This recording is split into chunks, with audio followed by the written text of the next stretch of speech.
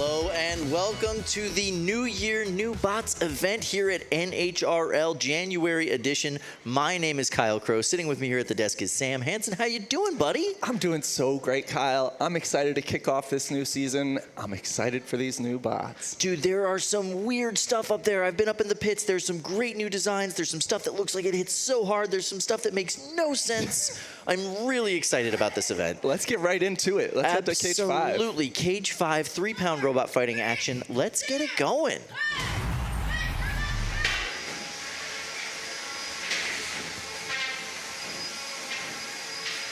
All right, so we are currently not in Cage 5 for this fight. Cage 5 is about to start, but there you can see the wall in the upper left-hand corner.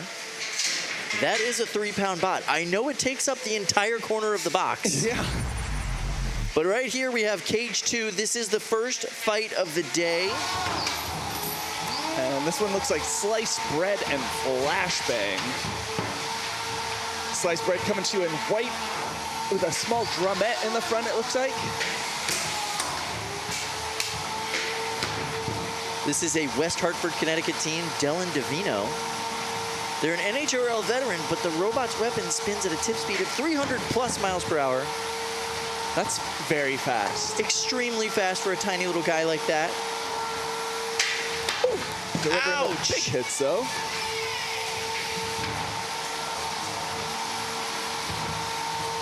Flashbang brought to us by Ethan Harris. They're from Washington State. This is not their first NHRL event either. Look at that hit. Beautiful, absolutely gorgeous hit. And a tap out.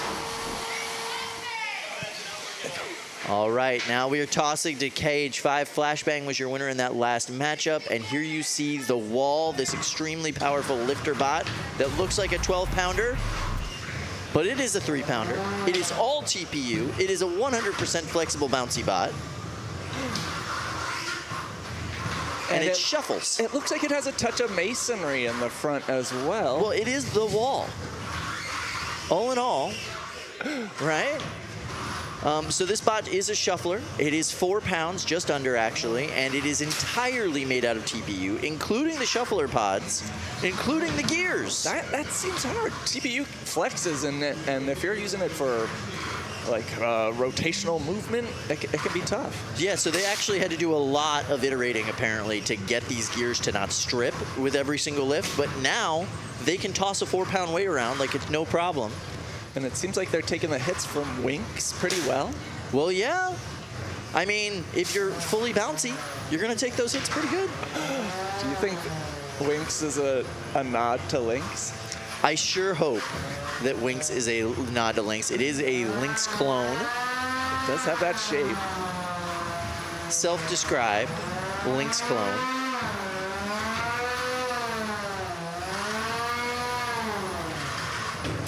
And then which wall do you think the wall is a nod to?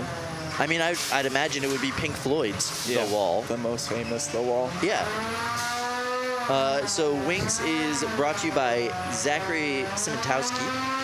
It's part of the Rose Hillman Combat Robotics team. There's a lot of those bots here today, actually. Yeah. So that team's brought a bunch of offerings. But this one is their Wink 2 Lynx, if you will. Not a lot of movement from their drive. It looks like they're having maybe some traction issues. Yeah, a lot of noise from that weapon. Not a whole lot of ability to deliver it at this point in the matchup. The wall, not the fastest bot, but when you take up like, you know, a 1/10 of the arena,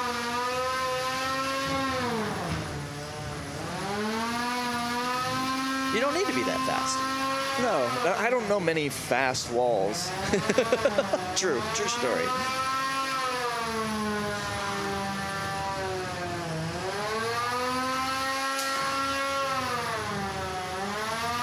And this is part of the joy of New Bots event, is you get all the New Bot jitters all day long, right? So, you know, I'm sure these builders are going to be working out those kinks and getting those things working. So we'll leave that one to a judge's decision. We'll see how that goes.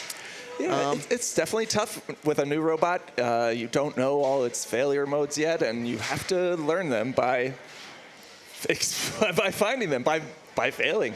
So what qualifies you as a new bot for this event? What is the definition of a new bot? Okay, so you don't have to be brand new to the world. You have to be new to the world of NHRL. Right. So you can, your robot has never competed at an NHRL event before. That qualifies you as a new bot.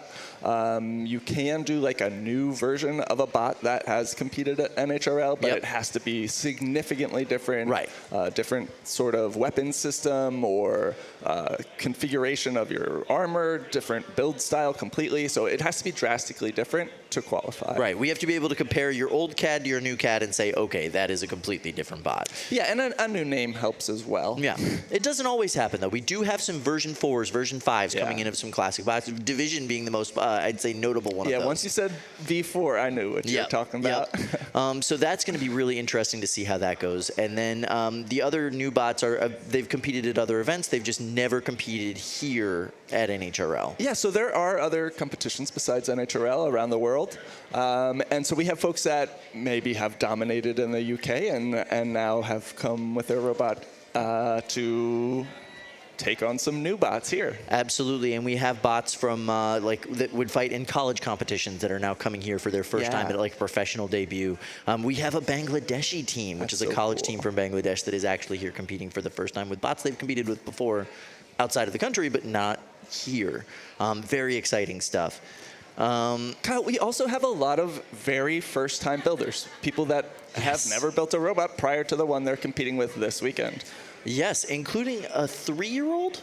Yes, we have our very first 3-year-old who has a flamethrower robot in the 30-pound class. So I'm really excited for that one. This is going to be so weird. All right, we're going to head over to Cage 6 for some more robot fighting action. Let's check it out.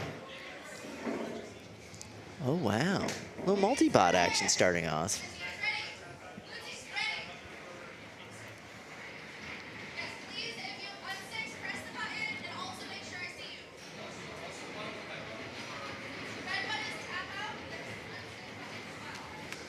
All right, we've got, looks like some overhead drilling robots over there for the multi-bot team in Cage 6. I think that's the Power of Friendship. So that's Kokoto and Brian Boxall on that team? Correct, yes. Kokoto Mane and Brian Boxall. This is their first time working together as a team. They're from the same school. They both went to WPI. This is a really great idea for a bot. I think it's one that like everybody talks about, you know, they imagine it like, you know what I'll put on my bot is a big drill at the top, and I'm going to come down on their top plate.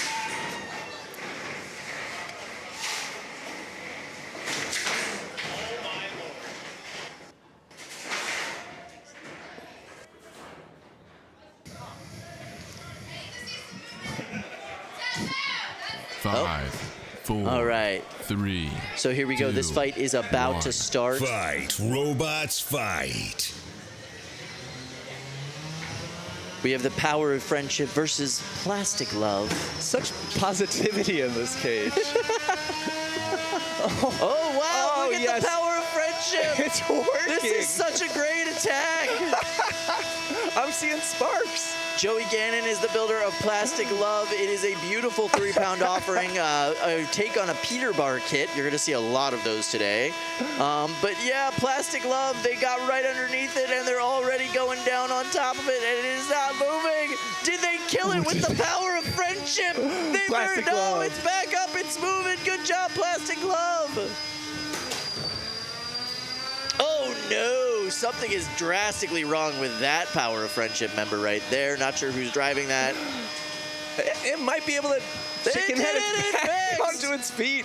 Wow, that's crazy. So is that armor package all flexible? Like, I noticed that there's hinges on the wedgelets, but does the whole thing flex? Compliance across the main drive axle. It's not a bad idea as long as you can get out of it, and it looks like they're able to get out of it with those arms. And it helps when you have a little friend on your side too. It's so helpful to have a little friend.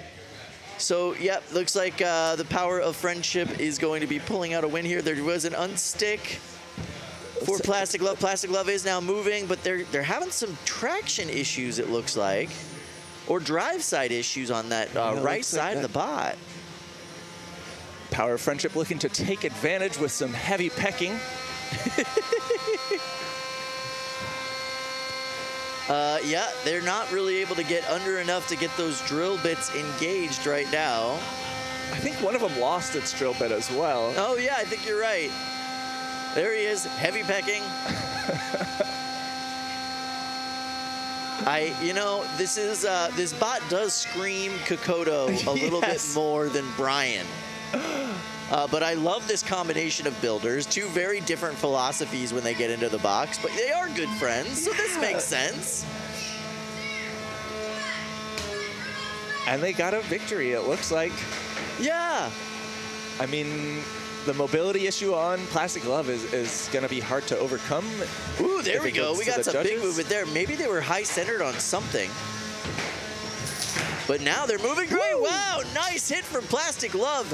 End-over-end flip on one half of the power of friendship. Vicious attacks here. Listen, if we're going by judges' decision points or the score points, I think the power of friendship, they're scoring a lot here. They're able to get their little drill bits in the wheel wells where the belts are for that Plastic Glove, through the gaps in the carbon fiber on top. They're doing it as far as an overhead drill multi-bot does. All right, so Cage 2, we're just checking in on a tap out that just happened in there. We got there a little late. We'll check out that footage later on in the day. Perhaps that will be a highlight reel. It looks like Hokey Pokey won by tap out over in Cage 2. Just guessing because they're still moving. Yeah, that's usually a good indicator. That's a big help. If your bot's still moving, you're doing great. You're doing great that day. Man, all right, so we've already seen some weird stuff. I kind of love the power of friendship. Yep, definitely. I can't. One of the things I noticed about power of friendship, I can't tell if their weapons are going or not. You know what I mean? From this vantage point, that's the one thing that I'm like, I don't know if that works for them. You know what I mean? No, that's a fair point. We aren't cage side as well, so maybe the refs will be able to tell. Hear it, and I don't know, maybe some stripes on the cans of their motors could make a difference. Right. Actually, it would be really fun if they did like barbershop stripes down the weapon itself, so you could watch it like spin. I love a good spiral on a weapon. Could be fun. Could be fun. I love it. It's a really great new design. It does scream Kokoto a little bit to me. But definitely a lot of Brian's driving style in there. He's super aggressive. So that was fun. I loved that. And I hope to see them go throughout the day. So cool. Very cool. And Joey Gannick's bot looks beautiful. Having some traction issues early in the day. We'll see how that goes. All right. So right now, though, we're going to go over to Cage 3. And in Cage 3, it looks like we have the debut of Division V4. Hello. Versus Redline. Redline looking very similar to Plastic Glove from the earlier fight. Well, yeah. Like I said, you're going to see a lot of this style of robot today. This is the Peter Bar kit, originally designed and created by Peter Garnache. Yeah, we saw a lot of its debut at the last New Bots event. Yes, exactly. He brought 7 of them at the last event. And ironically, I think there's more of them here today that other people have brought. Peter is actually competing with somebody else's kit bot today. A Nautiloid version that he's competing with. So he's not even competing with the Peter Bar kit. Yeah, very cool. So there's going to be a kit bot of Nautiloid coming out soon. And he's working on the beta test version. Nice. So he came to like test it out and run it at the event and have a little fun and break his friend's toy. Yeah, that's cool that there's like, even amongst the competing people making kits that they're trying to sell to the public. Yes. There's still friendship. They still collaborate. That's so cool. Of course. And it is one of the coolest parts about this sport is, yes, there's competition, but there's also, I mean, it is 100% collaborative. But yeah, the Peter Bar kit was extremely successful at the last January event and has been kind of used throughout the year. A bunch of people have been buying them and modifying them and changing them and doing all kinds of stuff to them. So now we've seen a ton of them sign up for this event too. Which is great. I think it's it's a tribute to Peter's design style and how well it does and how well he's marketed it. But also, it's neat that he's here to see his creations kind of like propagate throughout the competition. Yeah. Very cool. And then let's go ahead and talk about YouTube sensation Seth Schaefer. Yeah. Division is a bot that he has brought here for years now at this point. It is a giant vertical weapon spinner, and he has always been iterating it, improving it. This is a complete redo. I mean, this is like everything's brand new on it. There's a nice shot of Redline right there. Beautiful bot.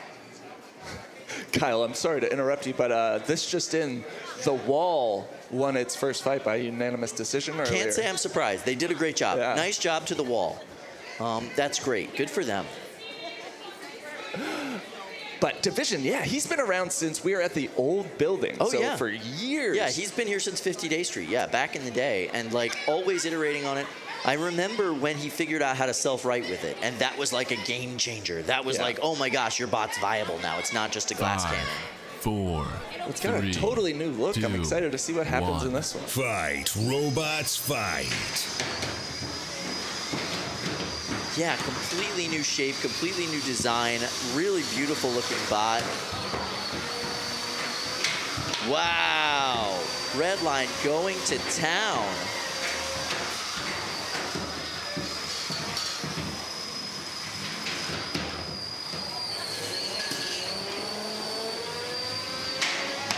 Now, Redline runs 2 vertical discs with a belt in between, so I would imagine Division is looking to get their 1 vertical disc right in between those 2 and kind of snipe the belt of Redline. I will say that is something Chris Caps from Redline and I talked about earlier today. He said that he's really been working on angles and making sure that he's never attacking straight on so that he can avoid that direct belt impact. That's smart. These builders, they know the weaknesses of their robots, and they try to drive in a way to minimize those weaknesses. Looks like the mini bot from Division got deleted.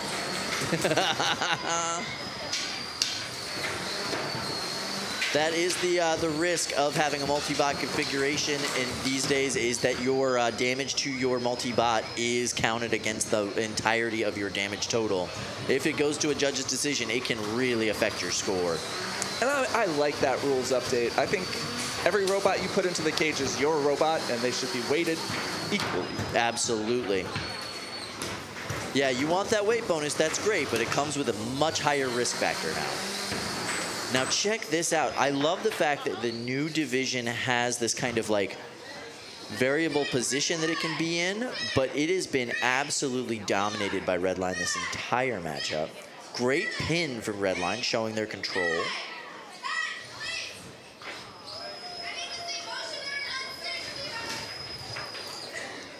All right, Division able to get back on its wheels. But Redline giving them no room to breathe. Yeah.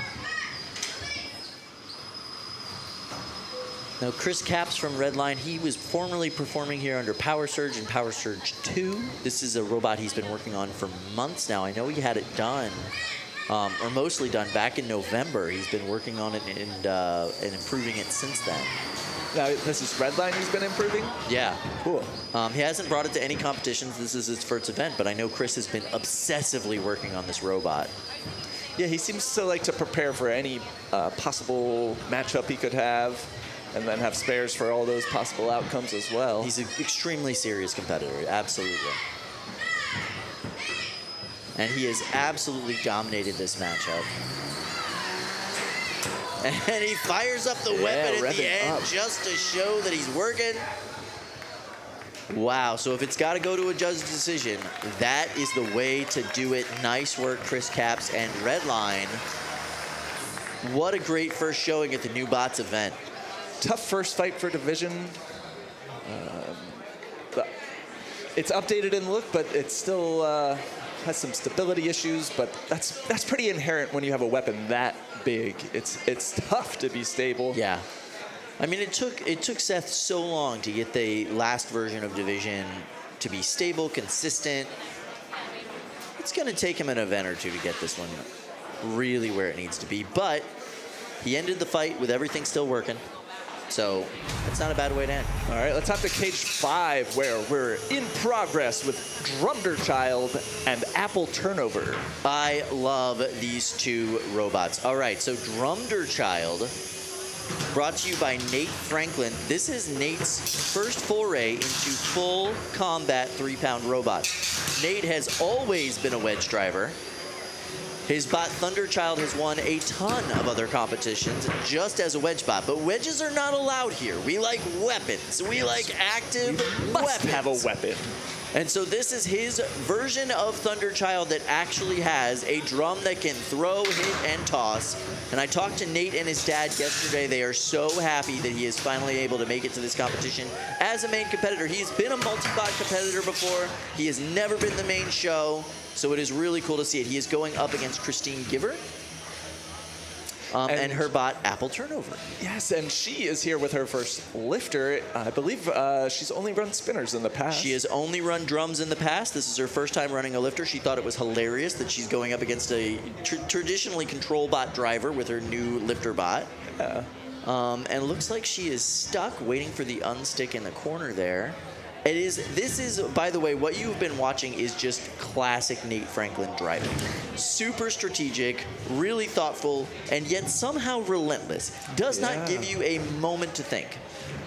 Yeah, it's got a drum in the front, but it also has those forks, and with forks you can really control a match. And it looks like he might have stabbed Apple Turnover under the kick plate or something. Yeah, they are not getting out. She's looking pretty stuck, not seeing any movement from the wheels or lifter. Wow. I mean, I gotta tell you, it's hard to predict who's gonna win, especially in the 3 pounds in a new bots event, right? Because there's too many unknowns. But in my mind, Drumder Child has a fantastic chance of getting through this entire tournament. Yeah, I think as a driver, certainly Nate's one of the best. I'm just not. I haven't seen his build style yet, so I'm excited to see how he can repair in between fights, how he holds up to spinners. Yeah, it's very old school. I'll say that. All right, so here we go.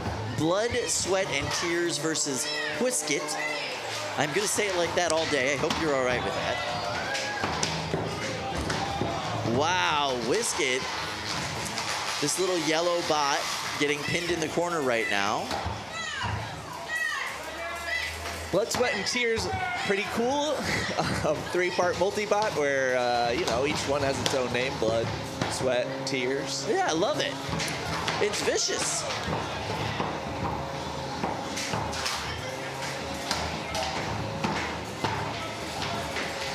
Oh, nice hit there. Whiskit, a pretty classic beater bar design.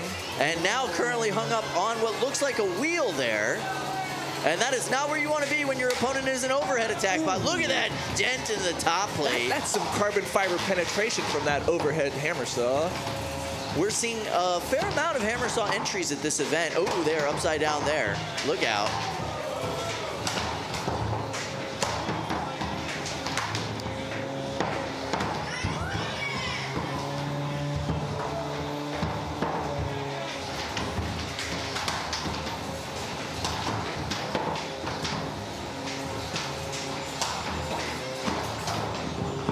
So Blood, Sweat, and Tears brought to you by Noah Agnew. One of the Texas contingent here today. Tons of bots from Texas today.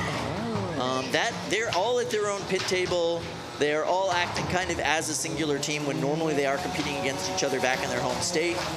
They told me they're here to win the whole thing. They want Texas victories across the board. That's cool. I wish them the best. I like the Texas crew. They came in late last evening. They did, yeah. They came in, they set up, they made themselves at home, and we literally had to kick them out at 9 o'clock when the pits were closed.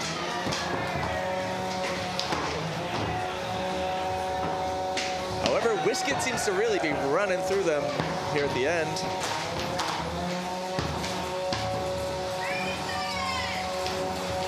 Yeah, Tristan Hart has brought Whiskit from Napa, California. Part of the Rose Holman team. Okay. Tons of those bots here today. Bunch of different designs. That's a team that's really trying to make an impact at this new bot event and qualify as many bots as possible. And doing phenomenally in this matchup against Blood, Sweat, and Tears. Yeah, really well driven by Whiskit. Stayed focused. It can be hard when you have 3 opponents in the cage with you, but they did a great job. Showing that the weapon's still working at the end there. Very smart. Yep, got to show those judges everything's operating. Durable bots, man. They got through this entire event, or this entire fight. Both of them are still working all the way. Impressive showing. Yeah. They took hits, too. There is a bunch of bots that look like veterans here that are absolutely not. Those are both brand new builds. They look great. Yeah. The level of competition every year, it's just getting scarier and scarier and scarier. I love it. I am so excited. Whiskit, Yeah, the baseline now is so high. so high. Absolutely. It's so cool. Especially in that 3-pound division where things are like hyper competitive, but it's good to see that there's also room for weird. There's also room for fun, experimentation. That hasn't gone away. We just also have these high-level, super competitive, bad robots that are coming out there and messing each other up. All right, we are going to head over into Cage 6 right now. What do we got over in Cage 6? Well, it looks like we have, Dead Letter versus Trijinx. Ooh, this is going to be so much fun. All right, so Trijinx is from Madeline. She has brought a miniature version of a heavyweight bot called Hijinx. This has got a customized hub motor on it that the weapon is fitting with. And this thing looks vicious. Maddie showed me the entire thing last night. It has got a completely flexible body. Wow, there the it wheels is. are custom molded. The wheel hubs are custom printed. Everything about this bot is designed for optimal hits. Just big, massive smacks against your wheels. And these wheels, by the way, super compliant. Like, you could just bend them in your fingers because she wants to be able to just bounce away from those other hits. Yeah, there's like 2 approaches to taking hits. You can tank it by being hard and stiff and rigid. Yep. Or you can just go with it, you know, by being sloppy Just do a and little, flexy. do a little flowiness, yeah.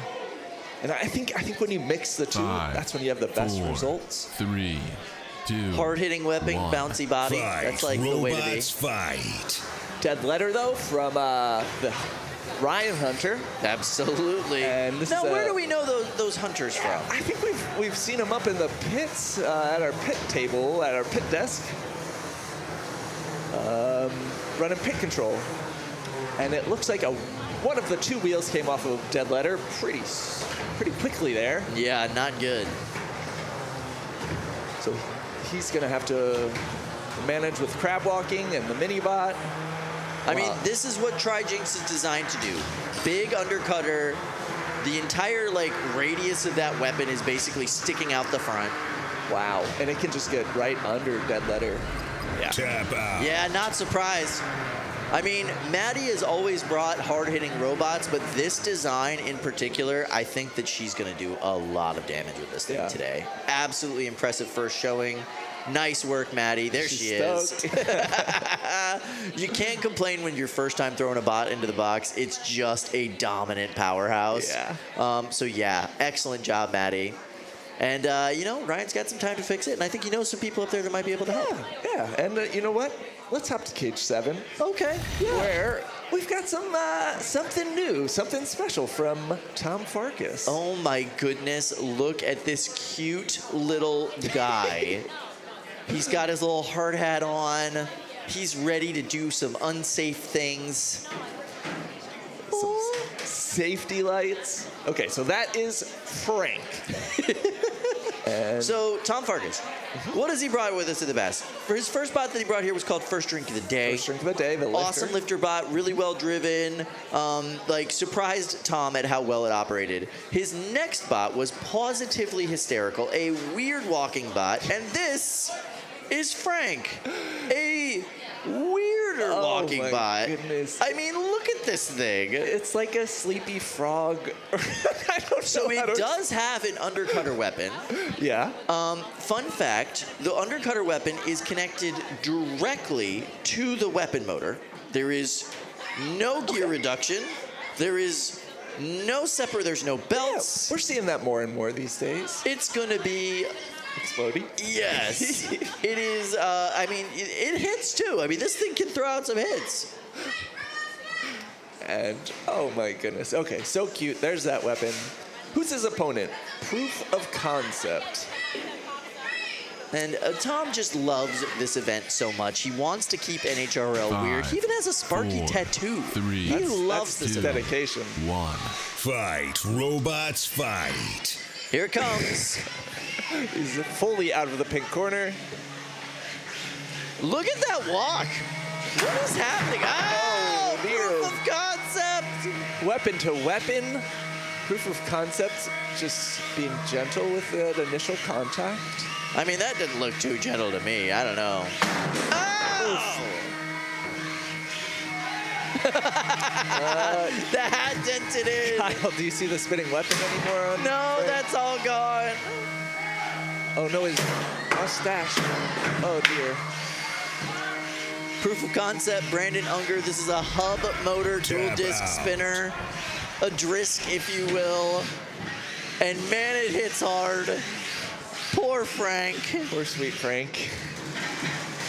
Oh, wow. I'm glad that Brendan let Tom walk around a little bit, show the movement of the bot before he went in with that vicious dual disc hub motor. Kyle, I think the fight was shorter than Frank's walk to his corner. I actually think you're right. I think it took Frank longer to get to the corner than the fight was. And I don't even know where that weapon went. It's in another universe at this Yeah, point. maybe the ceiling. Brandon, we've seen him and Tom at this event like a million times in the past. They're both here all the time. And good people. Love working with them both. Wow, the hat took the brunt of the damage, but look at those gouges in the back of poor Frank. Do you think that's a regulation hard hat?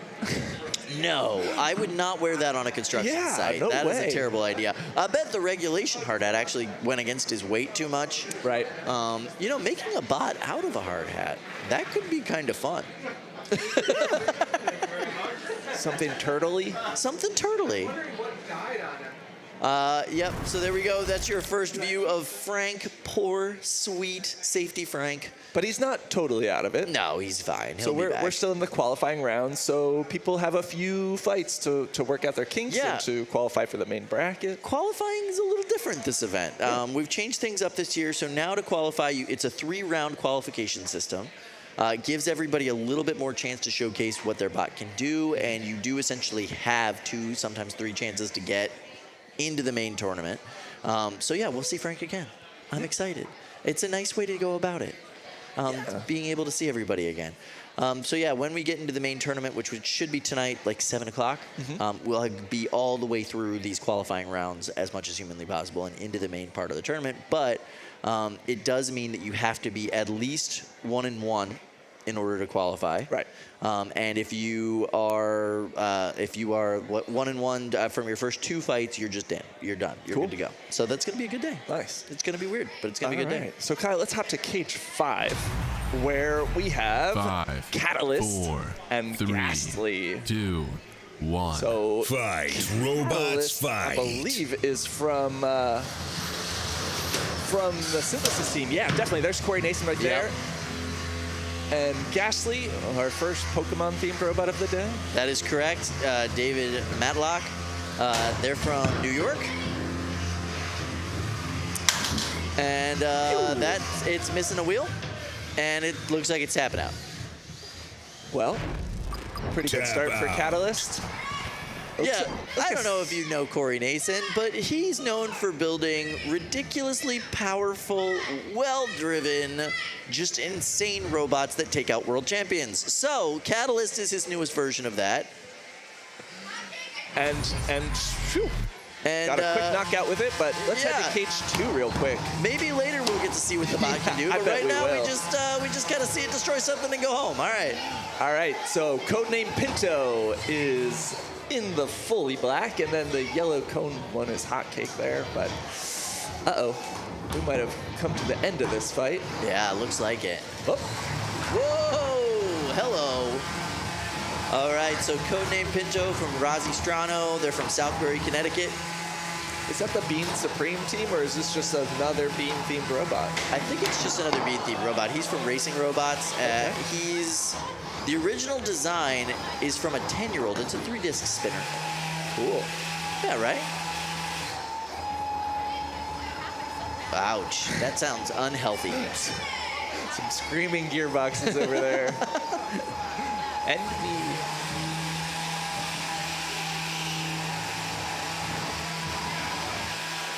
Codename Pinto getting consent for this final hit. Ah, nasty. And Hotcake, aptly named just because they're flat. And maybe even more flat by the end of this fight. Yikes. But yeah, Codename Pinto really having a good first showing. Nicely done. That wire there, that's not supposed to be hanging out of the bottom of the bot. And the bottom of the bot is not supposed to be facing towards the ceiling. A few things going wrong for Hotcake there. But that is a cool design. I love a low squat overhead spinner. Yeah, absolutely. So hopefully they brought a spare frame. Knockout. Hopefully they brought a spare everything.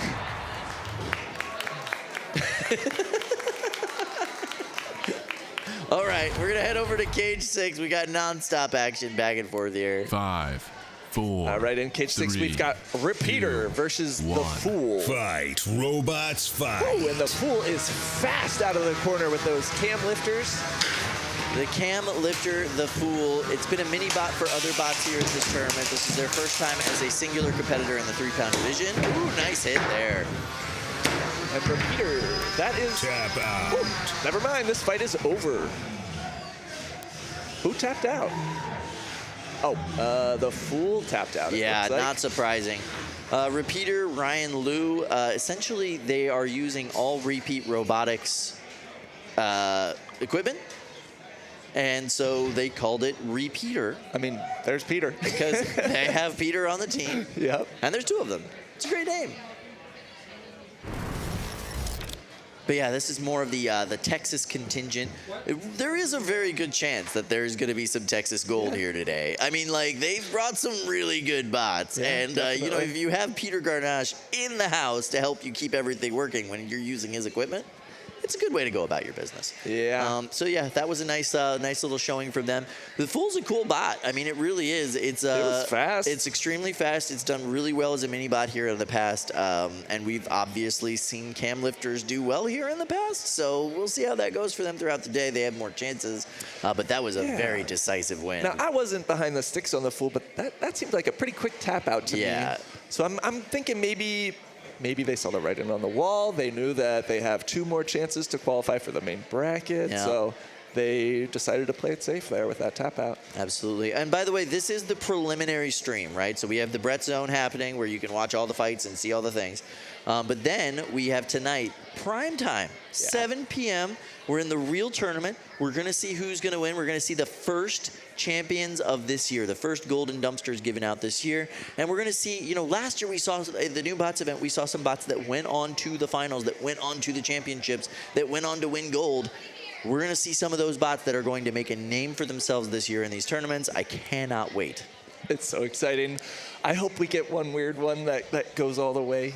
I hope we get a weird one that gets all the way, but I also want another Kablooey Tango. You know, we saw Kablooey Tango at the new bots event last year. They go on to just dominate throughout the tournament, multiple season, golden dumpsters throughout the entire year, make it all the way to the finals, do a phenomenal showing at the finals, not able to pull all the way out with the golden Brett, but man, what a great showing for a new bot. And they started right here at this tournament last year. So we're going to see some of those today too, and I'm very excited to see that. Yeah. All right, so we've seen some weird stuff already. But we've also seen some potential world beaters. I think Repeater is going to be great. Yeah, definitely a strong multi-bot there. Drumder Child, phenomenal first showing. Can't wait to see that. Later on in the day, we're also going to see some 12-pound and 30-pound action. We're very 3-pound heavy right at the beginning of the day, but in a little bit, we're going to see some 12-pound fights. I'm excited for that. Yeah. There's some wild 12 and 30s up in the pits right now, and it looks like they're getting the cages ready to start bringing some down as well. The 12-pound division this time is just scary. I mean, it is just like some very well-seasoned competitors trying out some new things, but it's new things that it's like, oh, that's going to be a world beater. That is so scary. And they're all up there talking to each other like, you brought that? We're supposed to be experimenting here, man. And everybody's like, I know, I'm sorry. It's crazy. One of the things that I think is going to surprise a lot of people, actually, is Zoe. Zoe brought a hub motor spinner, and Zoe's always brought amazing bots, right? Energizer? Yes, Energizer. So Plusle and Minel are like another bot combination that she's brought in the past. This is a larger weight version of that, right? And it is terrifying. That weapon looks so scary, and she's just like, yeah, I'm trying some new things, la la la la. And meanwhile, everybody else in the pits is like, whoa, girl. The whole Honeycrack team is going hard. They have gone so hard. Yeah, they brought some really crazy stuff this time. They have an overhead attack bot that looks absolutely vicious. Honeycrack is like, they have been leveling up. They got that new box, and that has like really allowed them to put so much iteration into what they're doing. It's awesome. All right, let's head over into Cage 5. All right, we've got MAD, Mad, 5, versus 4, Tokyo 3, Drisk. 2, 1. Now, a Fight. Drisk. Robots What is fight. a Drisk? A Kyle? Drisk is a common nomenclature for a 2-disc spinning weapon. Wow, nice hit. Ouch. So Tokyo Drisk is once again a Peter Bar style robot. Oh, what did it say? And Mad, that, let's see, it's overcutter now. Sometimes it's an undercutter. Depends on which way is up. But a pretty classic horizontal spinner design. So Tokyo Drisk brought by Ryan Hollander. He's from Bound Brook, New Jersey. He's from Great Stuff Robotics. And you know, he's customized a Peter Bar kit. These robots are exchanging hits really well. Both are continuing to spin. This is a good match.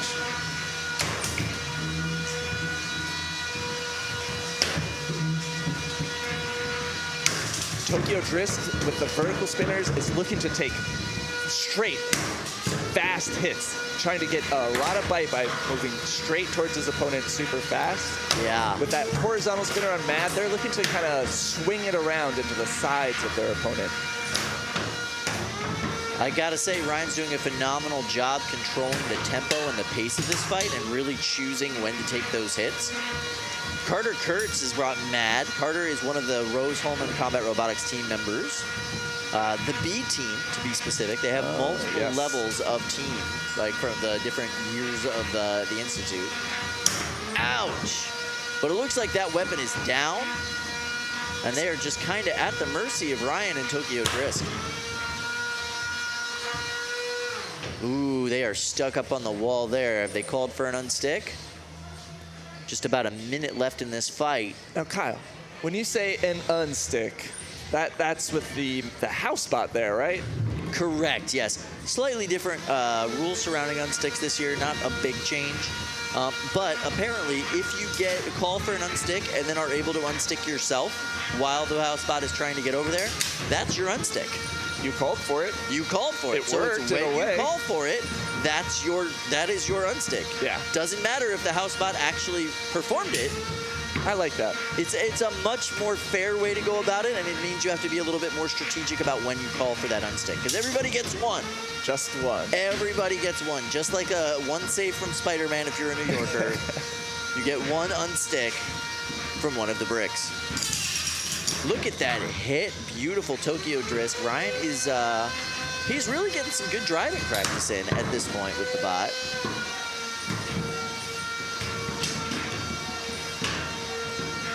A little target practice. Not a lot of risk factor going up against them because their weapon hasn't been working most of the match.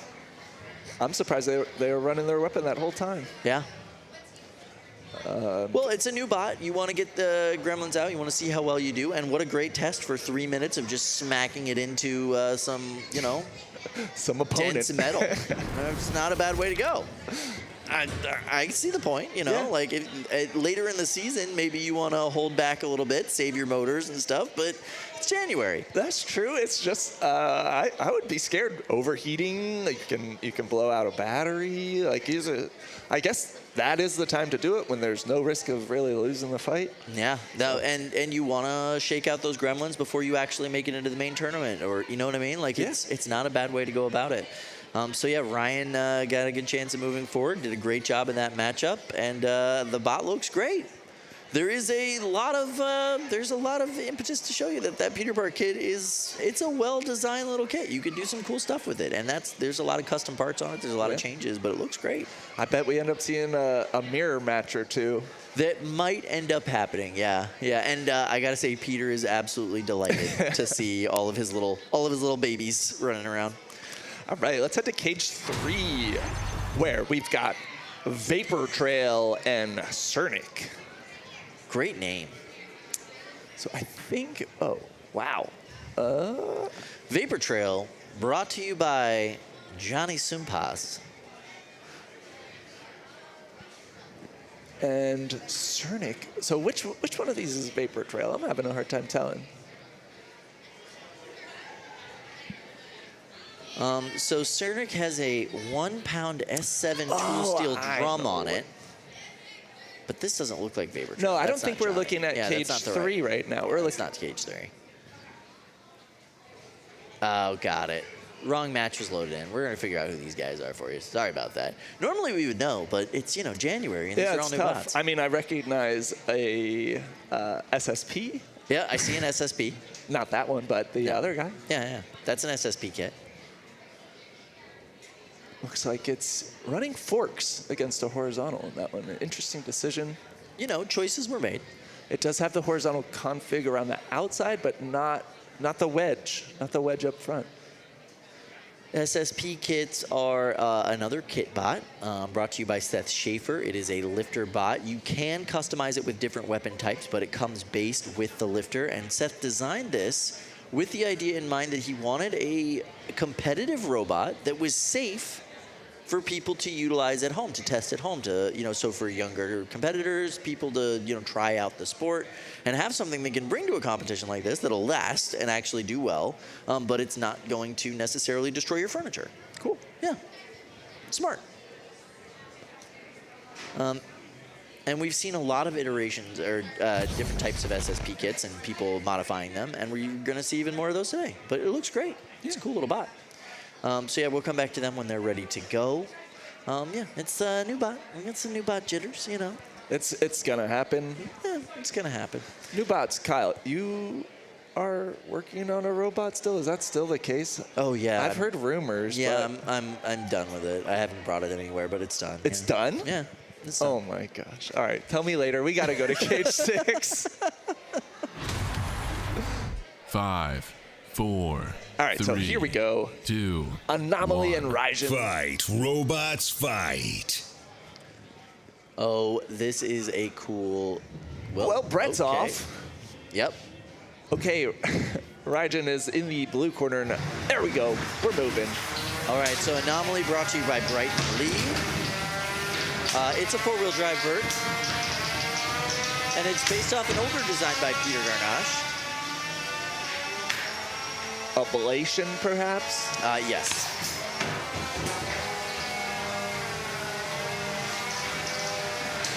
Now you can see Raijin is running the dual disc system, but has 2 belts. And Got it. yes, so Anomaly is definitely a former Peter Garnache robot, now owned by the Rose Holman team. And then Raijin is it's a brand new bot, but it is a custom build. Ooh, nice hit. Wow. Whew. Anomaly is a hard hitter. Those are some nasty shots with that skinny vert of disc too.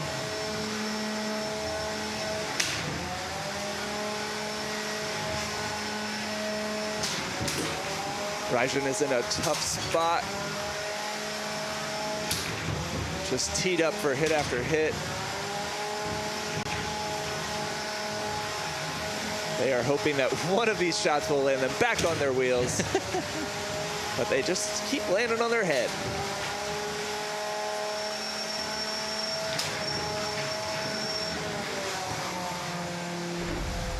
Tap out. Yeah, not surprised there. That'll do it. All right, so Raijin brought to you by Alex Kansberg. It was brought Iron Eater in the past. It's a very compact design. This is going to be the new bot that he's going to be running all year this year. And tough first showing against a veteran competitor. And a solid robot. Solid robot that's been through a lot in the Yikes. past at a lot of college competitions. So, you know, if you're bringing a bot like that to a new bot event, I think you do have an inherent, you know, you've shaken out a lot of the issues, and it's a well-tested robot at that point. Anomaly, their ground game was serious, and when you have a big vert like that and you win the ground game every time, Yeah. things are gonna go well for you. Yeah, it went well. It went really, really well. All right, so let's head over into Cage 3. Oh, there we go. This is that matchup we saw ready from earlier. Yeah, so I have Fangtooth in the blue corner and Wildcat Destroyer in the pink. All right, so Fangtooth, this is from Jeff Harrison. He's the brother of Mark Harrison, actually, from Ratfish. Okay. And this is Jeff's first robot ever. I do see Ratfish DNA in this Isn't robot. that cool? That's cool. That's yeah. super fun. A family affair. Yeah, you gotta love that.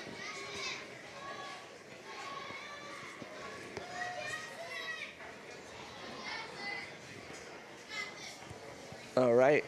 Looks like these bots are holding down their corners really well. Neither pink nor blue corners has flown away. These robots are doing an amazing job. Way to keep it positive. Look at those big foamy wheels. Yeah, that's that Ratfish DNA I'm talking about. Yeah, I love it. Big foamy exposed wheels. And that spinner's way out in front. So much reach on that one. It kind of looks like a pocket knife gone wrong.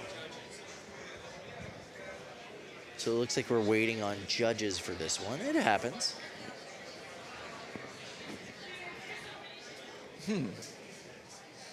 So, I hear them All calling right, it here now. we Let's go. A couple of younglings in the pink corner for the Wildcat Destroyer team. This is definitely a sport you can grow old in. Oh, yeah. So these kids have a humongous long career ahead of them if they stick with it.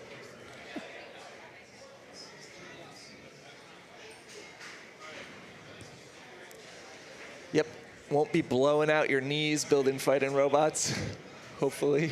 No, you'll just get a ton of tiny little burns on your fingers from soldering irons. Soldering sparks. 5, 4, 3, 2, 1. All right, Fight. We're off on cage Robots 3. fight. Fangtooth is spun up. I gotta say, there is very few names cooler than Wildcat Destroyer.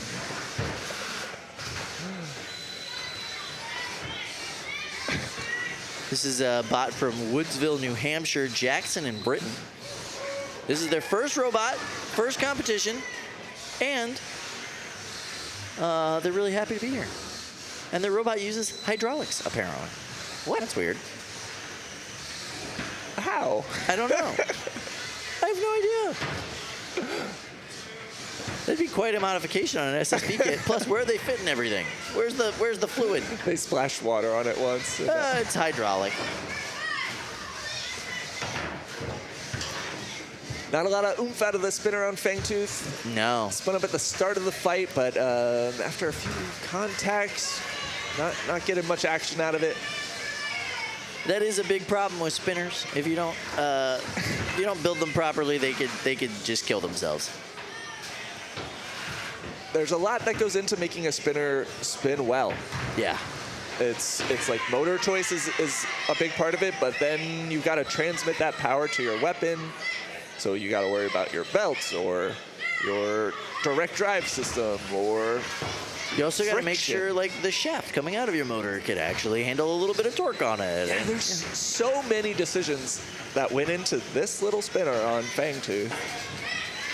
And so many more decisions in the future as they get it working better. Wow. I gotta say, The Wildcat Destroyer kids, they drive a little chaotically, and I love it. It's hard to be predictable when you're so chaotic. There they go. Ooh, yeah, pinned the wall. Nice job. Nice. Little half a pin there. Hard to really get underneath Fangtooth. It's just such a high profile on those big foamy wheels. Yeah, kind of a slippery guy to lift. Always has a wheel touching the ground, can squirt out.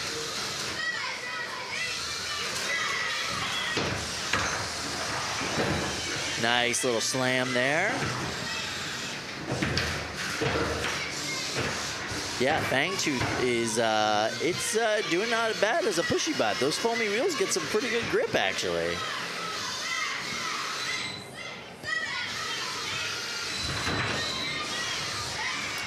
That was weird. The weapon kind of spun up itself there for a second. Yeah, you know, you try to show the judges at the end that you can still spin. But if he had pretty much 0 hits the whole fight. Yeah, and that spin didn't look like it had much oomph behind it. No, I wonder if there's some tension issues on that belt. Well, good job to Jackson and Britton. First ever event, first ever fight, and first ever robot. Oh, man. Welcome, kids. It's good to see you here. They're going to have that forever. That's so awesome. Yeah. Come on back anytime. That's cool. Yeah, Kyle, I had my first event maybe a little over 20 years ago and definitely did not win my first fight or any fight or any fight in the next event. Look at these guys. They got their little their shirts on with the names on the back. I love it. I love these family teams. It's the best. All right, I see a Crashfest style robot in cage 2. Okay, so we have Scurryfest. Great name. And Jackie Daytona in cage 2. Scurryfest is a multi-bot that features half of Crashfest, and I would imagine the other half is like something scurry related. Yeah, good. I think I see a shuffling mechanism on the scurry side of Scurryfest. And very cool. Scurryfest brought to you by Miles Sim. Miles has brought some really awesome horizontals into the past, like super professional looking. His first bot that he brought here was like, oh, that is a professional looking robot. How many combat robots have you built before, Miles? And he was like, oh, none. Oh my goodness. Oh, okay, cool. Welcome to the competition, Miles. So he's very quickly become like a seasoned competitor here. And yeah, he's doing a little collaborative effort on this time, but he does have it's got shufflers. Gotta love that. Very cool, and they're up against a hammer saw up there with Jackie Daytona. Yeah, so many hammer saws today. Jackie Daytona rocking the big wedge in the front as some respect to the horizontal spinner of Scurryfest. Jackie Daytona. I get the reference. 5. I don't. 4. So what we do in the shadows. 2. It's like 1. alter Fight, ego of one of robots, the characters. The best of Scurryfest doing what it does, getting right under Jackie Daytona. All right, so Jackie Daytona brought to you by Eleanor Forrestel. True rookie, first robot, first competition. Very complicated robot for your very first competition, very first robot. Yeah. There's a lot that goes into a hammer saw. And it can be configured as a hammer saw or a lifter. Very cool. Yeah, neat. I bet it could just be a straight vert as well. Little multi-use robot there. Pretty complicated for a first robot there. Yeah, definitely. Eleanor. A lot of these bots will have configurations, so depending on their opponent, they'll rock a different armor set. But a robot that can change configurations in the cage is really cool to me. I love the way Scurryfest moves. Super controlled, a little bit faster than you would think. And I gotta say, if I was their opponent, I would be a little bit scared of that.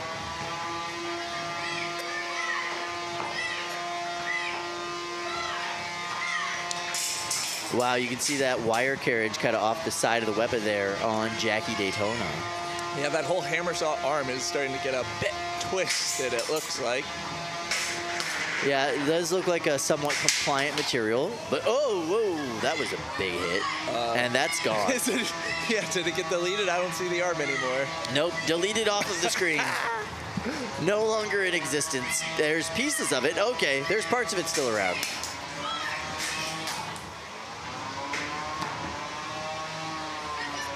And you can see Scurryfest just taking this bot apart. I wonder if... And the tap out has happened. All right, Eleanor. Tap out. First robot, first event, first tap out against a seasoned competitor in Miles Sims. Scurryfest seems effective. Yeah, cool little bot. Yeah. Very cool little bot. It seems, in at least the fights we've seen so far, there's been like a transition from the mini-bot style to the multi-bot style. Yes. And I really like it.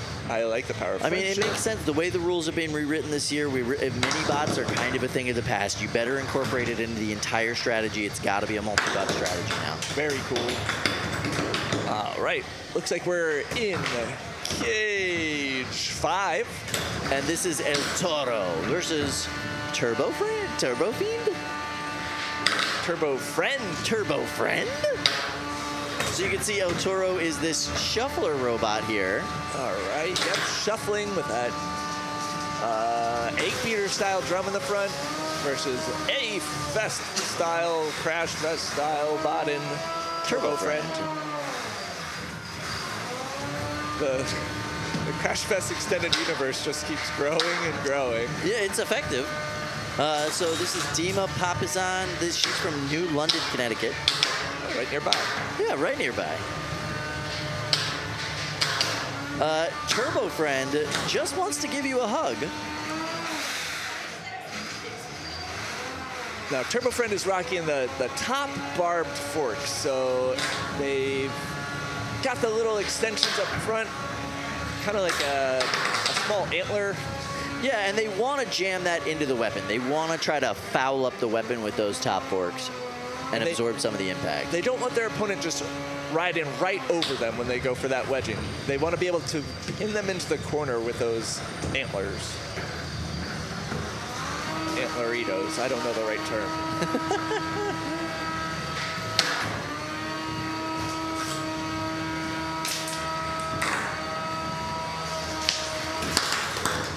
And it seems pretty effective. It looks like it's kind of tough for El Toro to get a solid bite on Turbo Friend. And a bite refers to the amount of impact that weapon can do. The faster these weapons spin, the harder it is for them to get bite. And bite is what sends your opponent flying.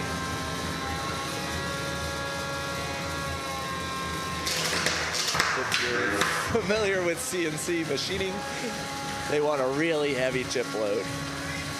So El Toro is from Mauricio Sanchez, Elizabeth, New Jersey. They're a combat robotics veteran. And it is a whole body shuffler with the vertical spinner, capable of driving upside down, believe it or not. Cool. Yeah, neat, right? With a walking mechanism. That's pretty cool. Yeah, super challenging to do, but that's neat. Because they have the rabbit ear style of invertibility. Yeah.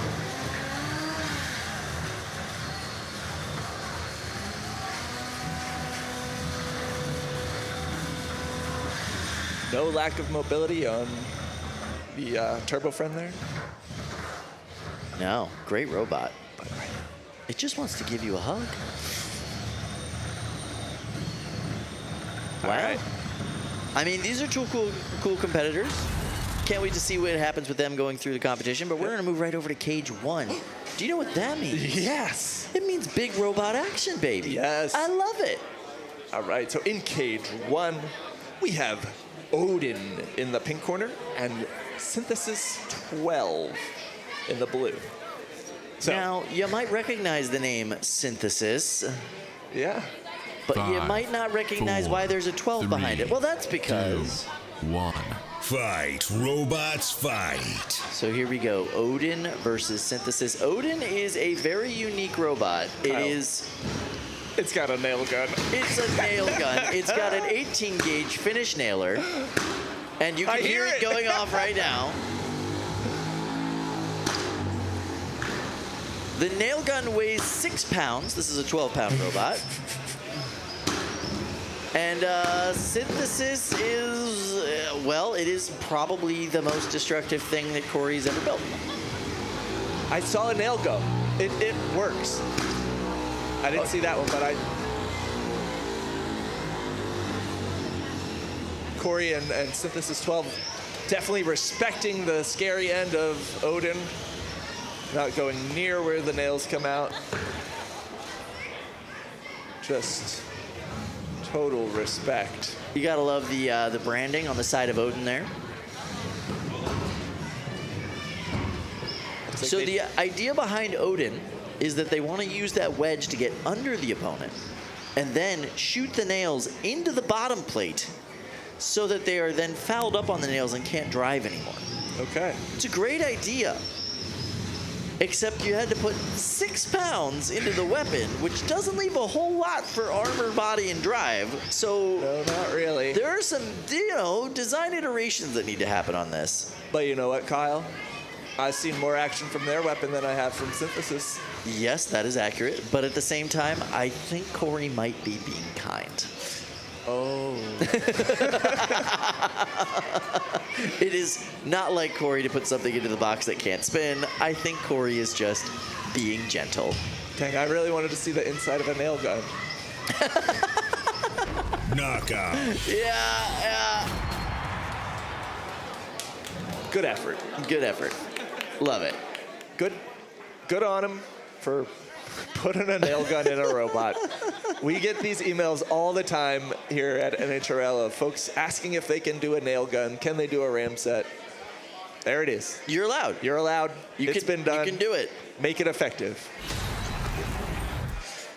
All right, over to Cage 4, where we have Energizer and Lactosaurus. So Energizer, Kyle. Oh my goodness, You were I'm bringing so that one up excited. before. Yes, so Energizer, Team Honeycracked. Zoe, the matriarch of Team Honeycracked, has designed this robot, and it is a vicious hub motor spinner. And then Lactosaurus is the most recent offering from our dear friends at the Milk Tank team. It is a dinosaur cow-themed robot? 5, 4, I don't know what's happening 3, here. I really 2, don't. 1. But I'm excited about it. Robots, fight. I will say that if you are lactose intolerant, this robot is 30% more damaging. Oh, Energizer sounds scary. Listen to that thing go! Oh, no! Oh, Is it one and done? Oh. Is it one and done? No. It might be one and done. Wow. Okay. Welcome to the competition, Lactosaurus. Zoe got you a special present, and it's called an early trip back home. Yeah. Ooh. Wow. No Tap fossil out. record of this one. Just Whoa! Late hit on the mini bot there. Look out. Wow. Yeah. I'd say that was an extinction level event. All right. well, Energizer's hub motor worked. Yeah.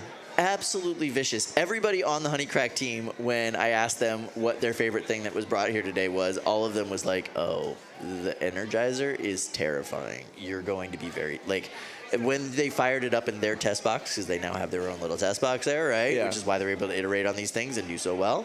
Like literally the entire school, just like yeah, I think their test box has a metal floor and is really good at amplifying what's in it. But so sad to see a dinosaur-themed one go down like that. yeah, I mean, I don't even know what that robot does, honestly. I didn't talk to Tamara about it. I saw an element that spins. Oh, good. So there's something that spins. It might have been a wheel. Oh. We know the dinosaur head didn't do anything. That was just decoration. Yeah, But, it came off. Yeah, it literally came off. That was terrifying. That was absolutely terrifying. I loved everything about that. Let's do it again sometime.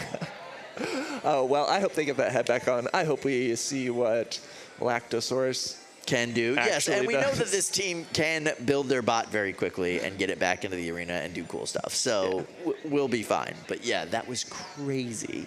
All right. Well, Energizer, something to watch. But by the way, the 12-pound division, they're all something to watch today. There is some really cool, really powerful, really scary robots. A Coakley robot up there. There is a Coakley robot up It's there. a vertical spinning one. It's a big, wide drum. And Cool. by the way, the treatment on that drum involved not only heat treating, but cryo treating thereafter. Oh, because it was snowing on the way home from the heat treat place? No, it was a legit cryo treating. Okay. He said, I'm going all out with this thing. I don't know if it's going to work or not. And if I'm going to break the drum, I'm really going to break it. I've never even heard of cryo treating. Yeah, I know. The Coakleys are on another level, Yeah. man. Those guys are doing some cool stuff. I'm 5, excited. It's going to be cool. 4, All right. 3, So 2, let's go to 1. cage 2, Fight, robots, fight. where we have Vapor Trail inserting Vapor Trail from Johnny Sumpas from TV.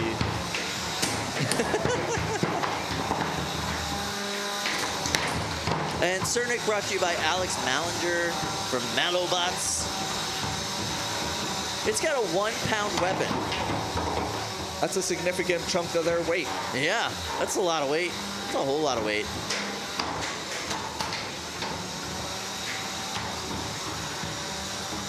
Kind of a synthesis style front on Cernic, I believe. Oh, yes.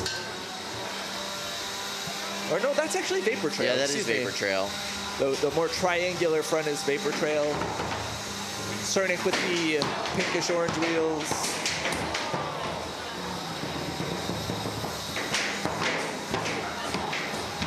Vapor Trail really just flopping all over this cage. And Johnny just doesn't normally build vertical weapons, so this is just a fun little experiment for him, but so far so good. Yeah, I think he maybe caught a little vert bug at All-Stars this year where he was mini-botting for Ray Billings. Ah, fun. You gotta love Johnny. He's actually brought more people from the Bahamas with him today. Awesome. Yeah, I saw Team Bahamas on shirts at work attached to Johnny. Yeah, pretty cool, right? So he's expanding the love of this sport across the island. That's so awesome. And that's what it takes to really to spread. Like, you share the thing you're passionate about with the people around you. Wow, Cernic really having some drive issues there on what normally would be the left-hand side, but it's upside down. And Johnny graciously helping him out by smacking him into the glass. Yeah. How about we balance out your sides by making them both not work? And yeah, there's no mobility coming out of Cernic at all right now. They haven't called for an unstick. I don't know what's happening. Are they working? Are they not? They're just going to keep getting hit. Get those licks in. If you don't say it, if you don't say stop, Johnny's not going to stop. Now, he really caught his stride in this fight. It seemed he was a little floppy off the start. Yeah, but he's getting there. He's got some big hits going on. And now this is why you don't tap out. Yeah, look at that. We got a little bit of mobility left on that right side. it's not enough to take it away from the judges, but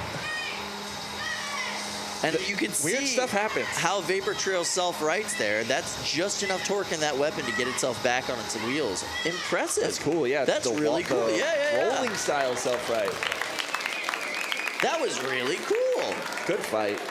These guys built some cool robots. Nicely done. I like that he didn't tap out. I don't know. Yeah, I honestly think it's that new bot's ethos. You know, you want to see what it can do. You want to give it the full, like, test out. And you know your opponent is a new bot too, and one hit from a spinner, even if it's the one delivering the hit, could take knock it out the whole thing. Exactly. Yeah. So it's not over till it's over, Kyle. No, and that was a really good fight. Those look like very promising robots. I love the Johnny's trying something new. Yeah. And it's effective. You know what I mean? I mean, he's a smart kid. We all know he's a really smart kid who can do anything that he puts his mind to. But that's a really effective robot. Nicely done. Cool. Very cool.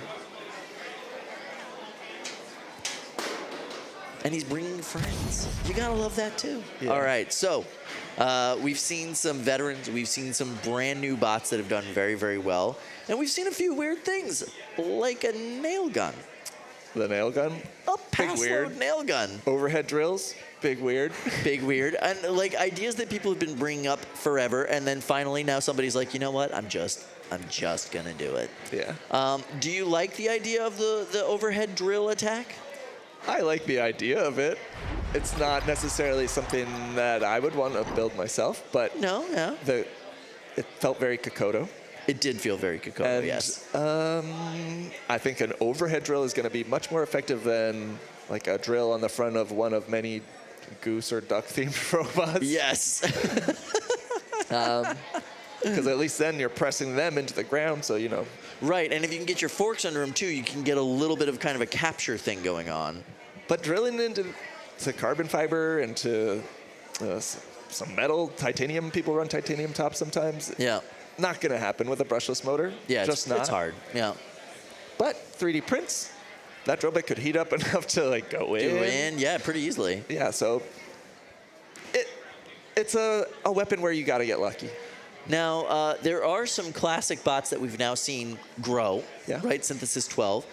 We're about to see another one of those, and it is a top-notch 3-pound competitor finally making it into the next weight class. Excellent. And also, I would say a veteran of the sport now who started it just by being a supportive dad. And I love that about his story. He started out just like... I know Yeah, that. right?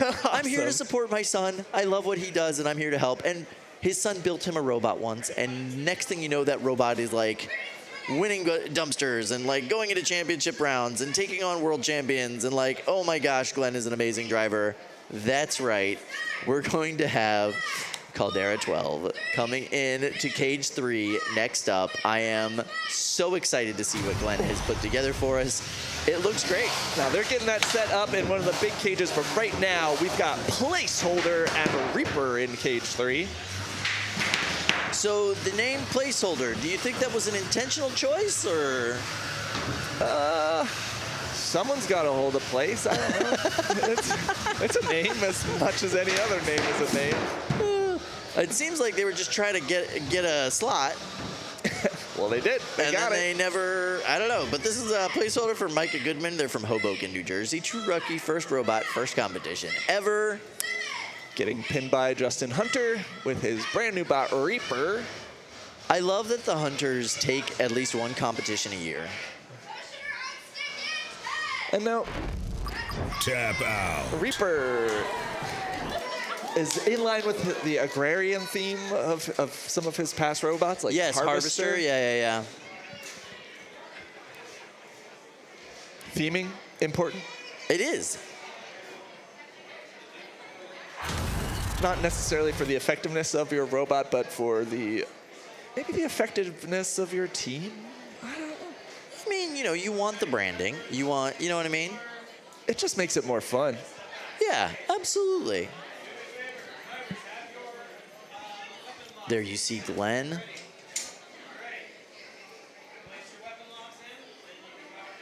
A pretty good scale up. And then this is Crescent. Crescent is Oh, cool. the robot from Turkey, the first ever team from Turkey that we have here. I went and talked to them yesterday, 2 high school kids. One of them is a senior, the other one's a junior. And I asked them, how many combat robots are in Turkey? Fun anecdote, they said, well, none, because this one's in Connecticut. Representing the entire nation with their robot Crescent. It's so cool. And I got to tell you, they are huge fans of NHRL. So they found, like, essentially the world of combat robotics. And obviously, you know, we have a huge presence on YouTube. So they found our content, got obsessed. And this robot looks like an NHRL robot. TPU printed armor. Yes. Steel plates embedded in the armor, yes. Right? The weapon looks vicious. It's got a belt drive. It's a huge diameter on it. They have a straight up like AR wedge. It looks good. It looks really good. For a first robot, phenomenal. From 2 kids, high schoolers, right? And this is their first ever competition. And by the way, they have competitions in Europe. They have competitions in Russia. There are competitions in that part of the world. There's competitions in India. But you know what they don't have, Kyle? They don't have NHRL. These guys wanted to come here first. They wanted to come to the big show first. And I love that about them. It is so cool. Fight. Up against a tough one, though, with Caldera 12. Now, Glenn, we have seen him in that 3-pound box for years. The scale's a little bit different. The driving's a little bit different in this bigger box because you have a little bit more room to play with, especially with the 12-pound division. And he is really taking that to his advantage right now, picking his shots.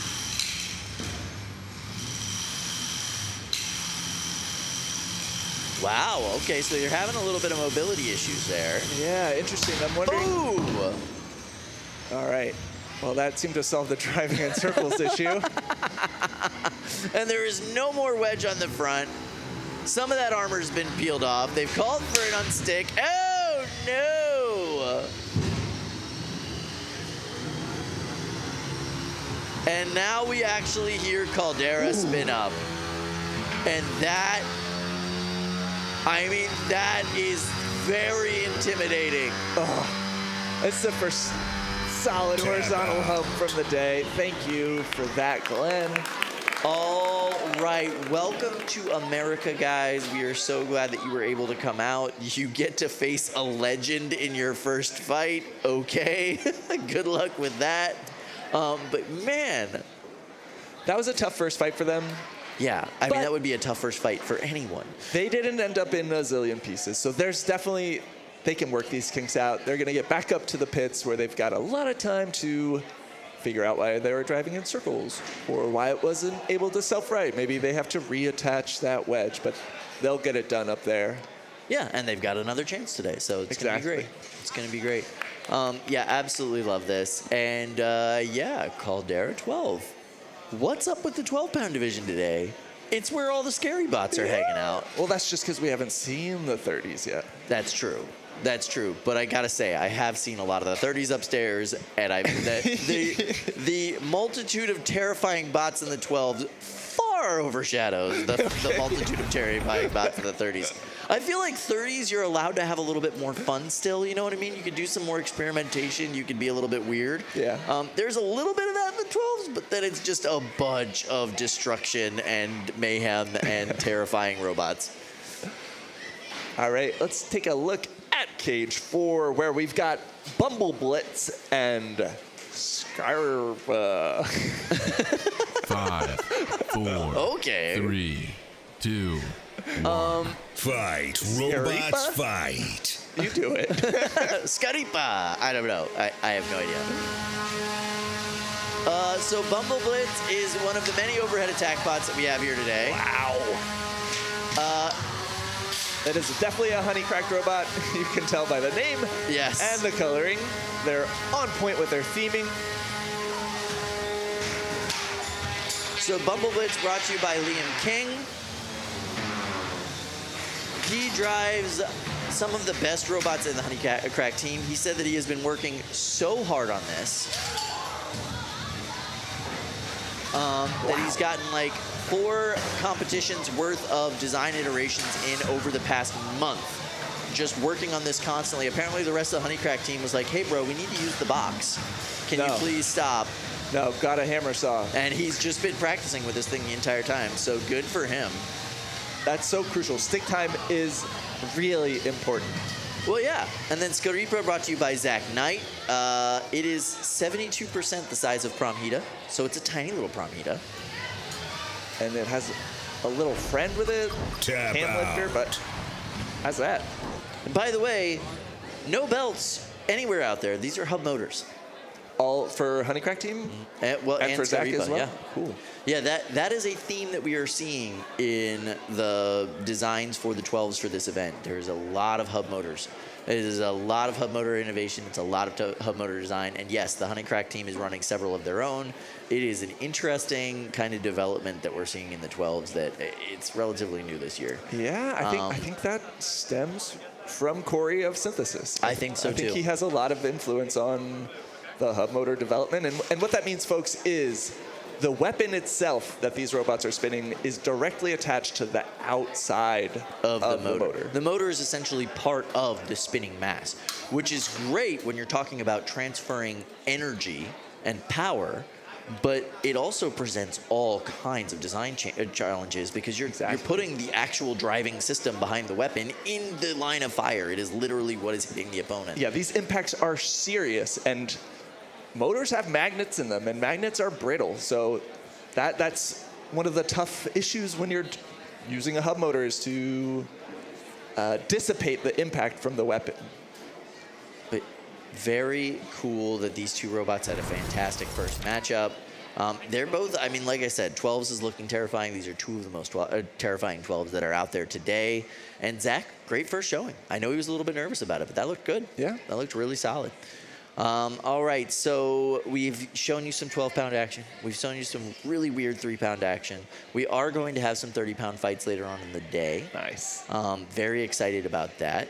It is a interesting thing in the 30s that we have a little bit more experimentation, I think, this time around. But we also have some scary stuff there, so it's gonna be good. It's gonna be good. Kyle, we've got some coworkers in the 30-pound class too. Oh, do we? Yeah. Who do we have showing up at the 30-pound class? Well, Chris DeSico. Oh, he's not fighting. No? No. Oh, excuse me. I know he helped with the robot, though. No, he didn't help. I'll tell you what happened. Well, His it was copper his basement. piping from his house got stolen for the robot. That is not helping. Okay, fair. All right? That's a good point. No.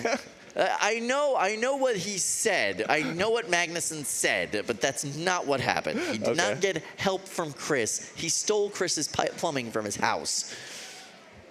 Tomato, tomato. So yes, Clyde Magnuson is here with a very weird invention. And then we also have a shoe-themed robot. Yeah. From our good buddy Ricky. Ricky, known for building shoe-themed robots in past competitions, hasn't been in competition for a while. Yeah. Been busy at the desk with you. Been busy at the desk, been busy doing safety things. So he's finally got a robot out and doing stuff, and it looks pretty interesting. I haven't seen it yet. It looks pretty interesting. Yeah, so I'm very excited to see that, and I know that Ricky has been burning the 2 a.m. oil on that because he's using the midnight oil for one of his other 3 jobs. Yeah, jeez. All right, let's look over at Cage 1. Oh, I'm so excited where about we've got this. Smacko Lantern there. I bet you can guess which one that is. Yep. And Animosity. So Animosity, we've seen at one competition before, Robot Ruckus down in Florida. They are extremely hard-hitting horizontal. 5. Had a 4, lot of issues with their electronics this 2, morning. Hopefully they've gotten 1. that sorted out. Fight, robots, fight. Smacko Lantern, I talked to this builder yesterday. This is his first ever robot, his first ever competition. This is a robot made out of mild steel. And yes, that is a hammer drill mount on the front that he could put different drill bits into. But you know, it's just the slip mount. Is that piece that's on the floor now? Yeah, it's gone. He said after getting here and kind of looking around, he was like, oh, this thing's gonna break. Whoops. But it's what breaks that's important, you Amen. know? Yes.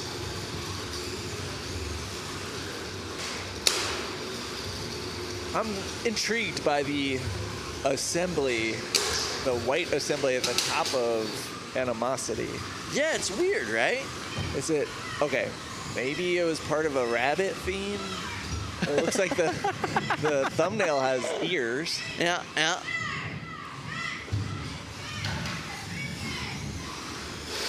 It does, like, I saw the bot take it apart when I was up there. It does look like there's a motor housing inside of that. So that might just be the kind of compliant armor for the motor housing. Not sure. Ouch.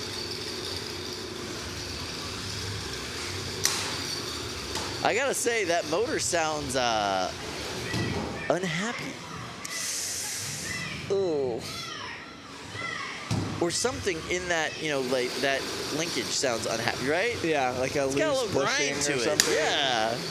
Maybe their needle bearing lost some needles.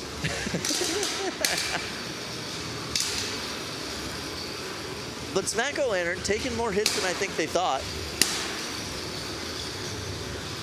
You can definitely see some damage and gouges into the side of the robot, but it's working. It's doing what it's supposed to do.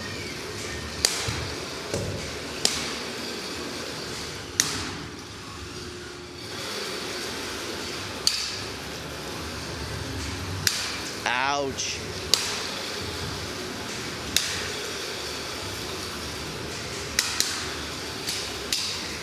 Wow, props to Smack-O-Lantern. Really staying in this.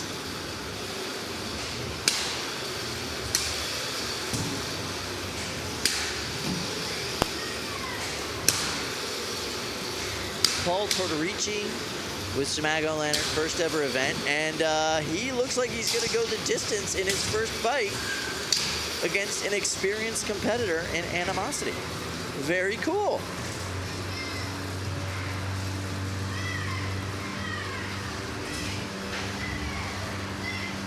And then, yeah, Animosity brought to you by Alexander Grant. First time at NHRL, but he is a veteran. This robot actually started its life as a 15-pound gas-powered robot that ran in Florida. Yes.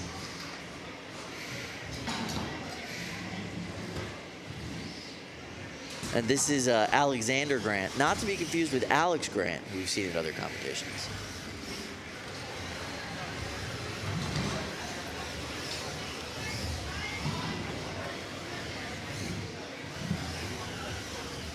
All right, so then we can, oh, yep, weapon's still working on Animosity.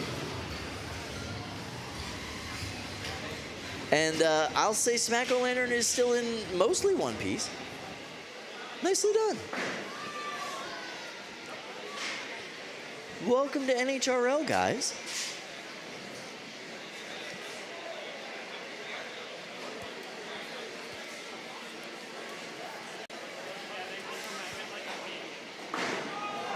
You can see him contemplating his life choices. So joined with me at the desk right now, Lindsay.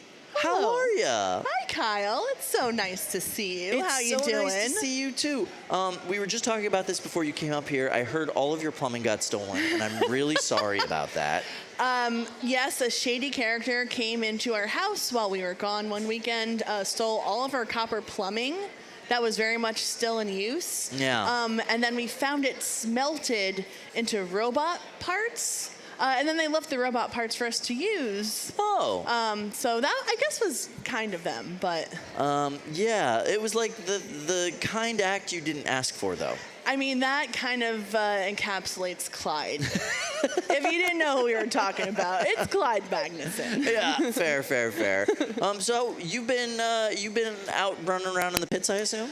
I have been upstairs running around looking what everybody is up to, occasionally trying to catch a match here and there. Yeah.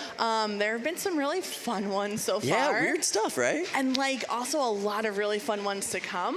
I'm like positively buzzing at what we're about to see today, and that's why January is such a fun event because Yeah. we're here at the desk we know the names of the bots coming up next. We know very little beyond that. We've had a few conversations with the builders in the pits. Whenever you can sneak those in, like keep in mind, right? We're like barely able to have those conversations with the builders in the pits, right?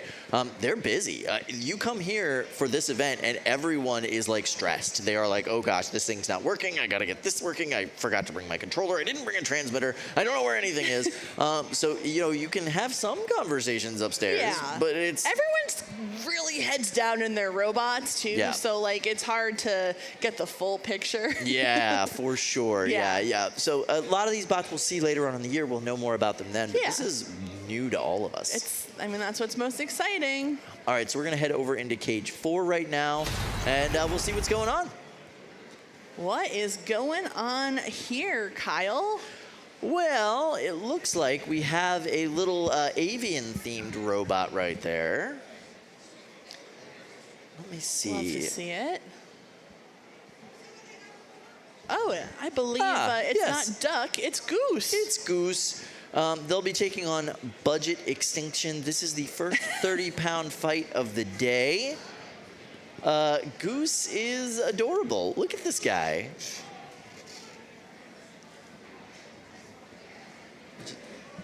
All right, so let's see. Goose is a combined disc drum spinner. Now, I will say, it's a welded combined disc drum spinner. Each individual disc has like connecting rods between them that are welded to it. So it's budget friendly. Although it seems like they still blew past their budget. Their budget is extinct. Oh yeah, well I believe Budget Extinction is actually from the same team. Ah, okay, yeah. Yeah, Budget Extinction, Aman, Pachama. So yeah, iRobotics, Parts and Rec. This is their first time at NHRL, so good for them. Welcome. Hey, welcome. And then, let's see, Goose. Yeah, so this is Parts Against Humanity. Also from the University of Illinois. So yeah, these are two Illinois robots. I mean, with 97 beetles, the chances of that happening are pretty low, and yet here we are. Yes, exactly. So Coogan, Banrian. So this is their first competition here, and this is going to be interesting. But yeah, so these are two bots from the same school, but two different parts of the team, apparently. Exciting. Yeah. There's like an A team, a B team, right? There's the seniors, there's the juniors. Oh, so like the juniors probably have a lot to prove right now. Yeah. Okay, I see. So I'm excited. It's going to be a weird fight, and it's our first 30-pound fight of the day. So we have the three weight classes here, 3-pound, 12-pound, and 30-pound. 30-pound is our heaviest weight bots. They do hit the hardest, and they don't necessarily move the fastest, but they do create the most kinetic energy in the box. I know for a fact that there is a 30-pound robot in the pits right now that can go 45 miles an hour. That's terrifying. Yeah. That is really scary. It has weapon motors as its drive motors. Well, that seems unfair. All right. Fair enough. So yeah, there you can see the not-so-budget-friendly bot. A lot of bots from Illinois here today, actually. That is so exciting. It's one of the really cool things about every event. This event especially, we have people from all over the world, not just Illinois, but also Bangladesh. Yeah. From Turkey. Yeah. All over. Texas, the UK. Yeah, tons of people. Yeah. Yeah, it's weird. All here to fight robots. Fluffy is diligently doing her job there. Yeah, marshaling everybody back to the door. It does look like we're going to have a delayed start on this fight. They've called them back to the door, so it looks like they might need to do a quick repair or change. Could be a myriad of issues leading to that. maybe the teammates just realized they didn't want to fight each other. Oh, no, they definitely want to fight each other. I talked to them in the pits. They were very excited about this. Aw, well, I hope they get whatever is going on working again because, yeah, a lot is on the line for them. A lot to prove to each other. By the way, I got a sticker from the Parts Against Humanity team earlier today, and it has the Cards Against Humanity kind of theming to it, but with a goose on it.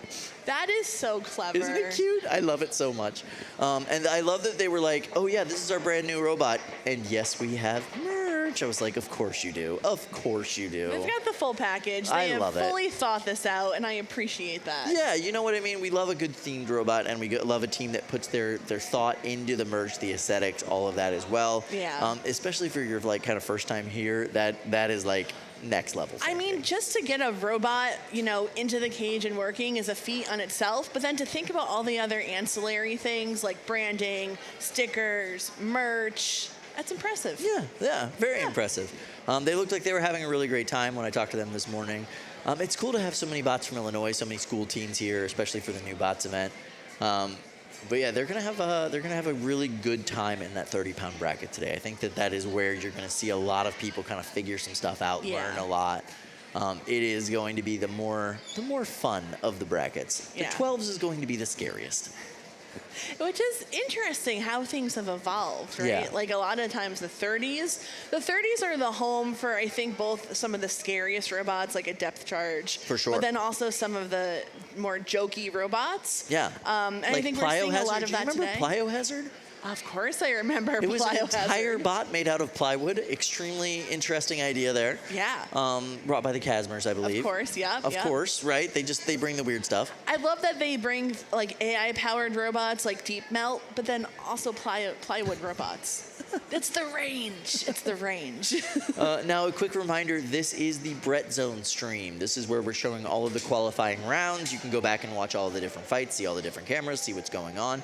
But tonight at 7 o'clock, we are in prime time. You can check that out on the main channel, I guess, on YouTube. And that's where we'll have all of the finalized rounds where we'll crown our very first golden dumpsters of the years. We're starting in the quarterfinals. So yeah, it's going to be fun. Yeah. It's going to be fun. Yeah.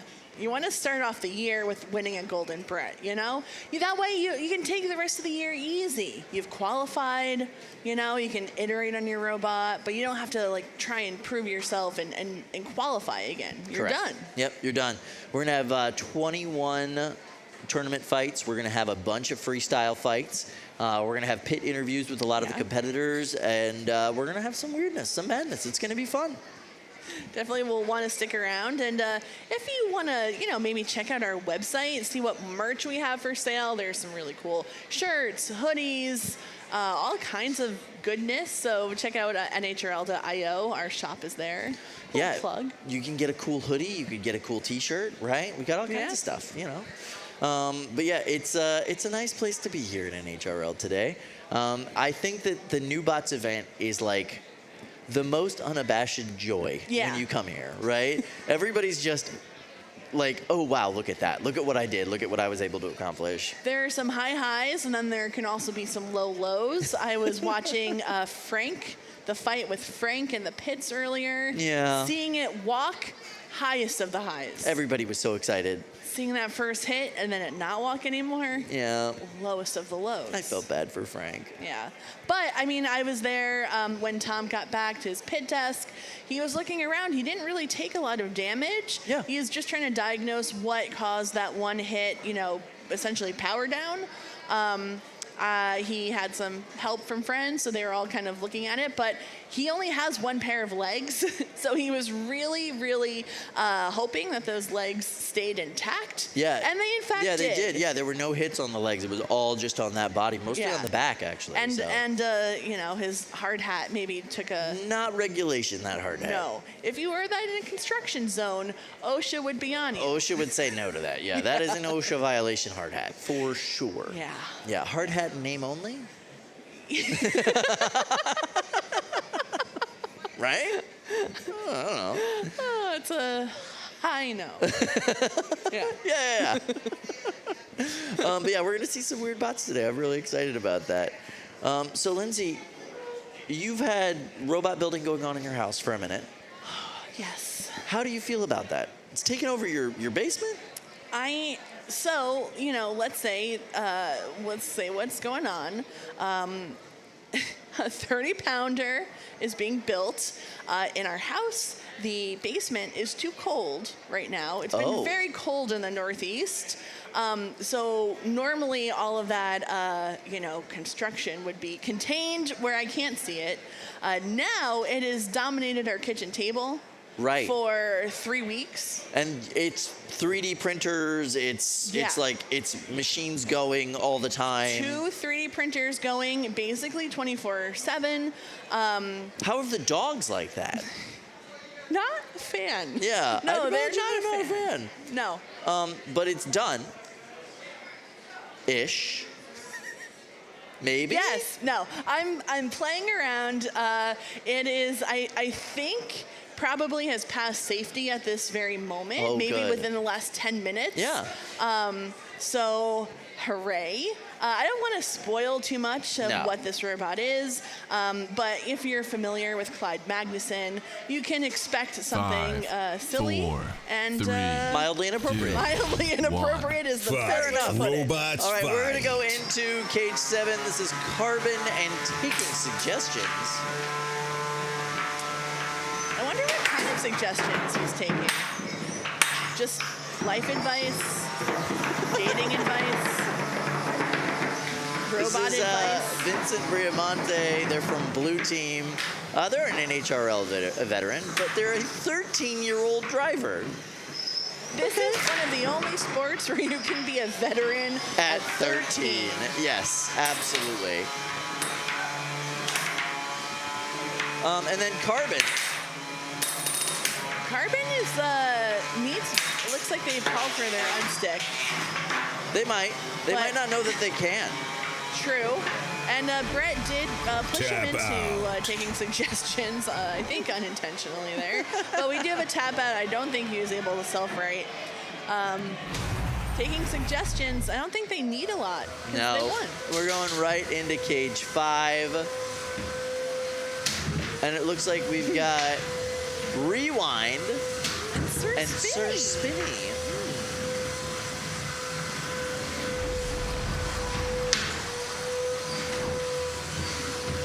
It looks like they're all taking some time to get their bearings here. That's okay. Rewind brought to you by Sam Pierce, NHRL veteran. Aw.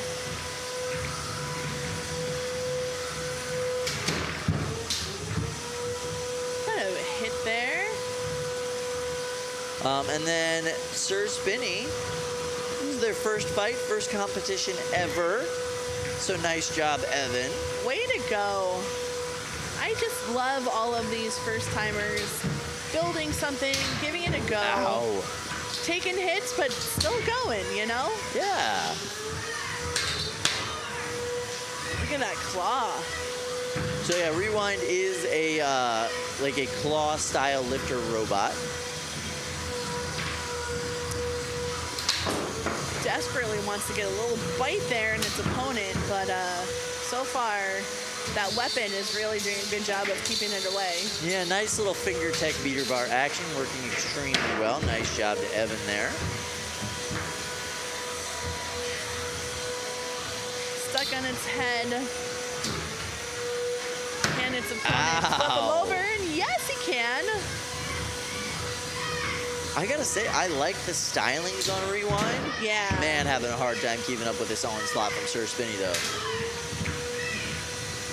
I mean, the beater bar, tried and true design. It's very effective. Ooh. Ouch, up in the corner, not getting out of that one. They are stuck. Brett might be able to try, but I'm not sure. Yeah, that's rough. Wow. Oh, Shaking themselves loose, slowly but Hey. surely. keep trying. Oh, you can do it, guys. Unturtle yourselves. It looks like everybody's driving back to Yeah. the door now. Aw. nice showing for Sir Spinny. Definitely not, anything to be ashamed of there. I'd be very proud of that first performance. Absolutely. What's going on in cage 6?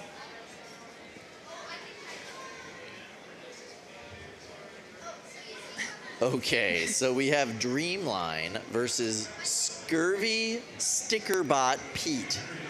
I spoke with the Dreamline team, and they said, do you know anything about Scurvy Stickerbot Pete? And I said, no. And they said, we don't either. It could be a $4 million robot, or it could be a pile of stickers. We have no idea what we're facing. I love that Scurvy on its own could be a name. Yes. Stickerbot could be a name. Could also be a name. Pete, sure, why not? Sure, you can name a robot Pete. Throw all three together. We've had Newberts, and you know what I mean? Yeah, we've got a Frank today. Sure. 5, 4, 3, Well, let's see what 2, Scurvy 1. Stickerbot Fight. Pete is made out Robots of. fight. Box rushing right off the gate. Scurvy Stickerbot Pete brought to you by Mr. Fish. Mr. Fish, of course. True rookie, and we don't know a lot about them. They got stickers. They got what looks like a lifter.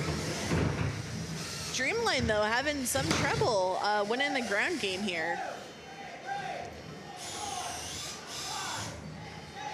I think Scurvy Stickerbot Pete looks like an SSP base. It does, yes. And then Dreamline brought to you by Johann Hauber. He's from the Bahamas. He Yes. came with Johnny Supas. Came with Johnny. And Johnny's starting a revolution down there in the he Bahamas. is. And he built a Spartan-inspired horizontal spinner I was gonna say this. that's currently sticker-botted into the wall. Uh-oh. And tapped. Oh, the punishing. tapping. Ow, Punishing. the tapping. Jeez, sticker bot. I know, this kids watch this. This is just inappropriate. So aggressive. He's already dead. Stop tapping him. I'm seeing a lot of movement here from Dreamline. No movement. The wheels ain't moving. The weapon ain't moving. Bart is almost going up those forks. He really is. Ground game on point, but the rest of it, I'm not so sure. No. Hopefully Johan can get that working. We'll see. All right, we're hopping over to cage 4, so a little bit more big robot action here. I am really excited to see Grim Ripper. I was talking to them in the pits. This is a scaled up version of their 3. Oh yeah, this is Nelson's robot, right? Yeah. Yeah. Skeleton Crew, Nelson Barrios. Very cool robot.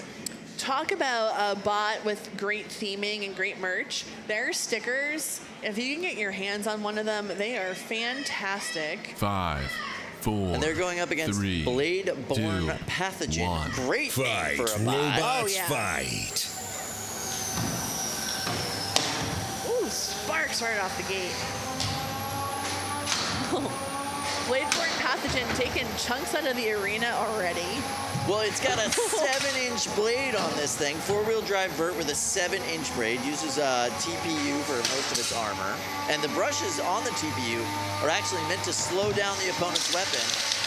And it was brought to us by Wally Wallace. Wally Wallace, you have built a terrifying robot. It has already sent the mini-bot flying. Pieces of the arena are everywhere. Grim Ripper taking a huge chunk out of the back of Blade-borne Pathogen there. Ooh, I don't know if he can self-right. Is he going to be able to find a way to... Yeah, he's going to have to smack that weapon into the wall. He's up on the bunny ears right now, but he's not getting enough gyroscopic force to spin himself over, so he's going to have to hit something. But he's moving, so he's still in the game, but that's a tough move right there. And it looks like Grim Ripper's giving him plenty of time, not going in for the attack, but it's movement. I mean, he's not going to get counted out, so... Yeah, I think he's weighing whether or not if he hits him, if it self-rights him, is he going to be in trouble. Right, you got to be really, really thoughtful about that. With 1 minute and 36 seconds left, I mean, there's still a lot of fight to go. You got to engage, yeah. Doesn't look like the blade is spinning on Grim Ripper. He might be saving it, or he might be out. That was a pretty big volley of hits there at the beginning, so it might be done. Bladeborne Pathogen not really getting enough movement to self-right. It's just kind of stuck. It's asked for an Yeah. unstick. But, I mean, Tap not out. surprised on that one. So that is a tap out. Bladeborne Pathogen will be tapping out. They're going to get another qualifying round chance. But Grim Ripper does advance. Yeah. Nice job. I'm excited to see more from Bladeborne Pathogen because the first, I don't know, 40 seconds of that match was really like pretty dominant. Yeah, cool robot. I Yeah. love the concept of the brush style armor. Really Yeah. smart. 7-inch blade on that thing. Hits hard. Really cool. Ricky, something's going on in Cage 1. What's happening in Cage 1? Our friend, Oh my goodness. I know what Ricky this is. Willems. So yes, normally he's up here on the desk, but now he is actually cage side. Why is he cage side? Because that's his robot Moccasin.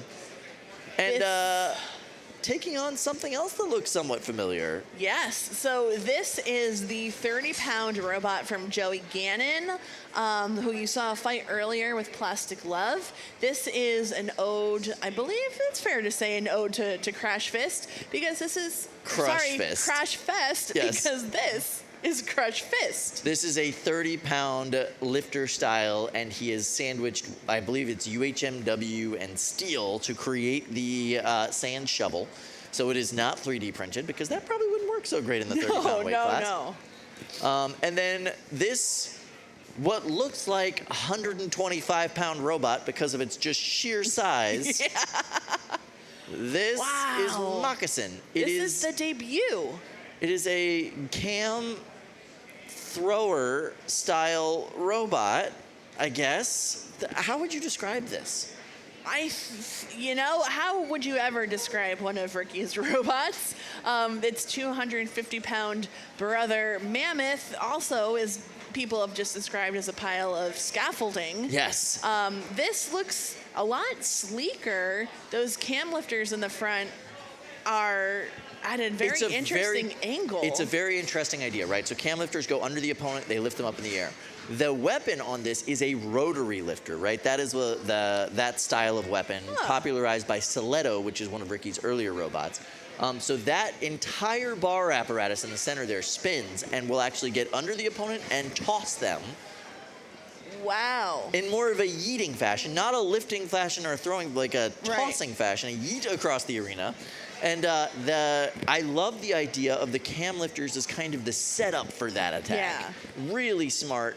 A lot of moving parts. That is not like an analogy. Like No, literally, there's a lot of literally. moving parts. So we're gonna see how well that all works together. But yeah, wow, that's gonna be really cool. And I know Ricky has been burning the 2 a.m. oil trying to get this thing together and working and functioning. 2 a.m. may be even a little generous. Yeah. Well, yeah. He had the midnight oil for some other project, Yeah. I'm sure.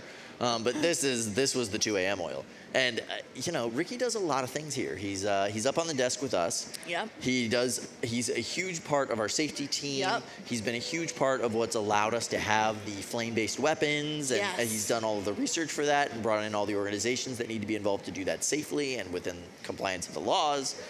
So Ricky wears so many hats here. This is his first time here wearing the hat of combat robotics competitor. And that's what he does. You know what I mean? In recent times. Right. In the modern era, if you will. As a spectator, I am very torn here. Ricky, as you said, teammate of ours on the desk. Joey, teammate of ours on Magnitude. That's correct. So I don't want anybody to lose here, and I want them both to win in spectacular fashion. Well, everybody's going to at least walk out of here with a bot in mostly one piece. We don't have a bunch of, devastating kinetic energy weapons. This is actually a great matchup. It's going to be fun. Yeah, this is going to be fun. Moccasin, I just heard, is not actually named after the slipper. It is named after the snake. And that's confusing. Yeah, because most Ricky of his has shoes baby most of his weapons are named after, his bots are named after shoes. Yeah. This style of bot is mostly named after shoe. Right. Yeah. Stiletto, baby shoes. Yeah. You think Moccasin fits in that family? No. No. Yeah. Ricky, he's hard to pin down. He really he's is. He's elusive. Yeah, he's a very strange fella. DJ to the elderly. DJ to the elderly Ricky Willems. Looks like Liam's standing by to help him out there. 5, Maybe he's operating 4, the cams or maybe the 3, weapon. 2, 1. Fight. Robots fight. Excited to see Crush Fist working too. I was laughing because Crush Fist looks so big for for a Crash Fest, right? It's small for a 30-pound robot, but when you compare it to Moccasin, it looks downright petite. It's just a little baby. Oh, are we gonna get a yeet? Yes! All right.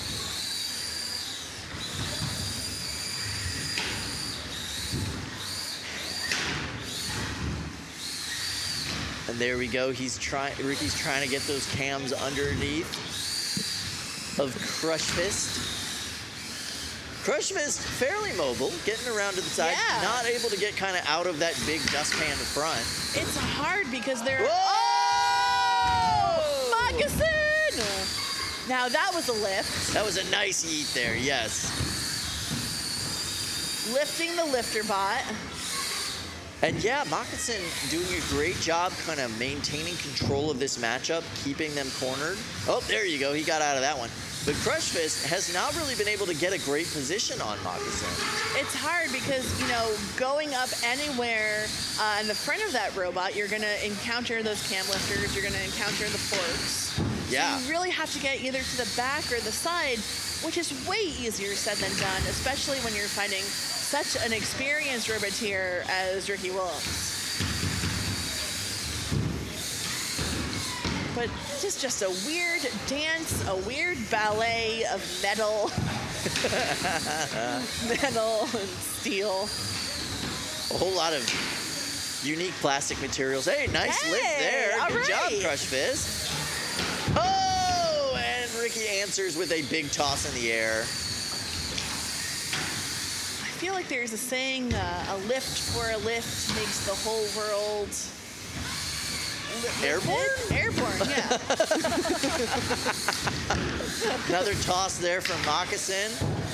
You can see Ricky's really getting his sea legs. He's getting a bit more aggressive after he's kind of realized that that lift on Crush Fist is not able to really do much other than just lift up one side of the wheels. I am really impressed by how mobile Moccasin is and how it is really able to square up with its opponent essentially at every step of the way. That is not an easy feat. Ricky No. making it look easy, though. He's doing a fantastic job.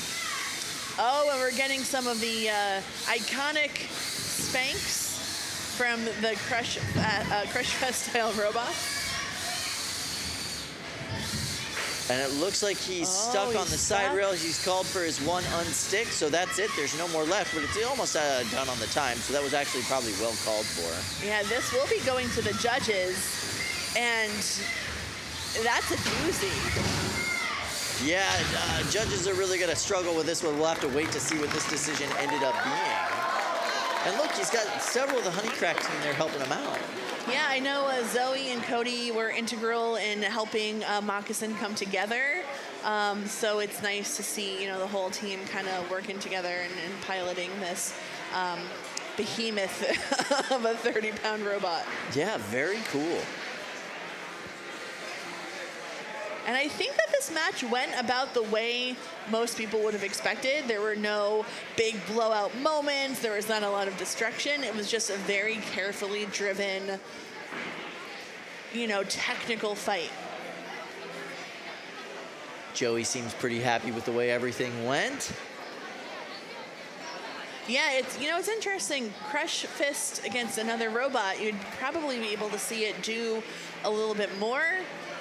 But it's just such a strange matchup there with Moccasin. Yeah, it really is. Not a bad first fight for the two of them. No. Really kind of shake out the Kings before they have to face something a little bit more destructive. Yep. But yeah, definitely a tough matchup as far as who's actually going to come out with the win on that one. Exactly. But yeah. Yeah, I'm sure in those 3 minutes they learned a lot about their robot, its performance, maybe if there's anything they can go and tweak. But let's take a look at what's going on in Cage 5. I believe that's Knuckle Sandwich. It is Knuckle Sandwich and Amalgamation. Knuckle Sandwich is another Texas robot.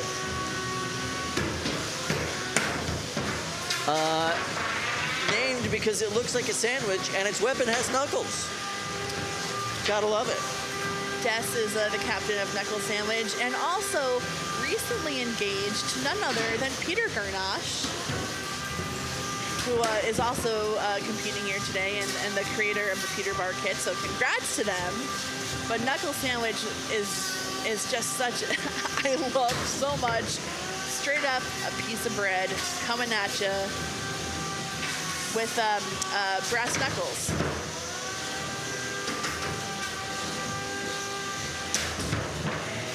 All right, so amalgamation, interesting idea for a robot, right? Speaking of Peter Bar kits, so Brandon Sidoti, known for kickback around here, it's a robot comprised nearly entirely of Peter Bar kit parts gleamed from the bodies of Brandon's dead opponents. Wow, really? Yeah, so it is mostly a Peter Bar kit, That is a flex. but it's a Peter Bar kit made out of the corpses of dead Peter Bar kits. That is a flex amalgamation. Wow, props to you. That's incredible. And to, be going against someone in the Peter Bar family is pretty hilarious too. I also love that nobody in the Peter Bar family brought Peter Bar kits for this event. Really makes me happy. Ooh, what's going on in Cage 7? I was about to say some really bad light balancing, but they fixed it, so we're good. I don't know, but I like that green. Oh, okay, so this is Glacial Undercut versus Flashbang. We saw Flashbang earlier, so this will be their second fight.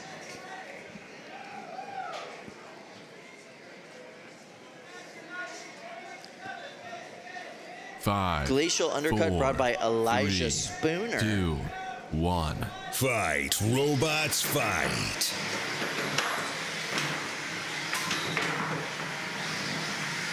Flashbang, of course, brought by Ethan Harris. And Flashbang doing a great job controlling this fight, winning the weapon-to-weapon engagements, getting a volley of hits off of it, and it does look like the weapon on Glacial Undercut is really struggling. Ooh. And now it looks like the drive's struggling. Early in the match for your weapon to go down. Oh, no, I see it spinning, I think. Yep, you're right. Kicked right back on there. And it does look like there's movement on at least one of those wheels, but they're not getting any traction, that's for sure. Tap out. Ah, tap out. Can't say I'm surprised about that. So that means Ethan Harris and Flashbang will continue. That was a really nice showing for them. Speaking of Peter Bar kits, by the way. Yeah, there are a lot of Peter Bar kits this time around. Can't say it's a bad idea. I mean, No. it's a really good kit. It's well designed and it's super modifiable. Right. It is, you can do whatever you want to it. It is the hot rod of combat robotics at this point. It's less a kit than maybe some of the other robots out there. Like, Yeah, it's more of a platform. Yeah, it's a platform, exactly, where maybe, not super for beginners. You should probably know a little bit about robotics before you dive into it. But then once you're in it, it is such a great learning experience, and there are, really great components in there.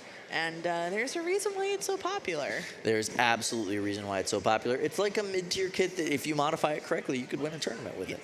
We've seen that before. Absolutely. I'm very excited to see how they do it throughout the day today. And I did talk to Peter earlier today. He said it's just delightful to see all of his little babies running around. He's pumped. Yeah, it's cool. I mean, it's a neat experience for him. We do have two of the kind of main kit builders here today. We also have Seth Schaefer, who's the designer and creator of the SSP kit. We are also seeing a bunch of them here today.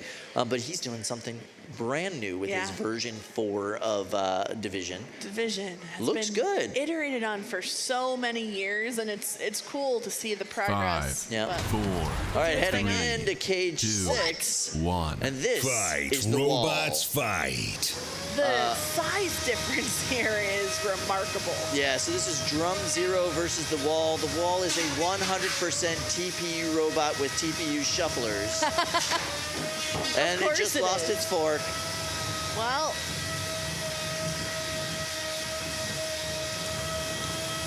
I am obsessed with the wall. Very Pink Floyd-esque. Drum Zero, however, doing a really fantastic job bustling it around. Absolutely, yeah. Jaden Mobley is the captain and driver of the Wall. Lost one of its lifters, but those lifters are capable of at least lifting 4 pounds. More than enough to get you around this this weight class. I would love to see at least one successful lift here. Is this going to be the moment? Could it be now? He's missing half of the lifting mechanism, so I don't know. Yeah. Drum Zero, yeah, definitely. It's doing a good job. Its drive, it just seems simply stronger than Drum Zero. So even though, the Wall has a advantage in just size and width, Drum Zero's doing a great job holding its own. Now, fun fact about Drum Zero, it's from TKO Robotics. Martin has put in a counter gyro shaft that is actually running inside of the drum itself. Wow, what? Yeah, pretty interesting concept, pretty interesting idea. And that's supposed to prevent kind of some of the lifting and of the sides of the bot as you drive around, right? When you have a high spinning weapon like that, they tend to lift up on the sides when you're driving, turning left and right. But you can see this is doing a pretty good job of countering the gyro, or at least keeping the gyro for intentional moments. Now, I'd say that's one of the themes of this event that I've noticed so far. There are a lot of different mechanisms that people are employing that are intended to counter gyro. So we're seeing it here. I know in the 3-pounder Maelstrom, it has anti-gyro. Joey Gannon has anti-gyro chips technology that he's working on. Yep. So it's, I think, going to be something that we see more and more and more of, not just at NHRL, but in robotics of all weight classes. I think that it's the holy grail in a lot of ways. If you can figure out how to get a high-powered, high-speed weapon that doesn't make your bot move erratically, you're going to win. You're going to win. It's the holy grail of combat robotics. So many people are trying to do it. I do think Maelstrom might be like the most effective version of that we see today. Yeah. Haven't seen that in the box yet. Very excited to see it. So excited for Maelstrom. But this is such an interesting concept to put the counter gyro within the drum itself. Very smart. Yeah. Absolutely. And, just because of the sheer number of events that NHRL has throughout the year, it is the prime place, in my opinion, to be able to test out this technology. You can come to one event and test it out, see how it goes, iterate over the next couple of weeks, come back again, and really improve. And over the span of a year, you'll be able to have progressed that technology so far. So I'm really looking forward to seeing what 2024 brings in terms of that technology. Absolutely. Now this matchup is going to go to the judges, but right now we're going to go to Cage 5. Kyle! Hey, you speak their name and they show up. Amazing. Very excited to see it. So speaking of counter gyro, this is Maelstrom. Hello. The only word I can really use to describe Maelstrom is roly-poly. There's just something about it that's so cute and round. It's like a little like it's a what do you call it? Like a dune buggy. Yeah. It's got the roll cage on it. It looks like it's supposed to just tumble around and it's neat. I was in the pits last night, and the builder of Maelstrom came up to Keziah, the builder of Chainsaw Kitty, and said, Chainsaw Kitty was one of the inspirations for this build. And then they compared Maelstrom and Chainsaw Kitty, who is famously a very small 3-pounder. Yeah. Maelstrom, smaller. Yeah. Taller. It does have a little bit more height to it, but yeah. In terms of footprint, smaller. So fun fact about Maelstrom, hub motor, but it has a belt on it. Because the belt is driving the counter flywheel. That makes sense. Which should provide a 100% counter gyro. And he seemed really confident in it. There was no hesitation. He was like, yep, 100%. Yeah. Okay. Not 30, not 50. No, He said, nope, 100%.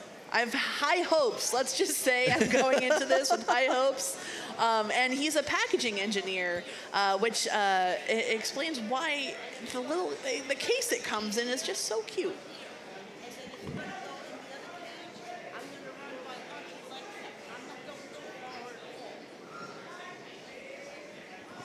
All right, so we're getting this fight ready to 5, go. 4, 3, 2, 1. Fight, robots, fight. Box rush out of the gate from Winx. Well, Maelstrom doing a good job sending it into the air, although now it's on its head. There we go. Oh, and one of those forks is completely gnarled, and there goes a wheel.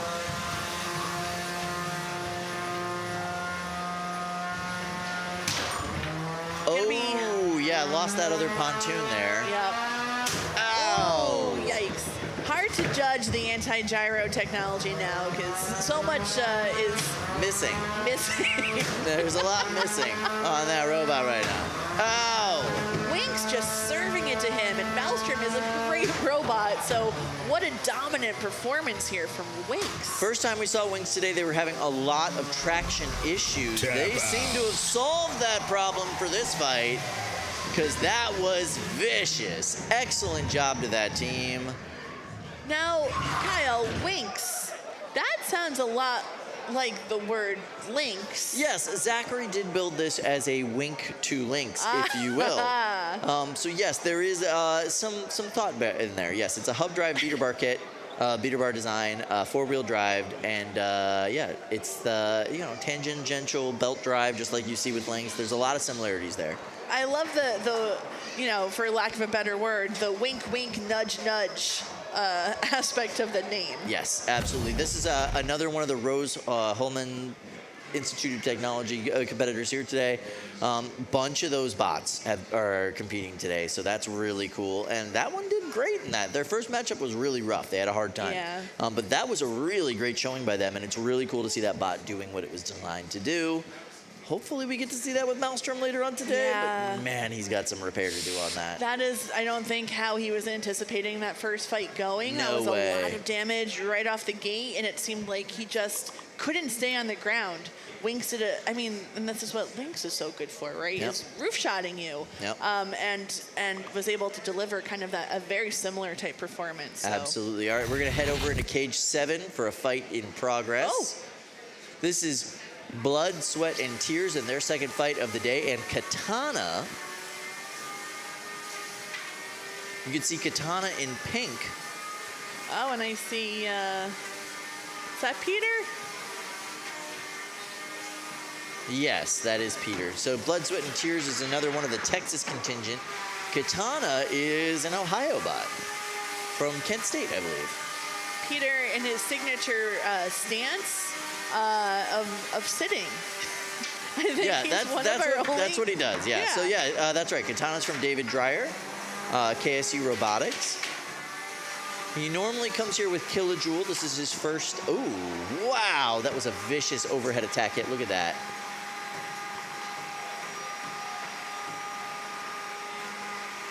And Blood and Sweat and Tears is a multi-bot configuration, but featuring this kind of overhead attack hammer saw bot. It looks like the belt came off of the weapon drive there, so they're getting counted out. There's nothing I love more than a good hammer saw. You're going to get a lot of those today, Lindsay. I There's just a am whole bunch pumped. running around.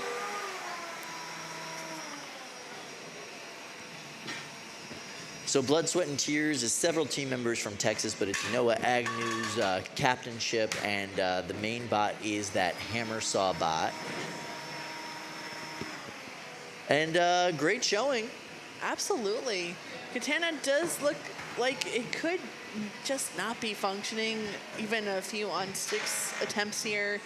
Doesn't seem to be doing the trick. I don't see a lot of movement in those wheels. No, David told me that this was a upscale of a plastic ant to turn it into a 3-pound, and he thought that that would be easy, and then ended up redesigning the entire robot.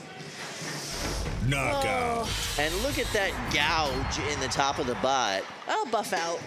Oh yeah, why are you attacking Brett after the fact, dude? Like, what is? Oh, Brett did not like that. People are emboldened by Kevin Milcheski, They've seen what he has done to the house bots in the past, and now they want to go and do the I same. think people forget that a few years ago, the house bots would just wreck you if you messed with them. We've changed that up a little bit, but back in the day, they had some teeth. They Yeah. were just destroying people's bots for messing with them. Sometimes not even for messing with them. They just come after you. Sometimes they were like, bad performance, we're destroying your bot. Sorry.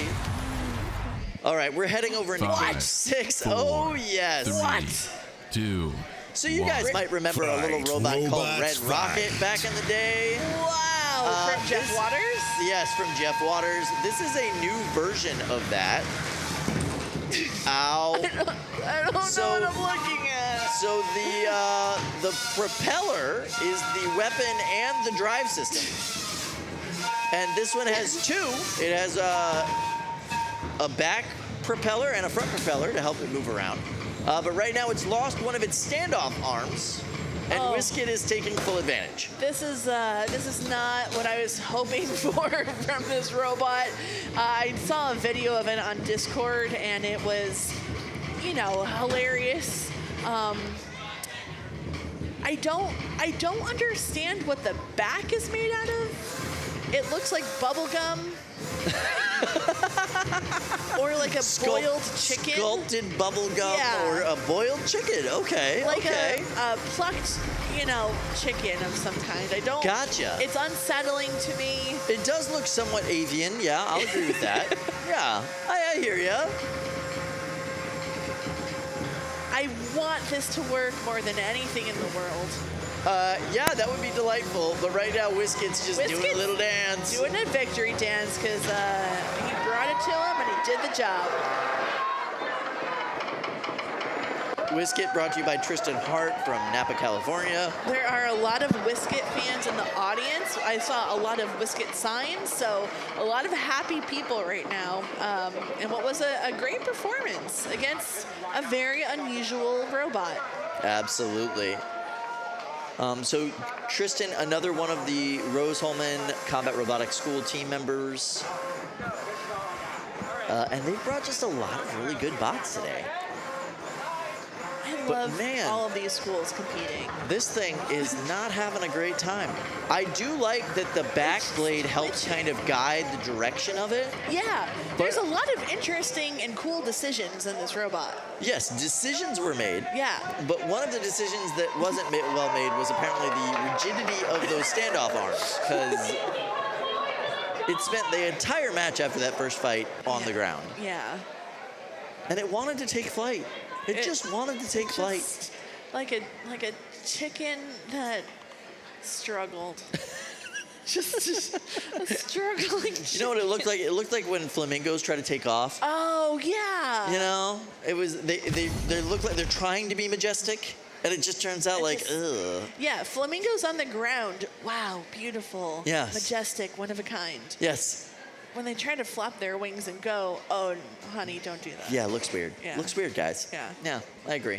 You know, it's the backwards knees. It is also an interesting decision. Not one that they made for themselves, but it's unusual. I want to see that bot fully functional. I would like to see that thing like actually spinning and moving and making hits. Because the idea is cool. The propeller drives them forward, the back kind of steers them, and then the motivation of the bot is also the weapon. So it's like a ton of weight and power into that. Just not able to make it work that time. Was that its first fight? Had we seen it earlier? I don't know. I'd have to look, but that was Whiskit's second fight, so I'd imagine Whiskit's. it was their second fight as well. Shoot. Yeah. All right. Yeah. I mean, there's some fights that are making it onto this part of the stream today. The rest of them you can find on the Brettzone, so Yeah. you can go check all that stuff out. And this is all leading to who's qualifying for the main event tonight at 7 o'clock. Big stakes. Big stakes. All right, we're gonna head over to cage 1 for some big robot action. Oh boy. Now, who do Wow, we they have look here? quite It looks little like here. 12-pound robot action, just based on the size. Oh my goodness. All right, so we were speaking about this bot a little bit earlier. So this is questionable choices. That's this bot right here in front of us. And then over on the other side of the arena is Razor's Edge, a Coakley bot, and it is a drum spinner. And the drum has been not only heat treated, but cryo treated. I would love to learn more about what cryo-treated does to a weapon. Hopefully we 4, don't find out in this 3, first hit and it 2, shatters everywhere. 'Cause Yeah, that's what I that's think of. what I'm I thinking of like the think. Terminator, Robots right? fight. But I don't know. But I think Owen, you know, he thought a little bit more into this than we have. Owen is a very smart young man, and wow. Able to kind of get the best of those two exchanges there as well. Driving a lot of power into questionable choices. Razor's Edge, by the way, is another hub motor design, hub motor drum. We're seeing a few of those today. All in the, like tons of them in the 12s.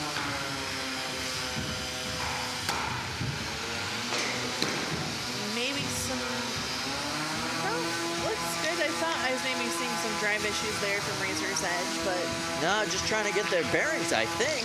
yeah. And then Questionable Choices brought to you by Mark Liu. It is a really cool looking robot. A little bit more traditional as far as the weapon style on it.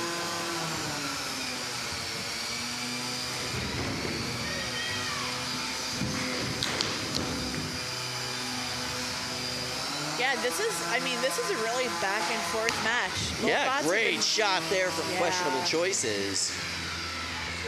I gotta tell you, I'm looking at this bot's performance and weapon. I don't know what was questionable about these choices. They seem like reasonable choices. They seem like pretty good choices, if I say myself. Nice shot Oh, directly onto wow. the drum, and that I'm smoke seeing coming smoke. out of the drum. Not great because the motor's in that drum. And yeah, Oh, he I'm just seeing cut it. There we Tap go. We're out. gonna Owen tap says out. tap out. Something went wrong inside of that drum. This is a hub motor design, and that means the entire weapon housing is inside of that drum, part of the spinning mass. So that ain't good. No, I mean, I would love to learn a little bit more about what happened there. I'd also, again, love to learn a little bit about what being cryo-treated, how that helped his weapon. He was getting some really good exchanges early on. Yeah. Yeah, great design But- on the robot. It looks sharp. I mean, It it looks does. really sharp. It's unfortunate that they lost the weapon there and something smoked out inside of it. Yeah. Not sure what.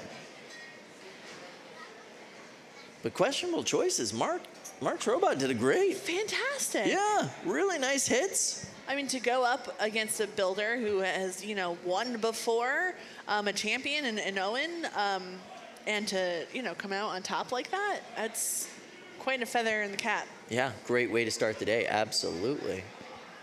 All right, so we're going to head over into Cage 7. Oh, I'm so excited about this matchup. There's just like, when I see those wheels, there's just an innate sense of joy that I feel. Yep, I agree. 5, 4, 3, 2, 1. Fight, robots, fight. All right, so this is NDA versus Little Man. Little Man is, of course, the one with the big wheels because, you know, naming conventions. Little Man, brought to you by Half-Life builder Matt Lantry. Oh, nice. Yeah. I love the weapon placement in the center and the two standoffs meant to kind of keep it facing the right direction. It's technically upside down right now, believe it or not. But now it's self-righted. That's good. NDA is another robot from the Rose Holman Institute of Technology from Michael Muner. They've got some solid robots today. I'm so proud of them. Am I allowed to say that? Yeah, I'm absolutely. so proud of them. Little Man, really interesting concept. Big spinning weapon in the middle of the bot. Those two standoffs kind of offset so it can run over the top of the opponent. But that weapon on NDA just high enough to really get some good engagement with them.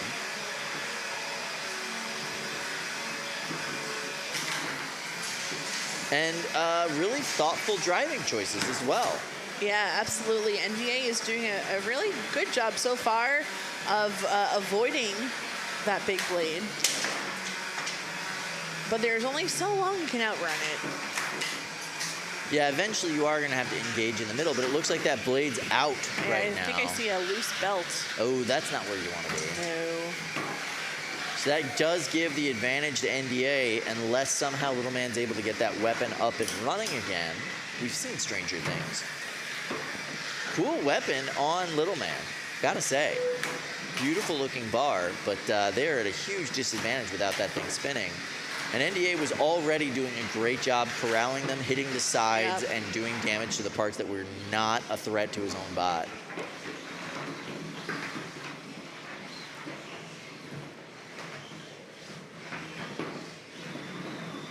Yeah, NDA now just able to not have to fear that weapon anymore. It can go in, try to bully Little Man around.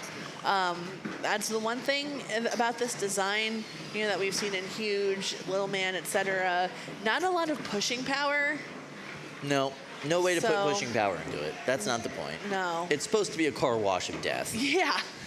But once that weapon goes down, you just try to roll over your opponent as much as you can.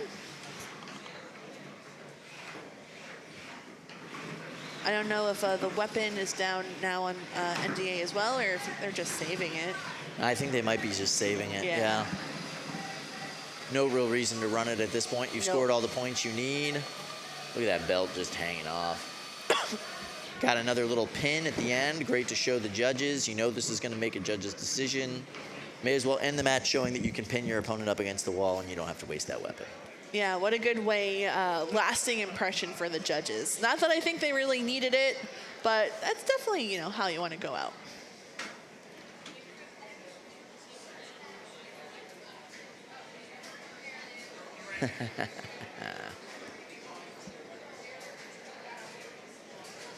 Well, good learning experience there for Matt's new robot. And excellent showing for NDA. Yeah. Cool bot.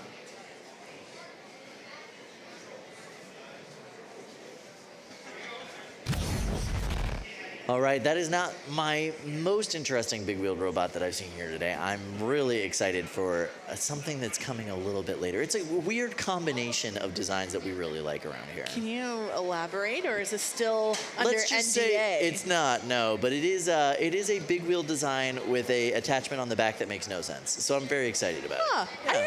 I don't think I know what you're talking about, so this is I'll let it be a surprise. It's exciting. weird. It's weird. In the meantime, let's go check things out in the pits. Let's see what's going on up there. I was up there a little bit earlier this morning, but I haven't seen what it's looking like now. No one's been eliminated yet. Everybody is still working. Everybody's still trying to get their stuff done. There is a surprising calmness that I'm sensing from these pits. Well, if you're going to pass safety, you did it already. You know what I mean? Like hopefully. Everybody's just kind of up. They're running. They're doing what they need to do. They're getting it done. Let's say hi to the control room. Hello. Hey, guys. These are the people. I mean, if you can see all of the technology in this room, it is absolutely astounding what it takes to run a stream like this. Yeah. And all of these people in this room are pros. They are the ones that make it happen. And I love them all. And we got Gil in the control room this time. Shout out Good Gil. to see Gil. Yeah. Gil is in many ways the brains of NHRL. We just like plug a big port into the back of his head at the beginning of this event, and he runs everything from there. So it's cool to see him in the control room. I'm surprised he can do it all from only 3 screens. Oh, see, there's the plug. Yep. Normally, Gil has his own little command center, so it's cool that they've kind of moved him in there with everybody else. It's very smart. But yeah, the amount of effort that it takes to put this event on is so much more than you would think, so much more than we think, and we're here, we're watching it happen. Yeah. And they do such a phenomenal job. They Every really time. do. Every time. And getting better every time, too. It's really impressive. It's really impressive. I'm so happy for them. But yeah, we've got more new bots action coming for you for the rest of the day today. Of course. We've got more talent up here on stage that you're going to see later today. We've got a new guy coming up. Yes, I think I've heard of this person. His name is Yeah, we're allowed to It's say not a it. surprise yet, No, right? we're allowed to say it. His name is Adam Wrigley? Adam Wrigley. Yeah. Yes, absolutely Adam Wrigley, who's been on world championship teams here at NHRL in the past. He is coming up to give us his expertise, his knowledge, his commentary. I'm very excited to have him. I also have to say, he's putting us to shame with the wardrobe. Oh, I brought a suit too. Oh, He's good. fine. Okay, Yeah, all right, no, I good. told him you're not overdressed. I'll come up there and make sure I'm dressed well for him. But I'm really excited that he's going to be joining us up here. It's going to be his first time kind of on the desk and doing commentary with us. So I think that's going to be really exciting. And what a great person to have. I mean, you don't get many more expert level folks than Adam Wrigley up No, here. So it's no. really great to have him. I'm really excited. I think he's going to be a fantastic addition. Yeah, to and, you know, our he's- little squad here. He's not here to win the 30-pound championship this time. So he's got some time to help out and hang Yeah. out. And it's going to be great. And I saw him doing a round in the pits. He has his little notebook. He's taking lots of notes on all the competitors. Which I really appreciate. Yeah. Yeah. It's going to be great. So we're trying some new things. We're going to see what works. We're going to see what doesn't. You know, it's the new bots event, but it's also a new year for us. Exactly. We got a bunch of new rules. We got a bunch of new operations and procedures that we're trying sure out. do. And, you know, so far, so good. Yeah. All right, we're going to go over to Cage 1 with some more big robot action. I am particularly excited for what we are about to see here. This is a robot from the Eel Monkey art team, the ones who do the plushies. Yeah, the cute little Brett plushies Yeah. and all of those guys. Yeah. I love the Eel Monkey Arts team. They also brought the giant. Do you remember the giant furry The furry Sparky suit, costume? of Yes, course. that's such a fun thing. But now they're competitors, and actually, while Eel Monkey Art is Mark and Mary Beth, they have contracted their friend from New Zealand, Spiff. Spiff is actually the one driving Mr. Roper here. Oh, okay. And this is Mr. Roper. Mr. Yeah. Roper is made out of tools. That is a toolbox. Those are speed squares, and those are parts of pipe wrenches. Everything that you see that was either already owned by them or taken out of something from Harbor Freight. Nice. Yes. You gotta love that, including the motors, as I recall. Yeah, they found $15 drills at Harbor Freight. Yes. They took the motors out, and that is what powers everything that you see. Back in the day, before we had motors kind of made for combat robotics, Yeah, right? that's what you That's did. what you did. You would just get a crappy drill, you'd take it apart, you'd put the gearbox together, and you'd put it in there as your weapon motor or your drive motor or whatever. So they're really like kind of going old school Yeah. with their first design, which I love. I love it. I love it so much. Yeah, it's quite the interesting character driving it. Spiff has a lot to say. Oh, really? And a very interesting look.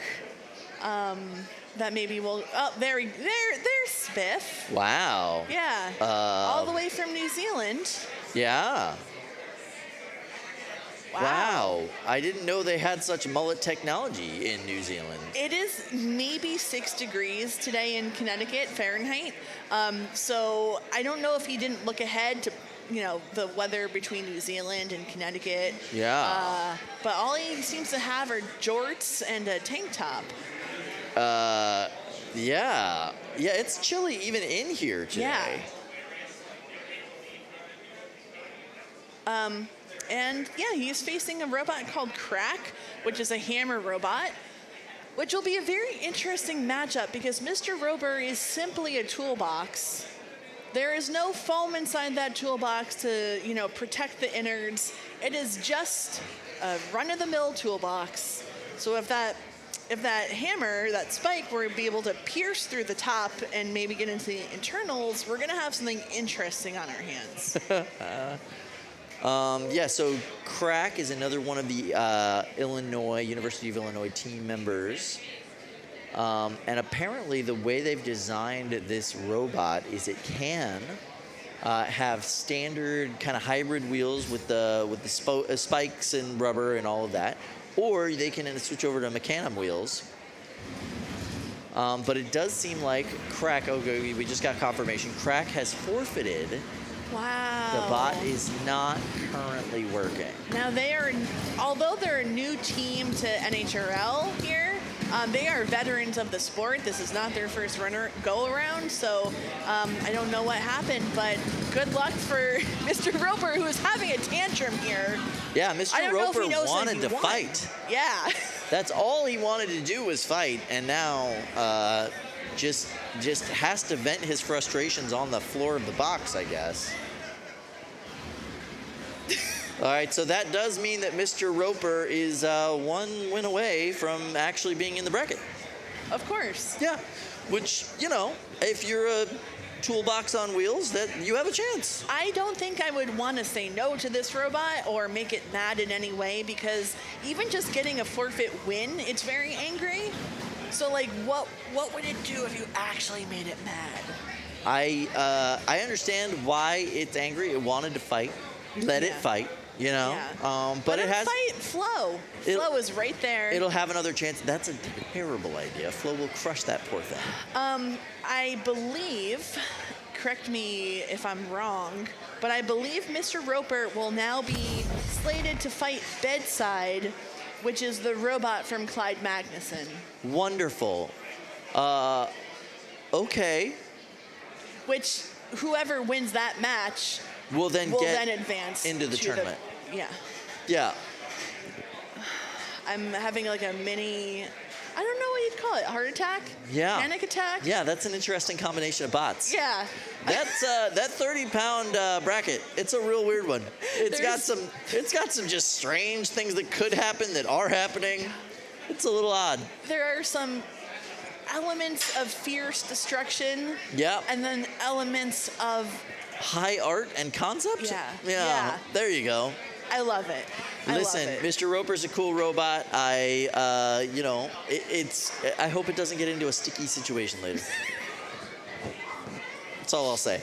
Yeah, that was weird. That was weird. I'm glad we got to see a little bit of the motion of Mr. Roper. Now we know what to expect. Yes. I don't know what to say, Kyle. Like, I can't wait to see it again. And we very well may see both of these robots in primetime later. Yeah. Who knows? It's going to be a very interesting time. By the way, primetime starting at 7 p.m. That's where we're going to have all of our big quarterfinal fights, and we're going to have freestyle fights. We're going to have pit interviews. We're going to have, everything kind of running and flowing at that point. All the things that you know and love about NHRL. Yeah. We're going to have it. And it's going to be, a fully produced show where we're going to crown our very first Golden Dumpster winners of 2024. So exciting. So very, exciting. very exciting. Yes, absolutely. I love the new bot event. It's just joyous. I mean, there's no other way of describing it. Yeah. Weird, we just saw wacky, a weird fun. toolbox with eyes. That was mad at one. Yeah. Legitimately. Was that on my bingo card for today? No. Never. Why would it be? Here we are. All right.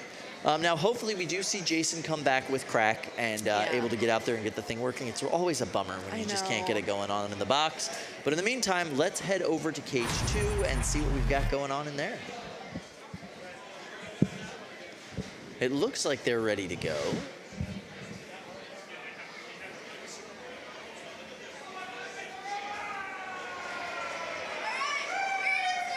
So this is Hokey Pokey versus Storm Herald. Great name. Ooh. That is also my favorite thing about January is all of the new names that we get to learn. Hokey Pokey from Team Pandemonium, right? So this is Chris Muller. He's been here many times. 4, 3, 2, and he has created kind of a reciprocating spear with his robot.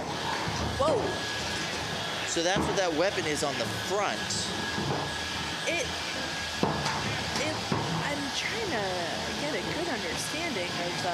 So you know how a reciprocating saw works, right? It's just a very rapid forward-backward motion. So he's used a reciprocating saw motor to create a spear weapon that is rapidly stabbing into the opponent.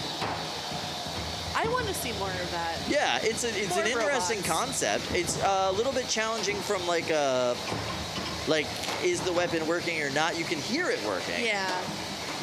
Yeah, there's a lot on Storm Herald here that it can kind of get a bite on. There's just a lot of flat metal. But again, it's going to have to get around to the side of it, which is always easier said than done. Absolutely. But the good thing is that he is, you know, he can work inverted or not. If he gets flipped over, it's okay. Now his stabber is just a little bit lower to the ground. Yeah, still can get engagement. So Storm Herald comes from the SUNY Poly Robotics Club. Go Wildcats. Absolutely, and it is their project for this year. They're gonna have to rebuild it for the next tournament.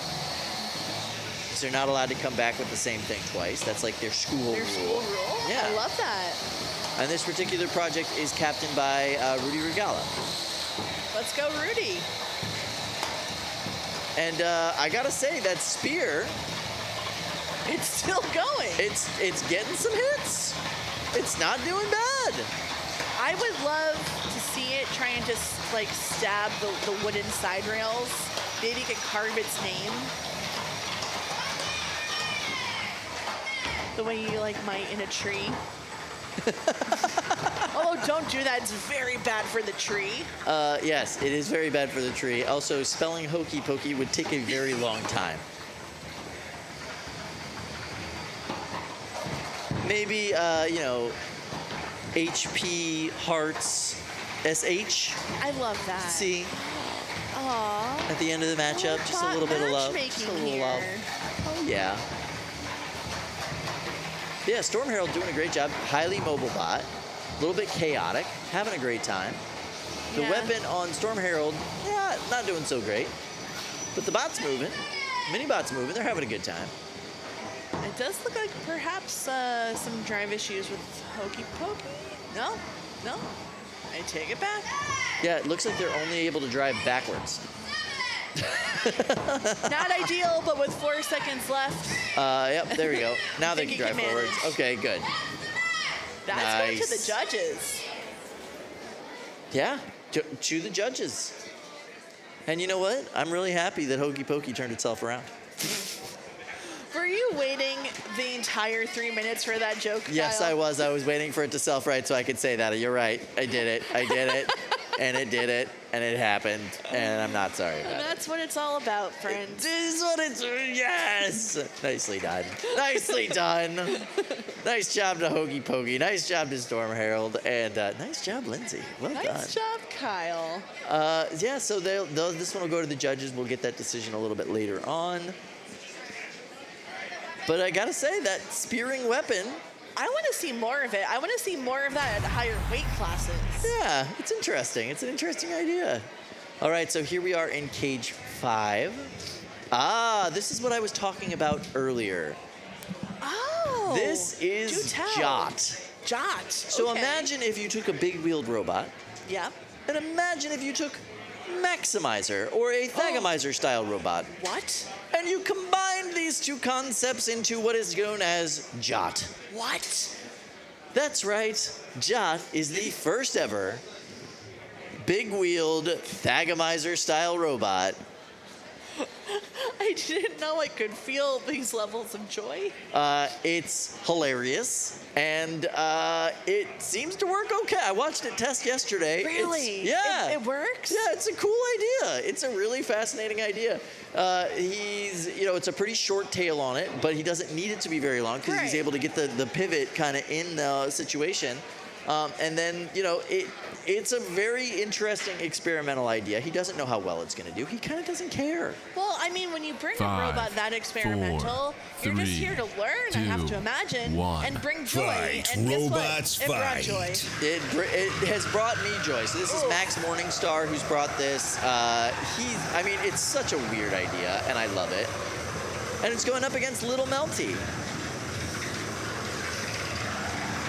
which, believe it or not, is a Melty Brain robot. Believe it or not, also from the Rose Holman Institute of Technology. How many robots do they have? Like a dozen, it feels like. They've been here all day.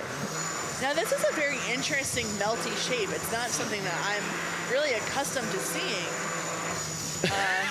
Jot trying to get a hit. Trying to figure out, okay, so I was incorrect. Rose Holman has 11 bots here today, so not quite a dozen. Not quite a dozen. Maybe next time, try a little harder. Yes, exactly. But yeah, it's a true baker's dozen because the baker ate one. But yeah, impressive. Jot tried to get a hit there, not able to do it, but it does look like they're winning just because of some mobility issues on Lil Melty. Wow. Just from what we were able to see there from Jot, I love what I see. It's cool, right? I'm wanting more. And I think he's really got to master like when to pivot. You know what I mean? Yeah. When to do the smack. But once he gets that down. I mean, if you look at Jake Hoffman from Maximizer, he has the ability to test that robot Console. and drive it every day. Yep. And that is why, he's able to make it look easy driving a robot like Maximizer that is so unconventional in how it has to drive and attack and all of that. So Jot, it's a new robot. It's going to take a little bit of time. The physics are much different. That muscle memory, Yeah. What if I told you see. that's not the weirdest Thagomizer style robot that we have here today? I would believe you because it's January. Yeah, there's another one that I'm really excited about that I hope they got working because they were really struggling with it yesterday, but man, if they got it working, it's like one of the weirdest things you'll ever see. I love it. Do you know the name? Yeah. You're going to keep it secret? It's Verticalizer. Verticalizer. I've seen this on the Discord. I've heard tales. I'm excited. It makes no sense, and I love it. And when I saw it, I was like, what is this? And he was like, it's a dumb idea. Great. Oh, good. Yes. Yeah. All right. I can't wait to see it. I'm more excited now than I was 10 seconds ago. Yes, absolutely. I'm really excited about that. But Jot is a really cool idea. When I was talking to the builder, he was already talking about what, like Max Morningstar, he was already talking about what he wanted to improve. Cantilevering the wheels in to help the pivot, extending the tail out, which is interesting because I've had so many of these conversations with Jake Hoffman. Yes. And that's exactly where his brain went too, right? Like it's very interesting. All right, we're gonna go to cage 6 and see what we've got coming up. 5, 4, 3. All 2, right, so we saw these bots 1. earlier. This is Fight, proof of robots, concept versus fight. Wildcat Destroyer.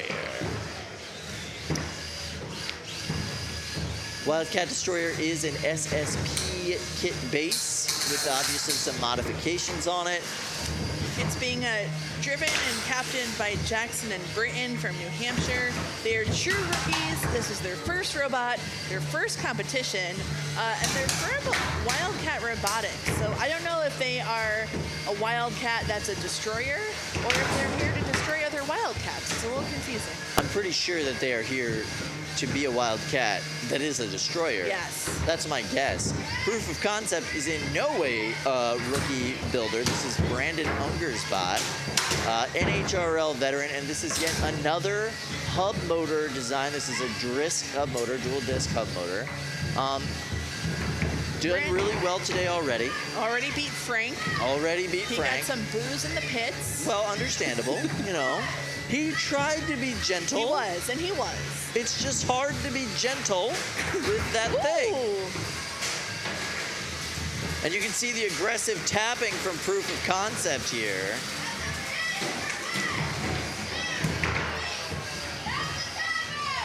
Yeah, amazing work by that team. The Wildcat Destroyer is really doing a great job controlling this fight and just kind of avoiding that weapon. Yeah, that weapon has not really been able to Oh, do there much. we go. They got it back up to full speed. But once again, the kids from Wildcat Destroyer are able to keep them away and at bay, hitting them against the Fantastic wall. driving. I am very impressed. Nice job, little guys. That wedge, I think, was a great addition to Wildcat Destroyer. Yeah.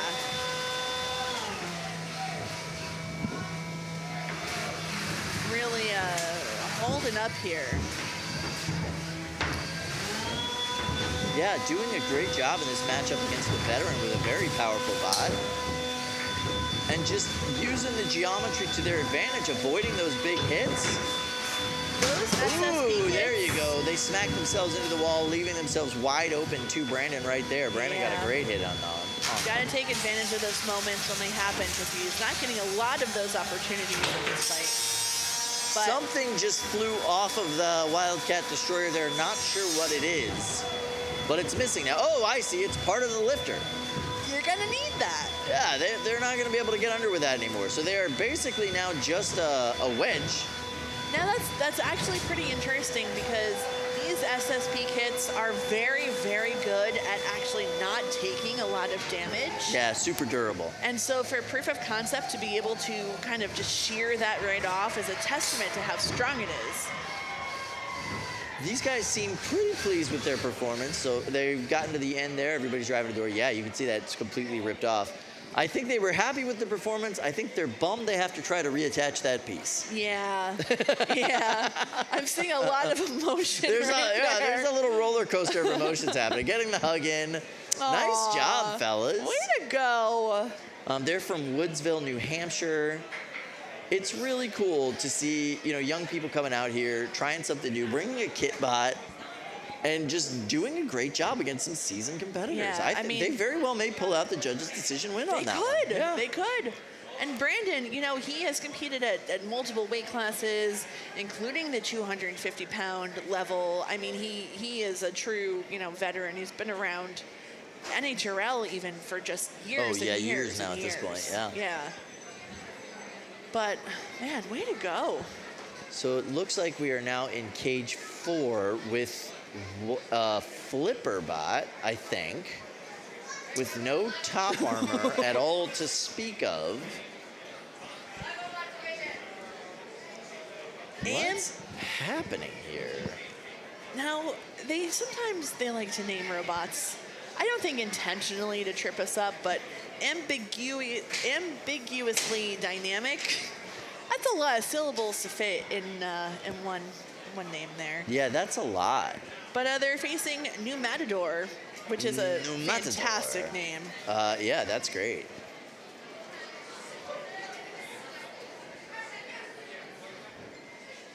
Ambiguously dynamic duo from Joshua Reinhardt.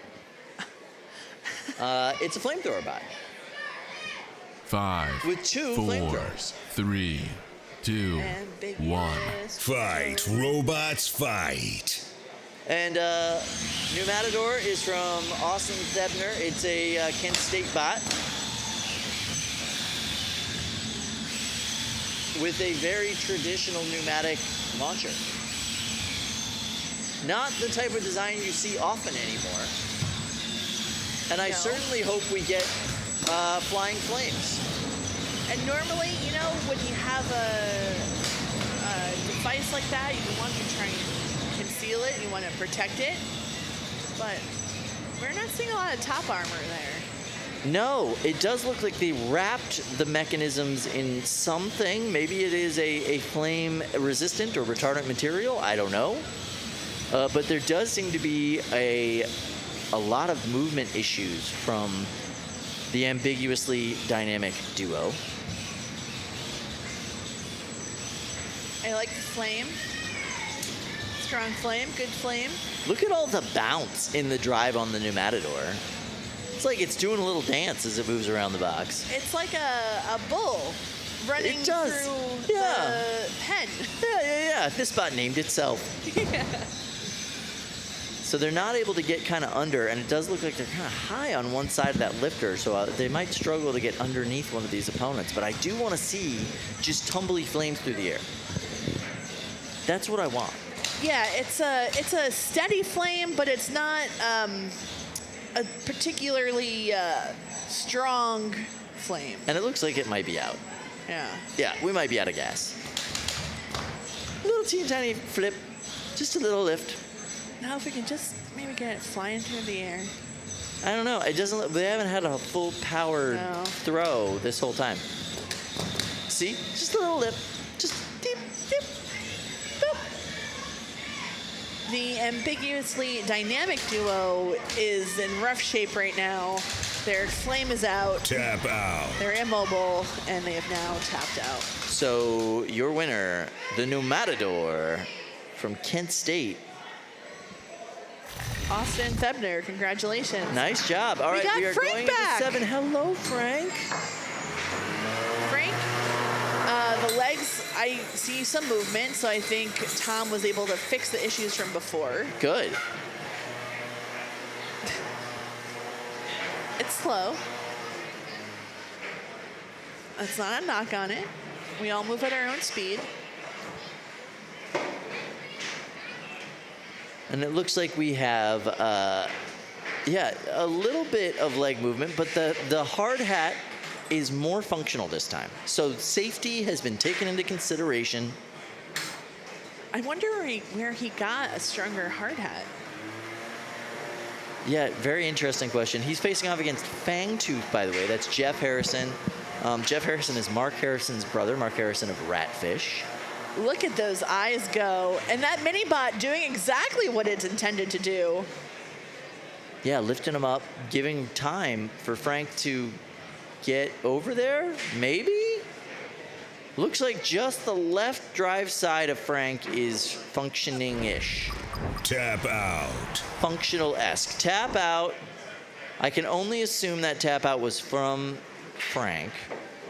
Frank looks like he was part of a flash mob where everybody Froze at the same time. in the but middle of the then, dance move. Yeah, Fangtooth like didn't get the memo, so it kept moving. Yeah. That, you know, Tom does look like the kind of guy that would participate in flash mobs. Oh yeah. Yeah, for sure. Big flash mob energy. Yeah, for sure. All right, so Fangtooth wins that one, I believe, by tap out. It was a learning experience day for Frank. Frank has an undercutter. You know, this is the next build from Tom Furcus, who, you know, we all know and love from Positively Hysterical, Revenge of Mouse Mouse, which didn't have, at least Paws, not famous for a very destructive weapon. No. Frank here does have an undercutter intended to be able to do a little bit more damage, but I think just trying to figure out those mobility issues. I think the one thing that was so great on Paws was its stomping mechanism was able to continuously work.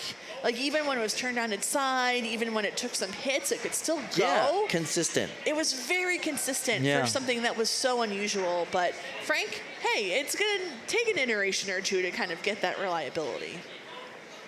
Yeah, and surprisingly fast. And also the turntable underneath Paws. Yeah, so that was smart. great. But now there's an undercutter. Can't so put a you turntable. No. No, it's not going to be a good idea. No. The undercutter is, and I asked Tom this earlier today. I said, you know, how is the weapon mounted to the motor? And he said, just directly to the motor. There's no slip, there's no clutch, there's no nothing. It's just directly to the motor.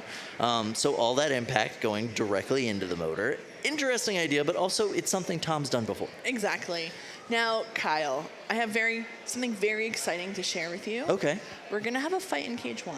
Okay. And that means a big robot. Cool. But this big robot is not being driven by a big person. In fact, the weapon is being operated by a 3-year-old. Aww. This is Toddler Terror. Toddler Terror is possibly the cutest robot we have seen today. Definitely the cutest driver. I mean, come on. By far. By far. This kid is so excited about combat robotics and NHRL specifically. Absolutely, like, hyper-focused on NHRL robots. So happy to be here. Nothing but joy on this child's face every time that I see him today. At home, he built a popsicle stick Droopy, and that's what he plays with. I love that so much. Look, And there you here see he the is. team. Mr. Colton himself, standing on that step stool with the most amazing parents who are just enabling this hobby.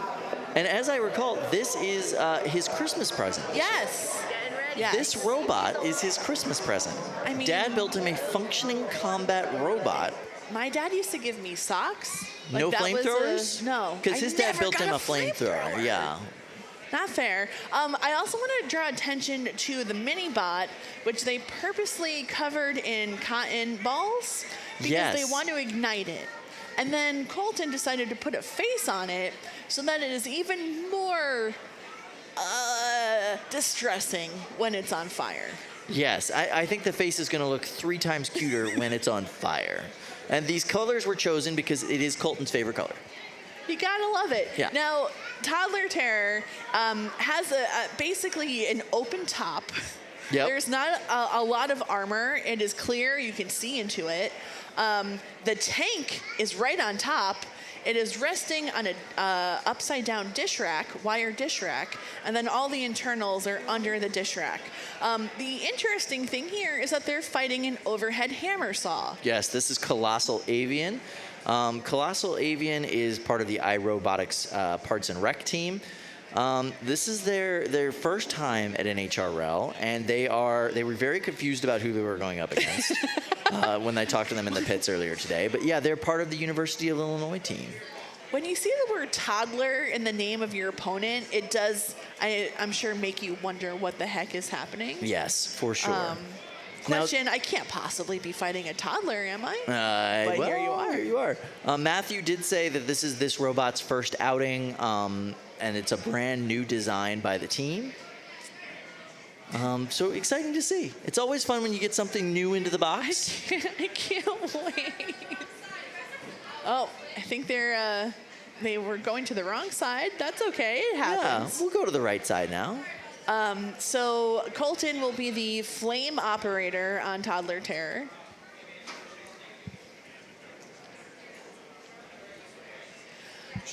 So I am just like, it is completely the thing that inspires, you, me, I think a lot of audience members about NHRL. You can go from watching at home to then, hey, let's go show up, become a spectator. And then just a few weeks later, because they were here for All-Stars, which is where Colton absolutely fell in love with what he saw. Yeah. And just several weeks later, he is here with his own robot that he and his family built together, and now he gets to pilot a flamethrower. And he's got his own tower, so he can stand at the right height and see what's going on, which I love that. It's just, like if you are at home and you are watching, and this is something that you feel like you are inspired or compelled to do, no one is a better show that like anybody can do this than this family. This robot is built out of a dish rack and a clear plastic top. It's something that anybody could do. It does give you very like 90s robotics vibes, you know what I mean? I kind of love that about it. And like Colton, if he continues to be interested in this sport, he has years to iterate and learn. And by the time he's 6, he's going to have 3 years experience. And then by the time he's 10, he's going to be a grizzled veteran. Now notice how they're starting off their allocation here with the flamethrower facing towards the cotton balls. I kind of love that. Colossal Avian and Matthew is, they're at a weird disadvantage here just because of geometry. He's not going to be able to get a full swing with that hammer before he can actually deliver it. Right. But I'm not sure what. Kyle, look, it's so cute. It is so cute. It's about to be so bad. I'm not sure what the armor or the body on the toddler is made out of. I don't know. Not much. Yeah. 3, aluminum 2, foil, I don't know. 1. Fight, robots, fight. Here we go. And there we go. The flames have been lit. The flames are lit. It is on fire. This is, yes. Gondor calls for aid. There we go. Nice hit there. From that hammer. And looks like the mini-bot trying to get in, trying to get a hit on Colossal Avian. It's brilliant because even if that main bot might be disabled at any point, the mini-bot can still bring the fire. Ouch. And now the mini-bot has lost its flame. The flame is sitting in the middle of the arena. And, Colossal Avian just kind of taking the shots they want to take. So it looks like they've disabled the mini-bot. Yes, and wow, look at that damage. I wonder if they were able to pierce that tank or did they just miss it? Yeah, I don't know. Smoke. But this is this unstick is unhealthy. This is a very damaging unstick. This is why our house robots are in fact robots and not people. Yes, I mean they're crushing the structure every single time they come in to try to unstick them, but they keep calling for the unstick. They want this to happen.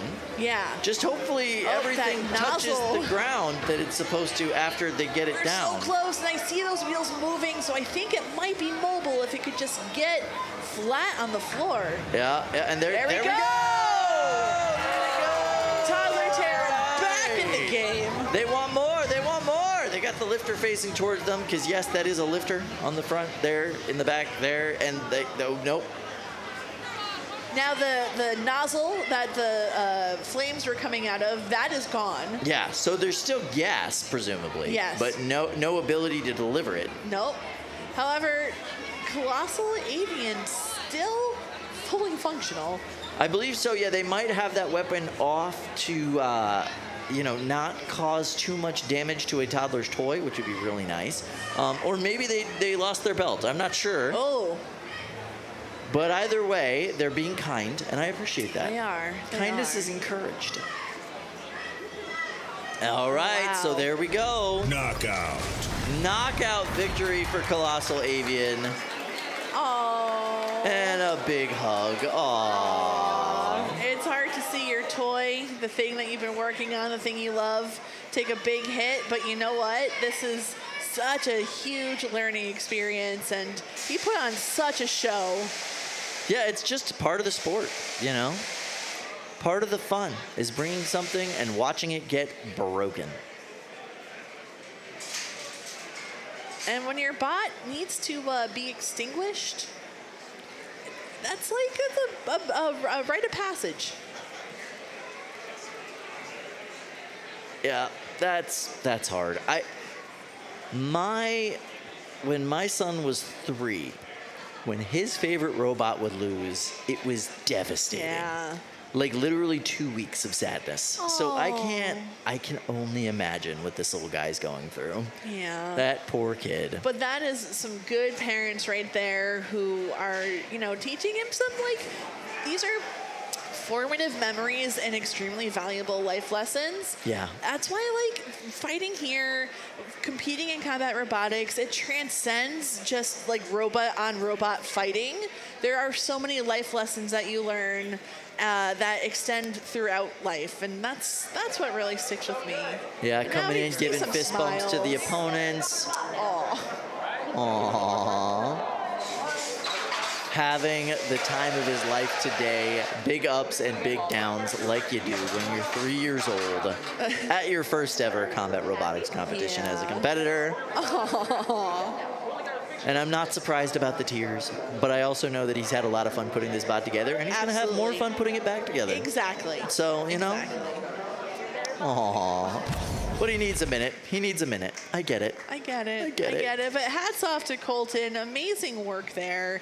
And you know what? The team from Colossal Avian, they probably did not enter the wake thinking that they were going to have to take down NHRL's youngest ever competitor at 3 years old. That's not something that you just, 5, go in 4, assuming, but 3. It is what it is. They are. It is what it is. And I think they handled the Fight, situation as well robots, as they could. fight. Let's go into Absolutely. Cage 5, where we have Anomaly versus Scurryfest. we've got Scurryfest.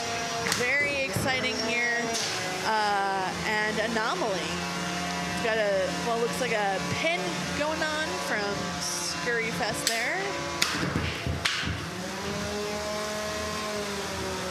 Now, I see this is, I believe, a Robert Runge creation.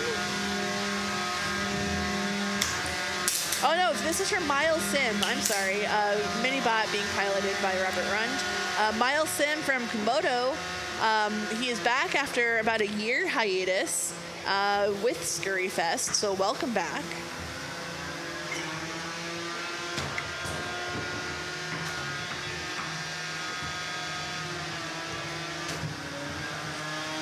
And then Anomaly here is from Brayton Lee, another one of the robots from Rose Holman, one of the 11. So very exciting to see another iteration of what their team has to offer.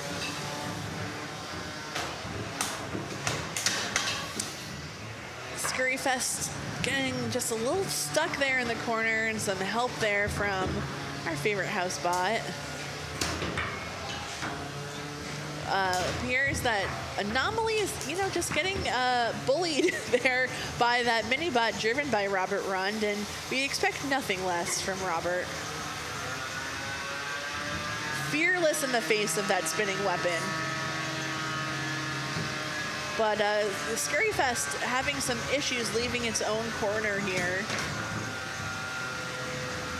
With about a minute and 8 seconds left. All right, with a big hit there from Anomaly, can Scurryfest kind of reset itself? I don't think so. It looks like maybe one of those shuffler pods is down. However, that mini-bot really holding its own here, pinning Anomaly for the full 10 seconds there.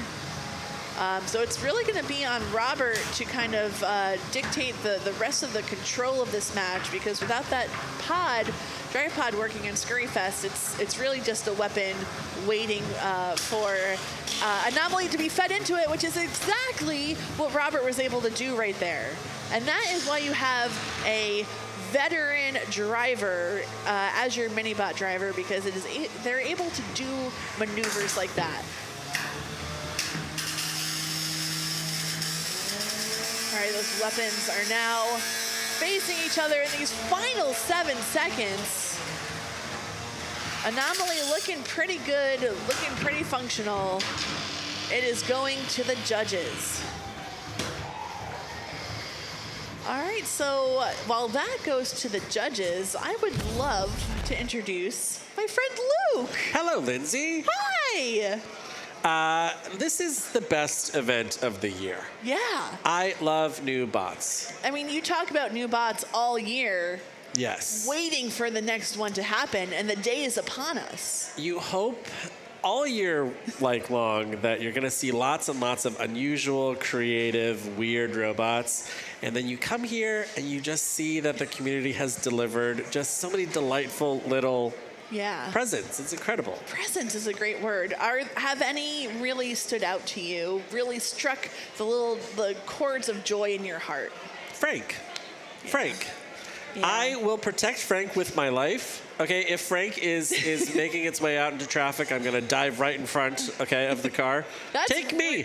Okay, we have to protect Frank. I want to see Frank evolve, like really kind of take on Frank's full turtle form, you know? Yeah.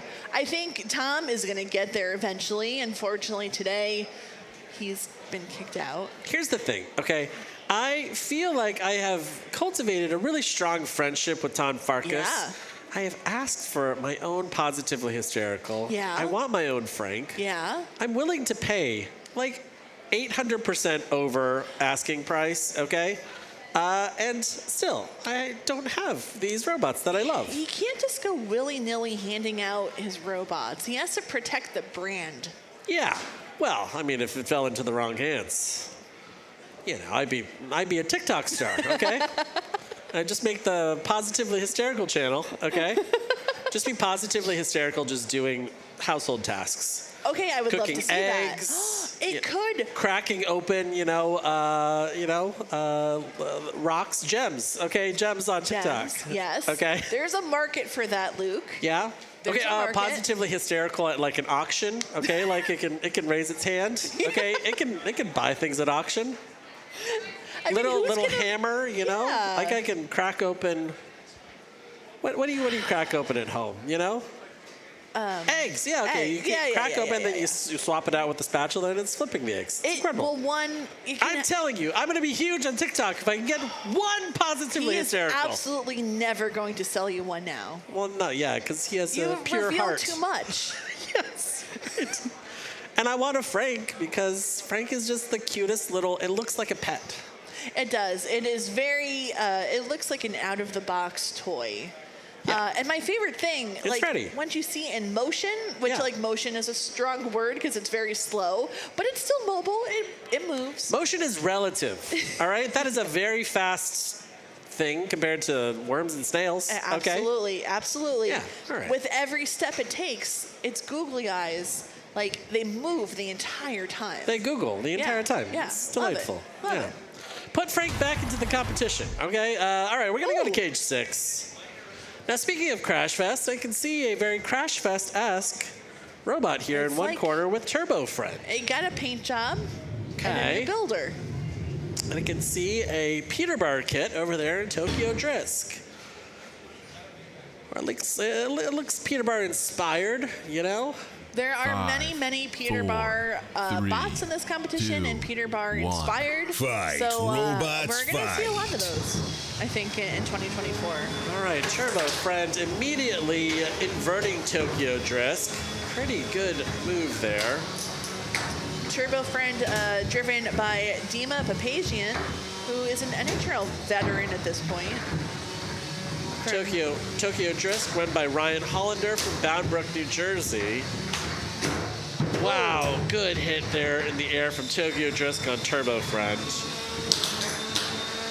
Let's see that paddle.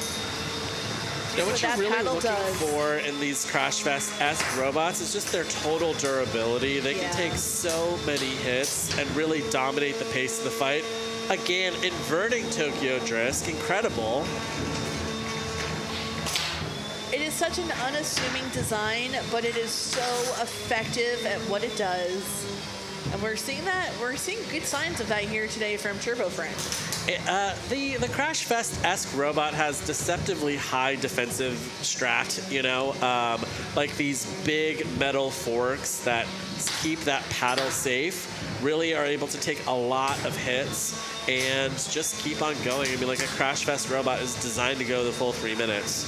So it is cool to see that in action here. The kind of innovation that I'm seeing here with Turbo Friend is that like there's that second little bunny ear so that they can really capture robots and hold on to them, which I just think is brilliant. I would love to see that make its way into the full Crash Fest later this season. Absolutely. A minute 20 left here in this fight, and this fight is very active. Both these robots are looking great. The drive looks great on both. And not a lot of damage on either side. It's really coming down to control and aggression. And I think that's why this style of robot is so beloved, is because it can make an extremely exciting fight for the full 3 minutes. It's not going to be taken out. It's not going to be knocked out. But it's also not really going to knock out its opponent. So you just get to see two robots brawl head-to-head for 3 full minutes. And that's what we're seeing here. I mean, Tokyo Drisk is really bringing some big hits to Turbo Friend, and we're still going. Yeah, with Turbo Friend, I mean, you can see it takes a good driver to make a Crash Fest-like robot really sing inside of the box. And the driver of Turbo Friend is really doing great here. Dima, doing great, Dima.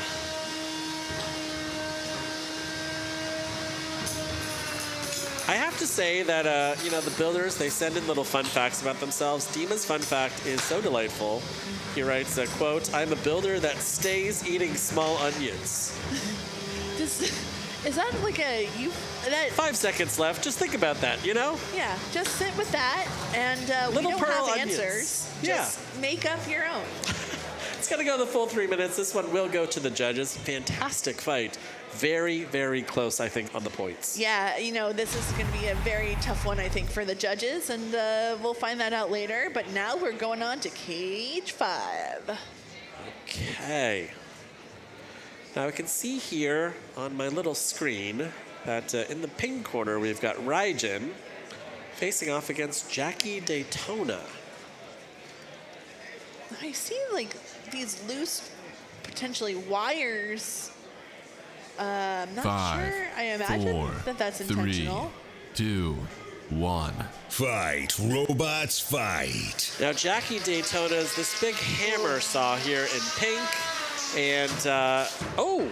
That is the downside of doing a box rush when you have such sharp, low-to-the-ground forks. If you miss your robot, you're going into the side rail and you're getting stuck. And that puts you in a compromising position. I think that was a tap out from Jackie Daytona. Yeah. Builder Eleanor Forstall from Brighton, Massachusetts. This is Eleanor's first competition ever, so very cool. An ambitious build for a first build. Absolutely. Hammer saw, yeah, very cool. There's, you know, famously nothing I love more than a hammer saw, so I love to see them succeed and do well. And once Jackie Daytona got stuck, it was kind of all over for them. I do love a human name on a robot, too. Yeah. You know, like, don't just call it Jackie. Jackie Daytona, you know? It sounds so glamorous. Yeah. She's like a socialite from Miami or something. Absolutely. Yeah. Yeah, it's pretty good. So we're going to go over to cage 7. And it looks like this is Misdirected Aggression, the horizontal here in the blue corner, facing off against Normality in the pink corner.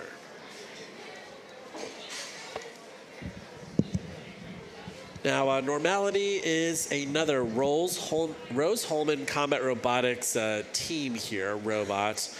Rose Holman has just absolutely stormed onto the new bots event, like coming out of left field and building some very aggressive top-tier robots. They're winning. I mean, they are winning many of their matches. They are proving that this school is not to be trifled with. Adam Johnson here from Terre Haute, Indiana, with Rose Holman. And the robot apparently spins at over 300 miles an hour, that vert. That's a lot. That's many miles per hour. Yeah. Luke, how many bots do you think are competing from Rose Holman? Now, very quickly, we're going to instead go to cage 1, because we've got a fight here in progress. This looks like this is Energizer versus Thunderbolt. Yeah, Energizer here is from Zoe Lambert from Team Honeycracked. This is this bright yellow vert. And this is a hub motor vert that just is gorgeous. It is not quite a drum. It is not quite a blade. It is just a chunky something. Chunky blade. Chunky something. Yeah. And then, it is gorgeous. It really is. I mean, Team Honeycracked always showing up with now like some of the most intriguing, interesting designs. But Thunderbolt here is from DJ Carpenter. Now this is essentially Yeehaw, which was originally captained by Chad New, who we've seen here many times with Yahoo and Yippee. Love Chad. But yeah, DJ took Yeehaw and was able to make it something different with Thunderbolt. He made it his own. Now, one of the big things that I'm looking for with all of the Team Honeycracked robots at this competition and forward is their access to a 30-pound test box cage in Maryland.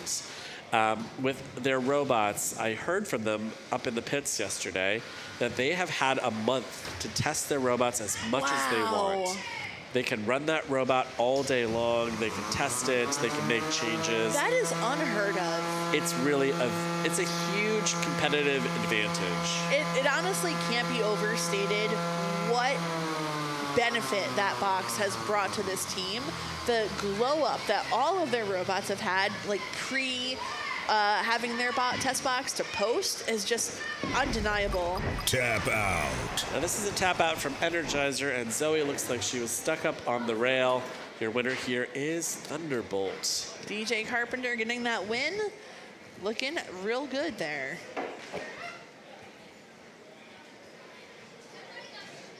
I believe his mini-bot was being driven by Ethan, who we've seen here many times with Craig Hot Poke, which I believe was in honor of you, Luke. Yeah, of course. Yeah, the infamous Poke-related story, Lindsay. I mean, if you know, you know, and if you don't, go check an old stream. No, yeah, an old stream, yeah.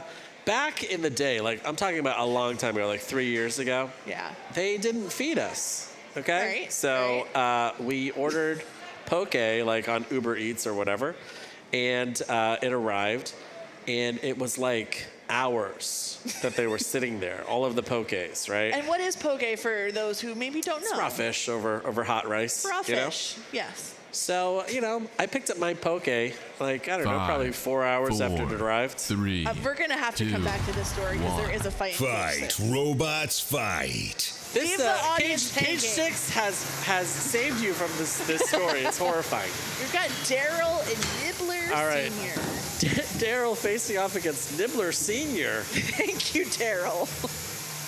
Wow. Built by Devin Hazelton, a true rookie. First robot, first competition. Now, Nibbler Sr. run by Dean Morgan from Loveland, Colorado. And like all Colorado robots, I think they're contractually obligated to build a drum spinner. It's like something this is, in the water. Yeah. Yeah, you wake up, you look at the Rocky Mountains, and you go, I see a drum spinner, you know? So, yeah, Nibbler Sr. carrying on the proud Colorado tradition. Oh, no! The weapon's gone! Oh, the drum is gone! Oh, the carnage. Oh, the guts are coming out of Nibbler. Oh, that was gruesome. Nibbler Sr., what happened? I mean, Daryl doesn't even have any armor. All of those wires are fully exposed, and it still brought the pain. I hope that I can see this as like a TikTok or a YouTube short later, you know? Like, that was disgusting. Yeah, that was graphic. I actually don't know if that is allowed on TikTok because they have pretty strict guidelines on what they can show. Yeah. And that was a little gruesome. Yeah. So anyway, this poke was sitting out for like 4 hours, okay? All right? So it's hot at this point when I pick it up, but I was so hungry. I'm like, you know what? It's fine. Like, I'm just going to chance it. All right, while you're chancing it, let's go to cage 5, Luke. Now, this looks like a Thagomizer, Maximizer, kind of over in the pink corner. Is that right? Could this be Vertimizer? This is Verticalizer. Okay, all right. I haven't seen it before. I've heard tales of its existence. This is a Team ASML robot. And instead of a horizontal at the end of that long tail, there are twin vertical egg Fight, beaters. robots, fight. Facing off against a shell spinner, which I love. Incredible. Now this is the Wario. My mouth is agape. I don't. All right, so that front wedge is gonna do a pretty good job, most likely, of trying to take those big hits from the Wario. What will those back-end drum spinners do? Jake Hoffman, eat your heart out, Yeah. all right, with the Verticalizer. Now, one of the things that I was talking with Joey, the builder of Verticalizer here, and he was saying, I really want to cancel out the gyro by running these two vert egg beaters kind of counterclockwise to one another, and it seems like it's working great. Yeah, Maximizer who? Yeah, right. Yeah, we like Vert Maximizer, yeah, right? 2024. Yeah. Not 2023 year of the horizontals, 2024 year of Verticalizer. Yeah. Specifically. Oh my God! Like scale it up. I want to see more of it. This is great. Oh, big heads! And Verticalizer keeps ticking. And incredible. Keeps going. I don't know if those beater bars able to do much. Have we seen them do much? They are spinning. I think the play here is that you slow down your opponent with this huge plow, and then you try and chew away at something. Yeah. This is not the ideal matchup for Verticalizer. I think Verticalizer probably wants to face a horizontal or a vert. Yeah. It's tough to face a shell spinner just in general. It's because there's just so many hits. And you know? we don't see very many shell spinners here at NHRL, so I'm delighted by the Wario. Yeah. Now you see, like, when it spins up, it looks like a giant Oreo cookie. Yeah. That's why it's the Wario. Forbidden Oreo. All right, there we go. Oh, good hit there, Joey. Nice job. Wario is now completely on its head after that little knock. You don't want to be on your head as a shell spinner. Oh, wow, it's like doing a little top action. That's great. Oh, this is a tough spot. They're going to need their unstick, but it's not an easy position for them to kind of flip around on. 30 seconds left in this fight. There's way too much time. We might be seeing a Verticalizer win. Joey, celebrate. My goodness. I mean, let's not be premature, but 2024 looking pretty good for the Verticalizer. I love these weird designs. These are great. These are so, so great. We've entered the last 10 seconds. They're going to take it to the judges, but, you know, I think that Joey's done enough here to pick up the win. And the Wario coming after our cameras like that. Yeah, well. Wow. All right.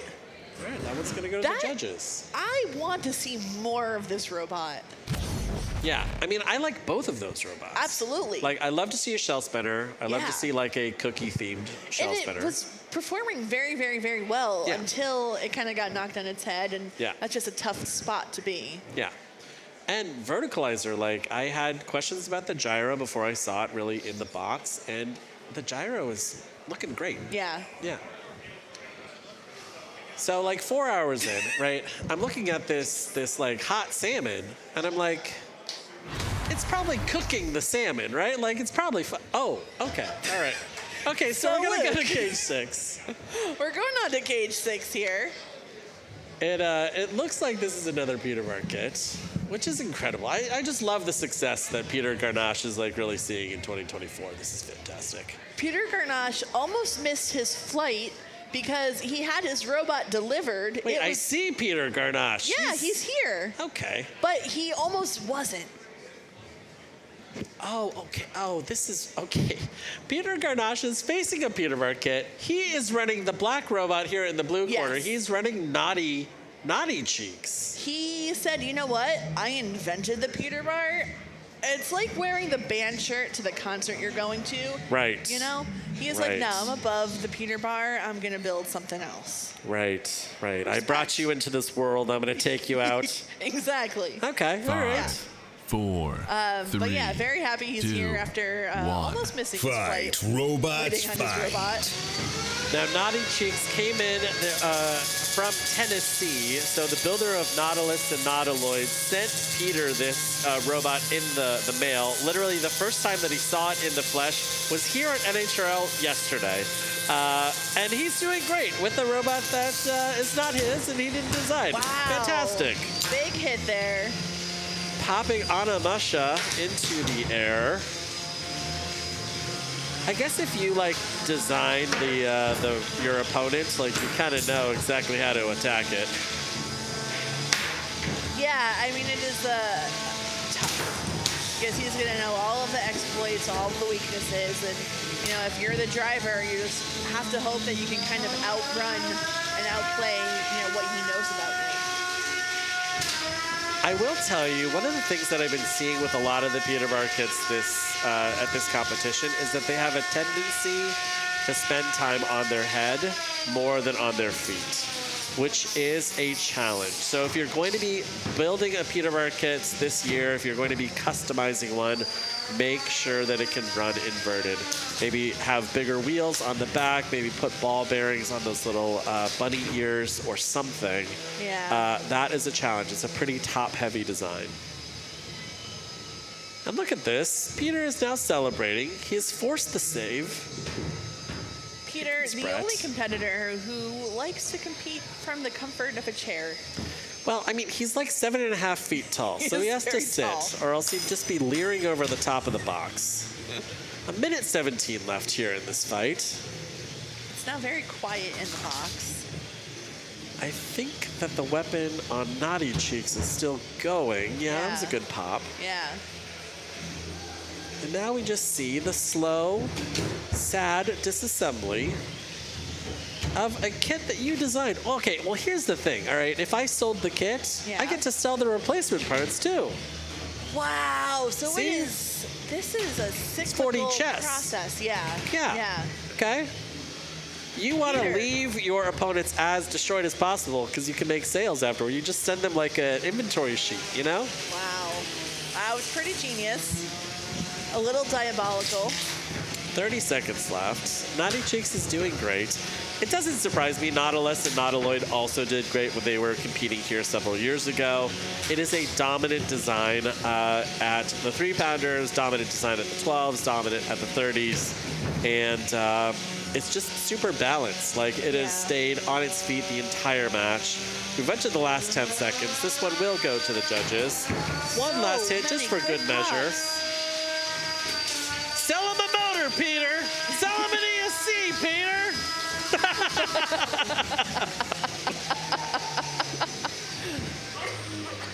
Wow. What a fight. That was really a lot of fun. That's like, I don't know, probably $270 worth of Oh, repairs right he's there. racking up the invoice as we speak.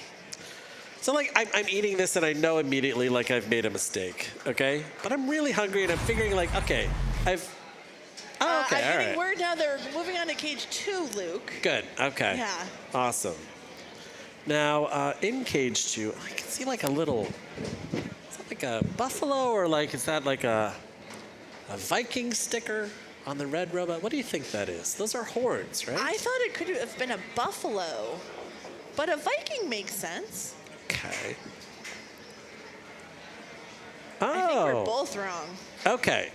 It is El Toro in red, so I think it's a bull facing off against Mad. Let's see. El Toro, run by Mauricio Sanchez from Elizabeth, New Jersey. And from Team Máquina Matadores. Fantastic. Wow. Now this is a shuffler. Oh, incredible. Look at those little, oh, look at those feet. Fantastic. Oh, it looks pretty mobile. I'm excited for this. Yeah, facing off against Mad. And Mad, yet another robot from Rose Holman. fantastic. How many robots do you think are from there? I think there's like a dozen Rose Holman robots here today. You're close, but it's 11. Oh, okay. You're gonna have to do a little bit better next time. 5, Bring one 4, more robot. 3, 2, 1. Fight, robots, fight. This one, though, is built by Carter Kurtz. Now, I love to see a shuffler in the box because just that sound of the stomping is just so delightful. I will give it to the Rose Holman team. They have built a lot of custom robots. You can tell that they are doing a lot of work in between competitions, and they're taking the design very seriously. Yeah, I mean, we've seen teams that have showed up, and maybe there's 8 competitors, and it's 8 fingertech meter bars. Yes. That is valid. That's totally fine. That's Yes. not the approach that this team here took today. They are all incredibly unique. Now, fun fact, Peter Garnache is an alumnus of Rose Holman, and he helped build the Combat Robotics team. So for him, it is very cool to see, his little proteges out there, like, thriving here at New Bots, New Year New Bots. And, possibly more people to sell parts to. Yeah, of course. Yeah, he's got to talk them into stop building custom robots. Peter Garnache, Tycoon. Yes, yeah. I did see that he flew in on a golden helicopter here today. Landed in the parking lot. A repeat robotics helicopter, I am hearing just a ton of huge hits that Matt is able to deliver to El Toro. And it looks like El Toro's weapon has gone down with 90 seconds left here in this fight. Oh no, the frame is starting to come apart. Yeah. That weapon wants to come out of its housing. Oh, El Toro. Oh no! Not the position you want to be in right now. The bull is being slain. It's probably hoping maybe Mad with a hit can maybe flip it over onto its head, something. It's not, it really doesn't have a lot of options now at this point. Wow.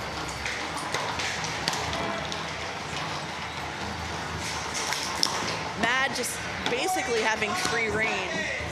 45 seconds left. Here we that's a go. tap There's out. a tap out. They wanted to keep some of those parts on El Toro. Fantastic fight. Yeah, El Toro was looking so good. I'm really hoping that we see more from that robot. That is a beautiful robot. It really is. I love that drum. The walking legs is so difficult to pull off. Yeah. Very mobile robot. Tough robot. Went down to the last 45 seconds of the fight. Fantastic work. Yeah. Where was I? Can you remind me what story we're telling? Because it's been a while, and I forget even what we're talking about. Can you start from the beginning? So I'm like scarfing down the hot poke, right? When? This is like 2.5 years ago, right? At this event. At this event, yeah.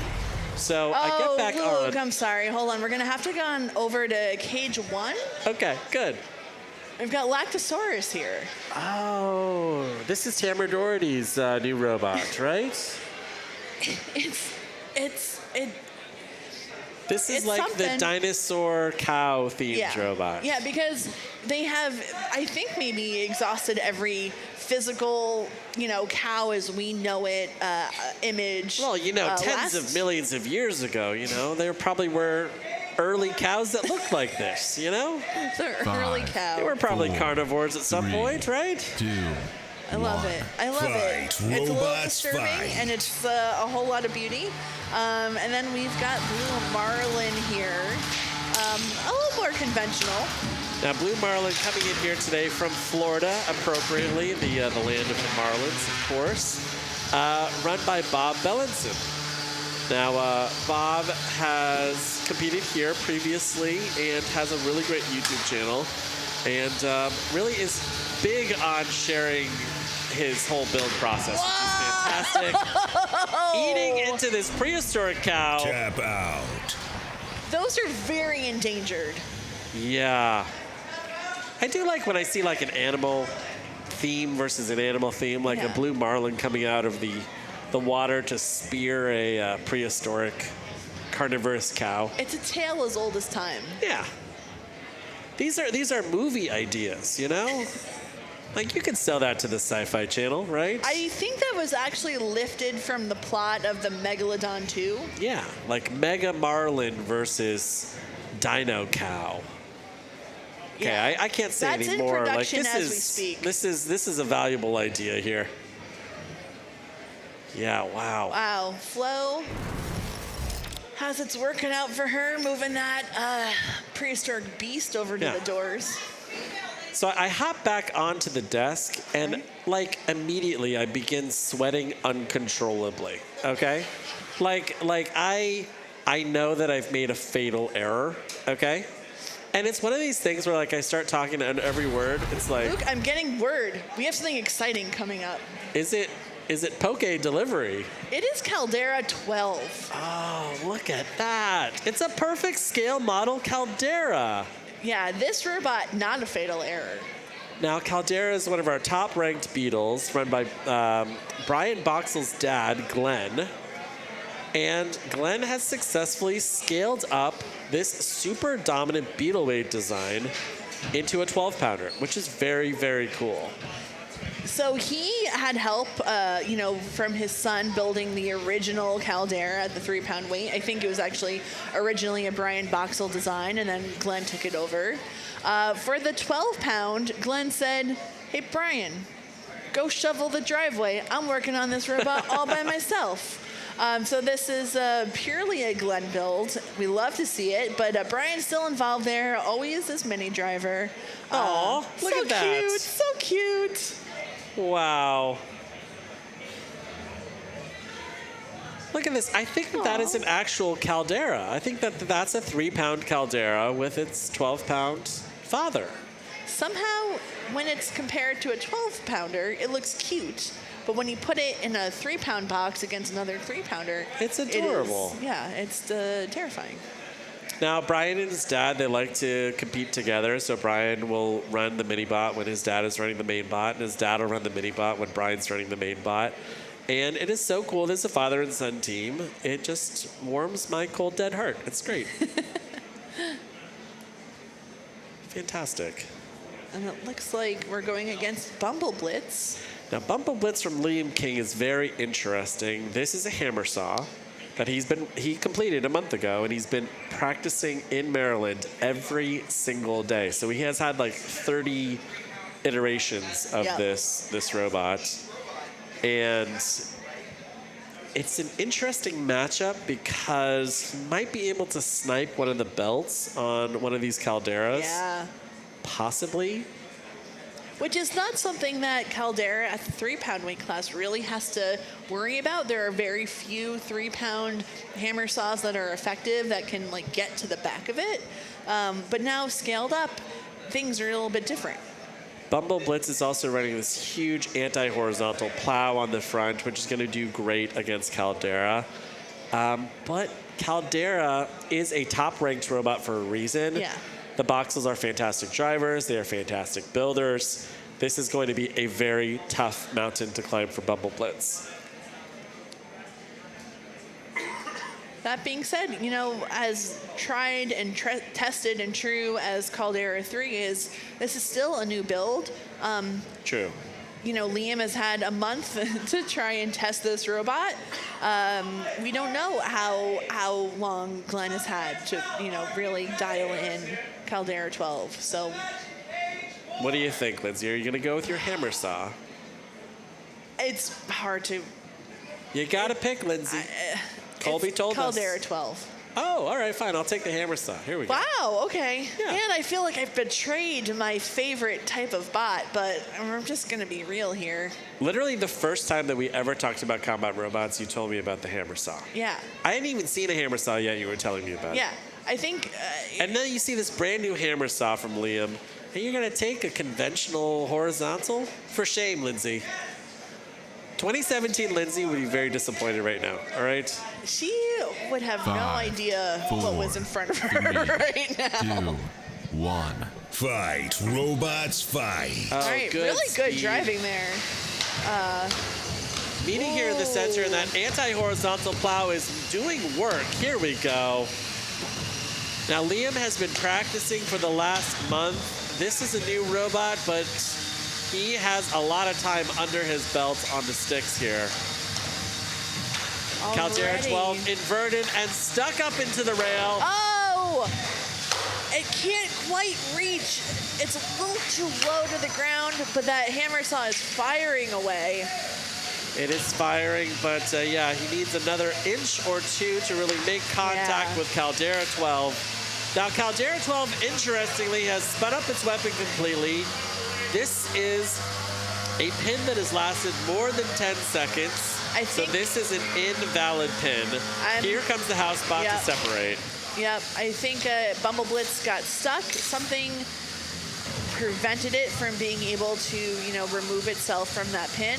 It does look mobile, so I'm not sure, you know, what got stuck, but Caldera 12. Now, very interestingly, Lindsay, we asked the YouTube live chat, and it's a 50-50 split on who is going to win here. And let me just say, I'm here with my Bumble Boys, okay? And Caldera is now stuck into the rail. Will that robot come back? Well, Oh, the weapon spun down. yeah. Lindsay, that's not looking good. That's not where Glenn wants to be. Oh, it's back again. We might see some movement. Did he narrowly avoid countdown? A minute 15 left here in this fight. It looks like the arm might be damaged a little bit on Bumble Blitz. The Caldera lads right now. It's a tap out, and I don't know who tapped out. Caldera tapped out. It's a tough day for the Caldera lads, which is what we call ourselves in the community. Caldera kids? The Caldera crew. Caldera crew. Yeah. The Caldera crew, okay. It's a tough day. The robot, you know, it was basically from the get-go, Liam was able to get under him and kind of bully him around, and I think that maybe put some pressure maybe on the weapon, if I'm guessing. I'm not really sure what happened there, but we didn't get to see Caldera do, you know, historically what we've been able to see it accomplish. Liam drove the pants off that fight. Fantastic. And you can see that big box practice, Yeah. like in Maryland, there in that fight. Very controlled driving. I think that there's some physics on the arm that needs to happen to really make this a top contender. Yeah, if it could just get a little bit lower, I think he would, you know, at least be able to make contact. Yeah, yeah. So sweating like all the way. Just my face, it's wet. Okay? Fatal error. I'm looking at myself on the. It's like it's a hot summer day. I'm getting word, Luke, that we're moving on over to cage 5. Okay. Could this be Dreamline? I see a little Neon? Mew, like a Mew sticker on top. Another Oh, I do. Pokemon-themed robot here. And look at that. I think we see another shell spinner or ring spinner over there in the pink corner. How delightful. Wow, look at that. Ooh. Oh, no. What's that? Are those bristles? This is a bristle shell. This is a bristle ring spinner. Who was I talking to? Adam Wrigley. Okay. He was saying that there are 2 rings and they're going to spin in opposite directions, and they're going to hope to get translational movement. Wow. Operative word hope, because they've never run the robot at a competition before. Like they've spun it up in the test box. Okay. But I think that he talked to them before they passed safety. So Oof. Okay, so this is truly experimental. I We are have no idea what's entering going to the happen. unknown. Yeah, exactly. And then Dreamline here is built by Johan Halber from the Bahamas, a friend of none other than Johnny Sumpas, Team Stamina member. This is his first robot, his first competition. It looks a lot like Spartan, if I had to say. Yeah. He maybe learned a thing or two from Spartan Johnny. inspired. Yeah. Yeah. Is that a Spartan blade, do you think? It's gorgeous. Johnny's known for his custom blades. So 5, possibly. 4, 3.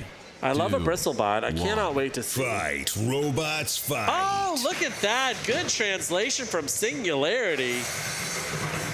Fantastic. Wow, big hit there. These counter-rotating rings on Singularity are doing great. And it looks like the power is out on Dreamline. Singularity sending that robot to bed. We've got smoke. No! We've got a lot of smoke. Wow. Okay, a little puff of smoke. Is this going to be a double count out? Like, what is happening here? I mean, its multi-bot is still running. This is the moment in the fight where you are just saying, please let me move 1 inch so that I can win. All right? Knockout. It's a knockout for someone. Someone got knocked out. Now, you know, Dreamline did go down first. True. So potentially. And Singularity did still have an active robot. Okay. So I think that might factor into it. However, on my little screen, it shows that Dreamline is the winner. Could that be? Interesting. Okay. I will wait for Colby to tell me what's going on. But you would give it to Singularity? Well, yeah, because, I mean, Singularity was running a little bit longer Right. than Dreamline. Yeah. You know? I would too, but As we wait for Colby to tell us. So I immediately know that I've made this fatal error, right? Sweating. Every single word that comes out of my mouth, there's a little, ooh, like I'm going to throw up. We've got okay? some 30-pound action going on, Luke, right here in cage 1. Okay. 12-pound. 12-pound. I was going to say, those look like, no. Really? Cage 1. It's Crescent. Okay, all right. Very quickly. Luke, this is big. We have to set up the stakes here. Now, in the blue corner is Crescent. Now, this is the very first combat robot from the country of Turkey. Round of applause. Round of applause for the first robot ever in a country. Heck yeah. Built by 2 high schoolers who discovered NHRL, and they watched the competition back to back, and they have built a very NHRL-esque robot. It's got this TPU armor package. It's got 5, this big, beefy 4, vert that's sitting 3, out front. 2, This is a very 1. ambitious build for Fight, high schoolers. robots, It's a very fight. ambitious build for, the first robot in an entire country. You are witnessing combat robotics history here. I cannot wait to see how Crescent does. Now, I do want to point out that Crescent is fighting with just 1 wheel. They entered this fight with already some compromised drive issues. So they're coming in at a little bit of a disadvantage. But they're going to give it their all.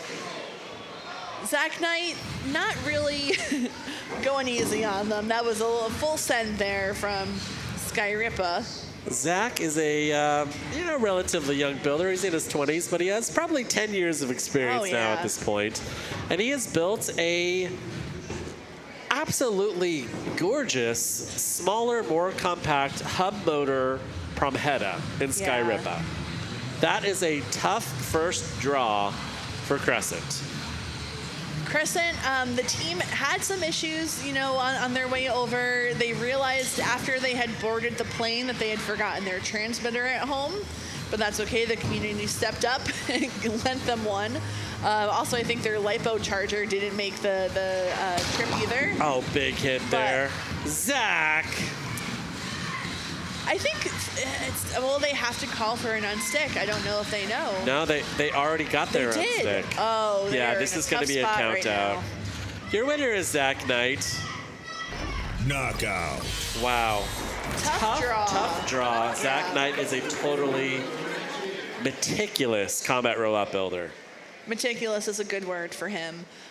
It is, though, so thrilling to see people come from all over the world to Norwalk, Connecticut to fight their robots. I believe that this is, Kyle was talking to them in the pits, and he said, what's like the robot scene in Turkey? How many other combat robots are there?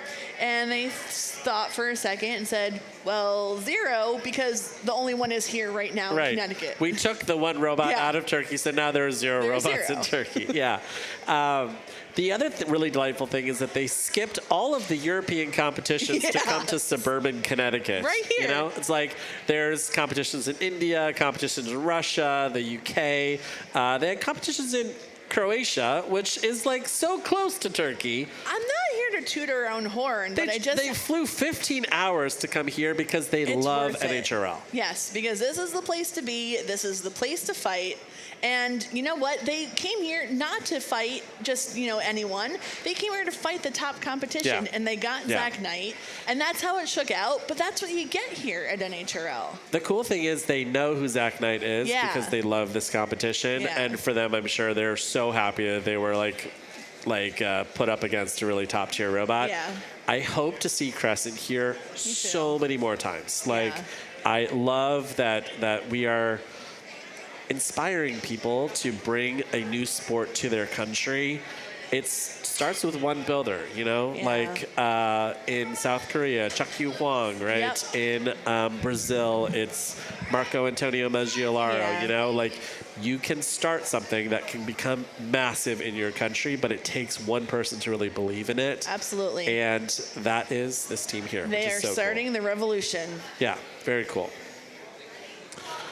Okay, wow.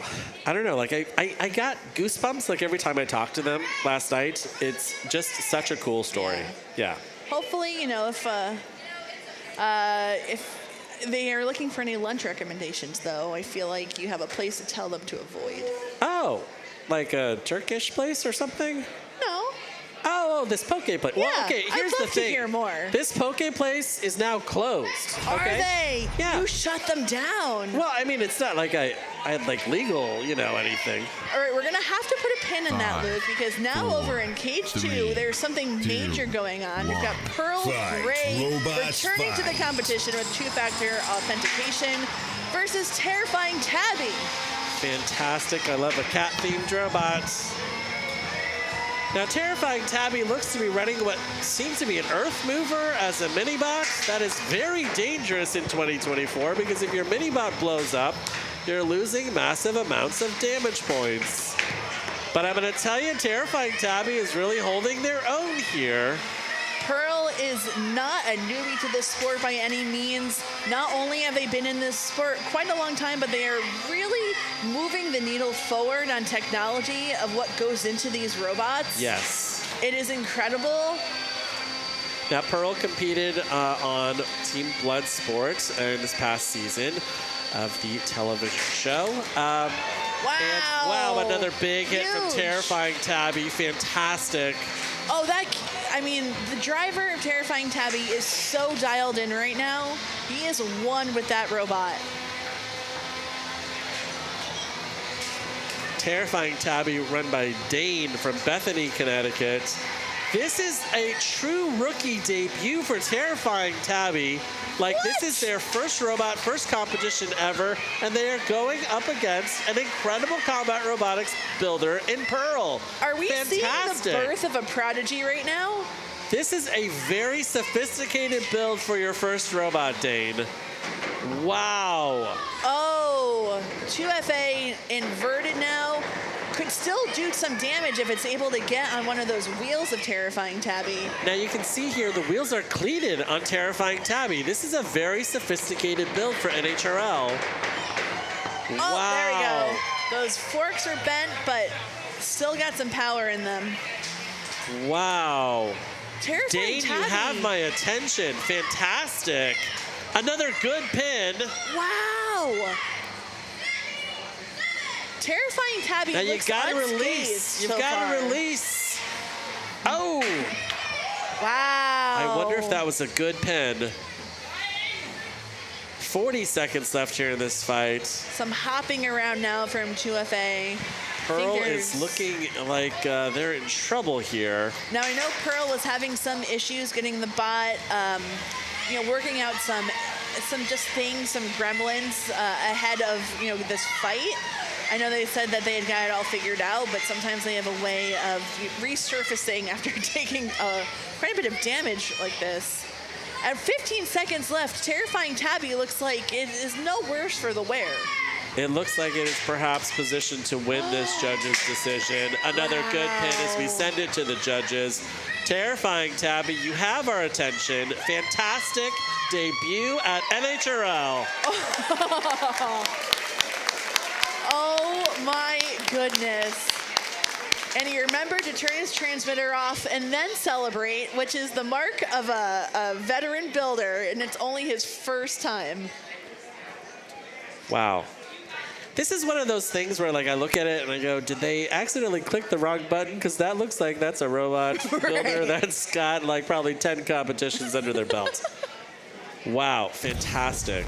I am so impressed. Now, have you been following Pearl's driver training software? I am very familiar with it. I know all about the telemetrics. Yes. But I would love to learn more. Well, okay, so Pearl wanted to get more driving practice, so they built this projector that hangs from the ceiling and broadcasts an 8x8 laser on the floor, and it has. Luke, are you hungry? And you thought they went out of Chris Moran. business. Chris. They opened just for look, you. In the special instructions here on Uber Eats, it says extra hot. It said, does that say Microwave. oldest salmon you have? Oh my gosh. Oh, Chris, you love me. This is fantastic. That's so Thank you, thoughtful. Chris. I'm going to eat this on the air. Yeah. Doesn't even have chopsticks. I'm going to be eating this with my. It All right, actually doesn't have chopsticks. This is disgusting, Chris. All right, look. Keep on with your story. Gotta right. finish this at some Okay, point. it is hot. Ooh. The rice is hot. Look at this. All right, now you just gotta let it sit in a Who bright made corner this? This for is- about 3 hours, and then we'll let you have it. Okay, I could have sworn this poke place went out of business. This is the place that poisoned me. They okay? opened just for you. All right, okay. Keep on. We want to hear. It's been hours now in the making. Let's So get to it. I'm every time that I open my mouth, I feel like I'm going to throw up. Yeah. It's the worst. You know that feeling. Oh, you know what I mean? You can't control it. So- Other things we can't control, the schedule of this competition, because we are going to cage 4. Can someone find me some chopsticks? Could I have maybe 2 ballpoint pens or something? Just do what I the would rest take of us a do and use your hands. a spoon. Okay, all right, here we go. All right, great. This is great. Lindsay, we can split it. Okay? We This can is a gamble very together, special Lindsay. moment for you, Luke. I could never take that away from you. Here's the thing. I feel like we should just keep it out and see how hot it's gonna get. Okay? In 4 hours, I'm gonna eat this. It's gonna be like a science experiment. It's gonna be great. All right? Yeah. I wish it was just a nice summer's day. We could leave it on the hood of a car. You know? Right. Yeah. But we'll just look at it for a little bit. Yeah. I have to tell you, I feel a little sick looking at it. Like I'm getting flashbacks. It's like this poke place gave me PTSD. Okay. Poke I don't know traumatic why, stress because disorder. we haven't gotten to the point of the story yet. Okay. Which, I don't know, maybe we have time for now. So I realize I've made this fatal error. Yeah. Okay. I jump on the microphone and I tell production, I have to go. I literally abandon my, and Kyle's sitting there. He has no idea what's happening. I don't think at that point there were other announcers. No, it was just Kyle. really mainly the two of you. I spent 45 minutes in the bathroom. Okay, 45 minutes is how long it's going to take to tell the rest of the story because Cage 4 is ready to go. Okay, I can see Synthesis XL over there. Now, so excited. Synthesis 12. Oh, okay, it's Roman numerals. I saw XII and I thought that was XL. It's okay, you're a little distracted right now. Just there's a lot in front of you. I can feel my vision going blurry just so close to this poke. It's not great. So Synthesis 12 going up against Herbie 3.5. Now, I hope that that's not a reference to their weight, all right? I can see Synthesis 12 is clearly a 12-pounder. Is this a 3.5-pounder that they're facing in the blue corner? Now, I mean, it's built by Nate Petrella. He is a true rookie, his first robot, his first event ever. But I do think that despite being a rookie, he would enter, a 12-pounder in a 12-pound bracket. Looks like there's a lot of speed holes on the top of Nate's robot, Lindsay. Yeah. 5, That's, 4, that 3, happens sometimes. You 2, gotta save some weight. 1. You're Fight. desperate. Robots fight. And you need all that filler in there anyway.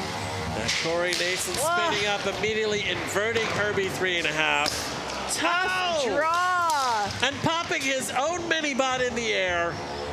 You will not meet a nicer human being than Corey Nason, but he will bring the carnage to you and not have any remorse. Now it's suddenly sounding very quiet. Had Synthesis 12. Nope. No. Oh, that weapon is going. Wow. Wow. Now the 3-pound version of Synthesis brought us our best combat robot fight, I think probably of all time. Several months easily. ago when Corey faced off against Booty Brigade. If you haven't seen that fight, go and look it up on YouTube. It is fantastic. And really just showed off Corey's incredible drive quality. Now That is part of a drum. Yeah, that was a drum.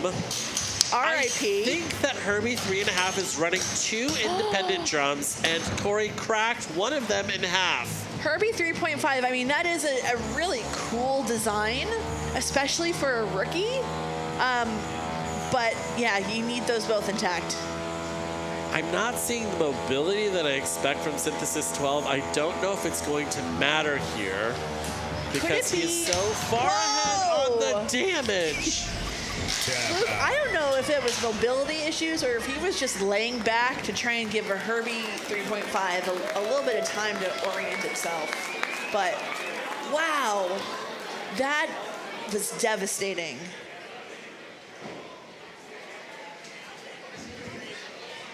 Now I'm trying to figure out if I should be eating this poke or what. The longer it sits, the more it has time to marinate. That's true.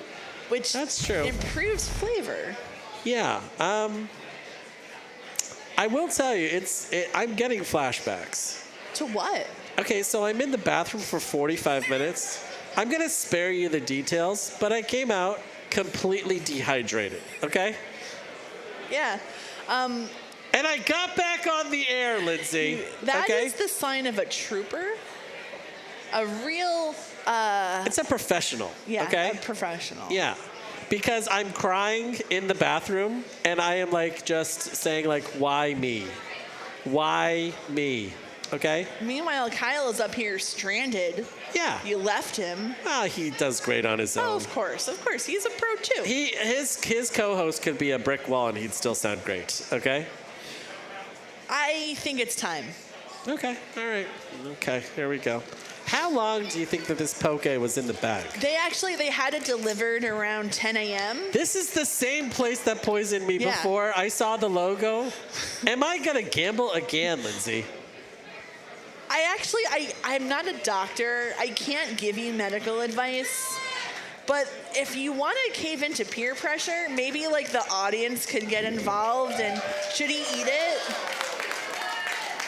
You're getting a lot of... I'm smelling the something salmon sour. is going gray, you folks. Okay, like and this does not look vibrant at all. Like a sour waft. Look at that. I don't even know if that is salmon. This is a beige salmon. It is so warm. Eat it. Eat it. Oh, stop. Oh my gosh. All right, okay, I'll have a little bit.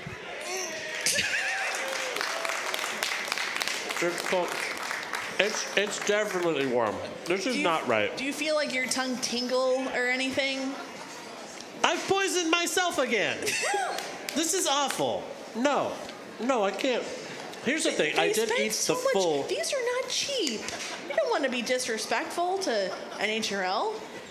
They bought that for you. All right, I'm gonna save it. I'll have some. Okay, I'm not even kidding. This is not a cold poke at all. This is a warm poke. If I can't, okay, I don't want you to What get did I sick. do? Why did I do You're this? driving home with us tomorrow, so it Yeah. is important to me that you don't have any No. gastrointestinal Tomorrow, issues. the hoodie is gonna be over my eyes. Yeah. I'm just gonna be moaning to myself in the back seat. Okay? Yeah. Do you regret it? Yes, I regret it. I very much regret this. This is awful. We have a guest here who I think is interested in trying Don't to bite. do this to yourself. Yeah. What? All right, come on up Yeah, here. yeah, All right, yeah. here, you can have this. So this is NHRL royalty, Evan Arias. Oh Everyone, my gosh. a round of applause Arias. for Wow. Okay. I like my hat. Don't. Okay. Here, Evan. Oh, we have let's a see. microphone, I Yo, believe. there's a dog on the head, buddy. Here we go. Yeah, let's get that for you. Oh, nice. Move the little Please thingy do. down. Oh, hi. What's up, Yeah, y'all? sound Evan, good. are you a poke fan? Oh, Pokey fan. You answer my time? Oh, Pokey. Like, not Pokemon. Yeah. You know what? I'll 5, find out. 4, Oh, Evan, we're gonna 3, have to put you on 2, pause because I hear a 1. countdown Fight, going in robots, another. fight. It's Cage beginning, 6. Lindsay. Ooh, it's going down. Oh, I think were they messing with us? No, they were not. We're having a fight. It's All Knuckle right. Sandwich versus Jay Chillings. Evan, you want to call a fight with us? Oh, absolutely. Maybe we can get you a chair somewhere. Look at these two competitors. These are both seasoned competitors at National Havoc. I personally like Knuckle Sandwich, and I also like Jay Chillings, but it's the Knuckle and the Sandwich for me. So, Big hand throw right on top of Brett. yeah. Now, Knuckle Knuckle Sandwich from Sandwich Jets. is run by Peter Garnache's fiance. Tap out. And Oh, Jay Chillings is a great play on Ray Billings. Horizontal. That's right? clever. I'm going to be we go. Vol Pectimalia. Yeah, there you Yeah. Oh, Evan, we got you a chair. Thank you, Colby. Oh, a chair. Oh. I'm You didn't have to, I'm thank not you, man. kidding. I am actually not feeling well. It's happened and it's happening. Evan, you can now contract food poisoning in comfort. Bro, let's do My it. favorite. We're going down together, okay? Okay. There are two people on the Titanic and we got on willingly. Yeah. Are we the musicians? Like one last song? We're going down? No, like you're the captain and I'm the idiot. Okay, all right. Like this is awful. Don't this hurt spicy? yourself, I Evan. like, though, for sanitary reasons, you do have your own spoon. Yeah. Quick question. Is there shellfish in here?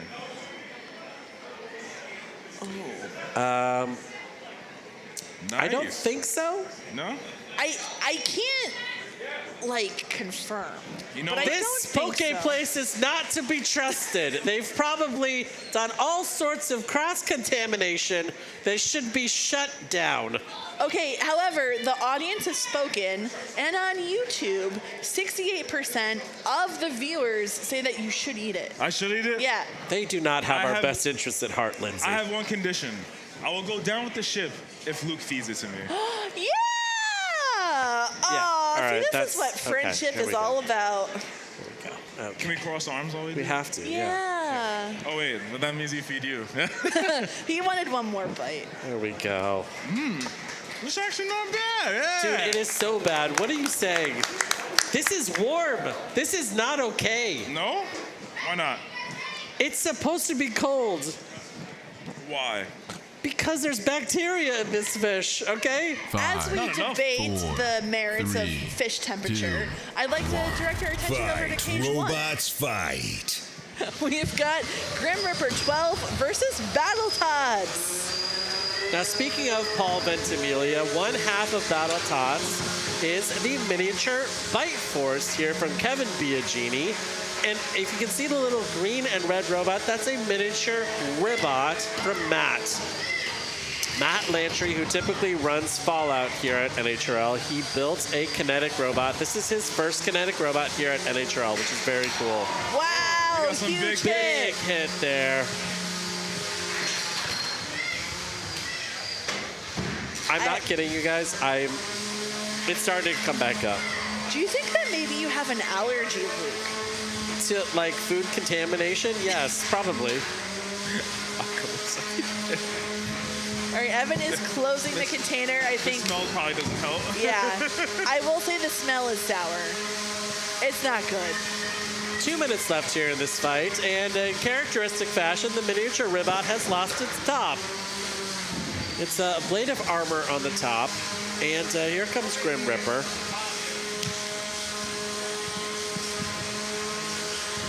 Now, I mean, if you didn't know any better, this looks exactly like Bite Force and exactly like, well, Ribot does without a top, without its little fraggy foam.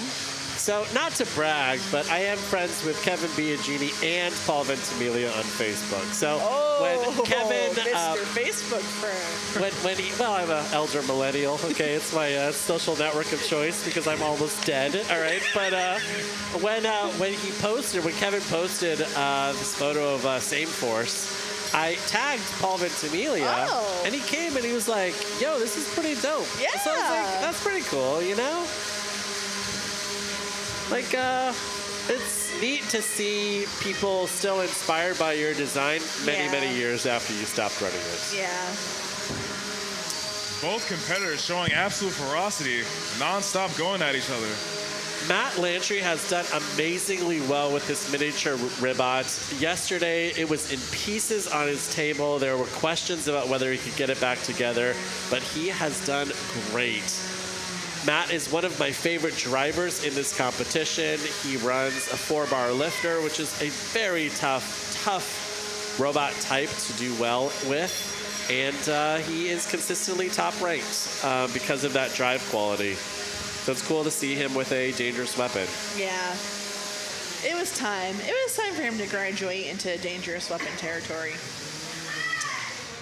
Now, as we take this to the judges, it doesn't look like Same Force is moving much at all, which is going to count toward a lot of damage in Grim Reaper's column. So this may end up being a win for Grim Reaper, even though Matt Lantry took it the full 3 minutes. Speaking of judges' decisions, I do want to report on one. Okay. This is coming in from the 2FA versus Terrifying Tabby fight. Good. The builders of Terrifying Tabby have now won their first career match. Wow. So way to go. So exciting. Round of applause. I'm sure that family is so freaking stoked right now. That is really cool. cool. They built a serious, like an advanced builder in Pearl Gray. Yeah. Yeah. Very cool. Very cool. Good on them. All right, we're going to go check in with Cage 4. I feel like I'm a ticking time bomb right now, okay? And I have a Stop and Shop chopped salmon inside of me, okay?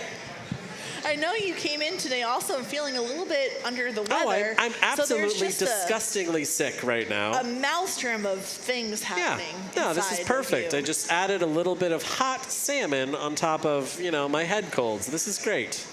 Maybe they'll balance each other out, cancel one another. I just want all of the YouTube Live people to know that you're only going to see me for 45 minutes today, and then it's going to be another you're going to see me in March after this, okay? I'm just taking a really quick scroll right now in the chat, and it is positively dominated by Poke talk. Oh, good. Okay. There are the most amazing robots here today, things that we have never seen before, and yet all they want to talk about, Poke. They love your suffering, Luke. I mean, it's warranted. I'm a trash human being. People should want to see me suffer for my many sins. Oh my gosh, William Marchese is Whoa, here. I got a note. Put your hands up, empty your pockets. Oh, whoa. Oh my gosh, a real ransom note on air. William, I don't know if that was smart. Okay, actually, it looks like it says, note, Killer Whale, his robot, has a hinged horizontal spinner. Yes, I'm trying it again. Awesome. All right, straight from the source. Straight from the Awesome. source. I feel like this hand-scrawled note was maybe a little ominous, but good information nonetheless. Now, Williams had a lot of success with his hinged vert, so it's interesting to see him going back to hinged horizontal. Yeah. You know, like he designs for invertibility, which is like so huge. Yeah. When you think about robots like Monsoon, you know, like they are designed for invertibility, and that is kind of like the design ethos that sits at the center of Williams' builds. So let's see if it works out. Yeah, I'm excited. Right on. Let's bring it over to the cage. Maybe you could have a little good luck poke. I don't know. Yeah. Okay. This is a community poke. If you win a match, you can come over here and get a little bite. All right. 5, 4, 3, 2, 1.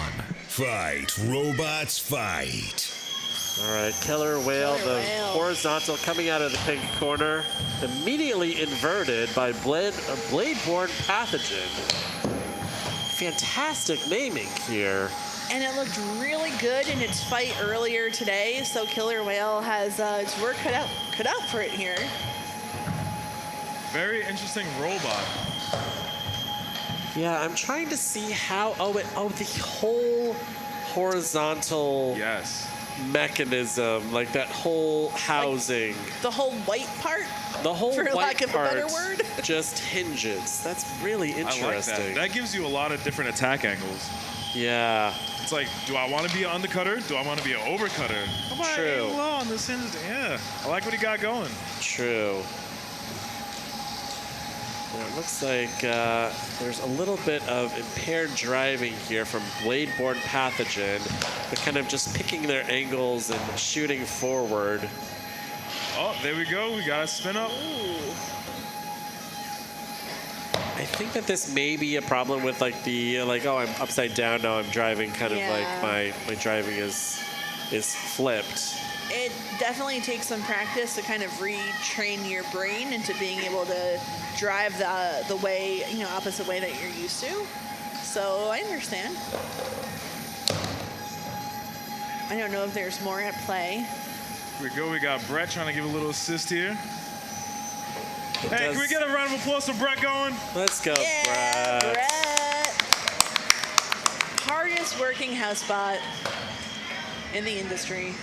Yeah, the other 7 just totally anemic. Yeah. A little slouches sometimes, 65 seconds left here in this fight, and this it is does actually look like fun. Killer Whale has beached itself up against the rail. Well played. Thank you. Knockout. All right.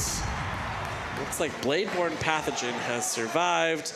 Killer Whale going back upstairs to the pits. All right, let's check in with Cage 5. Wow, I can see a massive undercutter, but I don't think that this is Trijinx. Oh, there we go. It's Segfault. Interesting. Create a little distance, get that weapon going. Let's see if we got a big hit coming up. Oh, Facing off against Yakety Yak. potential for a big hit there. I just don't think the weapon was able to keep up, really have any momentum there. Now we're joining this fight in the center, like in the middle of this fight, and that has, it looks like something earlier in the match has killed the drive on Yakety Yak. Now they're just trying to angle themselves, try and stay squared up with their opponent, and Segfault's weapon is not as zippy as I'm sure they would like. Thank you.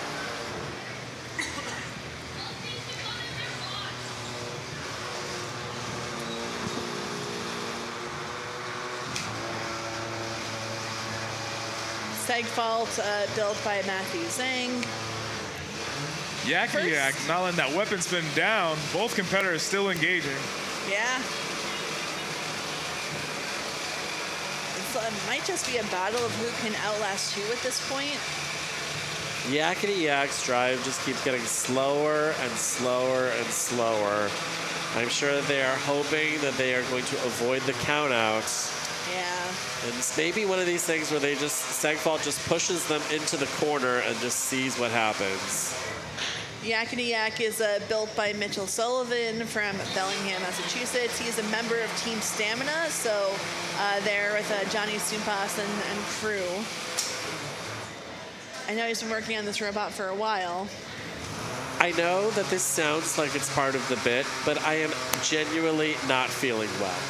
There's no way it would work that quickly. I read up all about food poisoning after this happened. Yeah? Some food poisoning happens within like 10 minutes of you eating. How are you feeling, Evan? Evan, we're going to be holding hands together in the bathroom, okay, and crying. Wait, okay? hold what's left of my hair back? No, this is terrible. This is terrible. I'm not kidding. I do not feel well. Do you want to just like flush it out? I am going to sue Chris Moran, okay? We're going to take a look over here at cage 3. Competitors are loaded in. Now, it looks like in the pink corner, this is a lifter here in black. Appears that way. Looks like they have long forks, which is very interesting. And here in the blue corner, We have Indubitably. oh, interesting. And Angus.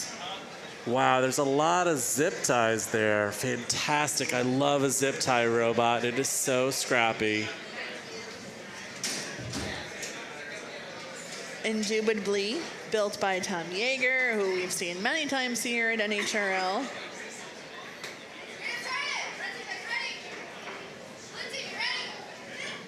Angus is from Aiden Hill, who is also 5, an NHRL 4, veteran. 3, So two people, 2, new 1. robots, but Fight. have been around the Robots block here a fight. time or two.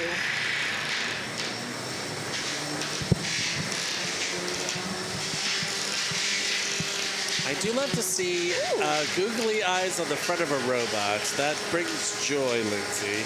Yeah, indubitably, I'm really digging this design. Wow, and it not only is able to push, but also pull. We don't see a lot of pulling robots.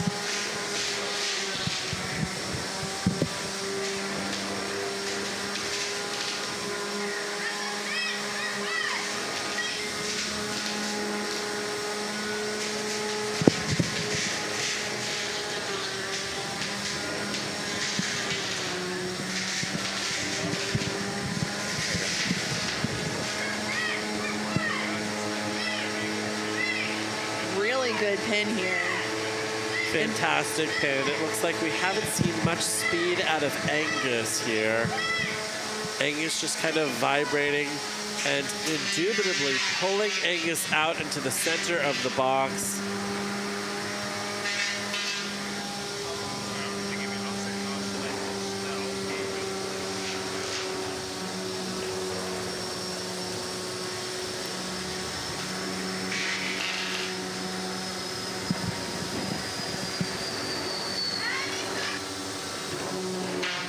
"90 seconds left here in this fight. Indubitably trying to perform a big lift here, but Angus's movement has just been sluggish here in this fight, and it looks like the power could be out on Angus. That is a tap out. Tap Your winner out. is Indubitably. Wow, what a match. Now, I have to say, I've never done this before, but I am sharing the broadcasting booth with two world champions in Evan Arias and Adam Wrigley. Hello, Adam. What's up, bro? Hello, hello. Adam, Good to be your here. chair's a little low. It is. Yeah. It happens, like these chairs that kind of sink slowly throughout the day. Just put it real high. Is Yeah, that yeah. It's like, well, we, you know, Evan's a very tall kind of person. Literally, his chair's almost to the floor. So this is our only way that we can kind of be at the same eye level. Fantastic. Adam, How's your day been? Like, you're not competing here today. You've been able to walk around in the pits. You got to see a bunch of stuff. Like, it must be delightful, right? It is so relaxing to not be competing. When I'm on a competition, when I'm here, all I see is basically the desk upstairs, right, the pit table. Yeah. That's where I am 99% of the day and 1% at the arena. So it's nice to walk around, see the bot museum, check out what's going on, talk to people, and not be worrying that I have to be up in 15 minutes. So yeah, much less stressful today. The very vibe exciting. up in the pits is very good today. Like, there's so much creativity up in the pits. Like, there's so many amazing, heartwarming stories up in the pits. There's just so many cool, weird robots up in the pits. I absolutely love the feel here today. Tremendous vibe, and some of the bots are so much fun today. And there's like a feeling you get at your first competition, and only at your first competition. You don't really know what's going on. You're just excited to be there, and everything's new. And, about half the teams here today are new, and so the whole pits are kind of just like flowing with that feeling of new competition, of first-time competition. And it's great to see everyone figuring it out and having fun doing it. And, yeah, it's been really exciting to walk around and just see it all happening. Awesome. I am so glad that you're here. Now, I am seeing something really interesting happening in Cage 2. This is Ariel Smith's new wedge bot in bright pink. And this thing is massive. This is HODOR. This is the doorstop robot here. This is a scaled-up version of their ant-weight-ish mini-bot that they ran in 2023 that was surprisingly effective, and they said, well, let's make it a 3-pounder. And it is an absolutely massive 3-pounder.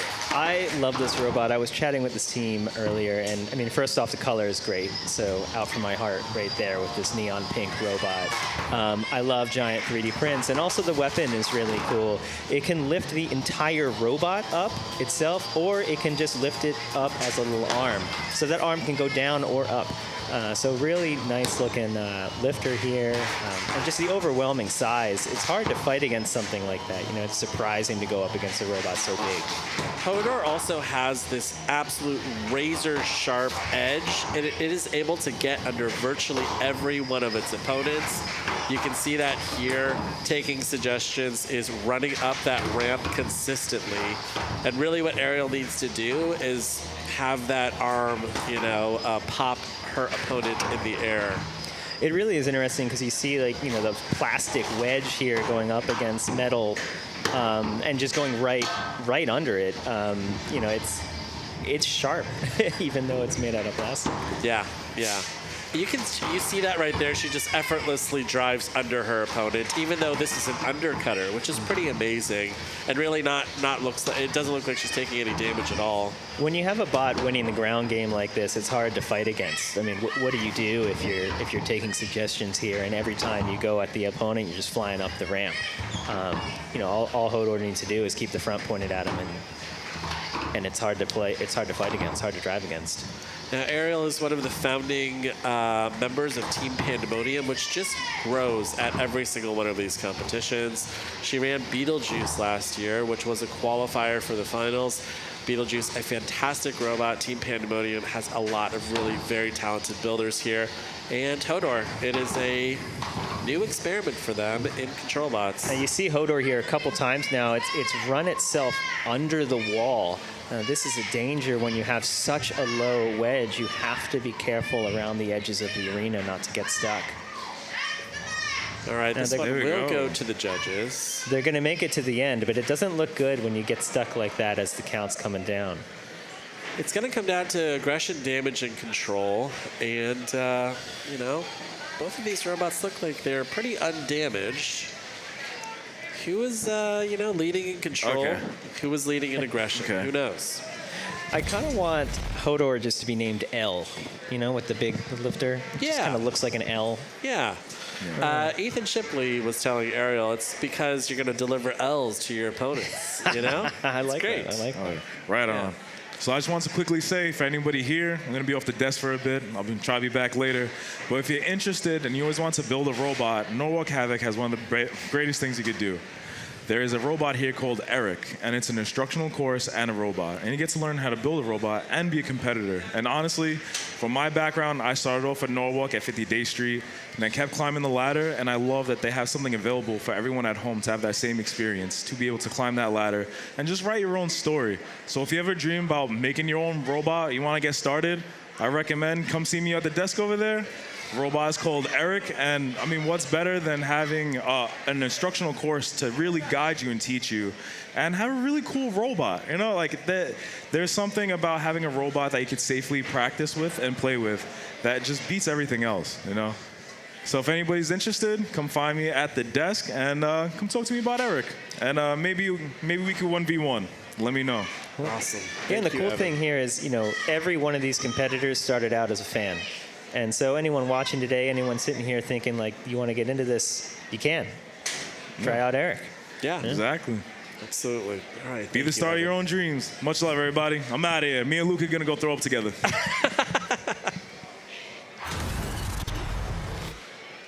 All right, we're going to go over to cage one. You know, Adam, for context, we, both Evan and I, have eaten the same hot poke here. Oh, I heard, and you're not getting me to try that. It's delicious. It's not going to happen. It's really good. I think that this was flown in from Tokyo. It looks steamy. It is too hot to be delivered by Uber, okay?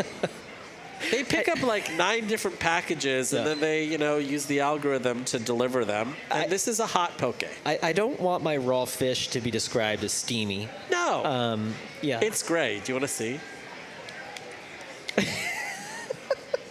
Bro, that is grocery store fish that is gray. Okay? This is awful. This is awful. I'm not going to tell you which poke place it's from. But, you know, it came from far away, I'm just going to say. We could just put it in the arena, have like Brett versus Poke. This was like a 45-minute delivery, okay? Yeah, this is not good. Okay. Yep. Yeah. 5, 4, 3, 2. All right, in cage one, I can see Joey Gannon and Crush Fist here. This is this massive Crush Fest-esque robot facing off against Phoenix. Now, Phoenix looks to be like a pretty conventional vert on a big, big body, Adam. So what I really like about this competition is we're getting some really great names. And Crush Fist is just a top-tier name for a robot. Now, Phoenix, very cool. This is a robot from Bangladesh. Now, this is a robot from the American International University in Bangladesh. This is a team that has traveled thousands and thousands of miles to come here to NHRL. Very cool college team. You do not see a lot of robots from Bangladesh competing in the U.S., so it's great to see them come all the way out here. And that robot is making some noise when it gets up to speed. Yeah, absolutely. It does seem like it's not getting up to speed right now, though. You can see Joey Gannon in Crush Fest. He is counting out his opponent with that long sand shovel. A little wave goodbye. This is a knockout. Joey here is your winner. All right, round of applause for a robot from Bangladesh. Fantastic. Oh my gosh, Adam. What is in what the is pink this? corner, we have a mech. It is a four-wheeled, armed walking robot. How cool is that? This is incredible. I did a pit tour. Somehow I missed this robot. This looks insane, and I love it. 5, 4. Now, 3, this is Game On 2, from Jay Lee 1. from Columbus, Ohio, from Game U Robotics. And Jay came always got to here. root for a Columbus spot. Look at that. Looks like it's got a light stick on a turret. Facing off against a Crusher Beak robot. Fantastic. Now, does a light stick qualify as an active weapon? Yeah, of course. Okay. Yeah, Just spins around. It's like probably some kind of lightsaber or something, don't you think? I love the movement. Look at that! Oh, there we go. Oh, aggressive tapping! That is extremely aggressive. Wow. The movement when it's walking is quite elegant. The way it kind of scuttles around. It's gorgeous. You know. It's like one of those. Have you seen those robots where like you can put a potted plant to the robot and then it can walk itself over to the sun? Yeah. Like inside of your house. It's gorgeous. I love it. Something about it feels tortoise-like in the motion. Yeah. I think that Jay was going for a terrifying military mech, but tortoise. I think they'll take tortoise. Yeah. Well, some tortoise, they're quite large. You know, they can be terrifying. How you strap a lightsaber onto a tortoise? You know, you're in business there, Adam. I don't want to be aggressively tapped by a tortoise.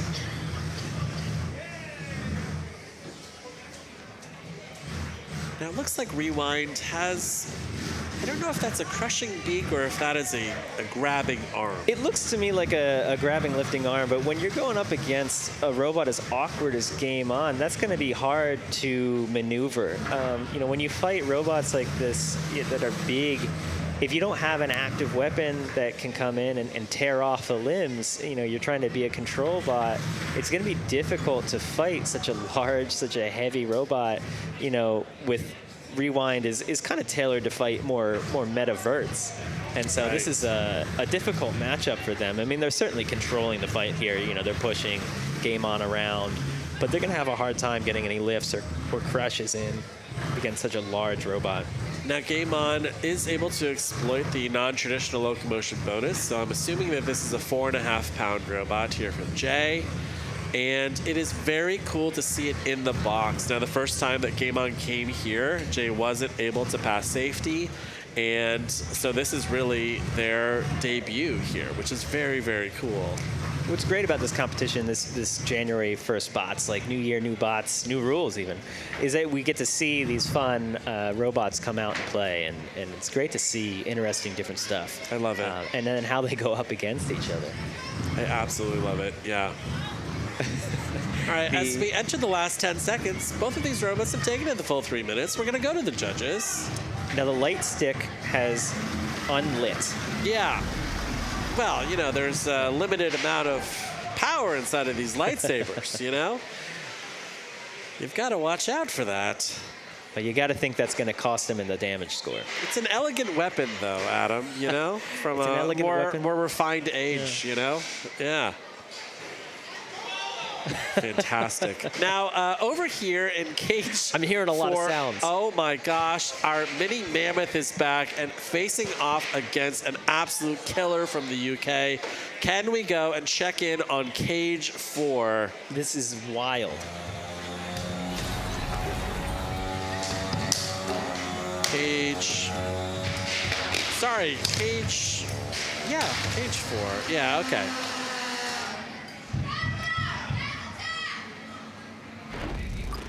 Wow. Okay. I'll just describe it to you because I've seen it here live. Moccasin from Mammoth Captain Ricky Willems has found themselves, you know, up on their head. And that is probably the worst spot for a mammoth. Sparks were flying, bots were flying, and Moccasin ended up upside down. Now, Nitro Oxide is my favorite to win the 30s. I hope that I'm not jinxing them by saying that because Nitro Oxide looks gorgeous. This is a robot that has won its last 3 competitions in the UK, and the builder here previously ran Semtex at NHRL, and the sound that Semtex made when it made its debut here at NHRL is seared permanently into my memory because it is absolutely menacing. And Nitro Oxide is a scaled-up Semtex, which is very, very cool. The machining on those frame rails on the outside is gorgeous up close. And, of course, I'll root for any robot that has bright pink as part of the color scheme, so I'm also a big fan of the front drum. Yeah. It looks like a Terminator, like, 1000 or whatever. Like, it's gorgeous. Yeah. Gorgeous. Yeah, it takes a little extra time, I think, to make your machined parts look that little bit extra pretty. But it's nice to see them left unpainted and shining with all those tool marks in the arena. Now, Adam, they want to hear more about Emulsifier's weapon and what it takes to make something like that. Can you tell me more about that? So, Emulsifier's weapon, currently, the heavyweight, the big boy, is made out of an inch-thick AR-500 steel. Yeah. And so the way we manufacture that is with what's called water jetting. So that steel is so hard and so thick that it's difficult to manufacture in traditional methods. So to cut it, we use a high-pressure jet of water with an abrasive inside. So it's garnet. It's like a really hard material. And that'll just blast through it, and that carves the outline of the disc. And then on some of the discs, we'll actually then shave them down to exactly the correct thickness. So that's why if you watch BattleTots, one of the discs was very shiny. And that was because we shaved down both sides of the disc to make it exactly the thickness we wanted. It was a little bit lighter, so we ran that when we wanted more weight. But the featherweight that we run here at NHRL, we've found a new material from one of our sponsors, and so we make it in the same way, but it's not AR-500. It's a new type of alloy that's incredibly hard. Secret still. We're still keeping it secret, but it's incredibly hard, and it cuts through AR-500 like butter. So that's been an incredible alloy for us. But we make it a similar way. We cut it with a water jet. It's basically the only way to cut some of these materials is this abrasive, high-powered jet of water. How do you find a new material? Isn't every material known? Well, we didn't find it, but basically the company that made it reached out to us and said, hey, we've been working on these materials. They work on them for the military. They're extremely hard, extremely durable, which of course is helpful for the military. And they said, we want to prove it out, and can we put it in your robot, see if it works in that use case, and it did. So we used that at the championships last year. But okay, if anyone comes out with a high-powered garnet water jet in the arena, then that would be kind of our kryptonite there. Okay, good. Colby, just really quickly, if I could have a bucket maybe up here, it's happening. Or maybe a replacement. That'd be great. We're going to go to Cage 2, and I might be throwing up live on the air. So this is great. Okay, in Cage 2, we've got 2FA back in the cage again. Facing off. No. That is a previous match. Sorry about that. Cage 2, we're updating the software here.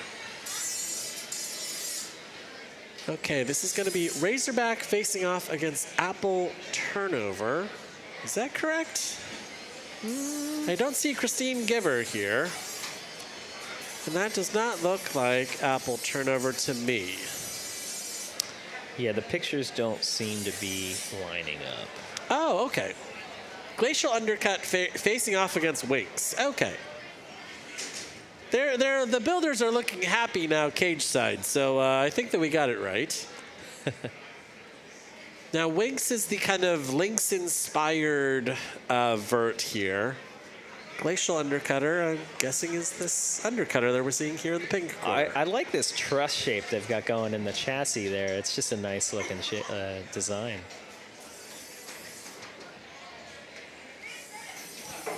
You'll see people make trusses like that when they're trying to hit the weight limit. It's in much more efficient shape, but it can leave you open to opponents' weapons kind of catching inside of all those holes that you've created. Of course, we do that on knockoff weight, and it's been pretty good to us. But there is a risk when you Swiss cheese your exterior frame like that to try and get it more efficient.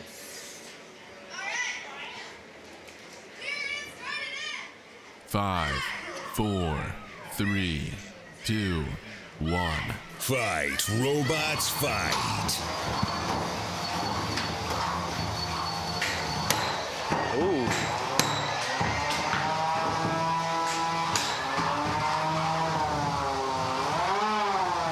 Winx is coming out strong here, and Glacial Undercut is having no defense for these hits.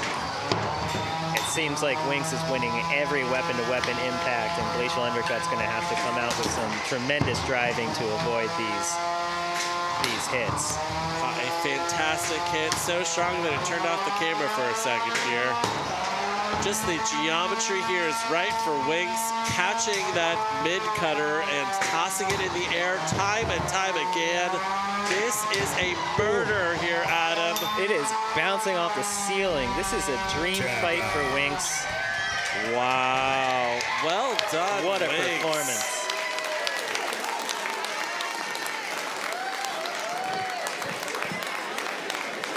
Now, Winks is another Rose Holman Combat Robotics robot here.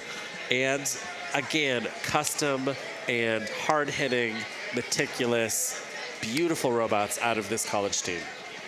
I mean, that was a masterclass in like bot design, just a perfect setup there to run against the undercutter, and then the durability of the weapon and the drive system to be able to keep delivering those hits. And give it up for the opponent. You know, it's taken all those hits too for a long time, bouncing off the ceiling and still going for a bit there. So quite the fight. Now, oh my gosh, I have yet another super famous captain here in Ricky Willems. Hello, Ricky. Hi, Luke. How are you doing? Ricky, did you have lunch? Ooh. Now we've used the two. Oh, here we go. We've got a fork here, Ricky. Okay. I'm being told by multiple voices not to do this. No. It's turning colors in there. It's not good. Now, Ricky, we've brought you on because you faced off against the killer from the UK. Yeah. We didn't get to see the fight, but I would like to get a kind of cage side play-by-play of what happened. What did we miss? You missed a actually pretty good fight for a while. Okay. So spoiler alert, I did not win that fight. Oh, okay. That's okay. Yeah. We got some good hits. Went weapon to weapon quite a few times. Got them up in the air and elevated. We're still tuning in Moccasin, brand new robot. This is the first day it's ever driven in its fully complete state. You know, you try the wheels first, you try the weapon first, etc. It's the first time we really got it all together. A lot of runway there to explore. Yeah. For it to go into a fight like that and still be able to go toe-to-toe, at least for, I don't know, half the fight. Sure. I'm pretty pleased with that. How does it feel to be back at NHRL, up in the pits, working on a robot, after being an announcer for so long? It is jarring. Yeah. I don't know if you can tell. I'm exhausted.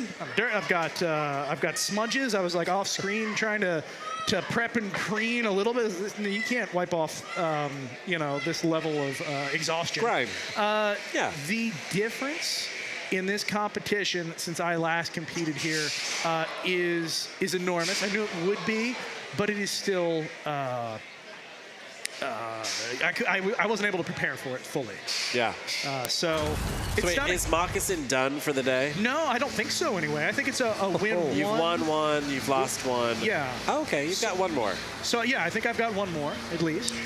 And we'll see how that goes. It looked like it was easy repairs. Oh, I'm taken away from the fight here. Wow. All right, we're going to go over to cage one. We've got Animosity. Wow, what am I looking at? Facing off against Budget Extinction. Fantastic name. It looks like it's an overcutter versus an undercutter. Yeah, Animosity is a legacy. How should we say this? It has a legacy behind it. So this is a new form and format for this robot, but the basic design and concept. This is a veteran of East Coast robot fighting. What is this giant plastic thing on the top of Animosity? Well, a part of something just came off that I don't think is supposed to come off. No, and not a lot of movement from either. Oh, well, there you are. It seems like that might be the bottom plate off of Animosity. What is the giant plastic thing on the top of Animosity? It looks like the entire. I need to know. The entire bottom plate, Luke. I think the top piece is some sort of maybe a motor cover. Maybe there's a motor sticking out. I don't know. Knockout. Wow. I need to know. I've never seen that before. Is it a new form of Hoop of Shame? It kind of reminds me a little bit of Bloodsport, where they put the motor up on top. There's a reason why they're not doing that for the next season. For those who don't know, the hoop of shame, it was a common practice on those sort of undercutter bar spinners where you'd put a large semicircle hoop of plastic above your robot, which would then allow you to self-right. You kind of bounce back onto your wheels. This isn't hoop-shaped, but it's a similar form, so I wonder if it's some sort of like self-righting technique to get them back onto their wheels, or if it is a shroud for an overhead motor or electronics or something. I am intrigued. It was quite funny when the fight came on and it was stuck on the butt of the robot, just driving around vertical spinner style. Yeah. Now I can see Christine Giver here cage siding in cage 2 with apple turnover. Appropriately, it looks like an apple turnover from the top. Delicious, fantastic. Facing off against a Claw Viper-esque robot here in their opponent, this lifter from Team ASML. That is a interesting approach to a Claw Viper lifter, and the majority plastic design is very different than what Kevin would usually bring in a Claw Viper or a Timberwolf or etc. It's going to give it a little more durability, but it's also going to give it a lot more compliance. What are you thinking? I talked to the builder here from ASML, and he was saying that he had a traditional clamp and lift, but he was not able to make weight. So now it's just a single tooth lifter. But very cool facing off against another lifter. I love to see lifter on lifter action. It really kind of levels the playing field and really turns this into a driving battle. We've got a 2-wheel drive design from Christine and a 4-wheel drive design here from ASML. I think this was going to be pretty good. This is Christine's 3rd time out here to NHRL. She runs the prolific, very popular Combat Robotics YouTube series Outside the Box. And she is just a fantastic content creator in the community and a real super fan of the sport. And when you get to control bots like this, I always wonder, what style of driving are they going to come out with? Are they both going to try and play it safe, try to get around the side? Who's going to want to try and test their front setup, go front to front? Does anyone have a longer fork they think is going to get under the opponent and give them that advantage? If one bot can consistently win the front-to-front battle, it's going to be really hard for the other to overcome that. So we'll see how they drive it out of the gate. 4, I mean, you can see right off the bat, we do have a dominant fork length going into this match. But speed is going to be a factor too, and it looks as though Razorback is no slouch in that category. Yeah. It's really interesting to see how they're working here. Razorback oversteering a little bit out of the gate, having a hard time getting that long fork under the opponent consistently. Yeah, it is real trouble to try and push a robot. Oh, tipped up against the rail. Christine frees itself. Wow, freeing herself. Fantastic. That was that was quick. I think that might be a practice move at this point. Oh, that sounds like a stripped gearbox. Yeah, those are some sort. Unhappy drivetrain noises for sure. Hey. Wow, okay. I wonder what happened. Burning up that one save for Razorback with 2 minutes left. If Christine can do it again, she might be winning this one. I have to wonder, perhaps there's a tooth or two missing from a gear in there. What can happen sometimes is it will freeze randomly if you hit just the wrong spot, which means they'd be at risk of that happening again. Wow, that is a solid pin from Christine and apple turnover. Yeah, because now it's looking like Razorback on half drive, cutting in and out here. Maybe 1.5, yeah. I was wondering if maybe they had spiked wheels and had basically slit the floor. I think so. Yeah. I think so, yes. I think that Razorback is running cleated wheels here, and that could be their downfall. Here we go! Good flip from apple turnover. No matter how many times I see it, I love to see a robot self-right like that. Yes, it's thrilling. Especially when it's so well designed into the form and function of the robot. All right, now this is a more than 10-second pin, so this will not count as control for apple turnover. It does look like they're able to disengage, though. Christine is going to see if she can land a couple more pins here in the last 60 seconds. Apple turnover. Good pin from good lift from Razorback. The gearbox sounds are getting progressively louder. That's usually a bad sign. Yeah, these are nightmare noises to builders. It sounds like the robot is crying out for help. It's kind of the noises you would make if you were a Foley artist and you're trying to make robot sounds and Yes. you start making movements. The robot is sad. Baby robot. The robot is dying. It's hanging in there, though. It's still going. It's not giving up. Razorback is still trying to be aggressive here. The Still worst getting thing over. about dying baby robots is they take so long to die. It's not over quick.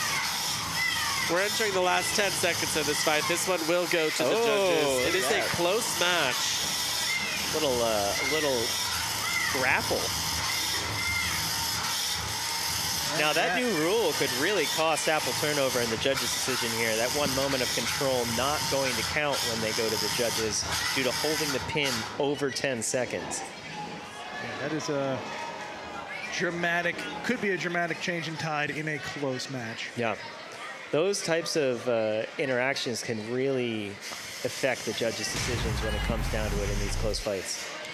Oh my Something gosh. is on fire. Well, Who my is eyes it? just lit up. Tap out. Wow, that is a burning cupcake. Incredible. A lot of food-themed robots here today. Yeah.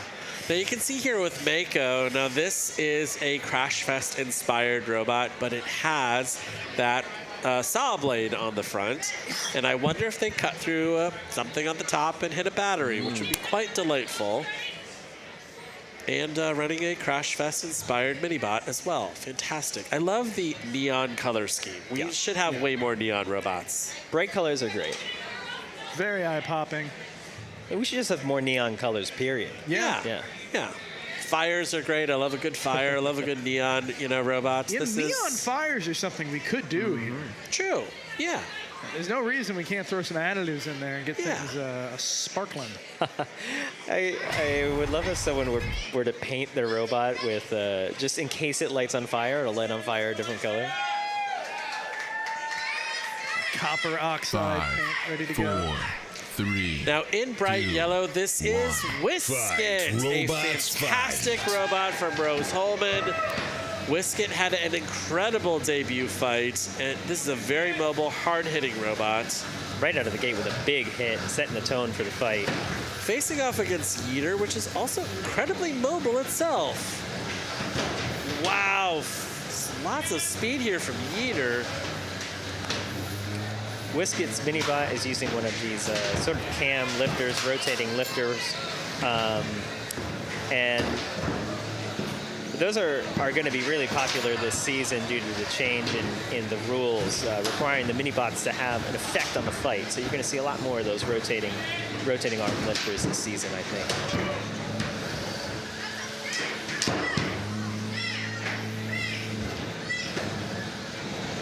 I do love to see like a front hinged flipper. I think that's a very cool robot design. It's very compact, and you essentially have a really dominant invertible, self-rideable wedge bot, which is fantastic. It's something we used to see all the time, and then it kind of interestingly got relegated to the larger weight classes. Yes. To see someone bring it back in a 3-pound robot, it's always a joy to see. Was it Cassius who really set the stage for those front-hinged flippers back in the 90s in the heavyweight scale? And they're really great at just tipping over the opponent. You get them up on that wedge and over they go. The difficulty is that you really need to get the opponent high up onto the wedge for it to have an effect. And then the hinge itself is placed in a very vulnerable spot on the robot. So to do a front hinge fiddler well is very impressive and very fun to watch as they just sort of tip over the opponents who get on top. It's something that also kind of needs to be reinvented, right? This is something that's usually oriented in arenas that have ring out areas or walls to get hung up on. I mean, we certainly have walls here, but it's not that huge of a factor. So if you're going to show up with a front hinge flipper, you need a different strategy. than what a lot of people are going to show up with to other competitions. You need durability, which I think we're seeing a lot of here. I mean, they're taking a lot of hits, and then, you know, if you can get the opponent up, if they can get them in a weird spot on the wall just 2 times, they win this fight. So, you know, if you can get your opponent stuck, even though the walls aren't usually a huge factor, if you have enough control, you just need to do it twice. 20 seconds left here in this fight. We've seen incredibly aggressive driving here from Whiskit. Rose Holman, the entire team is down here to watch this. I think that Whiskit is a robot that could go very far here today. Very good, aggressive driving. What great hits to lead at the end of a match like this. Fantastic. I am in love with this yellow robot. Whiskit came out the gate with that big hit, and they didn't let up for the entire fight. Like bookends of impressive maneuvers. Yeah. I think that fight was an interesting flip on the standard formula. Usually you see a control bot come out against a spinner. Back in the day, you were thinking, well, any hit from this spinner could end the fight. And now I was kind of waiting for the control bot to get one of those pins up on the wall to get them stuck. I was like, at any point they could get them stuck. Whereas I was more expecting those hits to just keep going. I was like, okay, so they're going to control the fight with these big spinner hits, and the lifter might be able to get that KO at any time. Was my mindset watching it. And in the same vibe, you've got the durability coming in. You're almost waiting for any spinner robot, any high kinetic energy robot to break down. Yeah. You're looking for the front hinge flipper to show off its durability as the match goes on. Yeah, not exactly what we saw here. Robots are getting more and more durable as we go, so it's almost becoming less and less likely to see anything break. Of course, you know, we've got all new robots here today, so you never know what's going to happen with a new robot in the ring. But the more we go on throughout the day, you know, we'll be whittling them down to the most durable ones. Something fantastic is happening in Cage 4. Oh, baby. This is amazing. I'm excited. I'm actually going to walk over that way. I did want to take a moment before I get back. Here, you can that is not what I wanted to take a moment or a piece. I didn't realize there was fish in there. I thought those were carrots, by the way. Yes. I thought you were just giving me a fruit and vegetable salad. Yeah. But no, I did want to take a second. Welcoming Adam here to the desk. It is great to see you up here. Adam, I've only caught little snippets, moments. So far, bravo, and I'm sure you'll continue to have a good day. But just, you know, as a newcomer to the desk, welcome and salutations and everything. Great to be here. Thanks for having me. But yeah, I've got quite a bit of robot to repair here, so I think next break, I'm going to stop by this. You have to see what's happening in Cage 4. There's something happening. I will see you folks later. Let me just set this up real quick, okay? On one side of the box, this green monstrosity here is from Clyde Magnuson. Now, Clyde Magnuson, as you know, Adam, you know, he is a vagabond, okay, from rural Pennsylvania. He eats exclusively Chef Boyardee and SpaghettiOs, and he has built a monster. I asked the team, you know, what was it? I said, you know, I like what I'm seeing here, but I don't know what I'm seeing. And they said it's basically a Margaritaville machine on wheels, and that the weapon is definitely a railgun, totally a railgun, and it's definitely a railgun.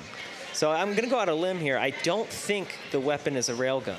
Yes. Yeah. Yes. Should I reveal the secret, or? Yeah, I feel like I should. Okay. Over the course of 3 minutes, this green robot here, bedside, is capable of shooting out roughly 30 hot glue sticks worth of burning hot aerated glue is onto that the its smell opponent. that I'm smelling right now?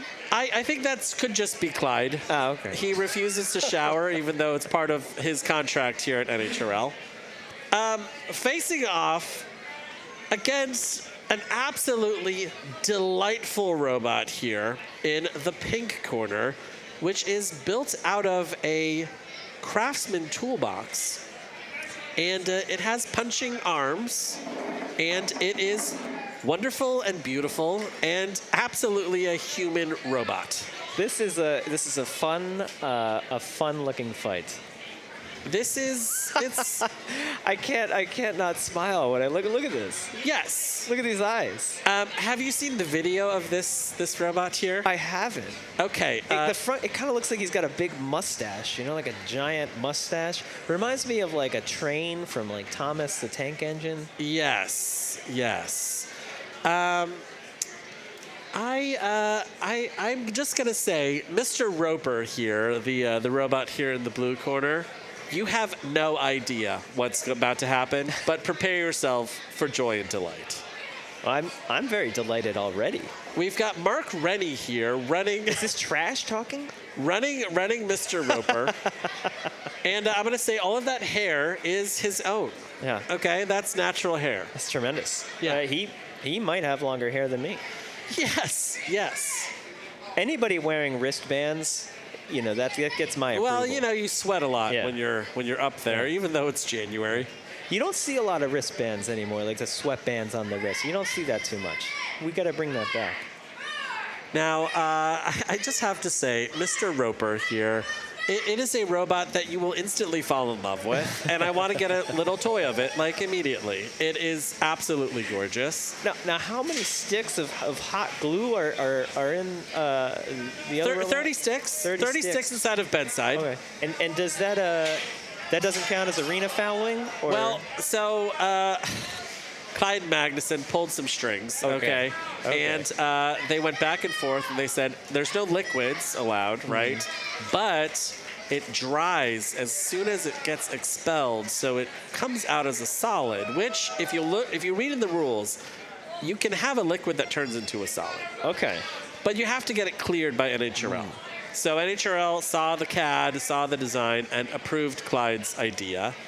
But I'm going to say it is absolutely a heel-ish robot, okay? Because, like, can you imagine?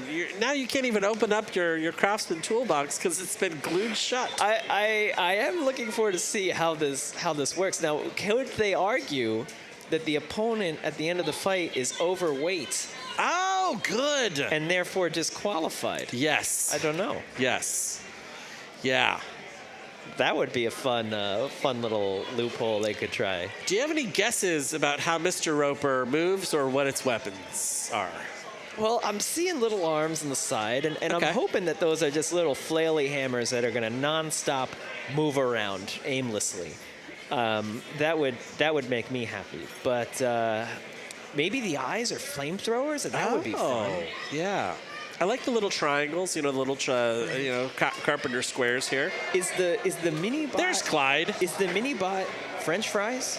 Here's the thing: the FBI might be coming right now. I think that Clyde is definitely on their most wanted list. 4, 3, 2, 1. Fight, robots, fight. Oh my gosh! Here comes Clyde Magnuson with bedside, tangling up with Tom Farkas's mini-bot here in orange and yellow. And Mr. Roper We got some flailing. for his life. We got some flailing. Mr. Roper pushed it to the corner, and he's not happy about it. He is throwing a massive tantrum at him. Tell me that this is not the most delightful fight you have seen in the past year, possibly in your entire career. I'm enjoying it. It sounds like he's throwing a little bit of a tantrum. You know, he's upset. Now, this is damage here. Now, I need to see if Clyde can figure out this very hot glue. I would love to see these arms get gummed up by the end of the match. Mr. Roper showing a lot of aggression here with those arms, but bedside with all of the control so far. Mr. Roper just unable to do anything, just getting pushed around. This is a super mobile Craftsman toolbox, and I love it. It looks like he's banging on a table here. Oh no! His right arm is broken. Maybe it's been glued shut. Here comes the left arm, and it is very active, Adam. Very active, very aggressive. You know, the great thing about a robot like Mr. Roper with the handle on top, very easy to carry to and from the arena. Oh, yeah, just as long as the little latches don't come off on his skull. Well, that just gives you easy access to the internals. No need to bolt the top on anymore, just throw some latches. Clyde Magnuson, you can see the green glue is coming out. It is working. The glue is coming out, Clyde. This is awful. It's like he's been slimed. Yes! Where does Clyde Magnuson come up with these ideas? They are devious. Wow. The aggression of the taps is slowing.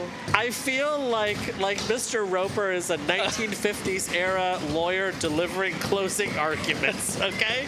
Look at this thing. I object. I object. You can't handle the truth, okay? You can't handle the glue. Wow. I want to see another 10 minutes of this fight. He's still going. This one went the full 3 minutes. Amazing. I love it. He's making it to the bell. We are going to take this to the judges. And whichever robot wins, they earned it. This was fantastic. Wow.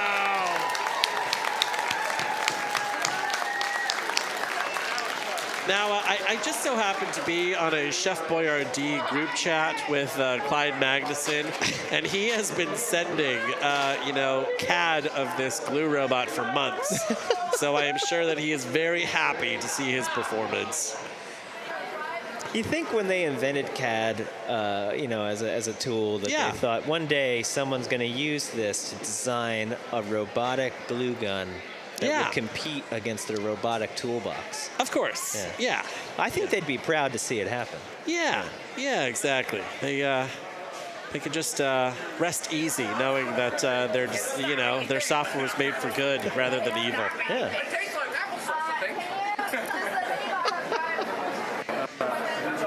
That is clearly Clyde Magnuson. It is not Chris DeSico at all. Everyone's having fun. Wow. Okay. And that's what you want to see. All right, Adam, this has been really fun, but as I said earlier, I've now been poisoned by this fish, and I'm going to go and spend some time in the green room. And by that, you know what I'm talking about. Yeah. The green room. So, maybe there'll be some high-powered streams of, not hot glue. Yeah. Okay. Exactly. Yeah. It's terrible. I made some bad choices here today. All right. But there you go. Replacing me is going to be Kyle. So thanks, Kyle. I appreciate it. We are going to keep the action going here. Adam, you're crushing it. I'm so glad that you're here. All right. Cool. Where are we going next, Colby?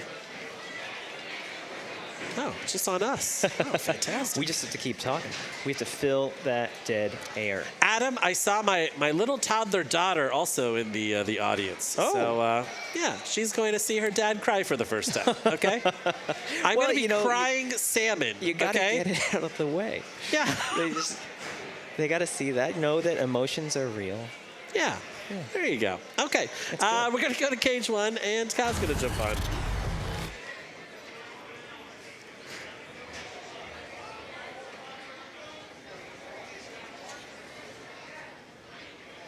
Colossal Avian is up. Another one of my favorite names in this tournament.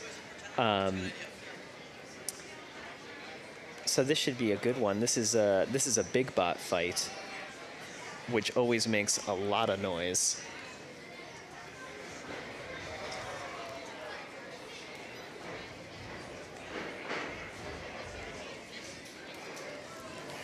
Cool. 30 pounds, the biggest we've got here at NHRL. These bots pack a lot of power. We're talking 10 times the size of the beetle weights here when they go up against each other. They make a lot of noise, and they go flying. So this is going to be exciting to see. It's got a lot of kinetic energy in the box when they get going. Well, well, well. All right, so I see Luke left his hot poke up here. I'm not, he's been trying to get me to eat this, and I'm not gonna. Don't succumb to the peer pressure when it comes to the poke bowl. You don't need to do it. It's not necessary. It's not good for you. I feel like the point of the original story was that it was not good to eat. No, it made him sick. And then he ate it again. Yeah, you know what's weird is I was also a part of that first story. I ate one of the original poke bowls, and I was fine. I had no issues. I enjoyed the rest of my day, had a nice time at the event. Wrecked Luke, though. Well, no, that one's been on the table for a while now. No thanks. We're good. Well, We're good. I do want to say it's nice to have a suit buddy up here. Yeah, well, you know, you brought some class. I figured I'd bring a little bit of class up here. You know, got to look nice, a little professional. How you enjoying the desk so far, Adam? I mean, this is awesome. It's a dream come true. You know, I'm a big sports fan, and it's great to be part of the crew bringing this to everyone live here. I mean, it's just awesome. Amen. Always good to get fresh faces up here, too, and fresh expertise up here, so thank you so much for lending that to us today. New Bots is such a fun experience in general. We get to try all kinds of new things, including new talent at the desk. You gotta love it. New year, new bots, new rules, new talent, new everything, new hot poke. What isn't new? Amen to that. So I gotta ask you, your team, you got anything new in store for us this season? You doing anything interesting, anything brand new, or are you just reiterating on what you have? So definitely some iterating, right? There's going to be some iterating on Emulsifier. There's going to be some iterating on Knockoff Weight, and they'll be back this season. We might have a new robot from our teammate Paul, so cool. That might be coming. Maybe a lifter. Who knows? So later this season. And then I ordered, because I'm crazy, I ordered an absolutely enormous 3D printer. It can print like almost a meter square, and I might just try to 3D print like an entire featherweight frame. Okay. And make sort of like a 3D printed version of Knockoff White of some kind, or maybe it'll be a version of Emulsifier, I don't know, but we'll see if I can 3D print an entire featherweight. So it's extremely common in the lower weight classes. You'll see 3s, you'll see 12s. And there's a decent amount of feathers now with a lot of 3D printed components. Sure. But I want to print it all in one. Just a big old unibody. Unibody 3D print. So if that printer I ordered actually comes in and it actually works, maybe you'll see that later this year. That sounds ridiculous, and I absolutely want to see that. I'm sure it's like in the middle of shipping and caught in the snow somewhere right now. Well, you know, it was a Kickstarter, so who knows? Oh, yeah. Who knows? You know, maybe in 3 years I'll see it. Maybe in 3 months I'll see it. But and then the price will drop by like 40% after that. So yeah, that's great. I'm really excited to see what you guys bring. Emulsifier is always a delight. I love that Matt just brings that thing once, qualifies it. He's just like, yeah, we're done. I ain't coming back till December. I'll see you guys then. Very professional. Yeah, he's very strategic. He just gets it. He gets in, he gets out, he gets it done. He goes back to Ohio. You gotta love that guy. So we're hoping. I think we're signed up for March. So we're gonna come with that in March, and I've got to build a new mini bot, so that'll be that'll be fun. On the table, yeah. All right. Meanwhile, we are gonna head over to Cage 5. Let's see what we got going on in there.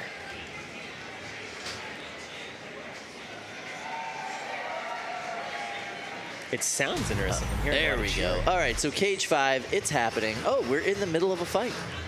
We've got a beater bar versus an undercutter, and it seems like the undercutter is not spinning, and neither is the beater. Yeah, it also looks like the beater bar is having a little bit of drive issues. I can't tell if this fight is ending or about to begin. Yeah. Okay. We're pre-countdown. I hope it's pre, because that would make everything a little bit better. But it does mean that, you know, starting the fight with mobility issues isn't fun. Blindside versus Mad. Now, when I was at the championships last year with Knockoff Weight, unfortunately, our first fight, our drive died, which was very annoying because it had worked perfectly in the test box. And so we had to fight with one-sided drive, and it's never fun to have to come out with an immediate disadvantage like that. It's just really hard to overcome. But we'll see if they can do it here. They've got the mini bot there to help. We'll see if they can keep the front pointed long enough to make it happen. Yeah, it adds an extra layer of complexity to your life. 4, 3, 2, 1. Fight, robots, fight. All right, Weapons so are spinning. Blindside versus Mad. Now, Blindside is Robert Walsh's new bot. Robert, we know, is from Apex, one of the premier competitors in the 3-pound division. Cool that he's brought something so new.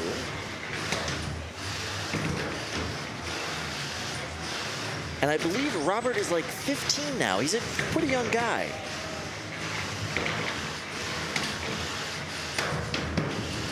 So we're seeing some pretty good driving here, actually, from both robots.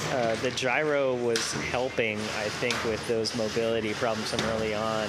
It seems now maybe has the beater bar stopped spinning? Yeah, looks like Yeah. it. Don't hear it. You can see the undercutter on Mad is still functioning pretty well.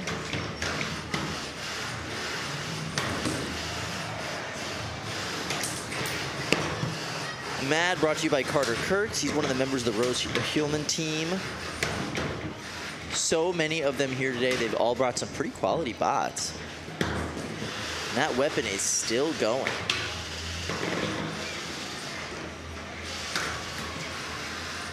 Yeah, it's crazy the sort of durability on some of these beetles. They just dish out hits over and over and over again and keep on going. And it's just incredible to see that sort of durability.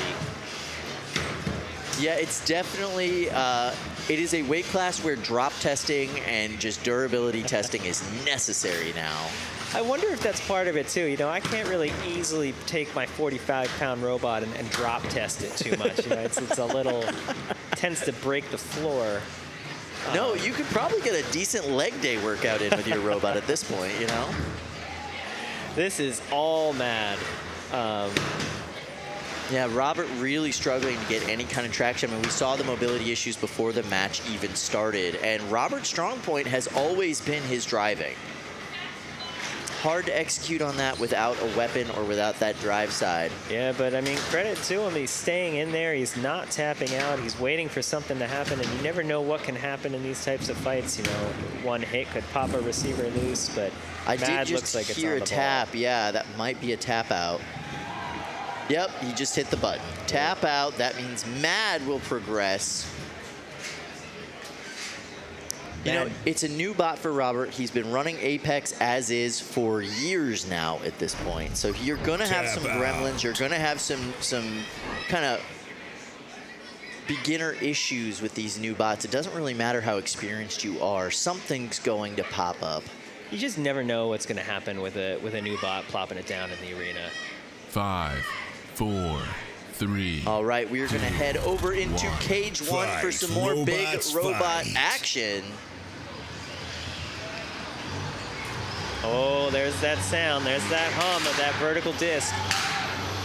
So, Kazan Spirit versus Colossal Avian. Colossal Avian is a overhead attack bot.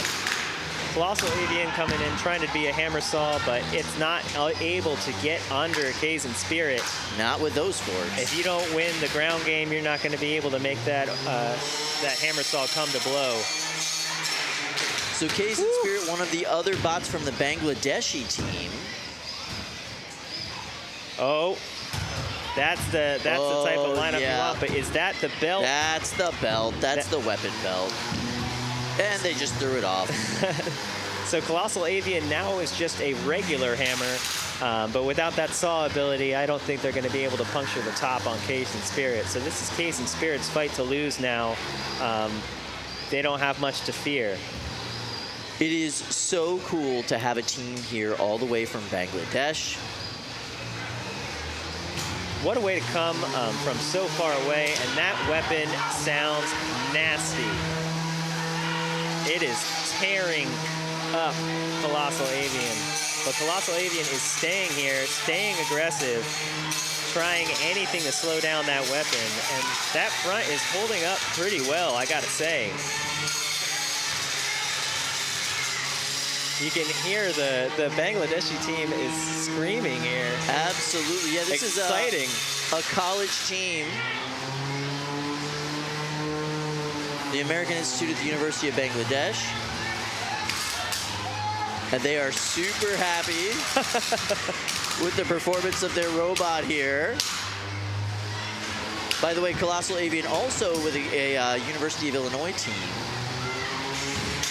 Great pushing power there, getting them right up into the house spot. Nice work. What a great fight this is, because, you know, you see Kazan Spirit coming out here with a what was that? Kazan Spirit just self-destructed in some way. It ejected its weapon into its chassis and has destroyed the internals. Yeah, nothing is moving on that bot anymore. Whatever its weapon hit, it's done. It is toast. That is the definition of eating yourself, I think, in combat robotics. I've never seen anything quite like that. It's like the entire bracket that's holding the weapon in seems to have just shattered. I mean, it's not even there anymore. And, you know, that's why you stay in the fight. That's why you keep going as long as you can. You know, we saw in that last fight, there was a tap out right towards the end. And in this fight, there was no tap out. And you just never know what's going to happen. Wow, absolutely incredible. That's going to be the end of the fight. I don't know, did we officially make it to a judge's decision or not? Or was it a count out before the end? But, wow. Yeah, it seems like we got to the end of that matchup, so I do believe this has to go to a judge's decision. Nope. Oh, saying KO. All right. That was an incredible end, and that's why you stay in the fight. That's why you stay aggressive, even when your weapon goes down, even when it seems like, you know, hope is lost. You stay aggressive, you stay in. They were getting some good pushes, and then something popped in Kazan Spirit, and that's the fight. Wow, so there's Himmel from Kazan Spirit. I spoke to him yesterday. Very happy to be here. Just so excited. He's been watching the NHRL YouTube content for years now. They've been planning on coming out forever. They knew that the new bots event would be right for them. Well, you got to hand it to them. They built a durable robot with an extremely powerful weapon. I think the issue there is they demonstrated that power against themselves, but yeah. A great fight and a great performance from both robots overall coming out there, and I'm going to see some slow-mo of that eventually. That was, yeah, and I'm curious to hear from him what ended up happening once he diagnoses that issue. Yeah. All right, so we are now in cage 3. And this, you see the rather unique weapon over there in the blue square. That's Hokey Pokey. And over there is Trijinx. Hokey Pokey, one of the few spear bots that we've ever seen here. It is a reciprocating saw motor placed into a spear configuration. Super interesting idea. Been used to great success today. It's good to see a spear bot working well. It's one of those weapons that you'll often see suggested online. You know, why doesn't anyone make a spear bot? So it's good to see one well, work. It's a different take on one. Normally when you see a spear bot, it's very much so about hydraulic pressure or how much actual force you can get behind it. This, as a reciprocating saw motor, you're getting a little bit of force, but really it's that repetitive, like just hammering away at the opponent. Yeah, because I think a lot of people think I'll put a lot of pressure into the spear and I'm going to really impact someone. That's just going to shove you out of the way. Right. But when you can reciprocate fast like this, maybe you can get that spear into one of those little weak spots of the opponent. Right. You hit enough times, you'll find that belt, you'll find that hole, and that leads to a little wire inside. You know, a lot of these robots out here have those truss frames I was talking about earlier. Yep. You can sneak that spear right in there and hit a wire inside. So the fast reciprocating spear is an interesting twist on the idea. And it's something we try to do a lot with Shatter and Knockoff White. You know, just fire a lot of times, eventually hit something important, and they're just trying to come at it from a slightly different angle. Yeah, and you're really showing the judges, you know, your aggression, you're showing the attack, you're getting the points that you need to win the fight when you do it that way. Now, they're going up against Trijinx. We've seen this thing fight already today. This thing hits like a ton of bricks. The entire body is compliant TPU. The wheels are custom molded, super flexible, and that bar, the radius of that bar, I believe, is almost the entire length of Hokey Pokey. It's a big weapon for this weight class. It is a big, big 4, weapon. 3, 2, 1. Fight, robots, fight. And we'll see, will Hokey Pokey fire that spear into the weapon?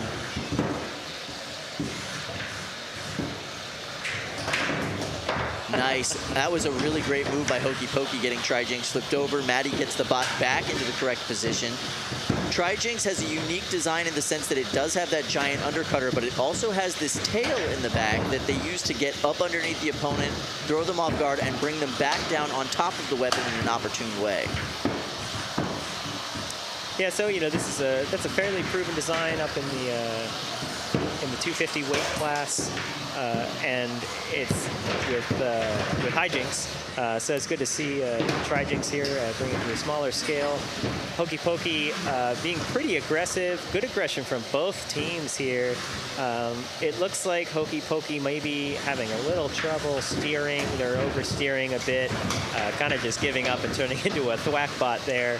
But we'll see if they can bring that spear to blow on any vital components on Trijinx. Yeah. Trijinx themselves seem to be having some weapon issues. They're now kind of going in with the tail more than anything else. I mean, Maddie is a very aggressive driver. Not surprised that they're kind of ignoring. There we go. We got some weapon spin up there. I wonder, were they conserving the weapon? Was it overheating? But even an intermittent weapon can count as damage if it doesn't look like it's being, 100%. That is an odd noise. I do believe that is coming from Hokey Pokey's weapon. Because I don't see it coming out. But I'm hearing what sounds like a reciprocating noise. Yeah, yeah.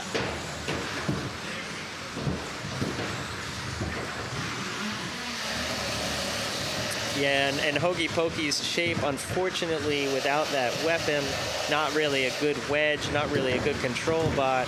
So they're in a hard spot right now trying to come back if that is a weapon failure.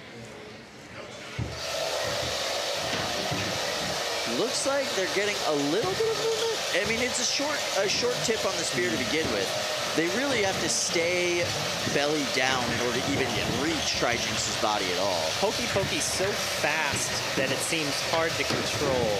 And that's a real easy trap to fall into. And it's hard to get that steering mix right to be able to get that straight line speed you want. But like a controllable turning radius can be a tricky thing to dial in. And that's the thing I expect them to work on over time with this robot. And they'll get that driving a lot better. Absolutely, and Chris Miller, who drives this robot for Team Pandemonium, he's got quite a bit of experience at this competition already. And there we go. This match will be going to the judges. I think both competitors kind of wished for a slightly better fight. Yeah, it's interesting. It's a hard one to judge. I wouldn't want to call that. You've got a little bit of damage on both sides, a little bit of control issues on both sides, and two awkwardly shaped robots even to begin with. So just a hard one to judge there. You saw in that last shot there of Maddie's face, she seemed a little bit upset with the performance of the bot. Obviously, you want your weapon running the entire time if you can get it. Wasn't able to get that this time around. Yeah, I think Trijinx, seeing those juicy wheels on the side of Hokey Pokey really probably want to take a few bites all out that of Bane bot's deliciousness on the side there. They wanted it. Yeah, just ripe for getting pulled and torn apart and not able to make it happen that fight. Yeah. All right, we are now heading over into Cage 2, where we're going to get ready for this fight. Looks like Redline up in the corner there from Chris Caps. Oh, interesting. Tokyo Drisk versus Daryl. Tokyo...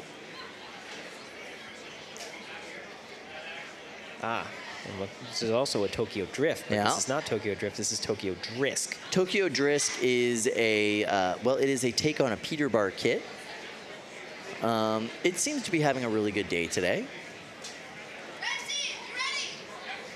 Well, I like the color. Again, I'm going to root for anybody who's got a bright pink anything on their robots. 4, 3, 2, 1.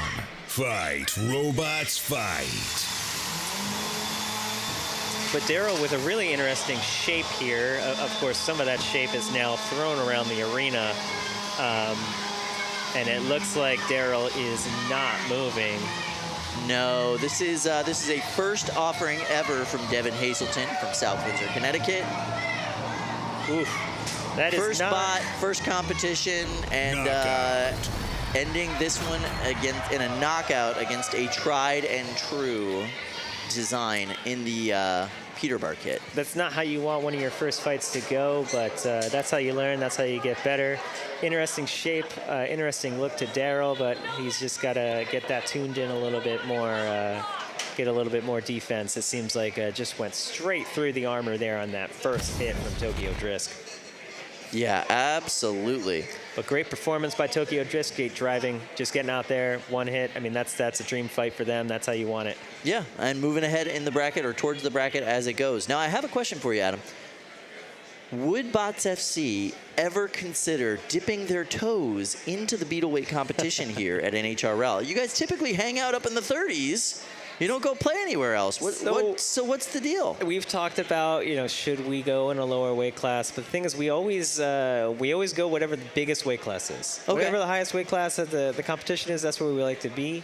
And so, that's why we haven't done it yet. There's a rumor we're having a few events this year where it's only Beatles. That is true. I think Beetles, my hands are pretty fat. I have a hard time working on the tiny components. Our mini bots are basically Beetles, and it's difficult for me to get in. To get in there and work on it? Yeah, you got to get the tweezers out. Maybe 12s. Sure. But I don't know, we'll think about it. It's so different, the designs, the driving, even the material science. Yeah. The way that everything behaves is different. When we build a 30 and we build a heavy, they're very similar. Yeah. In the way materials react, in the way you design them, the frame styles. The weight to power ratio is very similar. It's the physics work similar. Yep. When you look at a 30 get tossed around the arena, you look at a heavyweight get tossed around the arena, the fights, they play out in a similar way. But when you go down to the scale of the threes, it's like everything's fast forwarded. Bots are bouncing off the ceiling left and right, and they're expected to keep going. 3D prints can just be your armor in certain circumstances, and it's just it's so different. I think we'd have a lot of learning to do. Yeah. For sure. So we have talked about it. We do have some experience with the mini bots that we build, although some of those are kit bots, not all of them. I don't know. Maybe. It could be fun. Yeah. Could be fun. Hammers also don't scale down that small so easily. Really hard to build a beetle hammer. I've seen it done. It's hard. All right, we're going to head over into cage 5. Oh, wow. Speaking of 4, big beetles. 3, 2. Now that's a nice 1. color combo. Fight. You like that? Robots I like that fight. orange. So that's Stage Hazard. Stage Hazard is 100% TPU. Nice. The shuffler pods are TPU. The gear mechanisms are all TPU. Everything in this bot. They've actually had to do a lot of experimentation just to stop from shearing their gears. Yeah, it's pretty cool. But that gives them this giant profile compared to the rest of the Beetles. It's so large, and the speed at which it moves is like imposingly slow. It is, right? Yeah. It's kind of ominously chomping away after their opponents. Yeah. And they're going up against Scurvy Sticker Bot Pete, which is a take on an SSP kit. Mm-hmm. Now, we're pretty familiar with the SSP kits at Bots FC. We use those as our mini bots a lot on Emulsifier and on Knockoff Whites. Very durable little kit bots. They can sometimes be tricky to dial in that steering. They have a habit of sometimes oversteering a little bit, but good power in the lifter, good power in the drive. Yeah. And very durable. So you can see your Stage Hazard getting lifted up, and Stage Hazard weighs 50% more. It's a 4-pound robot, actually. Yeah. They come in right at 4 pounds. And so that's a lot of weight for Scurvy here to be lifting. But they're doing it. I'd like to see them being a little bit more aggressive here. They should be taking advantage of the slow movement of Stage Hazard to show the judges aggression and control. But credit to Stage Hazard here, keeping the front pointed at Scurvy, despite that maneuverability disadvantage. And Scurvy's having a hard time dealing with that. Like I said, you go up against a robot with a weird shape like this, and that's hard. Nice lift there. They did get in behind. They did get that lift. Yeah, they needed to build up their confidence a little bit. Stage Hazard run by Ben Hoxie. NHRL veteran and known for building weird bots. This is a great one. I love this design. Apparently, they're going to be iterating on this on the future to have a puncher-style weapon also in the center, which is cool. Yeah, this is going to be another hard one to judge here. I think both bots have had moments. And whereas Stage Hazard hasn't always been able to catch up to Scurvy, it sometimes looks like Scurvy is running away as they try to reposition themselves, and that's not going to help them in the aggression category. But right here, some great control, getting under Stage and pushing them around the arena at will. A nice pin. You can hold this pin now for about 10 seconds, and they'll be asked to let off. And they've got Stage Hazard now pinned up against the wall, but they're able to vibrate loose with their shuffler pods. That is one of the big benefits of shuffler pods. You just get some more inherent vibration, able to shape yourself loose from debris in the arena, or Live by perhaps the off the side vibration, rails. die by the vibration with the shuffler pods. It will vibrate you off of things that you are stuck on, and it will also vibrate things inside of your robot that are supposed to be stuck together apart. There you see Mr. Fish from Scurvy Stickerbot Pete. Seems pretty happy with his bot's performance. We'll have to see what the judges have to say about that. But right now, we're going to go over to cage 6. All right, so it looks like we have a little SSP down the corner. Is that Redline? I think it might be. All ready to go. This should be a good fight here. You know, a little dual vertical disc robot going up against a control bot lifter. 2, 1. Fight, robots, fight. So this is Peekaboo versus Rajin. Rajin seems to have died off of those impacts. Yeah, they've really been struggling with this robot all day, and yeah, that's a big tap out from them. Those are the types of bugs that you're gonna, they're gonna go back or they're gonna look into, they're gonna figure out, and once that bot gets more durable, it's gonna be really scary. Yeah, this is gonna be Alex Kansberg's bot for the year from OOTA Robotics. They have been here before with Iron Eater. Cool robot, little panda-shaped design. It's really neat.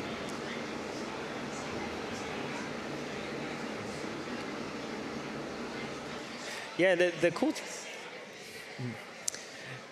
thing there was they came out, they won the ground game, they got the big hits, but something in that impact caused the electronics to let out that magic smoke. Yeah. And so the mechanics of the robot, the geometry of the robot, they seem to have that dialed in pretty well, but they just got to work on the electronics aspect. Yep. I wonder, was that an old ESC or something that was put in here and that was just its last impact, or is it something bigger that they'll have to go and figure out?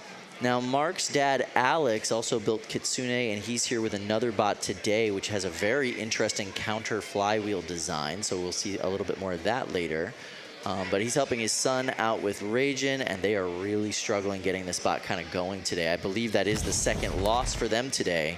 So they're probably going to be going down into the freestyle brackets after that, is what it is at this point. Yep. But Mark's a great builder, and Alex is a really good driver. And, once they work the kinks out of that bot, I think we're going to see some really good hits out of them this year. Yeah, practice and iteration is really what makes a difference in this sport. And so you come out, you lose a fight like that, it hurts to lose, but you're going to find those weak spots, you're going to find out what worked, and then you're going to iterate it on and make it better. So yep. I think there's positives to take away for both teams there in terms of, what went right. All right, we're going to head over to cage 4 and see what we got going on in there. More big fighting robot action for you. 1. Fight, robots, fight. Oh, yeah, Dr. Claw versus Void. That is a deafening spinner hum right now. I love the name Dr. Claw, but that's only because I grew up watching Inspector Gadget. There's some just terrific names in this competition. So, Void is brought to you by Trevor Summers from Team Defective. And it is Void reminding me, I think was it a Voltron or maybe Atomic Wedgie kind of had this sort of shape back in the day. Really interesting, you know, wedge with the vertical spinners on the back. That's Dr. Claw, yeah. Oh, that's Dr. Claw. Yeah, so Void is this kind of vertical spinner. It is more similar to like Scurryfest. It is that style of a robot, vertical disc spinner. Okay. But Dr. Claw is this 2-disc wedge-shaped spinner. I kind of love the design. Great design, great aesthetic, great look. It has been doing well early on in this fight. It had Void upside down. Void's second, or Dr. Claw's mini-bot is kind of out of the robot fight, but Void here coming in strong in the second half, and it seems like they've bent the frame of Dr. Claw too much. Dr. Claw's wheels unable to contact the ground anymore, and I think that's going to be it for them, unfortunately. Yeah, man. So Dr. Claw brought to you by Ryan Payne. This is a true rookie, first bot, first competition. And they have 2 independently driven dual verts as their weapon. This is a college senior design project. How cool is that? Really cool, really great to see it coming out. They were driving well. They had Void upside down. They were taking him around, driving him around the arena. And the difficult thing in that situation is you're trying to remain aggressive, you're trying to deal damage, but in the process they flipped Void back over. And once Void was back on their wheels, it was too much for Dr. Claw to handle. Yeah. And the frame is just mangled. Yep. Yep, interesting material design choices as far as Dr. Claw goes, but the actual shape of the robot worked really well, and the internal components seemed to work really well. Those dual disc spinners hit pretty hard. What a hit by Void. What destruction. You know, we'll see if they can get that back together in the pits, but that's, you know, a fight can turn it at any moment. You're winning it, you're winning it, you're winning it, and then boom. Yeah. Congratulations to Trevor Summers. We're going to head over to Cage 5. Oh my goodness, I am so happy about this robot. All right, so we've been talking about Thagomizer-style robots a lot this year because of the success of Maximizer. Maximizer was dominating in the 12-pound division, really changing the idea of what a successful 12-pound design is. This is a take on that Thagomizer-style design. This is Vertimizer. And instead of a horizontal weapon at the end of the tail, it is in fact 2 vertical spinners at the end of the tail. And I mean, this is just such an absurd idea. I really like it because it's one of those things you would draw. You know, you sketch it and you're like, wouldn't this be fun? This is hilarious. And they went and they built it. They made it. And it's just absurd, and I love it. Fight, robots, fight. Oh my gosh, I love that spin-up hum. That is hilarious. And the great thing here is usually if you were to spin a vert like this, of course the gyro forces would be insane and you would go catapulting, but because they have 2 counter-rotating, they're able to thwack. That's amazing. And it's taking these hits, it's dealing these hits, and it's actually working here. It's competing. It's looking pretty good.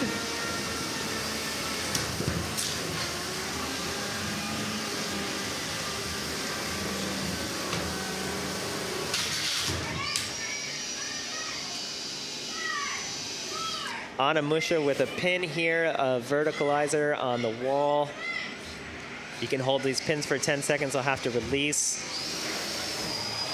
Anamusha from DD Jezu. It is a brand new bot, brand new competitor. That's Team D&D. I did see the Anamusha team has a lot of pickles at their pit table. If you need some pickles, you can go buy some. They look delicious.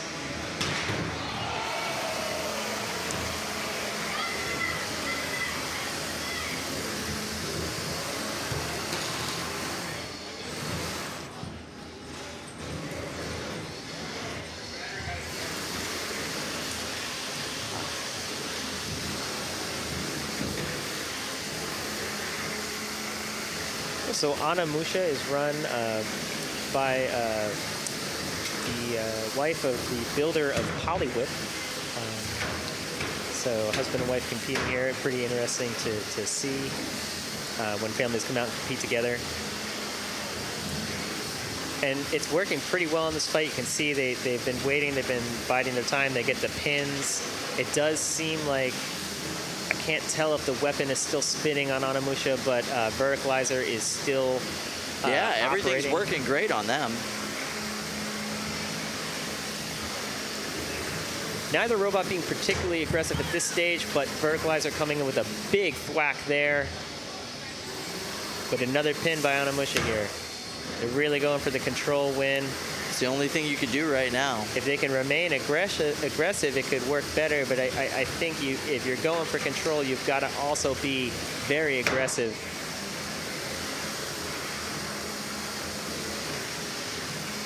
And Onimusha seems to have lost a bit of control. They're stuck in the wall now, I think. But they've managed to get themselves out. Verticalizer seems like their weapon is also down, so we've got kind of a little wedge battle going here. Oh.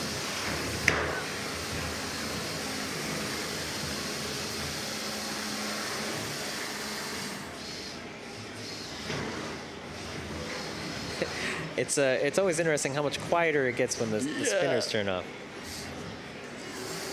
But it does seem like Verticalizer is still operating at the end of the fight. Yeah, really impressively so, actually. Yeah. Great job by them. I love when someone comes out with a design like that and it can demonstrate the functionality and show that it is actually competitive. I'd like to see, both of those bots be a little bit more aggressive in the fight, but it seemed like they were both nursing a couple issues throughout the duration. Well, I know I talked to Joey yesterday, and there was a lot of issues getting Verticalizer up and running. It's a relatively complex first build. It's an extremely complex robot. I was looking at it up close, and they've actually got the motors for those drums out in the arm. Oh, wow. So it's not just swinging the weight of the arm and the weapons. Yeah, it's the also motors. the motors out there. Wow, yeah. And so it's a tricky assembly to get right, and I can imagine it's hard to keep running. So it's nice to see it come out and perform. Yeah. Good fight by both teams to keep going through the issues and make it to the bell. Whenever you can make it to the end of the fight, that's a bit of a win. So yeah, it's a fascinating idea. Obviously worked out pretty well for them there. I think they're going to win that judge's decision pretty handily.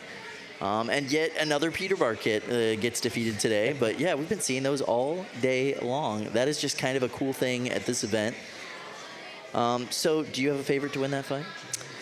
I don't know. I'm glad to be at the desk and not in the judge's booth, because I think I would just be a terrible judge. I would never know who to give it to. Yeah, fair enough.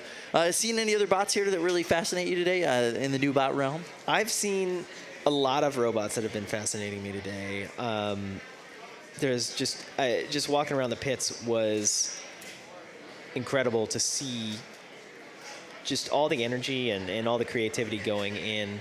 Trying to look at my list here of ones that I really liked. That Singularity was a standout for me, just in terms of its weirdness. Yeah. I think they smoked earlier on in the competition, so I don't know if they're still around, but that was a cool robot. Bumble Blitz, a hammer saw. Cool robot, isn't it? Looked really cool. Yeah. So that was exciting. The UHMW arm holding the hammer saw. Interesting ideas to see how that holds up in that weight class. HODOR, we talked about before when they were fighting, just love a giant pink square. I think there's it's maybe underrated how much the size and the color and the shapes of robots can kind of mess with an opponent driver's head. And coming out against such a wide, low robot can just be disconcerting. Yeah. You don't exactly know what to do. It's something that we like to do with FoamBot in our robots. We just have this big block of foam. You're like, what is it? It messes. Can't get to anything important on it. It messes with you. So I like those robots that kind of mess with things in that way, with scale or proportion. So that was an interesting one to me. A lot of great names. Scurry, which was like a shuffler, was awesome. BattleTots. So cute. Yeah, all original designs. Yep. In that one, which were great to see. And then the robot Odin. Oh, yeah. Isn't that interesting? With the Ryobi nail gun inside, just sort of zip tied in place. I don't know if it's fought yet. I really want to see it. It has. It fought earlier today. The idea is that it gets the opponent up on that wedge and then shoots it into the bottom plate to try to get them high-centered when they come back down. Weren't able to pull that off. We're going up against a really heavy hitter in their first fight, but they were kind and did not destroy them. So we should be seeing them come back later on today. Now, we've talked a lot about how many bots that have shown up today from all over the world, right? Bangladesh, Great Britain. You have fought in so many places. Where have you gone to fight robots around the world? What is your kind of like your continents that you've hit? So the biggest one where we fought was China. We did a couple seasons of shows out in Shanghai, and we had a ton of fun. And of course, while we were there were other teams from all around the world that were there as well. So it was great to come together, and it was just insane being halfway around the world and fighting robots with other people who also came, halfway around the world from like a different half than I was from, and it just is coming together and tons of fun and lifelong memories fighting in China. I've been all around the U.S., of course, as well, California, Florida, Las Vegas, all around the East Coast area, Pennsylvania and such. And then I've appeared on a show out in England. But I didn't actually go to England. They just used my application video, and they played it during the trailer and the beginning of the first episode. But they didn't actually let you come play. No, it was apparently it costs a lot of money to fly out the robots, so I didn't. I was going to ask, what is it like to fly internationally with a death machine and high-powered batteries? How does that work? Yeah, so ironically, it's easy to ship the robots in a big crate. It's fairly easy to ship the robots in a big crate, but the batteries you cannot just put the batteries in the crate. So what we do is we ship the robot in the big crate, and the flying rules are weird. It's easier for me to take the batteries with me in my carry-on luggage, because there's a maximum size for the battery, right? And this applies to any battery. Your laptop battery, anything else you want to bring on cannot be more than 100 watt-hours. So if you look at your laptop battery, it's probably 99 watt-hours. That's why they're all at that size, because that's the max you can bring on an airplane. Interestingly, there's no maximum to the number of 99 watt-hour batteries you can bring on an airplane. So I generally travel when I'm fighting in the US or when I'm fighting in China with an entire carry-on luggage, a big Pelican case, filled to the brim with like 90 watt-hour LiPo batteries, which is apparently completely safe according to every airline in the world. However, if I were to make any one of those 101 watt-hours, I'd only be able to bring 2. So, good thing they're all under 100. Yeah, that makes them safer to exposure to air and puncture. Okay, interesting. So yeah, I tend to spend a little bit longer in the security line when I'm traveling for robots. For some reason, I always get randomly checked, but it all meets the rules. I always get let through, so I just leave an extra 15 minutes for the security line, and then we're all good. But the robots, we ship those in big crates, all the metal, all the ESCs, all the everything else. The batteries, you cannot ship those no matter the size in any sort of air shipping. So we take those personally in the carry-on luggage. That makes sense. All right, let's go check out what's happening out in the pits right now. How's it going out there? Wow, still full, still busy, and messy. These are like the messiest pit tables of the season. Yeah, it's funny you say they're messy. I'm looking like, wow, those tables are neater than mine. My pit table is always a mess. It is funny because you often sit across from Matt, and Matt's pit table is like a clean. His pit table is neater than this desk that we're sitting at right now. Yeah, it's a very pristine area. My area of the desk is messier than Matt's pit table during an event. This pen is not perfectly straight. Everything, his pit table will be perfectly aligned. He really does, yeah. He's a super meticulous fella. I don't know how he maintains it. Mine just gets away from me immediately. That's so funny. But yeah, they're still going nuts up there in the pits right now today, and these are the messiest pit tables you'll see of the season because I think everybody's still trying to find their bearings. Yep. Everybody's still trying to figure stuff out. Even if you're super experienced and you normally keep your stuff really clean, today's a day where you're stripping stuff down, taking it apart after every single fight, trying to figure everything out, and you're probably losing a couple of nuts and bolts and trying to find them within the pile all day. But yeah, it's a cool event so far. I'm really excited. Yeah, it's a lot of fun. You know, the pit table mess too stems from like you remove a part and you say, it's not that broken. I might be able to use it again. So you start having a pile of semi-broken things, and you have your semi-broken top panel or your semi-bent weapon, and well, this bolt is a little bent, but I don't have many spares, so maybe they'll get more bent, and I'll want that bent bolt, you know, and that's partly why the tables get a little bit messy.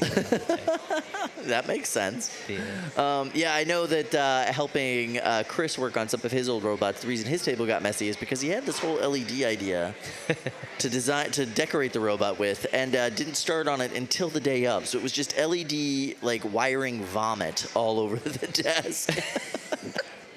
I always bring a lot of LEDs with me to competitions as well. I'm always like, oh, maybe I'll put these in. Maybe we'll have some lights in the robot. I never end up doing it, but I also have a pile of LEDs. That's the other thing. I can't stop bringing things, and maybe I'll use it this time. Maybe I'll use those LEDs. Maybe I'll need it. All right, so we are still currently in the preliminary rounds, but we are very quickly going to be heading into the real bracket, 7 o'clock prime time on the main channel. Please check it out. Fully produced. We're going to have the quarterfinal rounds and everything thereafter. We're going to have a ton of freestyle fights. We are also going to have pit interviews with everybody that is left, talking to them about their new designs, new robots, and their plans for the rest of the year. So stick around for that. That is going to be a blast. But right now, let's head over to Cage 4. 5, 4, 3. What do we got going on? 2, 1. Fight, robots, fight. Wow. So slow.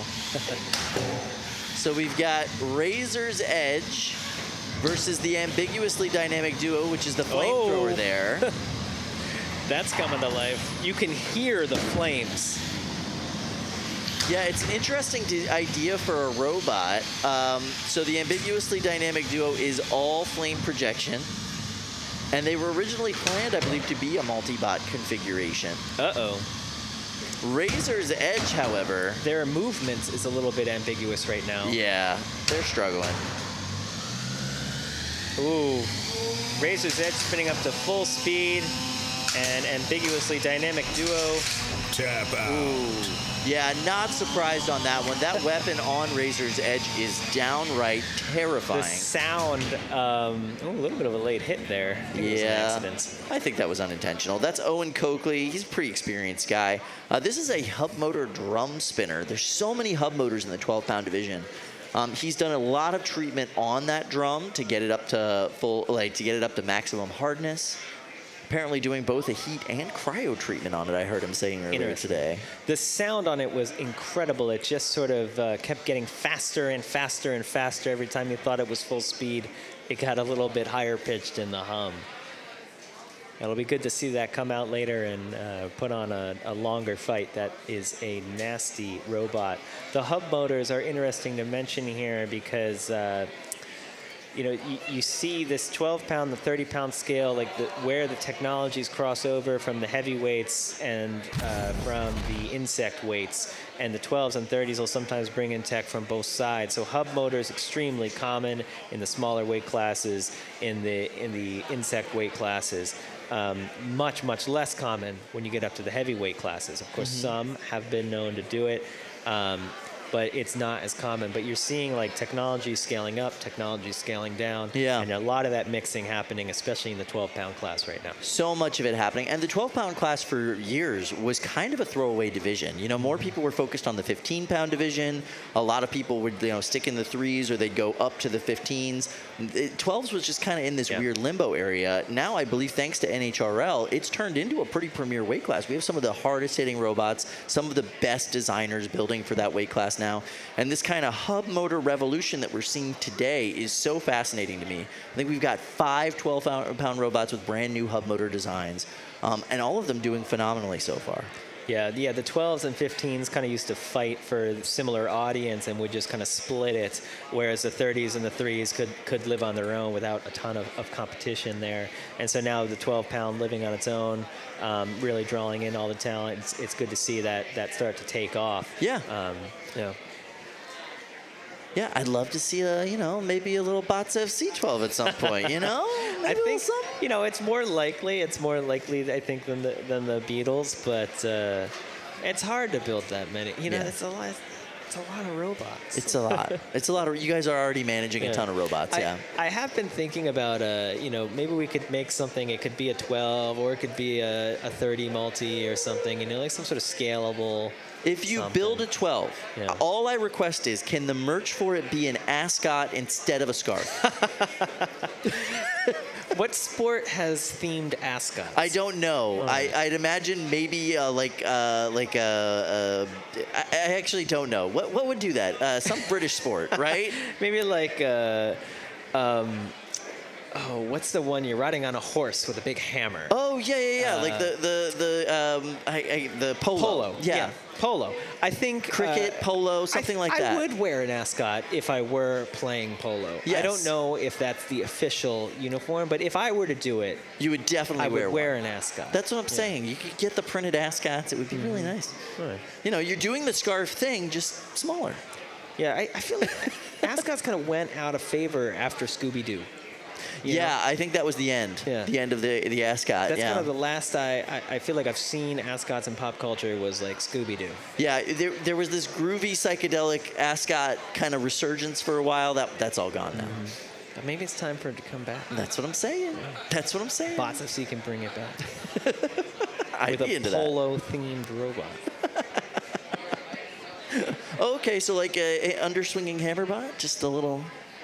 Yeah. I'm trying to think how that would work. I don't know how that would work. That'd be really weird, but that'd be kind of cool. So that's that'll be my minor goal today. Get you guys to expand into another weight class here. It'd be fun to see. But yeah, the competition, especially in 12s today, there's a lot less silly. There's a lot less silly going on in the 12s. We still have our nail guns, but aside from that. It's a serious weight class with serious robots dishing out serious damage. So it's getting up there, and every competition you come to at NHRL, the competition gets stiffer and stiffer. Yeah, absolutely. Now, we touched on this a little bit before, but are there any big changes planned specifically with Knockoff White this year? Or are you just kind of leaving that as is? Well, Knockoff White was working really well in the All-Star tournament. We lost a close judge's decision in the semifinals, and that was tough. We really wanted to win that competition, and we couldn't do it. But the robot was looking really good. And we didn't necessarily want to change anything for this season, but the difference in the rules this year is interesting. So Knockoff White uses a lot of the weight bonuses, right? We have the non-traditional locomotion bonus. That gets us from 30 to 45. And then we have the multi-bonus, which gets us up to last year, 53. Correct. And a plus 10% on the main bot, which meant the main bot could be 49.5. However, this season, there's a new maximum in the featherweight class. No robot can be more than 50 pounds total combined. The main bot could still be 49.5, but that would mean our mini bot can only be a half pound. Wow. So that's not going to be enough to run our standard assortment of mini bots, and most likely we'll have to lighten Knockoff White to allow us to run heavier mini bots. And that's going to take some modification. I'm not exactly sure we're going to be able to take that weight out. We still have 2 fully functional Knockoff Whites right now after that All-Stars tournament, so it's still working. But we've got to fix something to make it light enough to run an effective mini bot. Right. Now, if you had to eliminate a mini bot, would you rather eliminate a stick bot or a foam bot? Like, what would be the preference there? Foam bot would actually be the only robot that we could run right now. I think it weighs a little bit more than a half pound. Wow, that thing only weighs under 1. That's crazy. So you reduce the foam a little bit, you're probably like right there. I'd probably take a little bit off of the main bot, but I think it's close. It's close. It would be the only one we could run. Stick bot is extremely useful for us against certain types of robots. Yeah. And of course, we also have the SSP kits, which have been pretty good at sneaking up behind people. We have some thoughts for some new beetle weight size or maybe a little bit bigger mini bots as well, because the interesting thing is that for Emulsifier, the weight limit for the mini bot has gone up.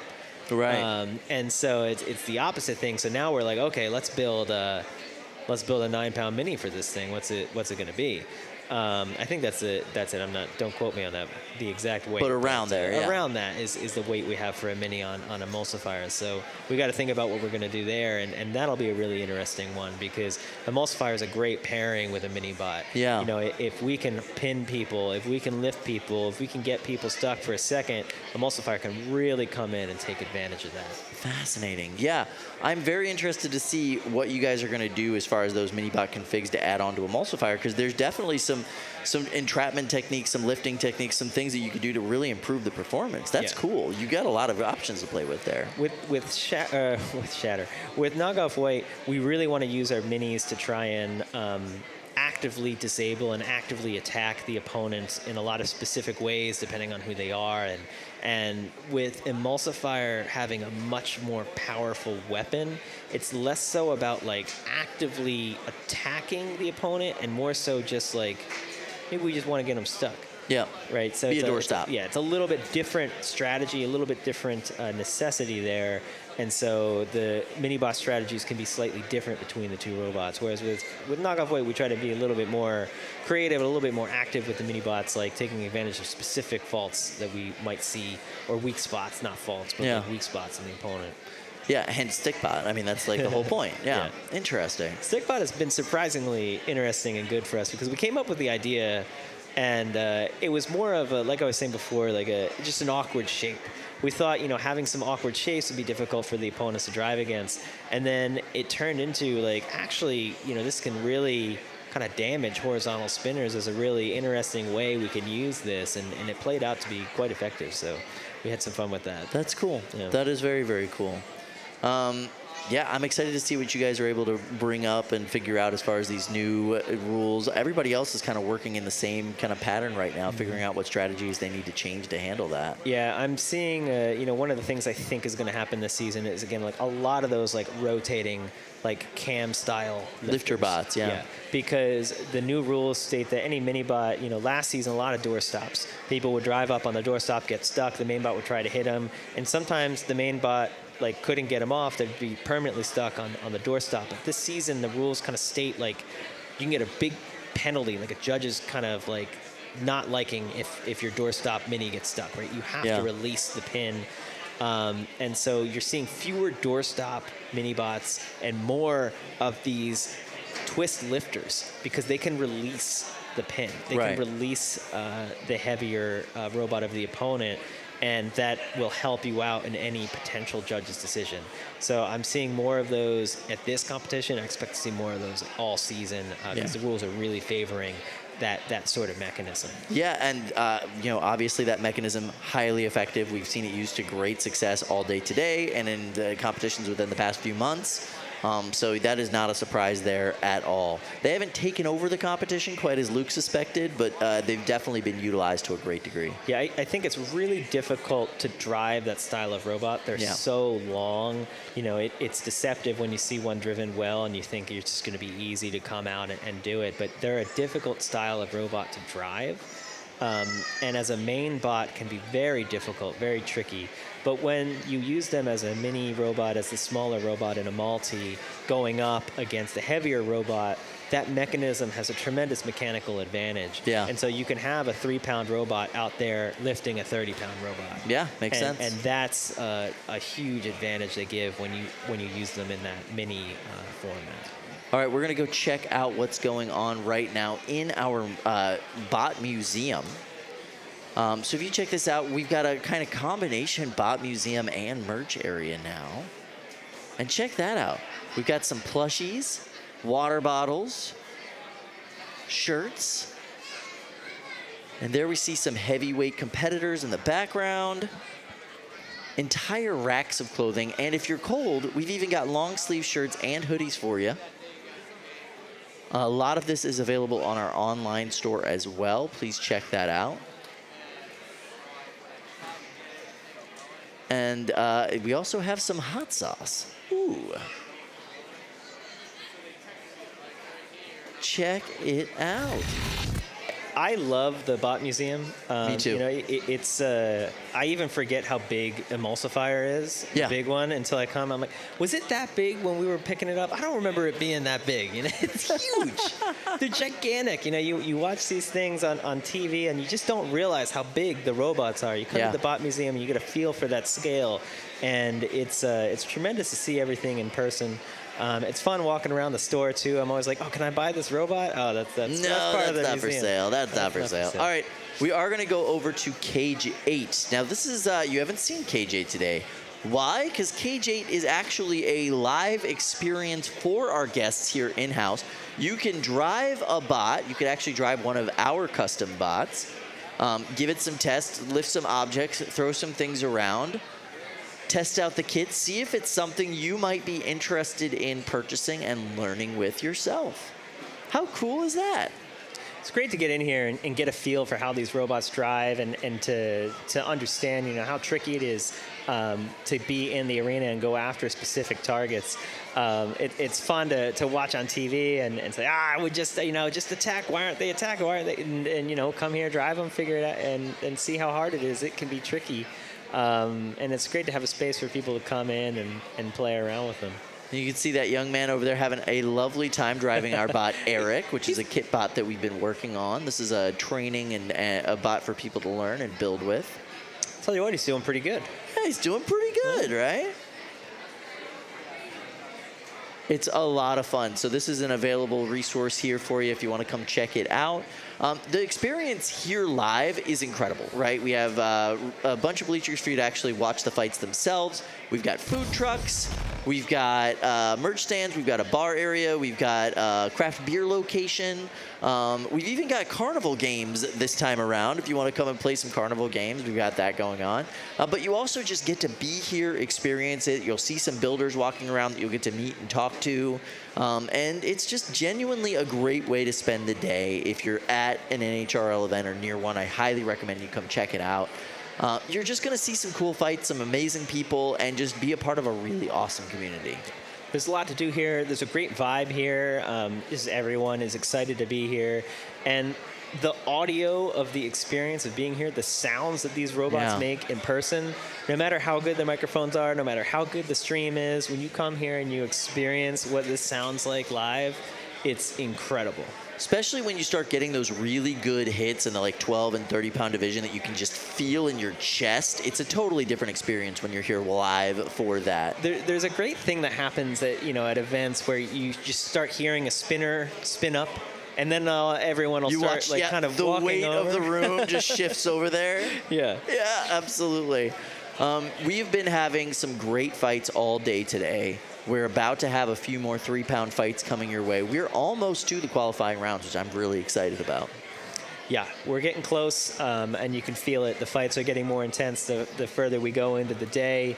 The nerves are getting a little more nervy. Yeah, a little bit. Yeah, I think it's people are having a lot of fun. I'm having a lot of fun watching it, and it's going to be exciting to see who comes out on top here. You know, we've got a tournament full of Cinderellas. Whoever wins, it's going to be a Cinderella story. Yeah. Because, this is the first competition for every one of these robots coming out.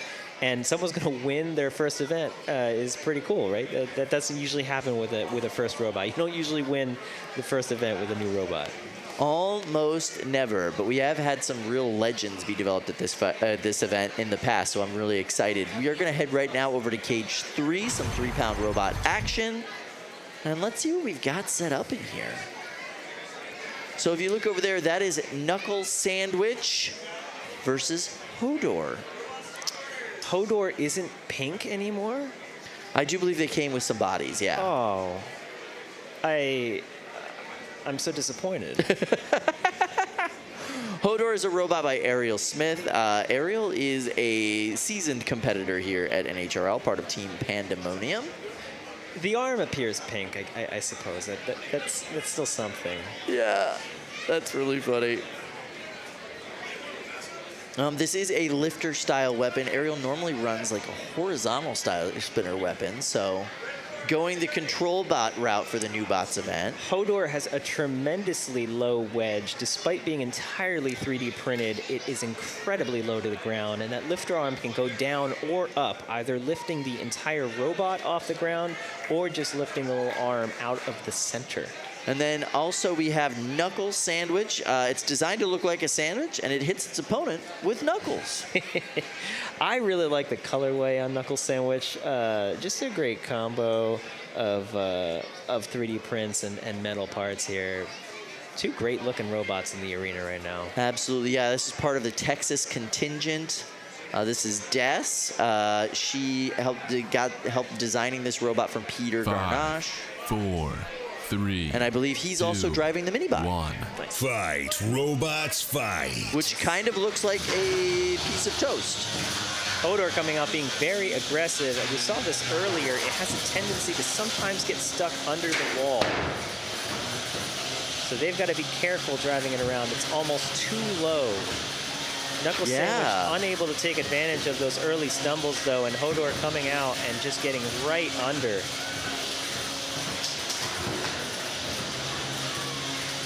The drive on HODOR and Knuckle Sandwich, both so twitchy, having a little trouble keeping the front pointed the right way. You can see Knuckle Sandwich fighting really well with the teamwork there. Yeah, really great work. The wedge getting them up. Ooh. HODOR's Mini going flying. Now keep in mind, damage to your multi-bot configuration counts. I mean, it counts just as much as it does anything else now. We've got a true multi-bot battle here. The smaller robot of each team attacking the main robot of the opponent. You don't see that very often. You can see HODOR pushing the lifter into the floor there. That is a nice job by Knuckle Sandwich getting underneath HODOR, really holding them up in the air, releasing the pin as necessary. This is a wild fight. A lot of hectic things happening. Knuckle Sandwich scurrying across the floor, face down into the wall. HODOR remaining aggressive here. But Knuckle Sandwich getting the pin.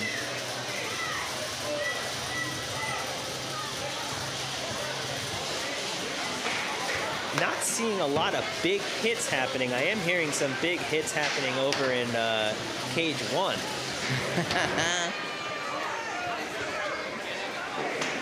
Yeah, we'll have to check out what's going on over there in a little bit. But in the meantime, HODOR carrying around Knuckle Sandwich.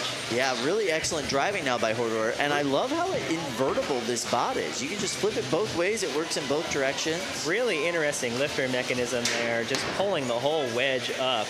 It's an interesting design. You don't see it very often, and it's really fun to see it working.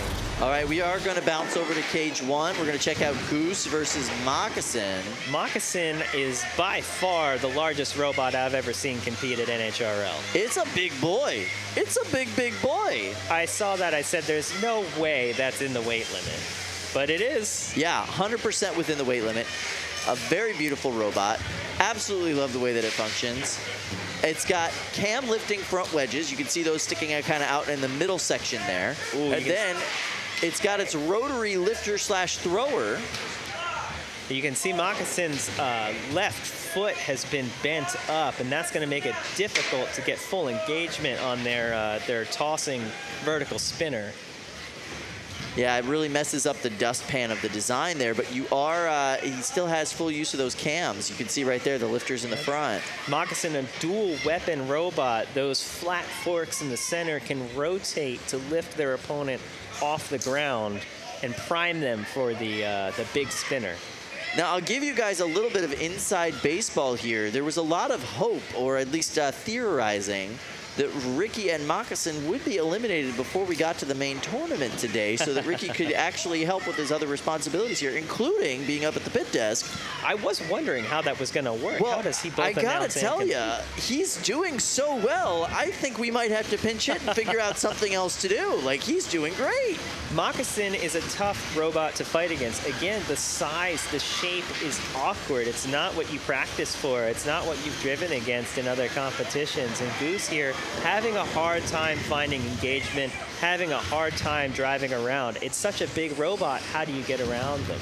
And also, a lot of the important components are up and out of the way. You know, you're not going to get to the motors. You're not going to get to the batteries. You really have to hit the wheels, hit the weapons themselves if you want to do any damage to this robot. It's difficult. And nice throw right there. That was great. Toss. Moccasin showing what it can do there. That's what it's built for. Getting Goose upside down, and it does not look like Goose can move in that position. I don't know if something broke or if they just can't hit the ground with their wheels. No, and you could see the experience on Ricky. He is just backed up out of the way. He's waiting to see them get counted out or waiting for the match to end. No reason to waste the battery life. No reason to waste the motors. When you go up against a spinner like that, you do not flip them back. You know, your Moccasin is a control robot. It's designed to take advantage of those weaknesses in opponents. That's how it wins fights. And what a win, what a victory. Came out dominant the whole time. Ricky obviously very pleased with his bot's performance there. He is excited, as he should be. It did everything it was supposed to do, he says. So happy. It's great when that happens. You know, we design these robots, we work on them for sometimes years. You put them in the arena, and to see it do the things it's supposed to do is, it's great. Now, Ricky's designed other robots of this type. Baby Shoes and Stiletto specifically were kind of the predecessors to this robot. He has a heavyweight version called Mammoth. You can see that on his t-shirt. This is the first time building one in this weight class, and also his first time adding the cam lifters as a portion of the mechanism. Really great addition to this style of robot. Yeah, really great thinking there to pair those weapon styles together. And this is one of the few designs that I've seen work across so many different weight classes without much real modification to the basic design. You just don't see a lot of these types of designs scale so well, but this design is really scaling well, and I haven't seen a lot of copycats, despite its pretty good performance overall. Right, overall, yeah, excellent performance. And you're right, it's not like a huge wheeled bot where we now see kind of all these iterations and different versions of it around. Yeah. Ricky really owns this this design right now, and you know, having gone up against the heavyweight version twice, it is very difficult to fight. It's just so big. It's so awkward and hard to hit. All right, so now we are heading over into cage 4, and I see Crush Fist down there. And I think that is... Crush Fist is plowing its way through my best name of the tournament bracket. 3. And that is 2, Animosity right there. There's a better shot of it. Animosity is a hard-hitting undercutter spinner. This is its first time here at NHRL, but it has fought down in Florida before. And you can see Crush Fist just winning the ground game off the bat. Of course, undercutters do not often have you know, forks or other ground scraping elements. So Crush Fist is just plowing right into that weapon, taking the force and controlling. How many of those hits can it take? So Crush Fist is a homage, if you will, to Crash Fest, a Beetleweight robot that we see here fighting all of the time by Robert Run, but this one is built and designed by Joey Gannon. Nice lift there. Joey's just an excellent builder, designer, driver, relatively new to the sport, but has quickly earned a lot of respect for his abilities. Animosity here seems to be stuck. They have that Y-shaped piece of plastic. I think the intent there is that that would help to pop them back over. It does not seem to be working. No, this is a really stressful place for them to be. Crush Fist was taking these hits. It's entirely made out of AR-500. Every surface on the outside of that robot is AR-500. There's some UHMW sandwiched in that fork spatula lifter in the center. All the armor is hardened AR-500 steel. Was taking those hits from Animosity like nothing, and now it's got Animosity in a real bad spot. I wonder if we'll see a count out here, or if they're going to make Crush Fist come in. Nice lift once again from Crush Fist, just getting a few more points, just showing the judges the domination. You gotta love it. I think we're gonna get a count out now. Still unsure what's inside that top piece on Animosity. I gotta give it to Joey Gannon. If he gets a knockout with a sand shovel lifter bot today, absolutely amazing performance for Joey. Just a great performance there. I think I heard the knockout call. Knockout. Tremendous design. Oh, yeah. Deceptive in its simplicity, but it came out, took the hits. Impressive. The 3-pound version of this style of robot does have a 3D printed sand shovel lifter. This, you can't really do that at the larger weight class, right at the 30 pounds. So it is sandwiched AR500 and UHMW, but that lifting mechanism worked beautifully, earning them the knockout. Worked great. I mean, it doesn't even look like it has a scratch on it from here. No, yeah, it just ate those first couple of hits. Very durable design. And yeah, did what it's supposed to do. So I'm sure he's proud of that. Animosity brought to you, by the way, by Alexander Grant, not to be confused with Alex Grant, who shows up for other competitions. But Alexander Grant did a great job designing this robot. Apparently, it used to be a internal combustion engine. Interesting. Yeah, and that's what they were running down in Florida, and they redesigned it for this event, adding a different motor package to actually run it. So yeah, cool design. Yeah, I mean it was dishing out some hits. I mean credit to them. They built a robot that can hit and keep going, and the only reason they lost was kind of a little geometry flaw there getting stuck on their head. And I do believe it is a geometry issue that's kind of arisen from their switch over from the two different motor types. There's some kind of like latent pieces left over from that old design type. Yeah, and those are the types of things, again, you come out, you practice, you iterate, you see what works, you see what doesn't. They had a weapon that was taking the hits, it kept going. They had a drive system that kept going. The frame was staying together, so you just got to get that geometry right so you flip back off onto your wheels, and they'll be ready to go. All right, we are going to head over to Cage 1. More big robot fighting action. I like big bots, and I cannot lie. It's so hard to, especially when you're talking about 5, this.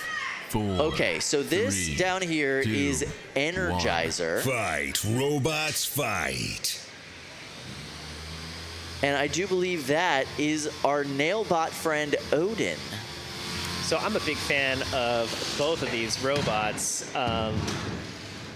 Energizer just looks nasty, and Odin is also just a really interesting, different type of design. A lot of people say, why don't you put a projectile on a robot? Well, Odin is doing it here, and I really want to see it get some shots off. I absolutely love the fact that it is finish nails. It's shooting finish nails. Well, you want to make your opponent look pretty. Yeah, yes, absolutely. Now, this is actually really impressive here. Odin has got Energizer on their backs, and they don't seem to be able to get back over. They're trying to use their mini-bot to flip them over, but they appear to be stuck, and this is not going to look good for the judges if this ends up going that far. No, and if Odin is able to get underneath them, they might actually be able to utilize that nail gun effectively to place some nails into them. I do have to think they're missing an opportunity here to get in and shoot some nails off. Am I hearing some nails? They are definitely shooting them at them, but not at a range where they would stick. As a person who's used quite a few finish nails in my life, I can tell you that the nails won't stick from that distance. I'm hearing some shots, but Energizer might get counted out here if they can't get off the wall. Nice. That's a range where you're going to stick some nails into them. There you go. Okay, and now Energizer is done. Yeah, playtime is over, and now we have the hub motor on Energizer fully spun up. Oh boy, that is not what Odin wanted to see happen. So Energizer is the, I guess you could say, heavier weight version of Plusle and Minel, which is another bot by this team.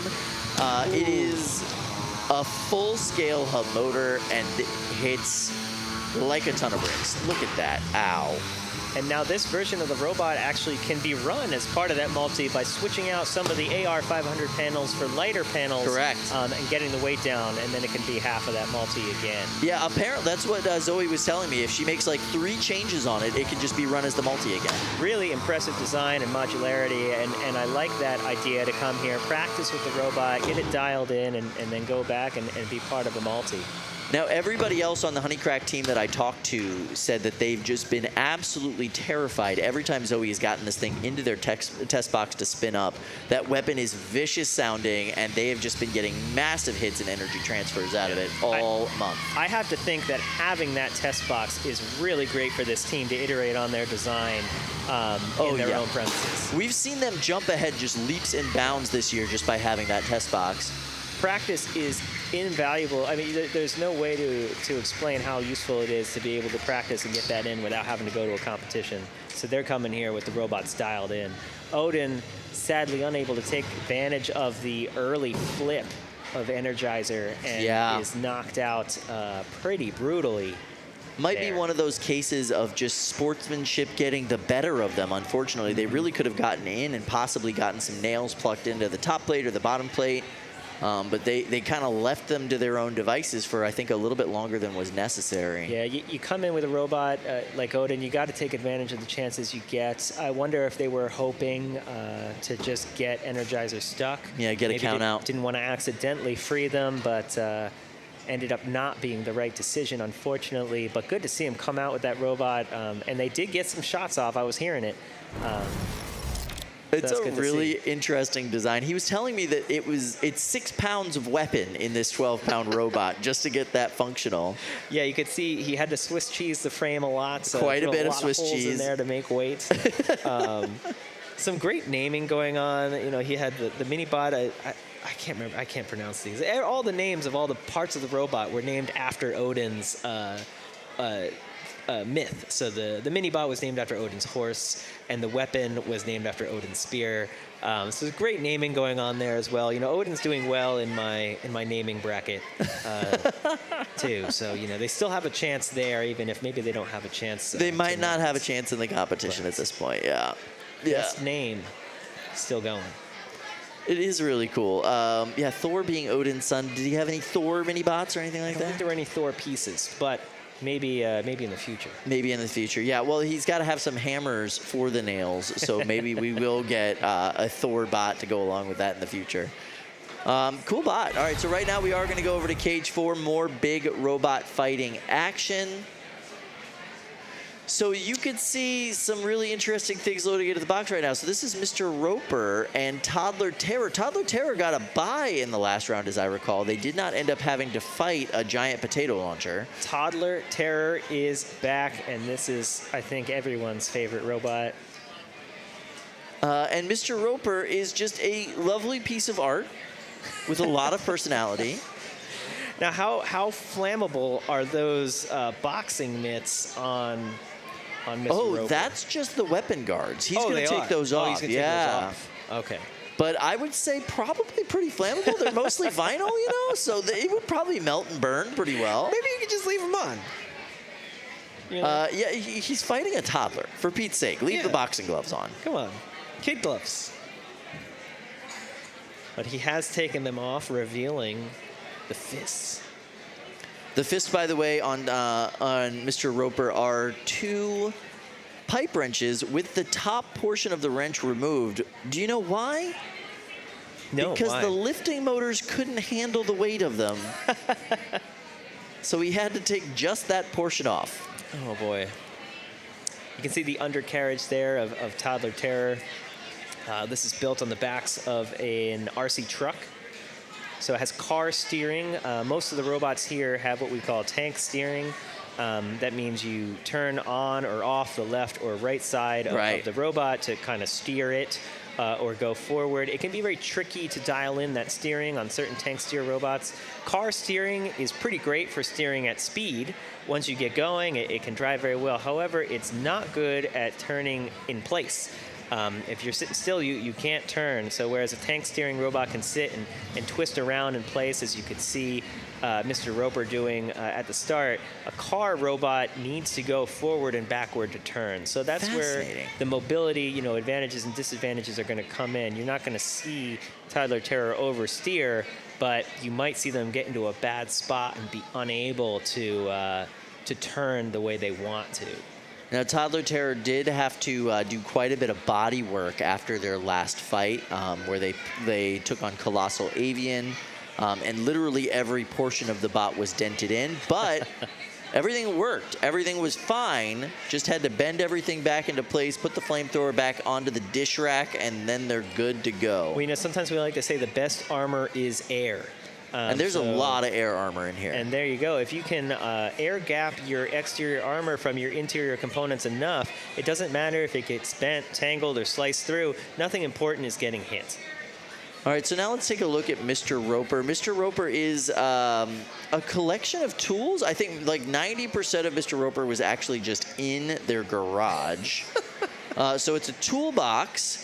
It's some speed squares, and it's these lovely pipe wrenches as the weapons. Speed squares. It's not a cow pusher. Okay. No, yeah, those are speed squares. Okay. Yeah, so that's for doing framing. You can, you know, mark out your angles and do everything you need to do with those. And he's got 4 of them: 2 on the front, 1 on the back. The 2 on the front kind of make the wedge/mustache of Mr. Roper. And yeah, Mr. Roper's been in 2 fights today. It's very angry. It's a grumpy guy. Mr. Roper just put a smile on my face, you know, and he comes out, he's aggressive. He's just going to be on you the whole fight. He might get pushed around, shoved around. He might not do a lot of damage, but he's going to get in there. But he's he's going to let you taken know surprisingly little damage today. 5. It's pretty impressive. 4, 3. Do we know if it's an AR-500 toolbox? Fight. It is not an Robots AR-500 fight. toolbox. Now, it seems they've lit their mini-bot on fire. Was that on purpose? Yes, so there is a cloud of cotton that they've put together that they intentionally set on fire. I did notice the cloud of cotton. I was like, interesting choice when your main bot has a flamethrower. Now, we see them getting in there with that torch. And these cotton balls are falling around the arena almost as mobile flame hazards. Yes. It's an interesting strategy. And that torch is going to get really hot. You know, that could do some damage if they get that torch in the wrong spot.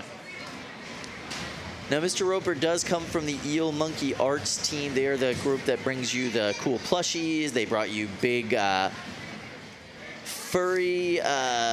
Does Toddler Terror have a lifter on the back? Yes, it does. A small lifter on the back, yes. Yeah, it's a multi-weapon robot. For a first robot, for a 3-year-old, it's quite impressive. It's pretty great. I love that it's got kind of like a 90s aesthetic, you know? It's very 90s in the way it's built. You saw a lot more car steering robots back then as well. Killer Hertz, of course, a famous heavyweight car steer robots in its original formulations, and they drive great at speed when you get going in a large arena, but you can see here close-in movement is difficult to and look, Mr. Roper angrily attacking. There's that aggression we know. Yes, Mr. Roper is very upset. He does not want this to happen. Stop running away. Come back and let me hit you with my wrench. I tell you what, if it was a fight against the floor, Mr. Roper would really be winning this one. He is not letting that floor rest. And you can see the body on Toddler Terror starting to distort from these just volley of hits from Mr. Roper. Toddler Terror stuck on Mr. Roper's hammer here. Got to be unstuck. Yeah, they've got to remove these 2 robots from each other. Oh my goodness, Mr. Roper. I gotta say, Mr. Roper's a nice, clean-looking design. It's really well put together.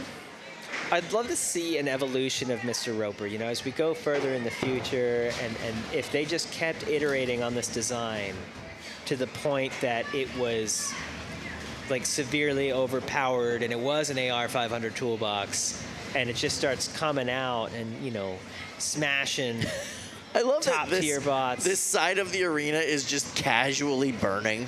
This could be a new type of weapon, the mobile hazard that these flaming cotton balls are creating is quite something. There's, you know, this is innovation, and I like it. It's a really good idea, yeah. Now, apparently when designing Toddler Terror, the thought was it's got to be purple because that's his favorite color. It's got to have fire because he wants fire. Right.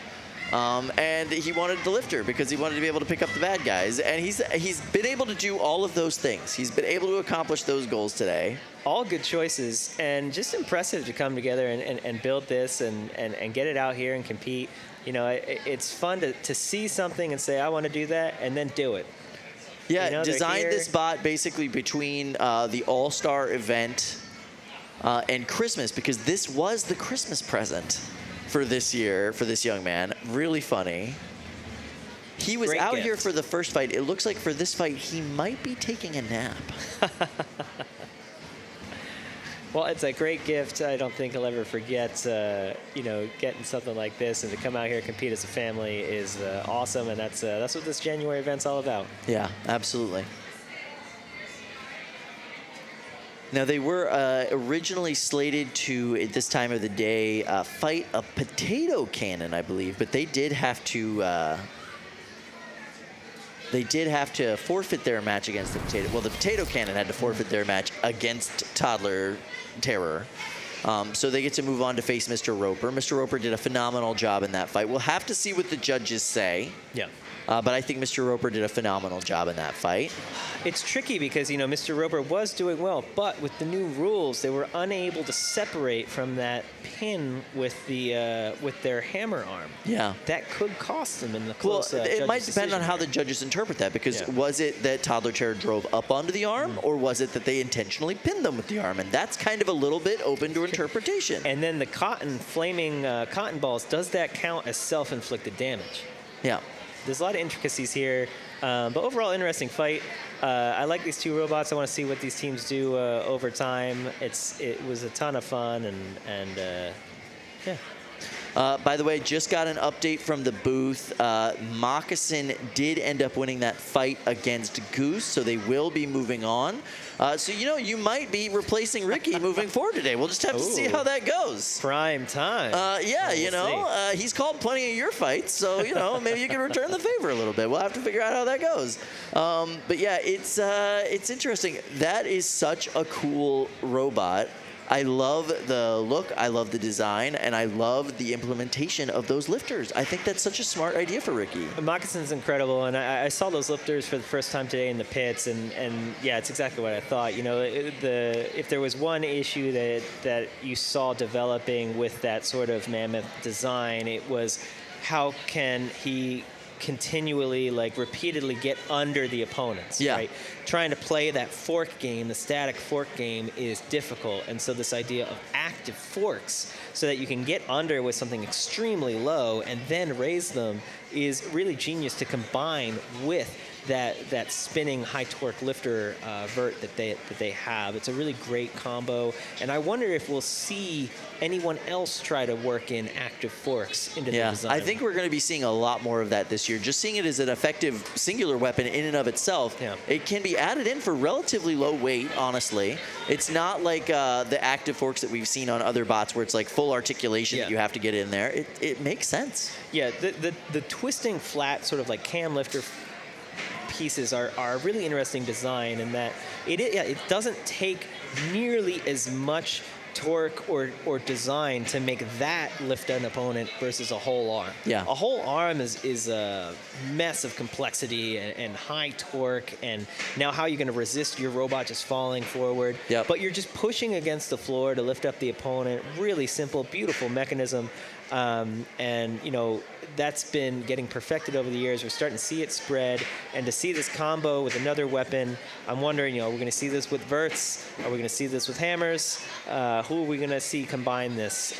Could be a really interesting combo with something like a hammer saw, for sure.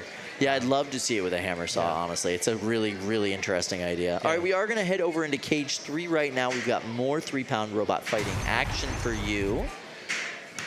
Now, one of the things I do find interesting about that cam-style lifter, too, like, you can't accidentally dig it into the ground and stop yourself like you can with some of the other active lifting devices. Super, super useful tool. Can't over-rotate in the down position and accidentally lift your wheels 5, 4, 3, 2, 1. Fight, robots, fight. All right, so we do have taking suggestions for a name, I assume? Not the robot. The robot's been doing great today versus Peekaboo. Now, Peekaboo's last fight, they came out and immediately won in a one-hit KO. Doesn't seem to be the case here. No, yeah, taking suggestions has been really durable all day. It's been dishing out really nice hits. Yeah, a great aggression from both teams here, staying on each other, hit after hit, great durability. Loving the lifter design here on Peekaboo, able to lift up and over. Some of the gyro here on taking suggestions is giving Peekaboo opportunities to come in and get follow-up hits. Now, Bob Benlinson, he's from Port Lucie, Florida, bringing you Peekaboo. Cool design. I absolutely love the idea of just an armor package that you can move where you want it and use as a lifter if needed. Great usage of weight there. You know, you're making your lifter arm and your armor the same weight. And anytime you can find an efficiency like that, you can make the whole thing heavier. Instead of devoting weight to a lifter arm and weight to armor, you only have to devote weight to one thing, so it can be twice as good. So great combo there, great design, really able to take these hits from taking suggestions. But credit to taking suggestions, it has been spinning the entire time. Yeah, Vincent, 13 years old, excellent driver, and he's got a super durable robot. Great showing today all the way around. Peekaboo using its lifter as a clamp there to drag taking suggestions around into a pin. Really impressive control there. Great driving from both teams, kind of sneaking around each other here. Who's going to get the hit? You can see these competitors getting a little bit more weary as we go into the last minute of this fight. Oversteering sometimes, not quite hitting their marks. Just nothing for taking suggestions to hit on Peekaboo here. It seems no matter where they go, you nice can hear slam there. That ding, ding, ding of the weapon bouncing off of Peekaboo. Some piece just flew off there. Is that like a piece of wheel, perhaps? Could be. Peekaboo does have to be careful. Of course, they're not invulnerable to these hits. You know, you can see these dominant performances by wedges take a quick turn if there's ever a good hit by the spinner, but really impressive driving so far. That was a big hit on the side there. Peekaboo keeps going.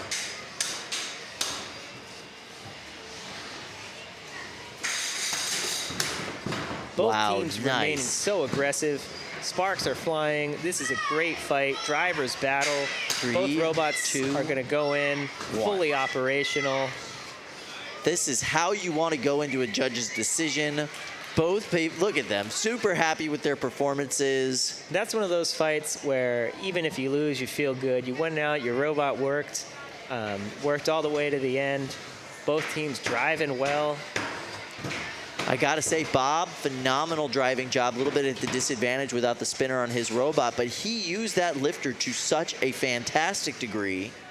It felt like he had just a hand in that arena, was picking him up and moving him around. What control. He was grabbing him, lifting him, pushing him, pinning him, taking him anywhere he wanted to go. Some great hits there. Tossing both robots around the arena, but with none of it dealing any lasting damage.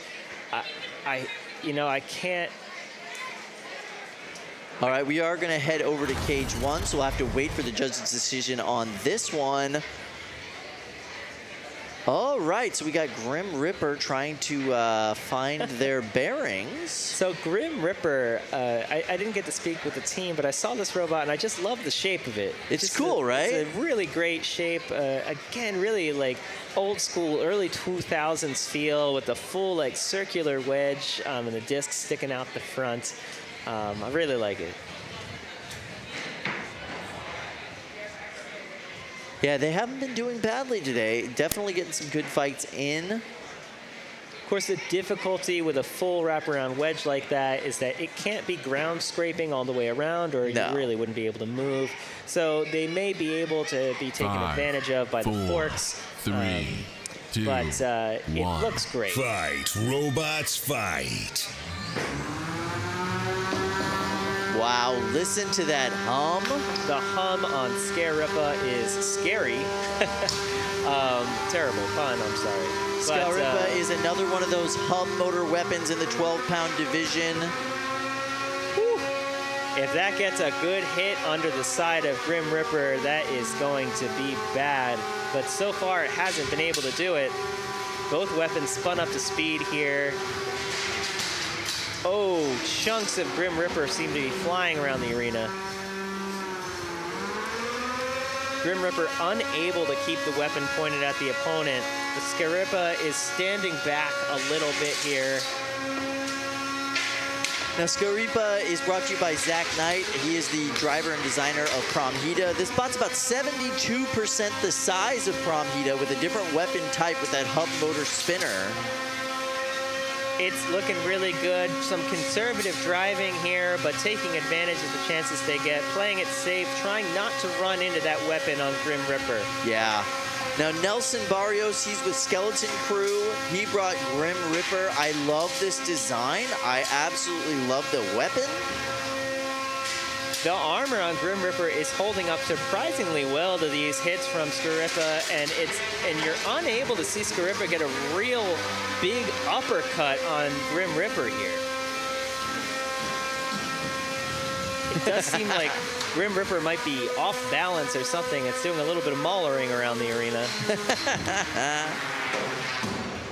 Wow, Scurrypa goes flying and is now stuck upside down. Yeah, we've noticed they have a little bit of a difficulty self-righting throughout the day today.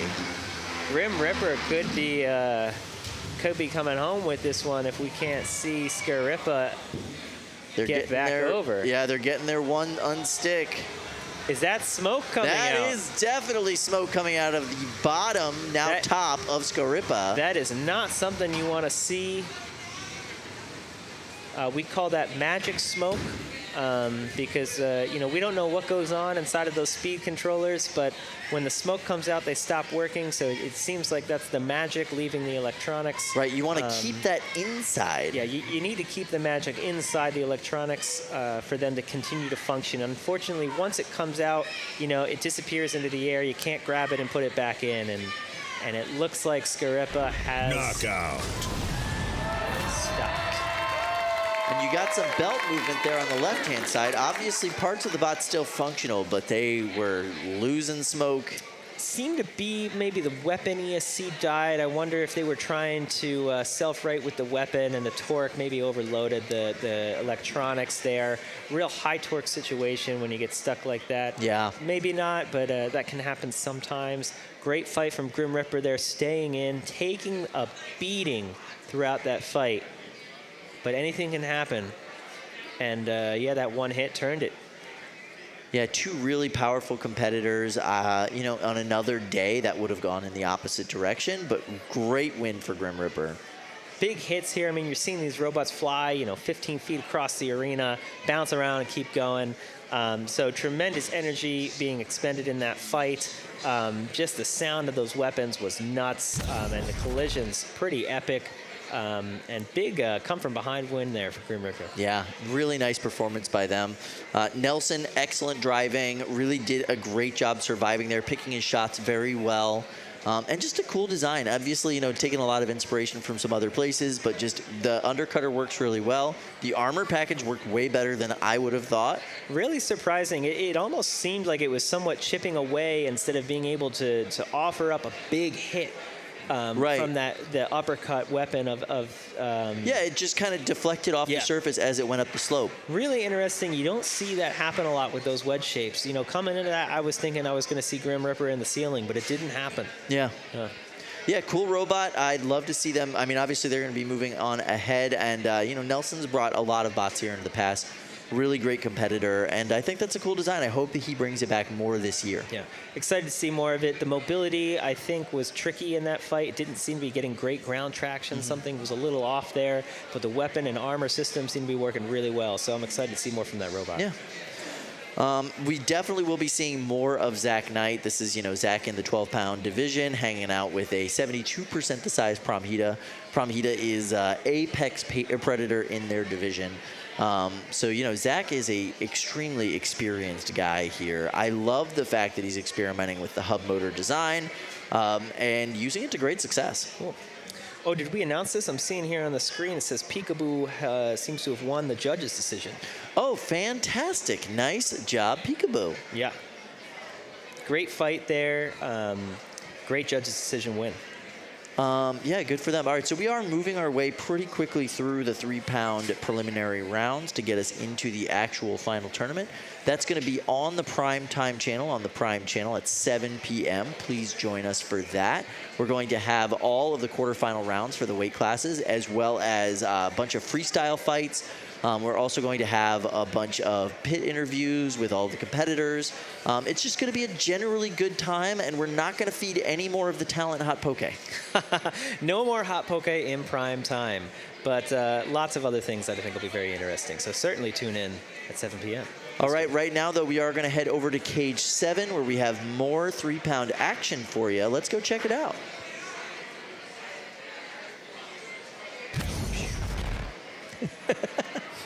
Five, four, all right. 3, 2, 1. Fight, robots, fight. Everybody is spun up and into the attack. Out. Great aggression from both teams off the start here. No advantage for either one. Their fronts seem to be entangling. Uh-oh. That's a fork that just fell off. Not ideal. Something might have popped loose when they ran into the wall there, or maybe they're stuck on something. I can't tell what's happening here, but it's a lot less movement than they started the fight with, and that's never good. So I do believe that is Plastic Love in the purple from Joey Gannon. I feel like, I want to like sing that. That sounds like a name of a song. It does, yeah, like an 80s synthwave kind of thing, Yeah. you know? Yeah. Yeah, I'm with you. It's moving again. Both bots moving again. This is why you've got to take an advantage when your opponent gets stuck and they look like maybe they're moving, maybe they're not. You got to take advantage of those situations. If the opponent still has their hands on the transmitter, they're still trying to move, don't back off until the tap out comes. That's why we have the tap out button. Now they're not taking any chances. They're getting in there, dishing out some damage. Both bots limited in mobility here. Belts and screws and parts littering the floor. I can't tell who they've come off of. Some good hits here, and that might just do it. I don't think they're going to be able to self-right.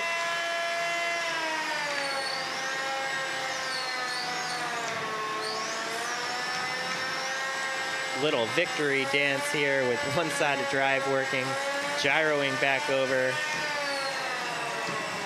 to the door. Nicely and I think done. That'll do it.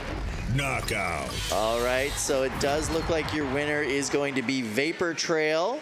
So congratulations, Johnny Soompas. They will be moving on into the next round, although they have a lot of bot parts to collect on their way there. Yes, there are pieces strewn about that arena. Yeah, big mess, big old mess. Johnny's been doing okay with that bot today. It's a brand new vertical design for him. He doesn't typically run verticals here. He normally runs Spartan, a very powerful horizontal spinner with big control wedges in the back. So it's cool to see him trying something new. You know, you can teach a old 17-year-old dog new tricks, I guess. Is 17 old now? No, Okay, definitely not. okay, That was a okay, joke. No, okay. I think it's hilarious. I mean, yeah, I guess compared to the 3-year-old we had competing earlier today. Good point. But no, Johnny is a seasoned competitor for being 17, though. He's a cool kid. And he has brought other friends from the Bahamas with him today, just kind of adding to our worldwide flair of the competitors here. But this is a cool robot. Obviously, he's got to figure out something to keep those wedges on a little bit better. But other than that, it hits hard, it drives really well, and he was able to move around on just one set of wheels. So it really is cool to see all the people coming out here to Norwalk, Connecticut to compete from all around the world. Really awesome to see everyone come together here. And that was a fight. It started off really good. It seemed like, a little bit of the reliability on the drivetrain for both robots needs to be dialed in there. Yep. But they were both dishing out the hits. Yeah, absolutely. Impressive weapon geometry on both. all right, right now we are going to head over into Cage 3 where we have more beetle weight action. Let's see what's going on there. Oh, there we go. I see Apple turnover here in the corner. 5. And this is 2 4, FA, so it is 3, Christine 2, Giver versus 1. Pearl Gray. Fight. Pearl, part of the Robots Texas fight. contingent out here today. And Apple turnover with Christine Giver. I guess part of the Ohio contingent? Really? Christine's like her own thing, but she's from Ohio. Is 2FA a two-factor authentication? Yes, indeed it reference? is. Okay. Yes. Yes, Two-factor- two-factor annihilation reference to be specific. But, you know, it is a play on the term, two-factor authentication. And look at Pearl getting the double pin here, coming in for the attack. Really nice work. Great control from the spinner here. You don't see that every day. Really big assist from the multi-bot configuration. Now, I got to tell you, Pearl this morning was just a stress ball trying to get this bot to drive. Just so many electronics gremlins at the beginning of the day. Obviously got those worked out, driving beautifully. That was some really great driving. Apple turnover here. It doesn't look to me like it's stuck on anything. I wonder if something's come unplugged inside. Or overloaded. It looks to me like it got switched off almost. It does look like it is something in the main power. Perhaps something with the receiver can do this. But 2FA coming out with a strong control bot style push. Always a nasty combo when you get a bot with a good weapon and a good drive like that. So Knockout. 2FA could go real far tonight in the tournaments. That was a quick and impressive performance there, purely from drive alone. Yeah, absolutely. Pearl knows how to drive it and get it to the door. Well done. And I'm so glad they were able to take care of those gremlins they were having earlier in the day. That is not how you want to start your day here at the New Bots event, with just the inability to even get your robot moving. Lot to overcome before ever even getting into the box. It's always rough, and you know sometimes that happens. You just don't know why. You know, you're sitting at home and everything works. You get here, and then suddenly it doesn't. Yeah. It can make no sense and be difficult to figure out. Yeah, I mean, I did hear screaming across the pits, it worked in Texas multiple times. It always works at home. People say, how can you show up to a competition with a robot that doesn't work? It worked at home. It worked at home. It always works at home. And then you got into that Connecticut Air, or you went on that airplane or whatever, something happened, and now it doesn't work anymore. Fun fact, one of the competitions we went to compete in Shanghai, and it was winter there. Yeah. And it was quite cold, but we had dialed in everything on the robots in like room temperature air back home in Brooklyn. And so when we went, our slip clutch, our friction clutch, seized up because it shrunk. Right. And it broke everything. It took us so long to figure out it was a temperature issue with our torque clutch. All right, we are now jumping into Cage 2 action with Verticalizer. Sometimes it is the air. Sometimes it legitimately is the air. Verticalizer. And Whiskit. Both of these bots doing really well today. Whiskit has just been dominating in this weight class. Whiskit throwing some big haymakers here. Absolutely. Now you can see they both have these vertical drum spinners, but the ones on Verticalizer are smaller. But they're not really designed for the massive hits. The idea behind Verticalizer is that they come at you with that front plow, and then they spin and hit the sides and the more vertical parts, or the more, I guess you could say, fragile parts of your robot with those side hits, those side impacts. Yeah, you just don't expect someone to hit you there. You know, a lot of people these days are maximizing their weight allotment into the front of the robot, really relying on keeping that pointed at the opponent. The sides are not designed to take nearly as many hits or as much impact. So great thought here by Verticalizer to come in and try and hit those more vulnerable areas. Having a bit of a tough time here in this fight. They've gotten a few hits in. And, you know, it does seem like Whiskit is not driving as well. No, they've been a dominant driving force all day, but they've been really struggling in this match. Nice hit there from Verticalizer.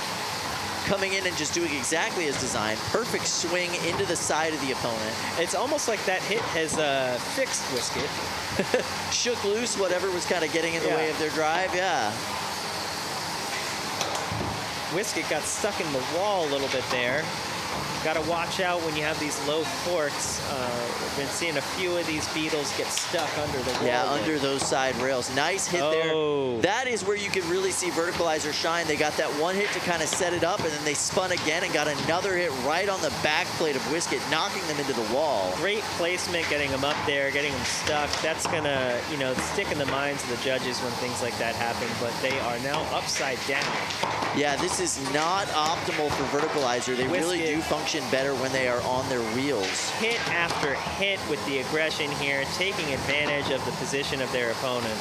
This truly has been an excellent back and forth fight. Now you can see Whiskit self-righting.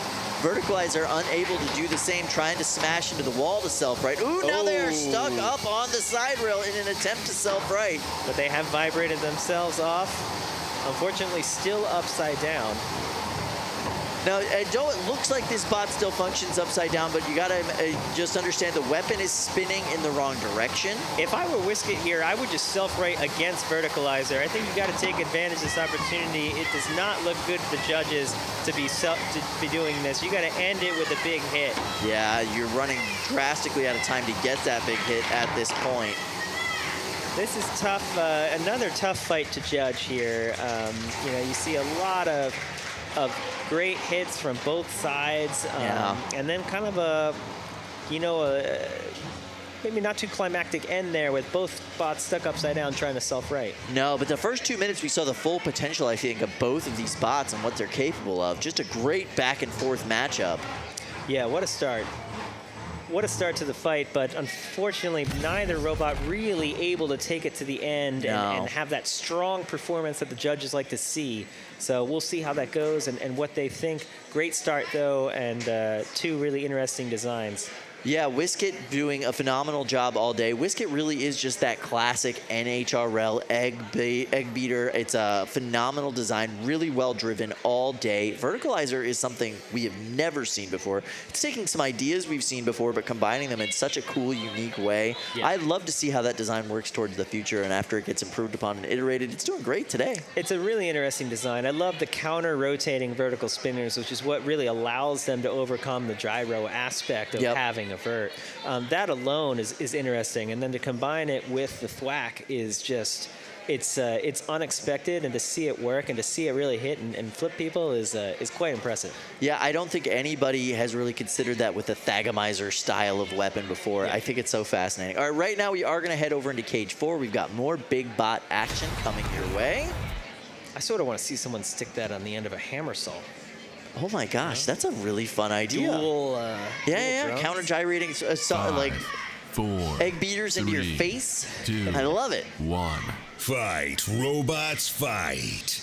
All right, so this is the first time today we have seen Super Hot Fire, and we have seen PneuMatador earlier today. Another, high up in my best name bracket.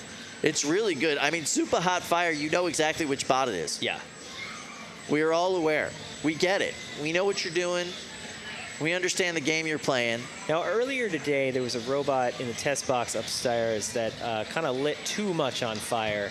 I believe that might have been Super Hot Fire testing earlier today. So it does have a habit of, maybe making a bit too much fire. But it's quite enjoyable to watch. Just putting on a good little show here. And that can build up over time. You know, PneuMatador's got to be careful of those. That heat can, your electronics don't like the heat. And a little bit too much, and all of a sudden they like to let out that magic smoke. All right, so PneuMatador is by Austin Thebner. It is a Kent State robot, and as you could tell, it is a pneumatic flipper. We've not seen any really massive flips out of them today, just very consistent little blips, little throws into the air.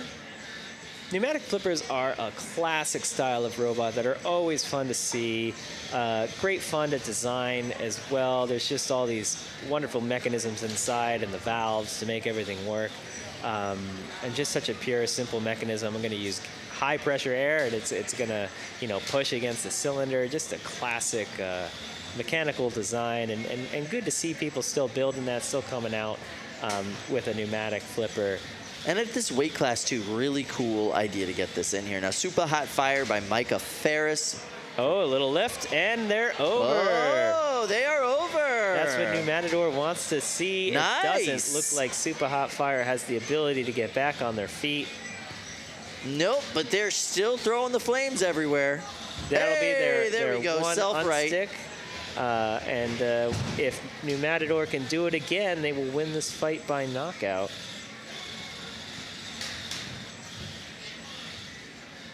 Yeah, you are allowed one unstick from the house bots, and the rules are slightly different for that this year, just to reiterate.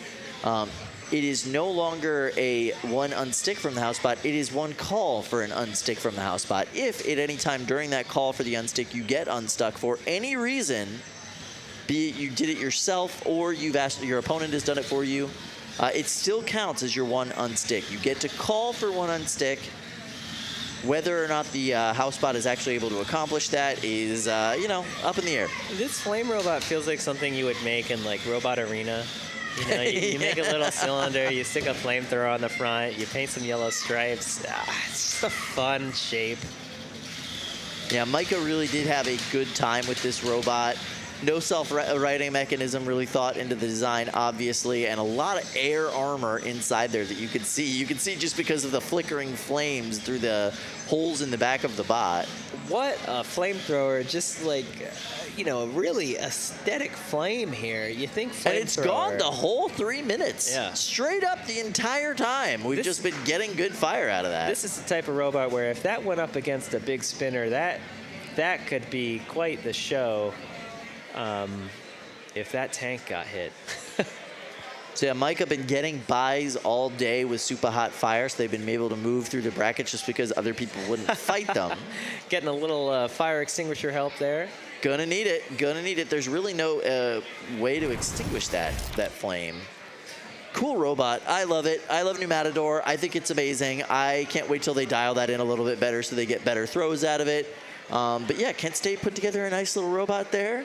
And I think Micah put together a nice little flamethrower there. That's a pretty cool bot. Nice little fight to come out and watch. And you know, pneumatic flippers take a while to dial in because, you know, once you get it all set up, the devil really is in the details in pneumatic flippers. I mean, like with all designs here, but getting your valves to be high capacity enough so that when you flip that switch, you get those really high power flips is not the easiest thing in the world. Yeah. You really got to oversize a lot of your components. You really got to dial in all of your routing of tubes to shorten everything, buffer tanks. There's a lot of complexity inside those. To be able to come out and build one that works at all is super impressive. And to dial it in, it takes some time, and it'll be good to see if they're able to do it. Now, we have seen quite a few amazing flamethrowers at the 3-pound weight class. This is kind of one of the first forays into the 12-pound weight class that we've seen it.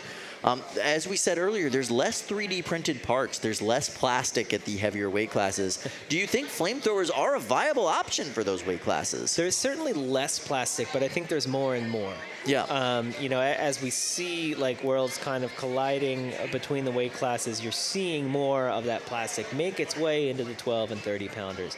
But I don't think it's just plastic that is susceptible to the flamethrowers, although that is like the flashiest way to see a robot fail. For sure. If you're able to flame a robot long enough, you will mess up the electronics inside. You will overheat the controllers, the motors, and they will just turn off and or fail. Now, I've been talking to another competitor back there who was telling me that they have been investing time, money, and research into high-heat 3D printers, specifically to deal with flame-style robots at this competition. They want to come out there with 3D printed robots that are essentially flame-proof to face off against them, which I think is brilliant. And the idea is to just not tell anybody. Yeah, because at that point, what's interesting is the 3D print actually becomes a significant advantage over metal. Because when you have metal, yes, it doesn't necessarily get affected by the flame, but it will conduct that heat inside your robot. Your robot will get very, very hot. If you can design a 3D print that can resist the flame, that doesn't light on fire, and that doesn't melt, it actually becomes an insulator. So it will sort of keep your robot from getting hot. So those ESCs, those batteries, those things that you don't want to start getting super hot, those wires that the coating on them starts to melt off, you don't want those getting super hot. They're all protected inside that nice little plastic shell. So if you can use those advanced like engineering 3D prints, it can become a significant advantage instead of the disadvantage it is today.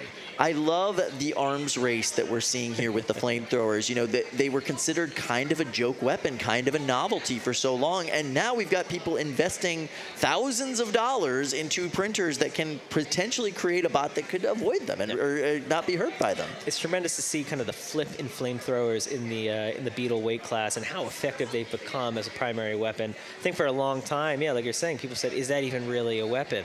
And now we know, at least in that weight class, certainly yes. Yeah. And we'll see, how much that can happen in the higher weight classes. We've seen Gruff at the heavyweight scale be pretty effective with their flamethrower, which gets extremely hot.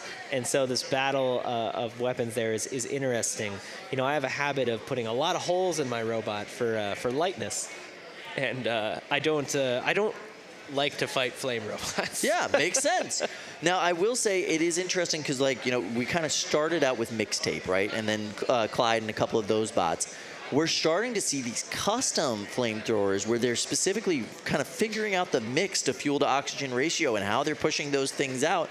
And that is just changing the game entirely. You know what I mean? Like the damage you see from a mixtape is completely different than what we've been able to see since then.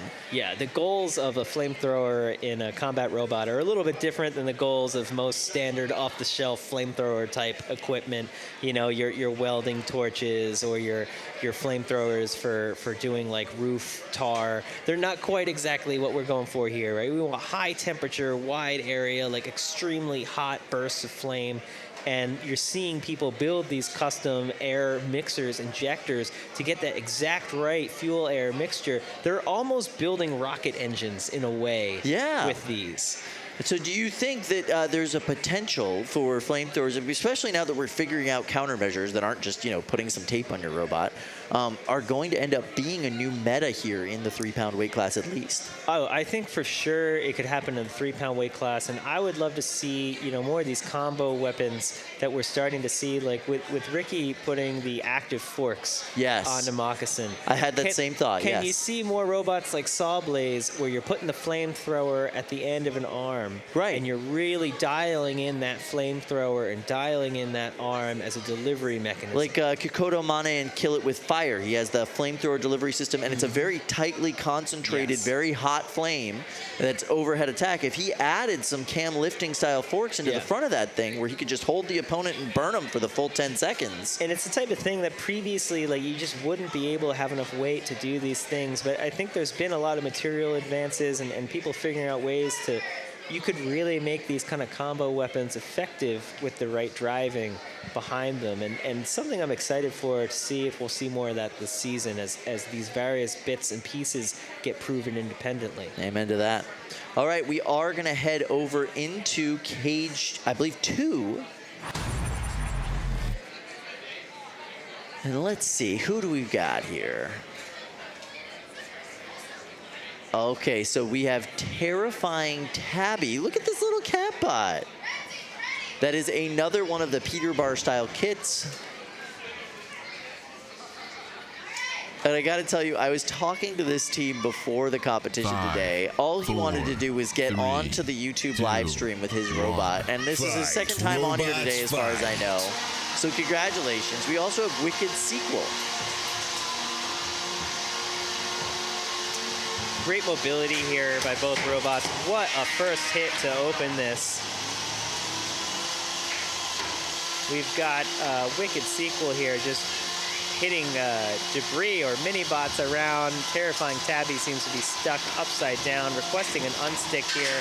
Not sure if it's gonna do it. Wicked Sequel taking a hard hit from the house robot. Oh.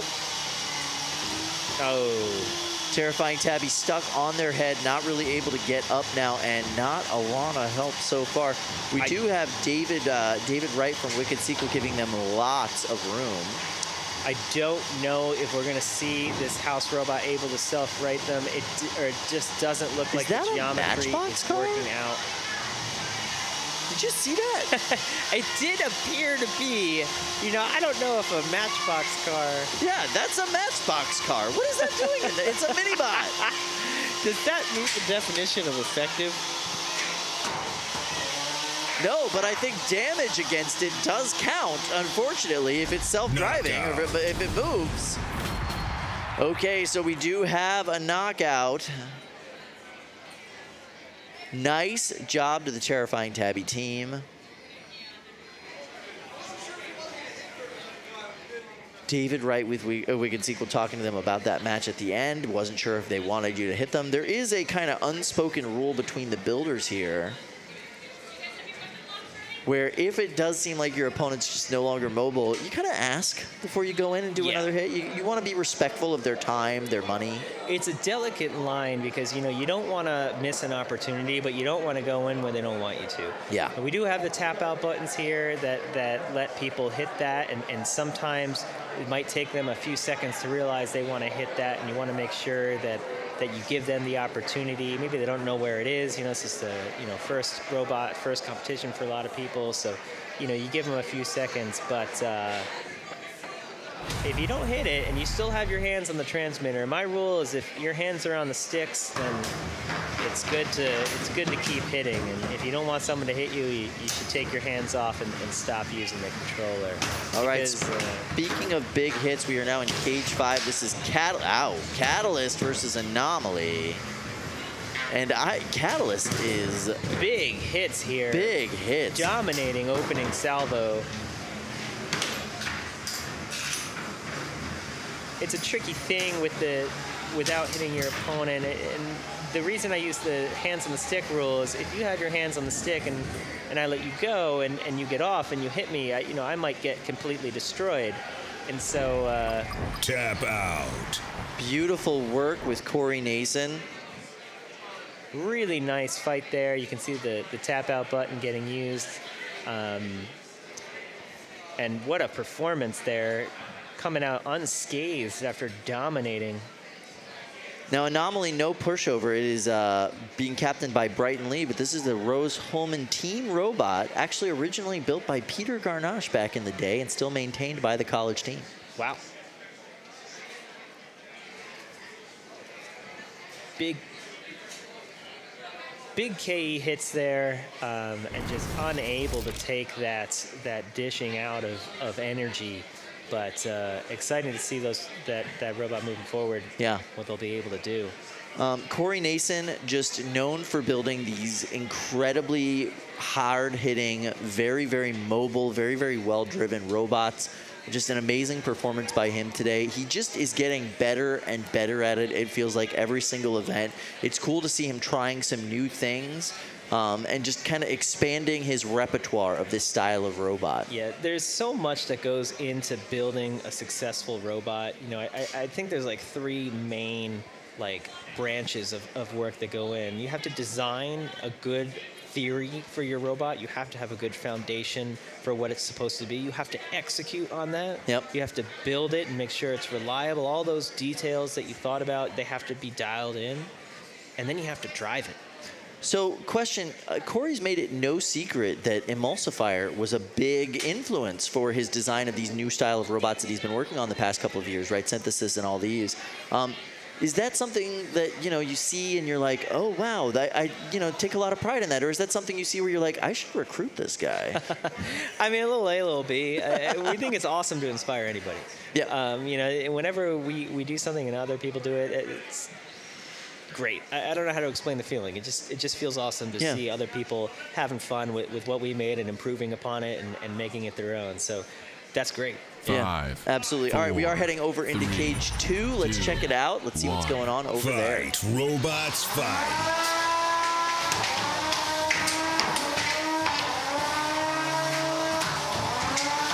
Big hits back and forth here right out of the gates.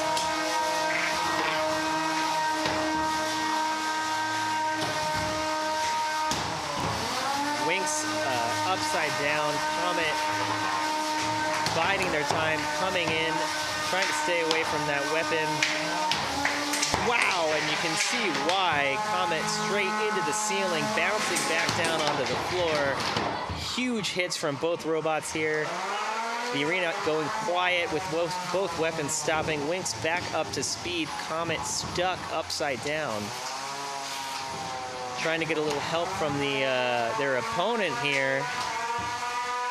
But it seems to be that Comet is not moving. Couldn't make it out of that last hit and is going to tap out here to avoid further damage. What a great back and forth fight.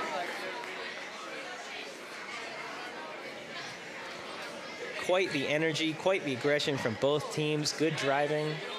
Just couldn't get it out at the end there and stuck upside down and dies.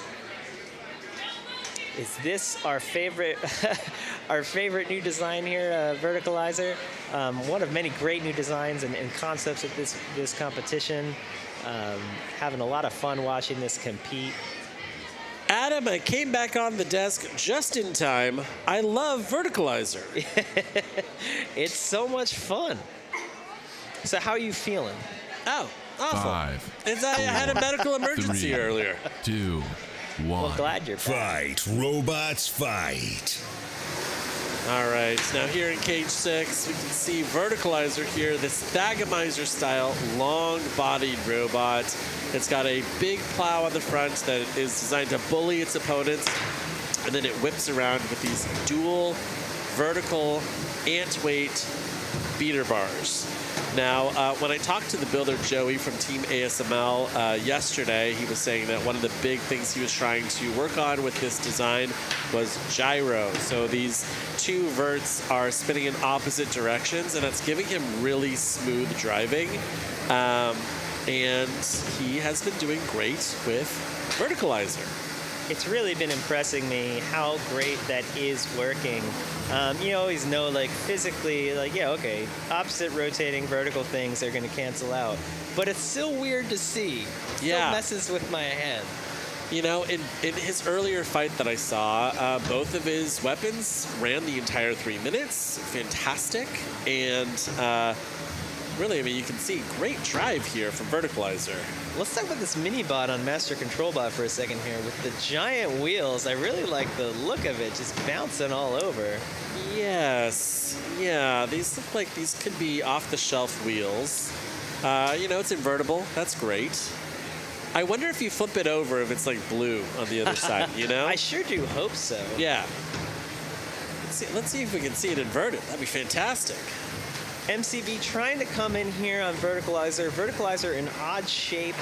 The main bot on MCB here seems to be blue SSP kits, but not getting great lifts here. Some good control. Verticalizer up against the wall. Oh, and that mini bot's lost its orange wheel. Oh no. RIP MCB multi-bot. It does appear to be blue on the bottom though, so I'm very happy about that. Yeah. That is great.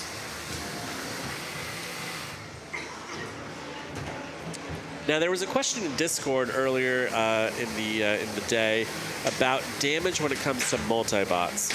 So technically, I'm not supposed to say the word mini-bot anymore because NHRL does not recognize mini-bots. Everything is a multi-bot. It's not an official term. Correct. But I do refer to the smaller one as mini-bots quite often. Maybe I should try not to do that, but...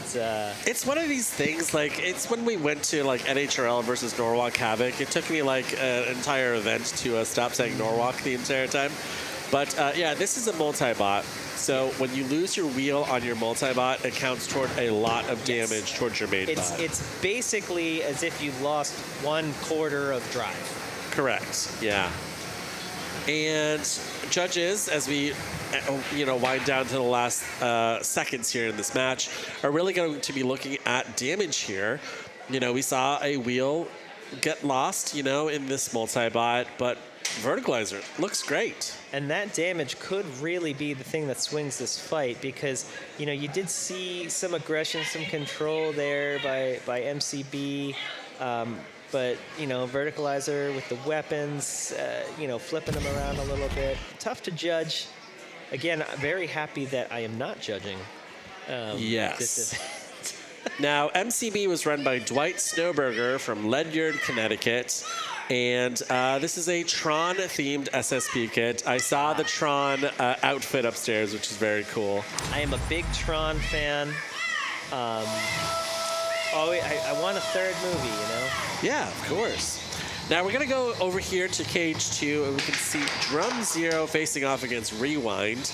Now, Rewind is this grasper bot, kind of clamping robot in purple, and Drum Zero here is the, I don't know, kind of, it's reminiscent, the color scheme at least, you know, of a fireball or an eruption. And Rewind here stuck in an awkward position, back on their wheels now. It does seem like Rewind has some nice spiked wheels in there. Oh! Ooh, big hit. What a hit. Still going. Good aggression here from both robots. No one holding back. I love a beak design on a grasper robot. Joe Fabiani brought us a beak design last year or 2 years ago. Oh, he's going for the suplex. Oh, unfortunately, has suplexed themselves. You do need to have enough power if you're going to build a lifter, for sure. The here we go. thing with these lifters is, you know, how far out does the main robot chassis extend to prevent you from kind of flipping forward yourself? The Drum Zero just seems to be a bit too long for Rewind to properly suplex. So instead, they're just kind of flipping themselves over. That's always a difficulty in these suplex designs. However, if you can get them up on the wall like that, that can get them past that kind of tipping point. Rewind has just been a fantastic bully in this fight. Yeah, and they've got Drum Zero upside down, and they're taking advantage of this, pushing them around the arena. And there's the suplex that we've been looking for. And they're able to self-right that time. Now, was that the right decision? As exciting as it was, they've placed Drum Zero in a much better position, but back over again. Great fight. Fantastic. Up against the wall. Rewind is taking every opportunity here, but no. Drum Zero, do the right thing. There we go. I was worried they were stuck in that awkward position from the beginning of the fight. This is keeping me on the edge of my toes.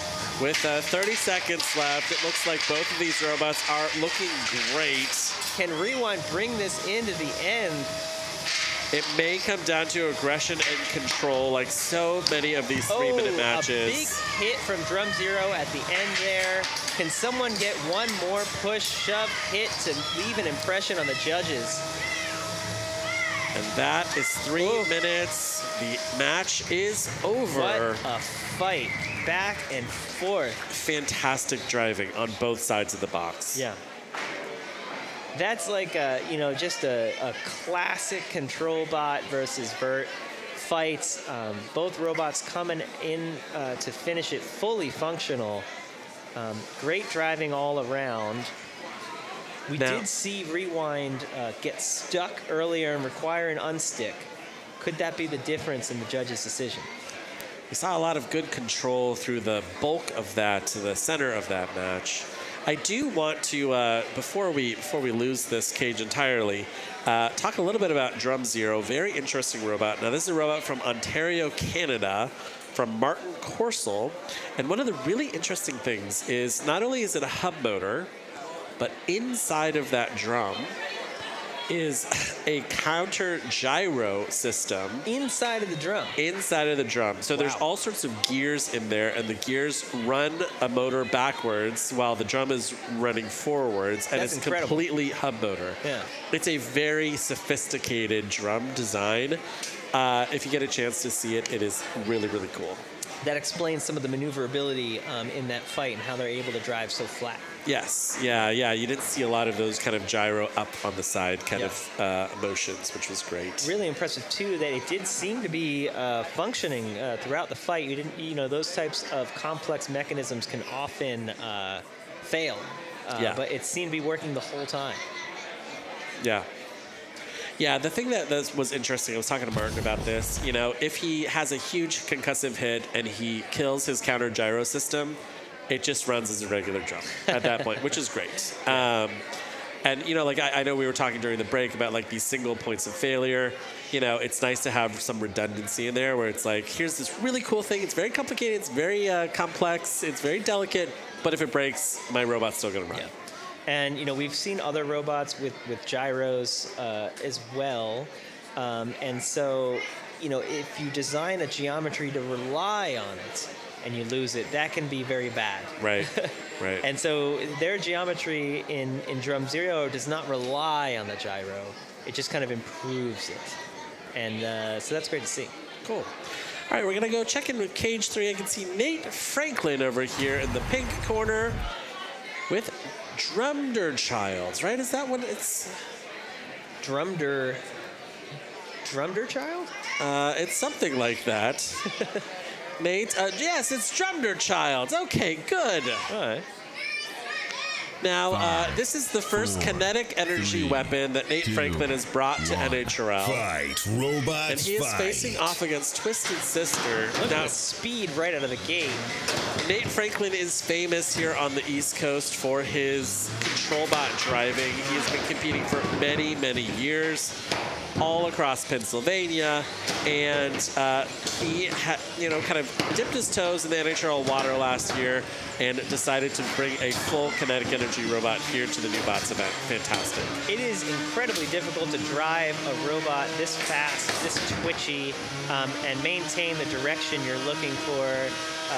But he's doing it right now with Drumder Child, keeping the front pointed toward the opponent and really laying on the aggression. And the speed is impressive here. It does seem like he's stuck under the wall. We've seen that a few times. Got to be careful here. Now, Nate is typically known for running Thunder Child, his control bot, and what he told me was that he designed Drumder Child to have similar driving capabilities, so it's not like a totally different experience for him. Yeah. So Thunder Child and Drumder Child run similarly, which is pretty cool. I wonder if maybe he's dialed down the power of the weapon to avoid gyro, so it drives a little bit better. Well, the weapon is dead right now, it looks like. That's one way to avoid gyro. Yes, right. It doesn't seem to matter. He's got Twisted Sister up against the wall. They're going to need to use their unstick here, it seems. Of course, you get one of these, and if Drumder Child's able to get them stuck again, they will win the fight by KO. So, of course, that's what they'll be looking to do. Good sportsmanship from Nate Franklin, though, to allow the full unstick to happen. What we're increasingly seeing as a totally viable strategy here, and it's legal, is to attack your opponent during an unstick. Will that continue to be legal? I thought there was talk of changing that, but maybe I'm forgetting. You can continue to attack through the entire save, at least currently. And we've seen that used to great effect kind of at the tail end of the 2023 season. Twisted Sister tearing apart the floor there, almost going all the way through. You can see the power there in that blade. That's fantastic. Not great maneuverability right now from Twisted Sister. I wonder if all these consistent hits from Drumder Child have messed something up on the drive. I can still see the wheels spinning, but the robot doesn't seem to be moving as well. Drumder Child's drum is running great, and I just saw a belt. A belt just went flying. Whose belt was it? I think it is Drumder Child's belt. With 15 seconds left here in this fight, it looks like Drumder Child may have lost their belt. Drumder Child, if the weapon comes back. Seems it maybe that was the left side drive, which is no longer operating too well on Drumder Child. Interesting fight there. You see Drumder Child dominant throughout, but seemingly losing a belt and half the drive, or at least a quarter of the drive, seemed to be twitchy there at the end. That was a fantastic, punishing fight. What a fight. So Drumder Child's drum not working, seemingly getting the worst of the damage there, but the control and aggression was non-stop. Yes, yeah. That is that characteristic Nate Franklin style of driving that people love here on the East Coast. And giving him a weapon, it is dangerous. When you have an aggressive driving style like that paired with a robot that is winning the ground game, that is really hard to fight against. And Drumder Child came out, was dominant in the ground game, and Nate drove it with pure and nonstop aggression. That is just a terrific combo and really difficult to go against. Heading over to here to cage 2, I can see standing cage side YouTube sensation Seth Schaefer from Just Cuz Robotics.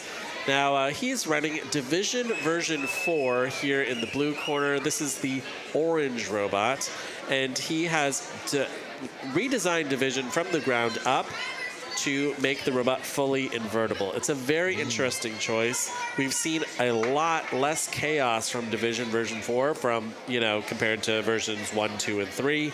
And this is a design that I think could take him far today in this competition. The real question everyone's thinking, will it be offered in kit form? Oh. I think it should be. Yeah. I do love a giant vert. I'm a big giant vert fan. Yeah. Favorite robot used to be Nightmare. Yeah. For a little bit in there. Yeah. Now, in the pink corner, we've got Blood, Sweat, and Tears. I don't know what the name of the robot is. I was just talking about, the builder experience. I'm joking. It's actually named Blood, Sweat, and Tears. Yeah. I mean, it is true. Yeah, it's a very literal very name. literal. Yeah. Extremely literal. Yeah. Like you start off with the sweat, Yeah. Then you start off with the blood, maybe end with the tears, I don't know which one of the fluids I'm starting off with, but I'm definitely nailing all 3. 2, 1. Fight, robots, fight. All right, good box rush from Seth Schaefer in Division version 4. Now look at that. Ooh. Typically getting tipped on his head would have been the death knell of Division, but this is a fully invertible robot. It's coming out here, it's taking hits, it's bouncing around. Again, good aggression from both teams here. Blood, Sweat, and Tears seems to be getting the better of the ground game. Now, Blood, Sweat, and Tears is a very cool hammer bot from Noah Agnew from Greenville, Texas. And the team name, appropriately, is Organized Chaos, and I think that is the style of drive that he brings here. Love to see an overhead robot. Division is a difficult one to go against. The disc is so big, it is hard not to hit it. But you can see some teamwork here from Blood, Sweat, and Tears as they shove their multi-bot pair into Division and use it to hold in place for the hammer saw. That is impressive. Can they release the pin? They do, but it took longer than 10 seconds. Will that count against them in the judge's decision? Now, Division version 4 has 2 things that are unique. One is this is a hub motor design, so there's no belts to snipe here for this hammer saw. 2 is that he is running a counter gyro that's inside of that big plastic body on top.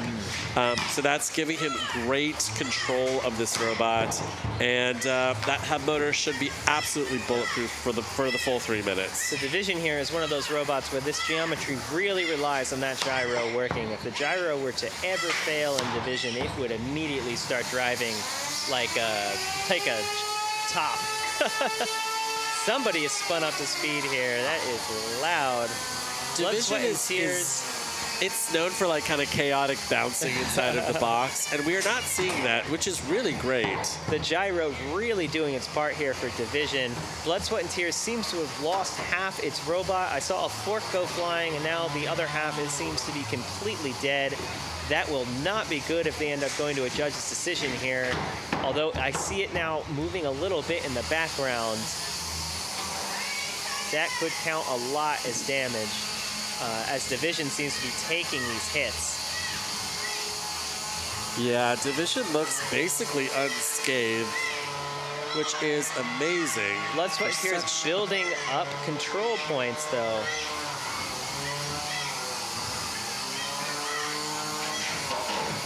All right, we enter the last 10 seconds of this match. This one will go to the judges. Big tilt right there. The judges have their work cut out for them. Another last good hit from Division right as we end this match. That is how you want to end a fight. I've been waiting for a hit at the end there. In the last few fights, we've been going in kind of anticlimactic, but Division there with a big hit at the end.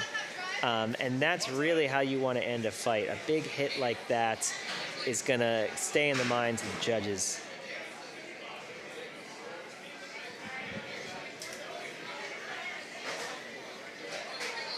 Great fight overall.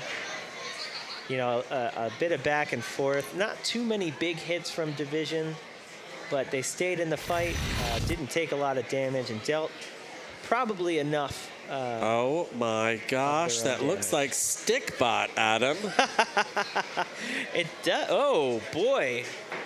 Oh, this is a match in progress. I thought that they were loading in. One of these robots is not moving.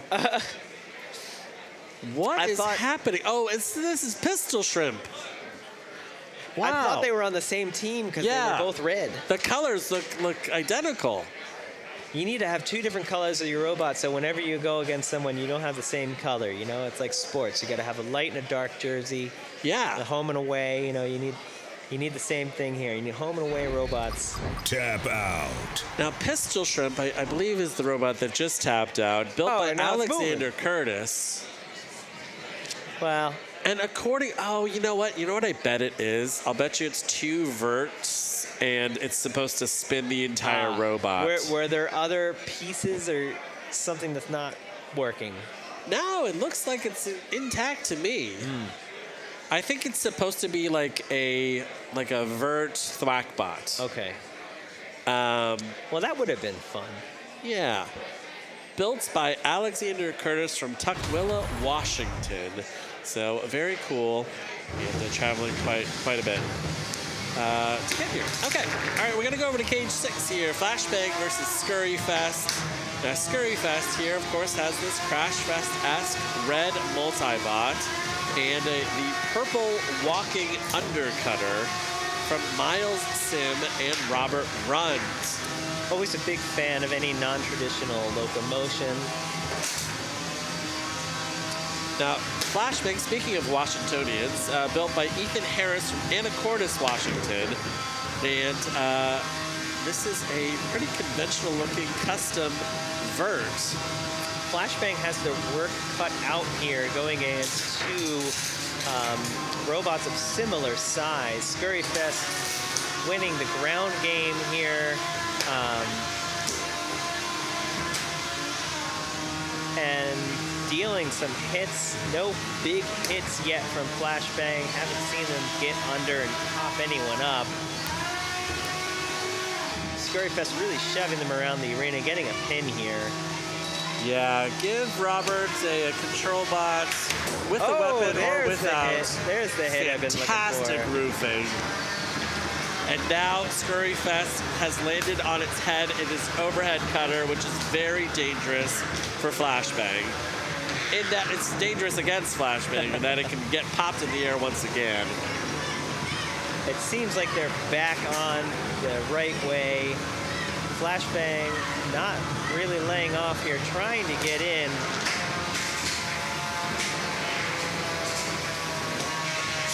Whoa, something is happening in box number 3 here.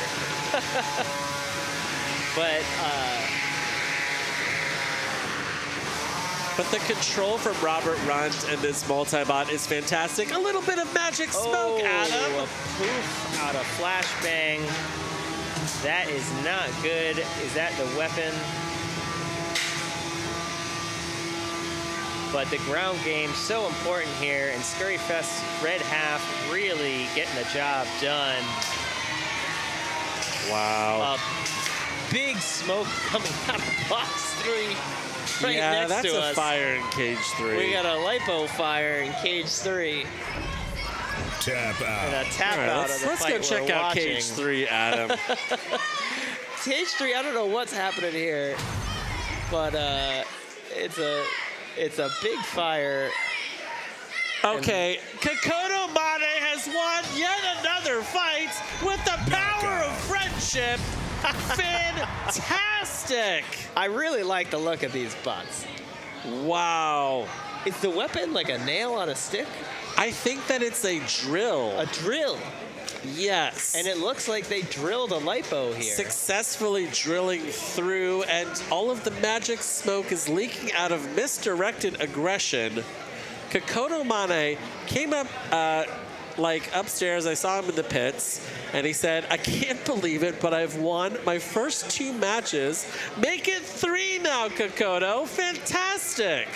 What a fight. That was incredibly kinetic over there. Robots were bouncing around. Next thing I know, there's smoke everywhere. Wow. Now, Kokoto Mane's built Serial Killer, the giant kind of serial capturing robot. He's built like a flamethrower on the kind of a stabbing beak before, and he is getting great results here with the power of friendship. It's a multi-bot with these 2 drills, 1 drill for each robot. Fantastic. I think everyone likes to see an effective drill robot. Yeah. We're seeing a lot of dreams come through here with the robot designs that we're seeing at this competition. We've got drill bots, we've got glue bots, Yeah. we've got gun bots. Oh, nail guns, yeah. We've got Flame pokey bots. bots, Yeah. like spear bots, flame Yeah. bots. What a feast. Yes, yes. Designs. It's a real treat. Yeah. Wow, the power of friendship. I love it. I love it. That's another one that could be a song. Yeah, yeah. The power of friendship. I'm not a singer, but I just, you say these Yeah. names and they just sound like they course. should be a song.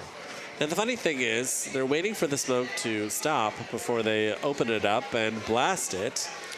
Safety first, of course, here, if that is lipo smoke, extremely toxic, but luckily these arenas are all sort of negative pressure. They suck everything out, so none of that is getting in here where we are. We can't smell anything, so Yeah. we leave that for a little bit until it's safe to open. One of the big things that you want to wait, the reason why you want to wait is that this thing can go up in flames at any moment. Like LiPo batteries are weird. We probably shouldn't be putting them into tiny combat robots, because just strange things happen with them. Well, once you break them, Yes. they are basically just like a chemical reaction. You have things touching that aren't supposed to touch, and they just turn into fire. Yes. And so you can try to put it out, but once it's out, the chemicals are still there. They touch, and they go up again. Right. And so it's pretty much, you just got to let them burn out. If we go back to cage 3, we can see Rob here. Blasting this robot here with the CO2. And they've brought over the gonk droid, so they're going to just wait for a little bit. He's going to go in with his big leather gloves, try and pull out misdirected aggression, throw it into the sand, and wheel it out into the night, where always, they just wait to see if it catches fire. You got a lot of emotions going on here, because if you're the one whose robot has lit on fire and is getting thrown in the box, it's not a great feeling. If you're the one who blew up that battery and sent the robot to the box, you're feeling great. I mean, Power of Friendship is designed for lipo fires, so Kokoto must be feeling pretty good right now. Yeah, it is always great to do what your robot's designed to do. So I think we're going to go to box 6 soon, where we've got 2FA going against NDA. Awesome. Is what I'm seeing. Awesome. Yeah, 2 kind of acronyms, which is great. Two-factor authentication versus non-disclosure agreement. 2 very corporate acronyms. This is the battle of the corporate acronyms here. Yeah. You sign the NDA, you're not supposed to talk about our 2FA, Yeah. Now, 2FA is run by Pearl Gray from Texas. Pearl made a giant splash at NHRL when they were here several years ago. It happened to be on the hot sauce night, where we were chugging hot sauce up here at the desk. And Pearl is a very, very cool builder. They're on Team Bloodsport on the TV show, the unnamed TV show, and designed that really cool like control case. 3, Did you see that? Like 2, that they run. Fight. Robots Fantastic. fight. 2FA was really impressive earlier today. Just came out aggressive, great drive, very powerful drive for a spinner here. NDA able to get around the side though. Yeah, NDA looks like another pretty compact custom two-wheel drive vert. Big hit on the back of 2FA. That is not where you want to be taking hits. You don't generally put a lot of armor there. No one really winning the ground game here. So this might turn into a real driver's battle if they can't get any engagement front to front. But again, NDA getting a little bit of the backside of 2FA.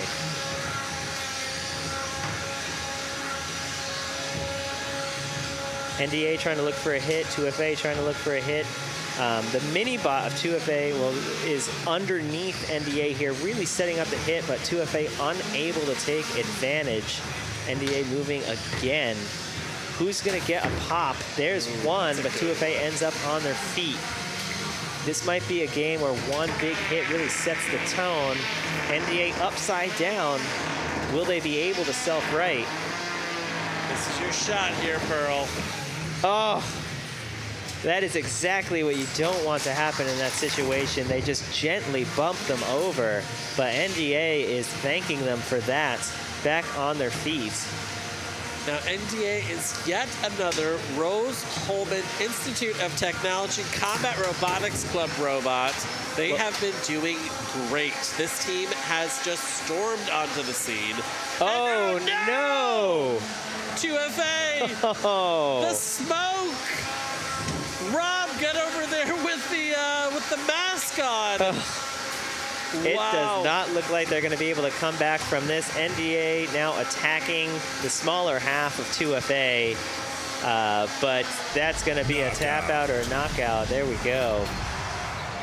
Wow. Okay, Rose Holman staying alive in the bracket.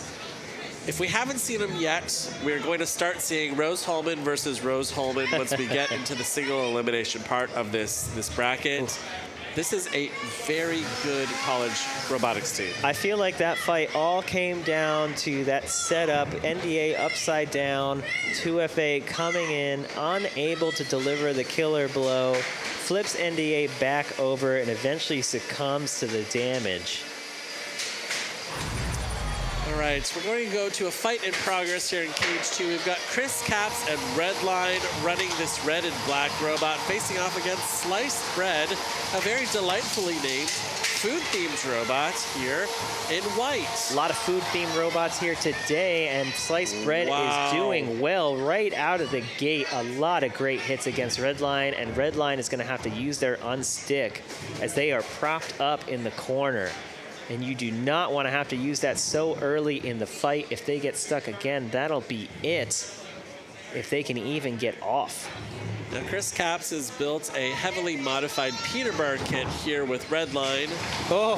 And there he goes, back onto his feet. Now, Sliced Bread waiting for its prey. Those hits from the house robot to knock you free can cause damage in themselves. Those are so much heavier than the bots that they are unsticking.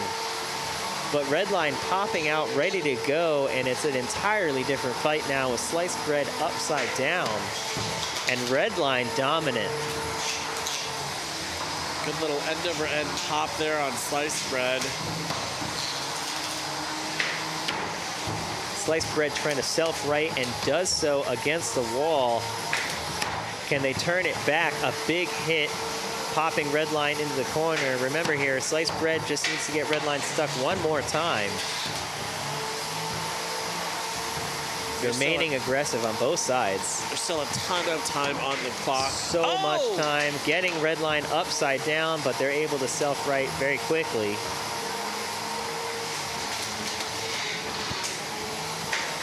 This is a really impressive fight. Nobody seems to really be consistently winning the front-to-front engagements, maybe slightly in Sliced Bread's favor. but that could be it with Redline stuck against the wall. No, Sliced Bread goes in. Wow, and that could have been a fatal error. But you can see it bumping. Wow! Redline doing the Chris! thing. Chris, no! Doing the thing, and that could be it. I don't think Sliced Bread is going to make that mistake twice. Wow. Incredible. The weapon twitching so close to being able to pop it off, just unable to overcome.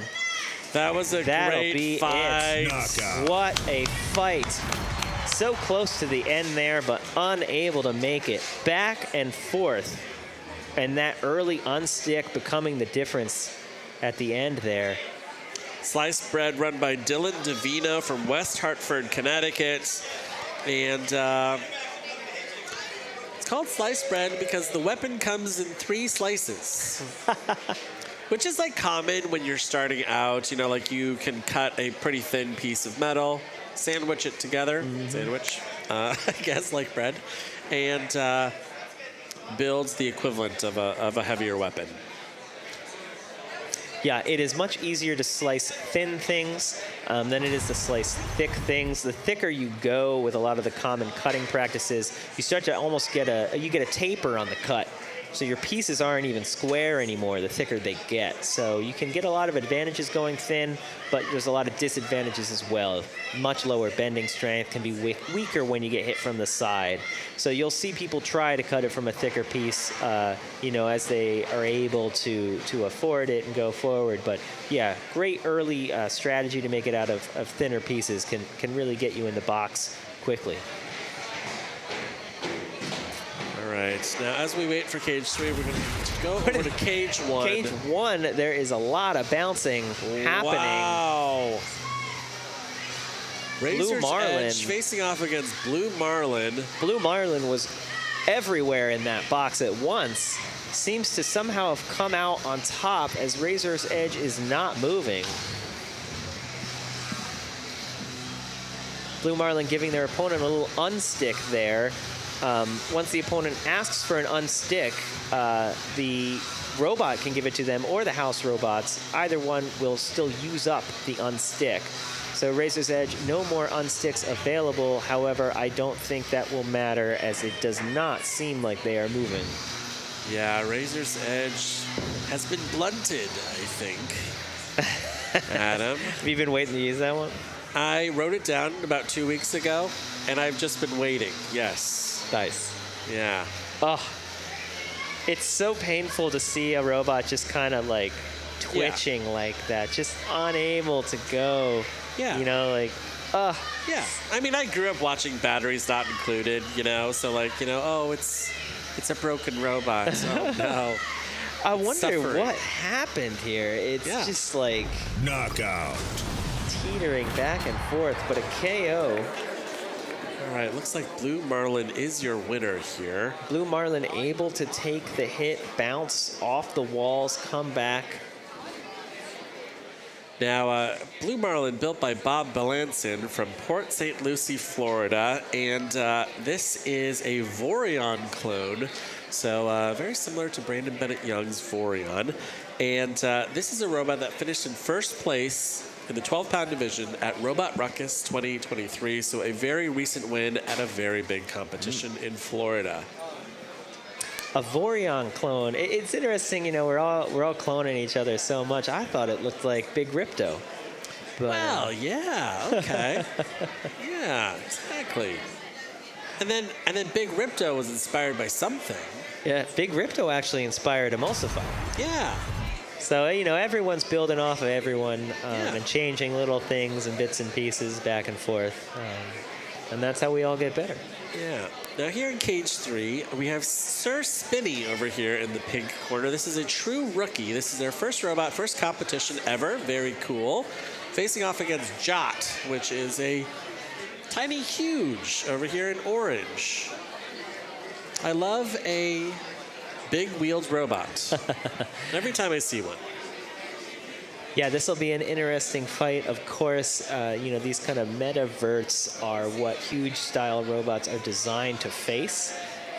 So, you know, Jot's going to come in liking this matchup. Will they be able to execute in the arena? We'll see.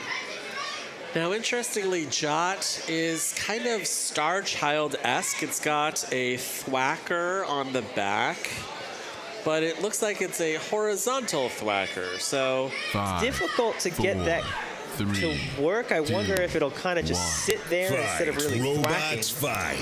right. Just due to the gyro. Sir Spinny certainly seems like it may have the physics advantage here. Yeah, it does seem like the physics of Jot are just popping it around, and it's unable to maneuver and take advantage of Sir Spinny. Now, Sir Spinny, for a true rookie, is doing quite well. Really Driven. making a lot of contact with its opponents. It's not driven like a rookie. It is driven very well. They are going and engaging repeatedly in the right spots. Jot taking the hits and still going here. Yeah. Jot run by Max Morningstar, which is probably the best name that I've heard all day. You know, both robots from Sir Spinny here getting in on the action. We saw a little lift from their lifter half. Primarily the spinner here. Oh, it seems like they're going to try and flip themselves over. That doesn't appear to be working quite right. It looks like the drive is dead on Sir Spinny. I think they were leaving it for their lifter to try and flip them, but that seems to have Here we failed. go. So now Good. they've just self-righted off the wall. Of course, that's a more standard operation. That's first tournament things to work out. You know, what's the self-righting procedure? But so Spinny really dominating this fight. Other than that blip when they were upside down, pieces going flying. Yeah, Jot's weapon is looking sad. Oh, and there it goes. Wow, the blade is off of Jot. That is not supposed to be there. Jot getting lighter as the fight goes on. Thwackier now. Yes, yeah, and it looks like one of those stabilizer hub spokes is gone as well. Yeah, we are seeing a rapid disassembly of Jot. Oh. 60 seconds left. Sir Spinny, wow. This is one of those things where you're so far ahead on the points that you just don't want to get stuck on something. Don't screw it up, right? Right. You don't want your mini bot to die. You don't want to accidentally hit it. Stay aggressive enough. Stay on them. Wow. But be careful. The wheels are starting to get caved in on Jot. You can Sir just hear Spinny little pieces just pinging off the floor. Hanging off of everything. Sir Spinny's not holding back. They really want this knockout. I will tell you, as a true rookie in your earliest fights, kind of the screen goes red, and you're just there for Powerful total destruction. Yeah. And, credit where credit's due to both teams here. Jot able to take these hits. The weapon exploded, but they kept moving till the end, which is what matters. But that, I think, is an easy judge's decision for Sir Spinny. Dominant performance. Pieces of Jot littering the box. They could get, a penalty here for how much stuff they're leaving on the floor almost. Yeah. Now, Sir Spinny is run by Evan Bemidji from Lancaster, Massachusetts. And if I look over and see the builders with transmitters in their hands, it looks like two very young kids, which is awesome. I love to see a dominant performance from young builders, young drivers, because they have so much runway in the sport. And if Sir Spinny can keep delivering driving matches like that, their future is bright. Yeah, it's frightening seeing little kids drive so well. Yeah. Because then they're going to drive against me, and then that's not going to be fun for me. Yeah, they're going to be building a 30 next. Yeah. Impressive. Yeah. Oh, the one eye on the front. We're going to cage 4 here. Oh, and Grim Ripper is back. Wow. Great performance from them earlier, really taking the hits, able to survive some pounding earlier. Impressive performance of durability. They're going up against Synthesis 12. Yeah, Corey Mason and Synthesis 12. We saw some so-so performance from Corey's first fight with Synthesis 12. It looked like its drive was not as zippy as he likes. And Grim Ripper has just managed to hang in there. Yeah. It's a very tough, tanky little robot. Impressive durability, and I wasn't expecting that shape to really be able to take hits from verts. You know, it looked more tailored to 5, horizontals, 4, but it was able to 3, take those hits, not 2, seeing a lot of grip. 1. You Fight. see here if Robots Synthesis can get fight. under and get a good grip on that chassis of Grim Ripper. Oh, considerably faster start for Synthesis 12 here. Successfully crossing the box, but still running into some of those gyro issues. Having some gyro issues, and now, you know, with Emulsifier, if we don't run any sort of outside forks, we'll have a similar issue. You know, you really want to have a point sort of far out forward on the outsides, or you can tip when you're turning like that. Interesting. Hard to avoid. Corey Nason is one of our most prolific builders here at NHRL. He's built easily a dozen robots. Synthesis flying backwards, getting a hit on top of Grim Reaper as they went across the arena. Neither weapon spinning right now. But it seems like Synthesis going back up to speed. Real maneuverability issues here. Just unable to turn while going backwards like at all. They really need to keep that forward momentum to be able to steer. That's a difficult condition to drive in. Grim Ripper, though, weapon down. Armor working well again. Not seeing any big hits from Synthesis. If I was Grim Ripper here, I'd really try and dominate the control in this match and really exploit some of these physics weaknesses from Synthesis 12. Keep the weapon off for a bit, get under, push him into the wall, maybe back up, spin up and hit him, you know, try and not turn with the weapon up to speed, but they're having trouble right there even getting under Grim Ripper, it looked like. I wonder if they've damaged some of the forks on the front of the robot bouncing around the arena so much. But Grim Ripper, again, surviving, holding in there. Yeah. Can they pull out another victory here against Synthesis? It's tough because the weapon going down is a lot of damage. Grim Ripper's going to have to show some more control, I think, and probably some more aggression. You know, Synthesis has not shown great control in this fight, but it is showing good aggression, really making these kind of aggressive movements toward its opponent. Yeah, this is a really interesting fight. I mean, I know we haven't gotten many big hits, but just seeing these interactions between the forks and the wedge and the spinner on Grim Ripper, it's confounding to me that it's working again so well. It's just unable, Synthesis is unable to get in there, and you just keep seeing Grim Ripper flipping them over. I mean, that's gonna count for control to continually flip Synthesis over and over again. Now it's gotta watch out it doesn't get stuck here behind the house bot, but I don't think it's going to matter as we go into the last 7 seconds of this match. I mean, the geometry on this weird kind of like horseshoe crab top on Grim Ripper really has saved its hide once again, taking it to the judges. This is going to be a very close judges' decision, I think. Again, really impressive, making it all the way through the fight, all the way to the end. And that's a close one. That's another tough fight to judge because, you know, you're not seeing a ton of damage. You're going to have the weapon down. That's going to be the damage for the fight. And then control and aggression. Whew, I think you're going to see Synthesis take it, but it's probably really close. I could see it going the other way, and I wouldn't be super surprised.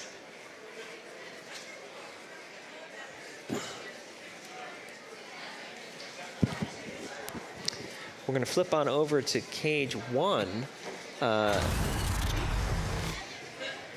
And we've got PneuMatador, the pneumatic flipper, going off against BattleTots.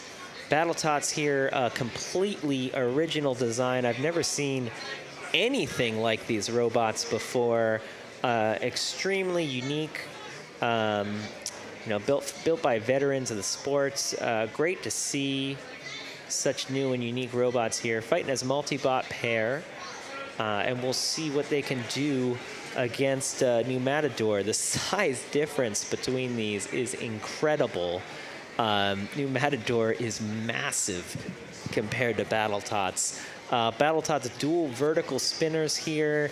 You know, we might see a popped air tank if the fight goes in their direction. Of course, PneuMatador is going to try to avoid that. Maybe get a little bit more height on their flips going against you know, slightly lighter opponents. Now, PneuMatador looks a little 5, Bronco-esque, 4, and this is 3, their very first 2, robot 1. ever. Fight. Such an Robots ambitious fight. build. I was talking to the builder of PneuMatador, and he was saying that he's got about 30 flips in these pneumatic tanks, so he's used 2. It will have much fewer if the tanks get popped, and that is what BattleTots are going after. Saw them getting a couple hits on the base plate there. Yeah, now when you cut through a pneumatic tank, what happens, Adam? Well, you'll see. I guess it depends how big of a hit you get on it. You could have a nice little pop if you hit it hard enough. It seems here it might have already gotten a lighter pop. Maybe we got a little bit of a leak somewhere in the air system because I'm not seeing PneuMatador even attempt to self-right. So possibly that earlier hit to the base plate knocked something loose enough that the air has escaped. I would have expected to see PneuMatador try if that hadn't been the case. BattleTots very impressive looking here, great driving, just popping up PneuMatador. PneuMatador here built by Austin Thebner from Penn State Combat Robotics. Helping out PneuMatador there, flipping them back onto their feet. Maybe PneuMatador would have liked to have been left upside down because now they are getting torn apart. These 2 robots are looking, okay, PneuMatador, this is a bull that is being slain here. All right, this is, wow. I didn't think this was legal in the U.S. When did we start allowing bullfighting? Oh, wow. There goes the tank. It has left the robot. The tank has left the robot. Wow. That's supposed to be on the inside. BattleTots gotta be careful here. Half of their robot is dead.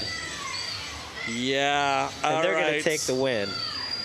BattleTots surviving once again. We can see our Bite Force clone and our Ribot clone. Fantastic. What are you talking about?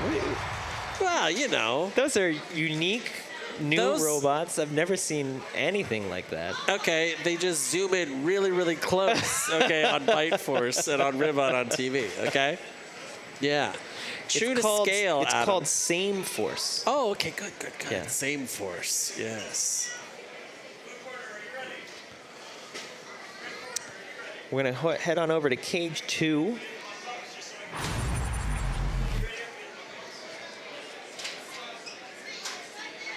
Who do we got here? Is this Rewind and Wicked sequel? Rewind with a great performance in the last 5, fight. 4, 3, A control 2, bots, 1. you know, grapple, Fight. lifter. Robots fight. I have been a huge fan of Rewind's fights. This is a really well-driven robot, and it is very tough. Yeah, this fight should be a treat. You know, Rewind coming in, bringing their arms back to avoid damage from the spinner here, and just going straight in. Wicked sequel, not having any of it. That weapon is still spun up, and it is going full bore. Rewind put their arms back down, and they're just going for it. Great pin here, trying to get in a suplex, unable to get it over.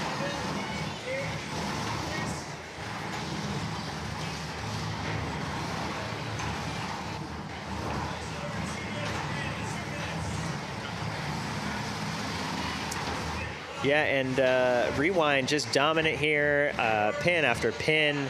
Trying for the suplex, unable to get it. Wicked sequel looks maybe just a little too awkward for them to get over, but impressive control here. Wicked sequel's weapon seems to be down. Durability of Rewind too much for Wicked sequel to deal with. This is going to be it if we can't see a little bit more, and that's a tap out from Wicked sequel. Another impressive performance from Rewind. Rewind doing great here. Rewind run by Sam Pierce. And Sam Pierce from Annandale, Virginia. And just doing great. Cage 5, this looks like a match in progress. Ooh. Verticalizer against Repeater. Oh no, Verticalizer! Come on, come back to life. Verticalizer, I can only see one of those birds running. It looks like their wheel has exploded. The tread is lying on the floor. They are propped up in the corner. Here comes their unstick. That was an amazing shot because you could see the belt like unwinding itself here in close up. The tread just flying off of the tire, and that looks like it could be it for Verticalizer. That is unfortunate for them, but Repeater, impressive performance here. Just pounding Verticalizer into the corner, and they're just unable to come back from that. Now, Verticalizer was run here by Joey Chua from Norwalk, Connecticut, from Team Chua Heavy Industries and also Team ASML. He's an engineer at ASML. And I'm going to say, Joey, you built something really cool here today, and I hope to see it again. He is giving a round of applause to his opponents there. Fantastic work. Repeater just started fighting themselves there at the end a little bit. I guess they got bored with the KO and wanted to keep going. So just started hitting each other. Works out for them. Unorthodox strategy. All right, now this looks like this is Energizer here in yellow facing off against Bladeborn Pathogen. Oh, wow. Knockout. Zoe Lambert and Energizer staying alive here with a knockout. Energizer could take this 12-pound division. They are looking great tonight. Durable robot. Tough to fight against. Energizer is such a gorgeous robot. When I saw the robot yesterday, it's not quite a drum, and it's certainly a lot chunkier than a blade. It's like somewhere in between. It's just a very, very thick blade. Yeah. So sometimes we call that a drisk. Yeah. It's not a drum. It's not a disc. It's a drisk. I'm not a super fan of that. The word doesn't roll off the tongue, so maybe we can figure something else out. But really impressive to see. Those types of weapons are hard to fight against too. They're so chunky. They're so wide. Ablative armors don't work as well against them. But they don't have some of the downsides of going to a full drum or beater bar, which can be hard to accommodate. They can become so wide. They're just difficult to build around. So really nice compromise in design is working well for them tonight. Now, one of the cool things is Zoe cut this lightning bolts into the side, and it goes straight through the disc. And it's one of these little details that you will only catch a glimpse of, but it really kind of shows just the absolute level of sophistication that she's bringing to the sport. Yeah. Speaking of new bots, I can still think back. I can still see clear as day Zoe's very first robot. She brought this robot that needed a weapon, so she cut a piece of rectangular just tubing from that you can buy at Home Depot, and that was the thing that spun on the front of her robot. Now, 2.5 years later, she's building something super custom. She's got her own heavyweight box inside of her workspace. She's super serious about this sport. And if you are seeing, a really interesting unconventional robot in 2.5 years, it could be incredible. Peekaboo versus Winx here in Cage 2. Peekaboo has been a very impressive control bot. Wedge here, combining a wedge armor with a lifter mechanism. And Winx, a powerful vertical beater bar spinner. Or disc, sorry. So big hit there from Winx. 2 big hits. Peekaboo might not be able to come back from that. How quickly can a fight turn? What a comeback. Winx sending them into the ceiling. It looked like Peekaboo was going to control that fight. Wasn't to be. Oof. Those were some big hits, and they immediately hit that tap out button. That is the power of a vertical spinner. The crowd is going wild here. Wow. Team Rose Holman coming out in support for all of their robots. Amazing. Look at this, Adam. A little shot of us. Hi. Yeah, these spinners are tough to fight against with a control bot or, any sort of non-spinner because, blink and you can lose. And that's what happened in that fight. We've seen Peekaboo come out and dominate these fights against spinners today. And this is what can happen after one mistake. You just popped up into the ceiling twice, and it wasn't to be that time. So how quickly a fight can turn, really impressive driving from Winx there to turn it around out of the corner. Yeah, Winx kind of reminds me a little bit of Lynx and driven pretty well. Like driven Lynx-esque. Yeah. Lynx has a multi-time golden Brett winner here in the Beatles. And it is a very balanced design. It's not the fastest robot. It doesn't hit as hard as, some of these kind of super OP, offensive strat weapons. But it is really drivable, really aggressive, and it is so balanced that it wins more than it loses. Yeah. Yeah, again, like 3 pieces to having a successful robot. The design is one part of it, but you've got to make it reliable, you've got to make it durable, and then you've got to go out and drive it, and they're doing that there. And it was a very successful fight for them, quite a way to win. Your emotions are going all over the place in these fights, and to be up against the rails and turn around like that, I'm sure they are really on a high right now after that fight. Yeah, fantastic, fantastic. Looks like we have a little break in the action here, Adam. You've been going strong. What is this, 4.5 hours now? It's been a while. I will tell you, the Discord is going nuts. They absolutely love you up here as an announcer. I was like, the Discord's going nuts. I'm like, in which way? Positive, negative? Yeah. How many death threats? 2? No, Okay. very few. That's great. Very few. I won't say 0. Okay. I haven't read the whole Discord. It can't possibly be 0. No, I will say, if you're in the YouTube live chat and you're liking Adam, come and tell NHRL that, we want it permanent, Smash that like button, that subscribe button, and then, Yeah. If we get 400,000 subscribers by the end of tonight, Adam gets to stay, okay? Yeah, they actually said I would get a Tesla, Cybertruck, there you if go. we hit 400,000. Now, all right, here's the conundrum. You're a builder, you love to fight, but you're also an amazing announcer. You can't split yourself. What are you going to do? Wait, I can't? Yeah, well, I'll tell you, the nice thing about this is you make money at the end of NHRL consistently. That's great. You know what I mean, as an announcer. Yeah, because usually I lose money. Yeah, exactly. Yeah, right. So it's great. Yeah. Okay. It's a nice twist. I'm not that stressed. Right. I make money. Right. I'm wearing a suit instead of greasy, smelly T-shirts. Yes. You saw the look on Ricky's eyes earlier, like that kind of 1,000-foot stare, you know? Yeah. The stress, you could just feel it. Yeah, exactly. I'm having a great day. Adam, you're crushing it. You're doing great. All right. It's really been awesome. So, I don't know. I just feel lucky that we're able to share the desk together. Well, thanks so much again for having me. I've been excited to be here. Yeah, you're great. You're a great announcer. Fantastic. Okay. Great. Oh, wow. We're getting waves from the audience. Hello.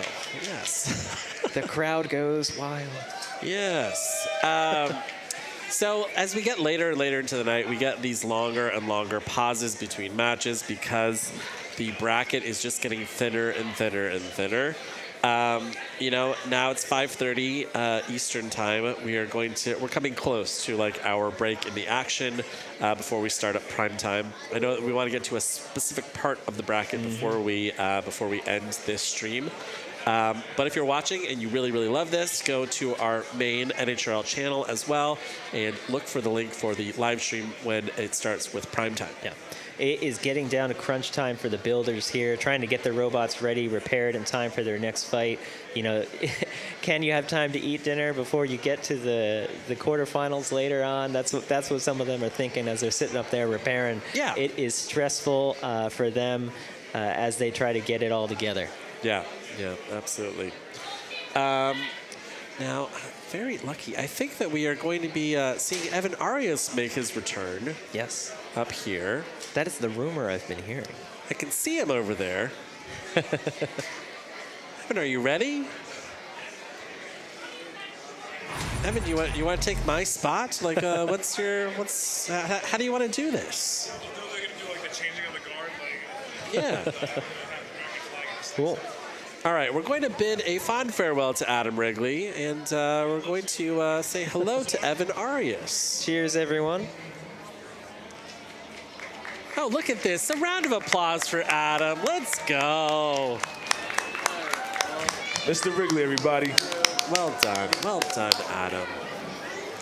Always a pleasure. Yeah. Evan, I am also going to exit, and Lindsay's going to take my spot. So here we go. All You get right. to see how the sausage is made. This is fantastic. Here you go, Lindsay.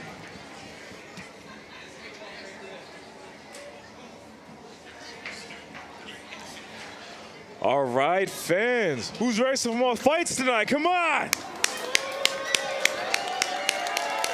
All right. Wait, I think I need one more time. I don't hear the fans at home and everybody here. Come on, make some noise. Let's go.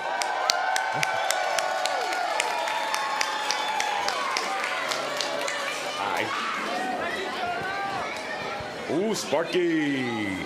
Sparklin. Evan, you're a delight. Thank you. It is wonderful to be sitting here with you. 3, Likewise. 2, 1. Fight, robots, fight. All right, we have, I believe here, the power of friendship Big hit. and Catalyst. The power of friendship has been so dominant today. Kokoto Mane and Brian Boxall. Their robot is just imbued with a magic that comes from good friends. And here they are pinning Catalyst, built by Corey Neeson. These are two well-balanced, experienced builders just giving it to each other. Catalyst looking for the opening. Yeah, Corey, you know, he loves friendship and all, but he also loves winning. And he wants to destroy every single plastic part of that robot. Oh, can we get some motion out of Power of Friendship? I'm seeing maybe the magical run that the Power of Friendship has had today may be coming to an end. Not seeing a little twitch. Oh! Come on. Show Any life left in that robot, I think Brad just snuffed out. Ladies and gentlemen, and that is your match. Wow, that was something else.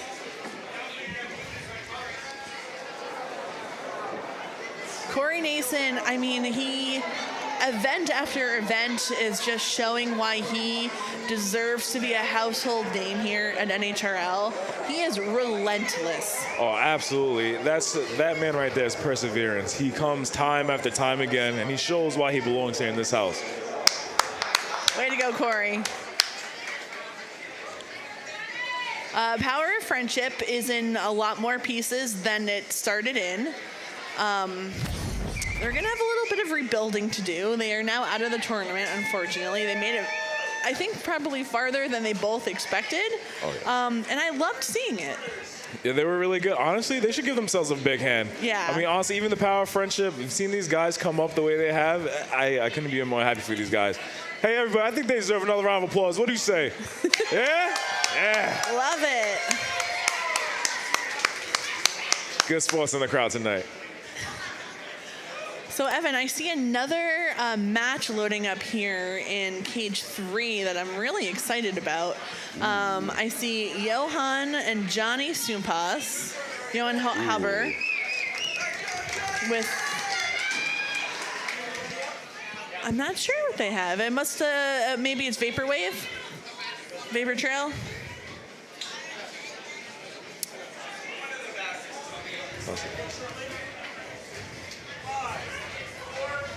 Three. But here we go. 2, 1. Cage 3.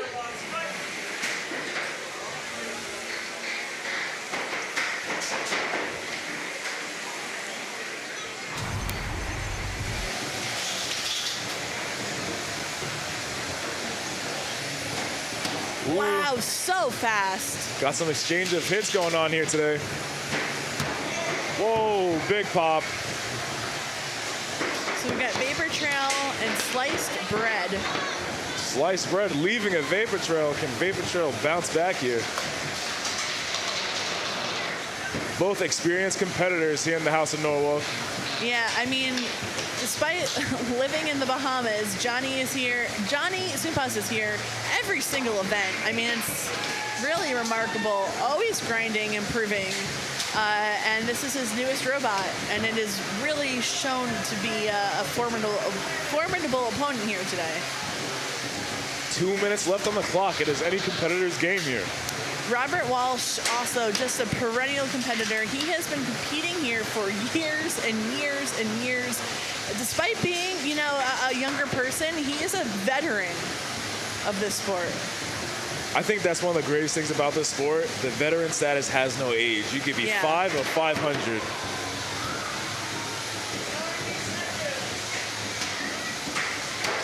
Wow. 90 seconds left. Sliced bread bringing it. Vapor Trail dishing it back. Big hits. Wow.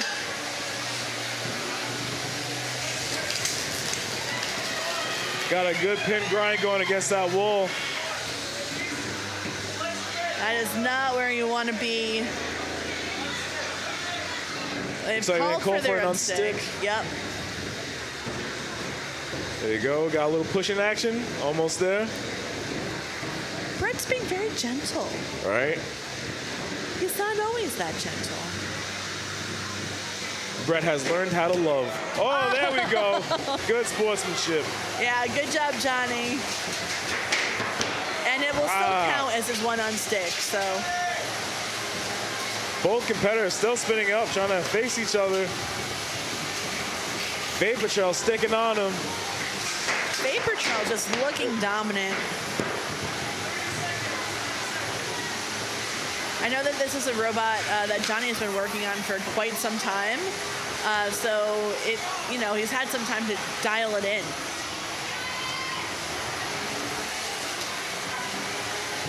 That's what we like to see. Both competitors still going. Got 10 seconds left on the clock.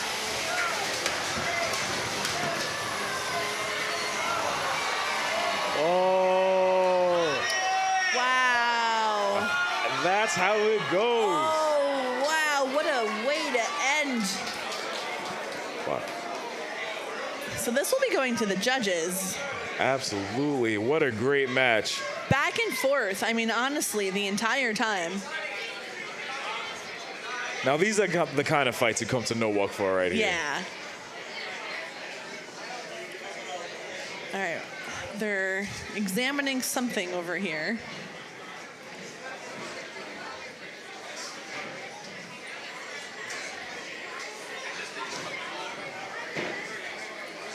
There we go. Yeah. Still mobile. Still fully functional, it looks like. A little maybe weapon test there for sliced bread. Letting the judges know that he does, in fact, have a functional weapon. Absolutely amazing. And there we go. We see it on Vapor Trail as well. Both robots still functional. Yeah, when you know a match is close like this, the judges want to make sure that you know they're not just assuming that one is working or not working. They want to, you know, have confirmation from the builders that you know your weapon is still functional at the end of the match. Is your drive still functional? And that helps them make more informed decisions. Absolutely. You know, going into that. The damage, control, and aggression, correct? Yeah. Yeah, and it's for me, I'm glad I'm not a judge. That's one I do not want to. They both displayed all of it. Oh, we got another fight in the next cage over here. Yep, cage 2 is where it's at now. We have Scurryfest and Blood, Sweat, and Tears. Scurryfest has also had an incredible run today from Miles Sim and Robert Rund. Ooh, these robots are getting fierce in the arena, both spinning up to speed. we go. Both opponents looking for engagement. Here we go. We got some hits here. I'd love to see that hammer. There we go. There we go. Love a good hammer saw. This robot, Blood, Sweat, and Tears, brought to you by Noah Agnew.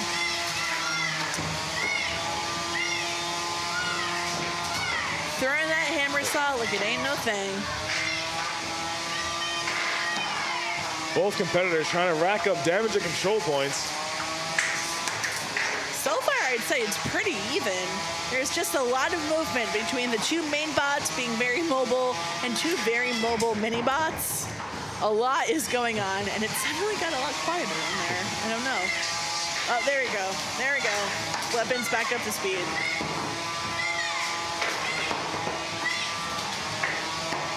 Here we go after the release. It looks like both opponents are back on the offense. I really have to compliment Robert Rund, who is driving the mini-bot.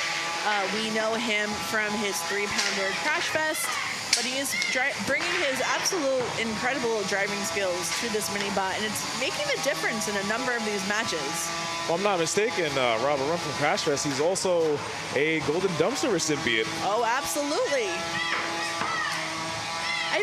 Correct me if I'm wrong, I think he may have won the New Bots event. Yes. 2 years ago? Yep, 2 years ago. Yeah. He's come a long way since then. Absolutely. He's one of those competitors who just won't give it up, and he shouldn't. No. Oh, big hit there. Wow.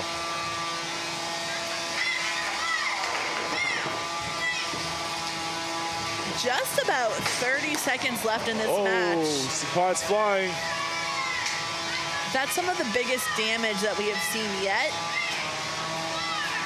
in this match. All competitors still very active and mobile. Yeah, this is a slugfest right till the very end. Talk about judges having a hard time. Right. Just happy I'm not them.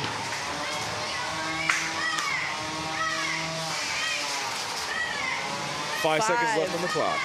There we go. Wow, that was amazing. Man, both builders should feel really good about that match, but I don't know how the judges will go. Right, it could go either way. They absolutely... Hey, can we get a bigger round of applause to these competitors here? Woo! Love it.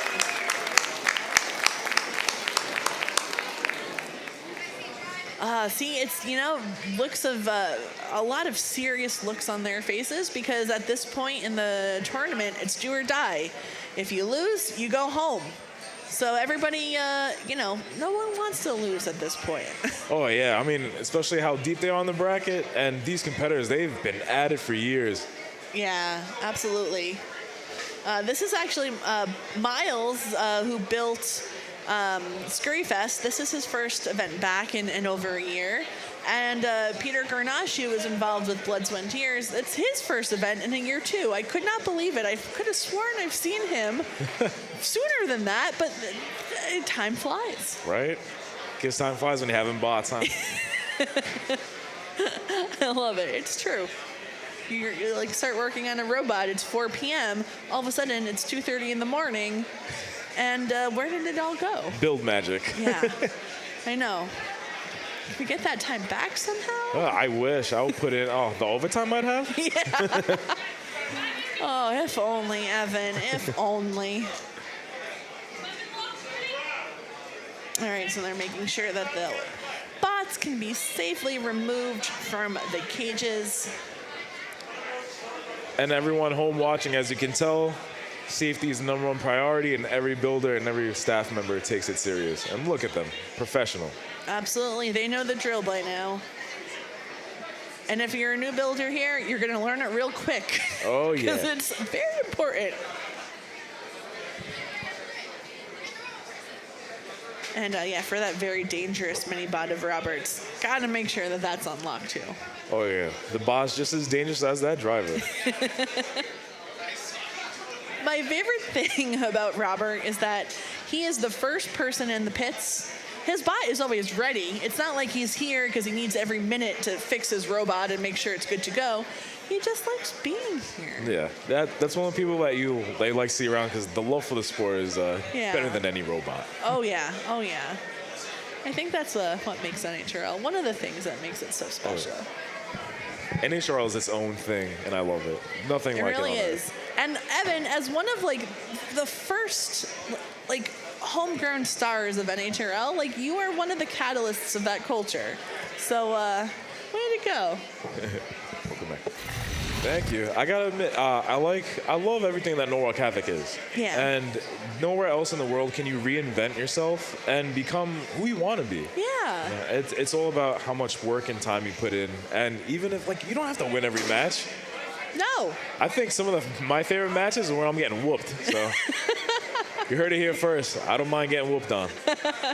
And you also don't have to spend a lot of money.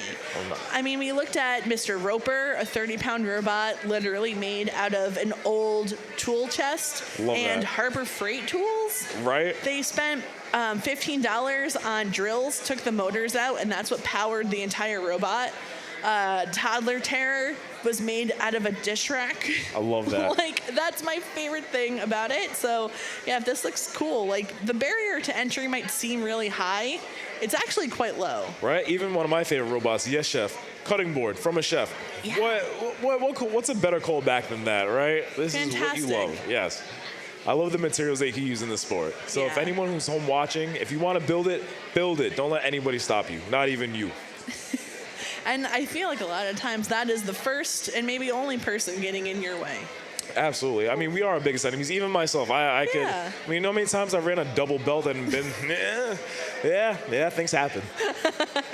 But I think that's what I like about this sport. You can keep coming back. You can take your mistakes and learn from them. Yeah. Your tragedies are not shackles; they're armor. Love it here. Philosopher. Philosopher. Thank you, Google. That's where I get all my stuff from. I see something happening in cage 3. Let's see. I'm excited to learn more. Speaking of, are you building any robots for this season? Me personally? Yes. All right, well, I should say for my birthday, my husband got me an SSP kit.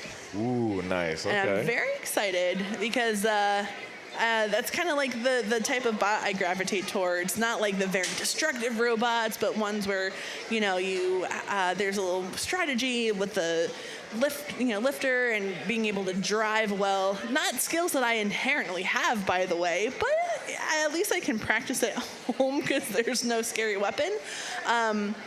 I need to build it. I'd also like to customize it a little bit. I don't want to just have something straight out of the kit. Not that there's anything wrong with that. Just I want to have like a little bit of fun. I hear you. Absolutely.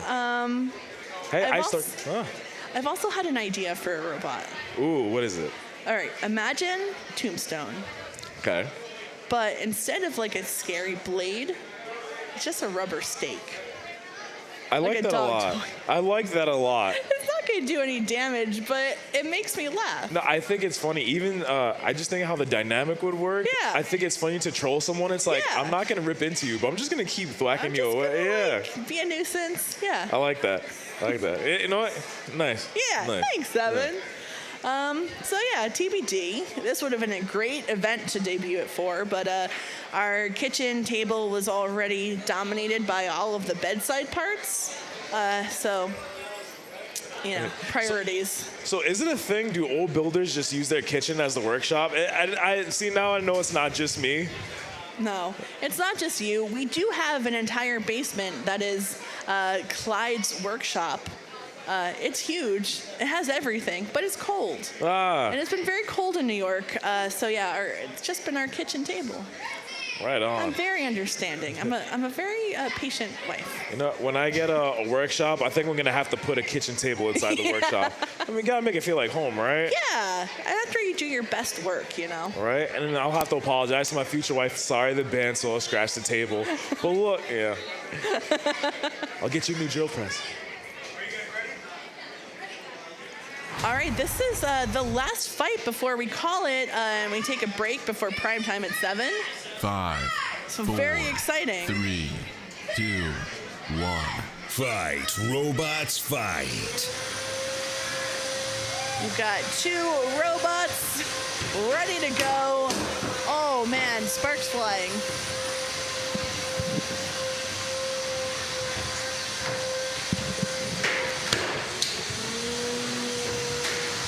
Whoa, we got Huge some hit. hits.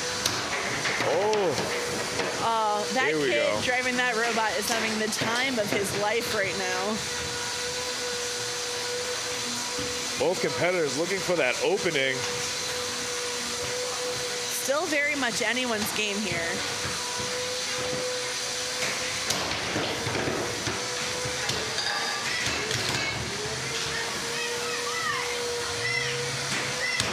Whoa, big hits. These are some formative moments for these competitors here. I mean, at this age, to have this experience, it's not something that everyone gets to have. I'm afraid when they have more experience and I gotta go against them. I know. All right, so we've got NDA here in the orange versus Spinny.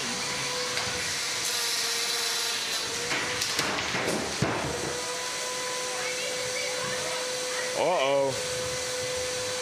Can we get some motion? Looks like we're getting an assist from Brett.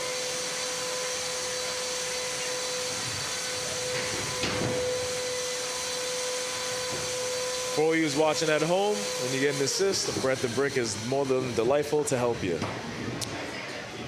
Evan is the captain and builder of Sir Spinny. This is his first event ever. He is already this far in the bracket, but NDA is getting counted out. Wow, with 1 minute left, the match is concluded. What a great last fight before prime time. Wow. What a run for Sir Spinny. Definitely something to be proud of. Yes, I was going to say these builders should definitely be proud of themselves. To get to this point, even getting here, it's, you know, you really got to give yourself some love there.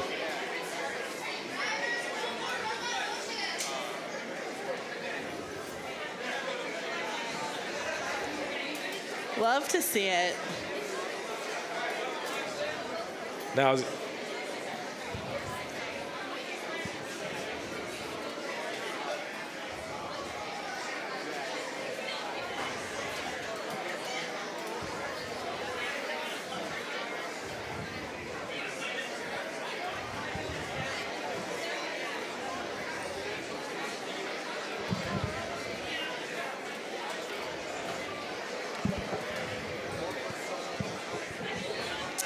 All right, Evan. Well, I have right. something to tell you. I'm all ears. This is now the end of this preliminary stream. We're ending it here. We're taking a break. Don't worry. I have good news too because we're coming back in just an hour, 7 p.m. Eastern Time on the main NHRL channel. And it's going to be really exciting. I can't wait. So that's 7 p.m. Eastern Standard Time. We get more robot fights? We got more robot fights, and not only that, we're coming to you with the quarterfinals. Ooh. It is, the stakes are high, the bots are hot, and I'm ready to go. Oh, all right. You know, I hope those opponents... Oh, hope everyone has their batteries charged and they're ready to be back here at 7 p.m. All right, so see you at a main NHRL page in just an hour. Thanks, guys.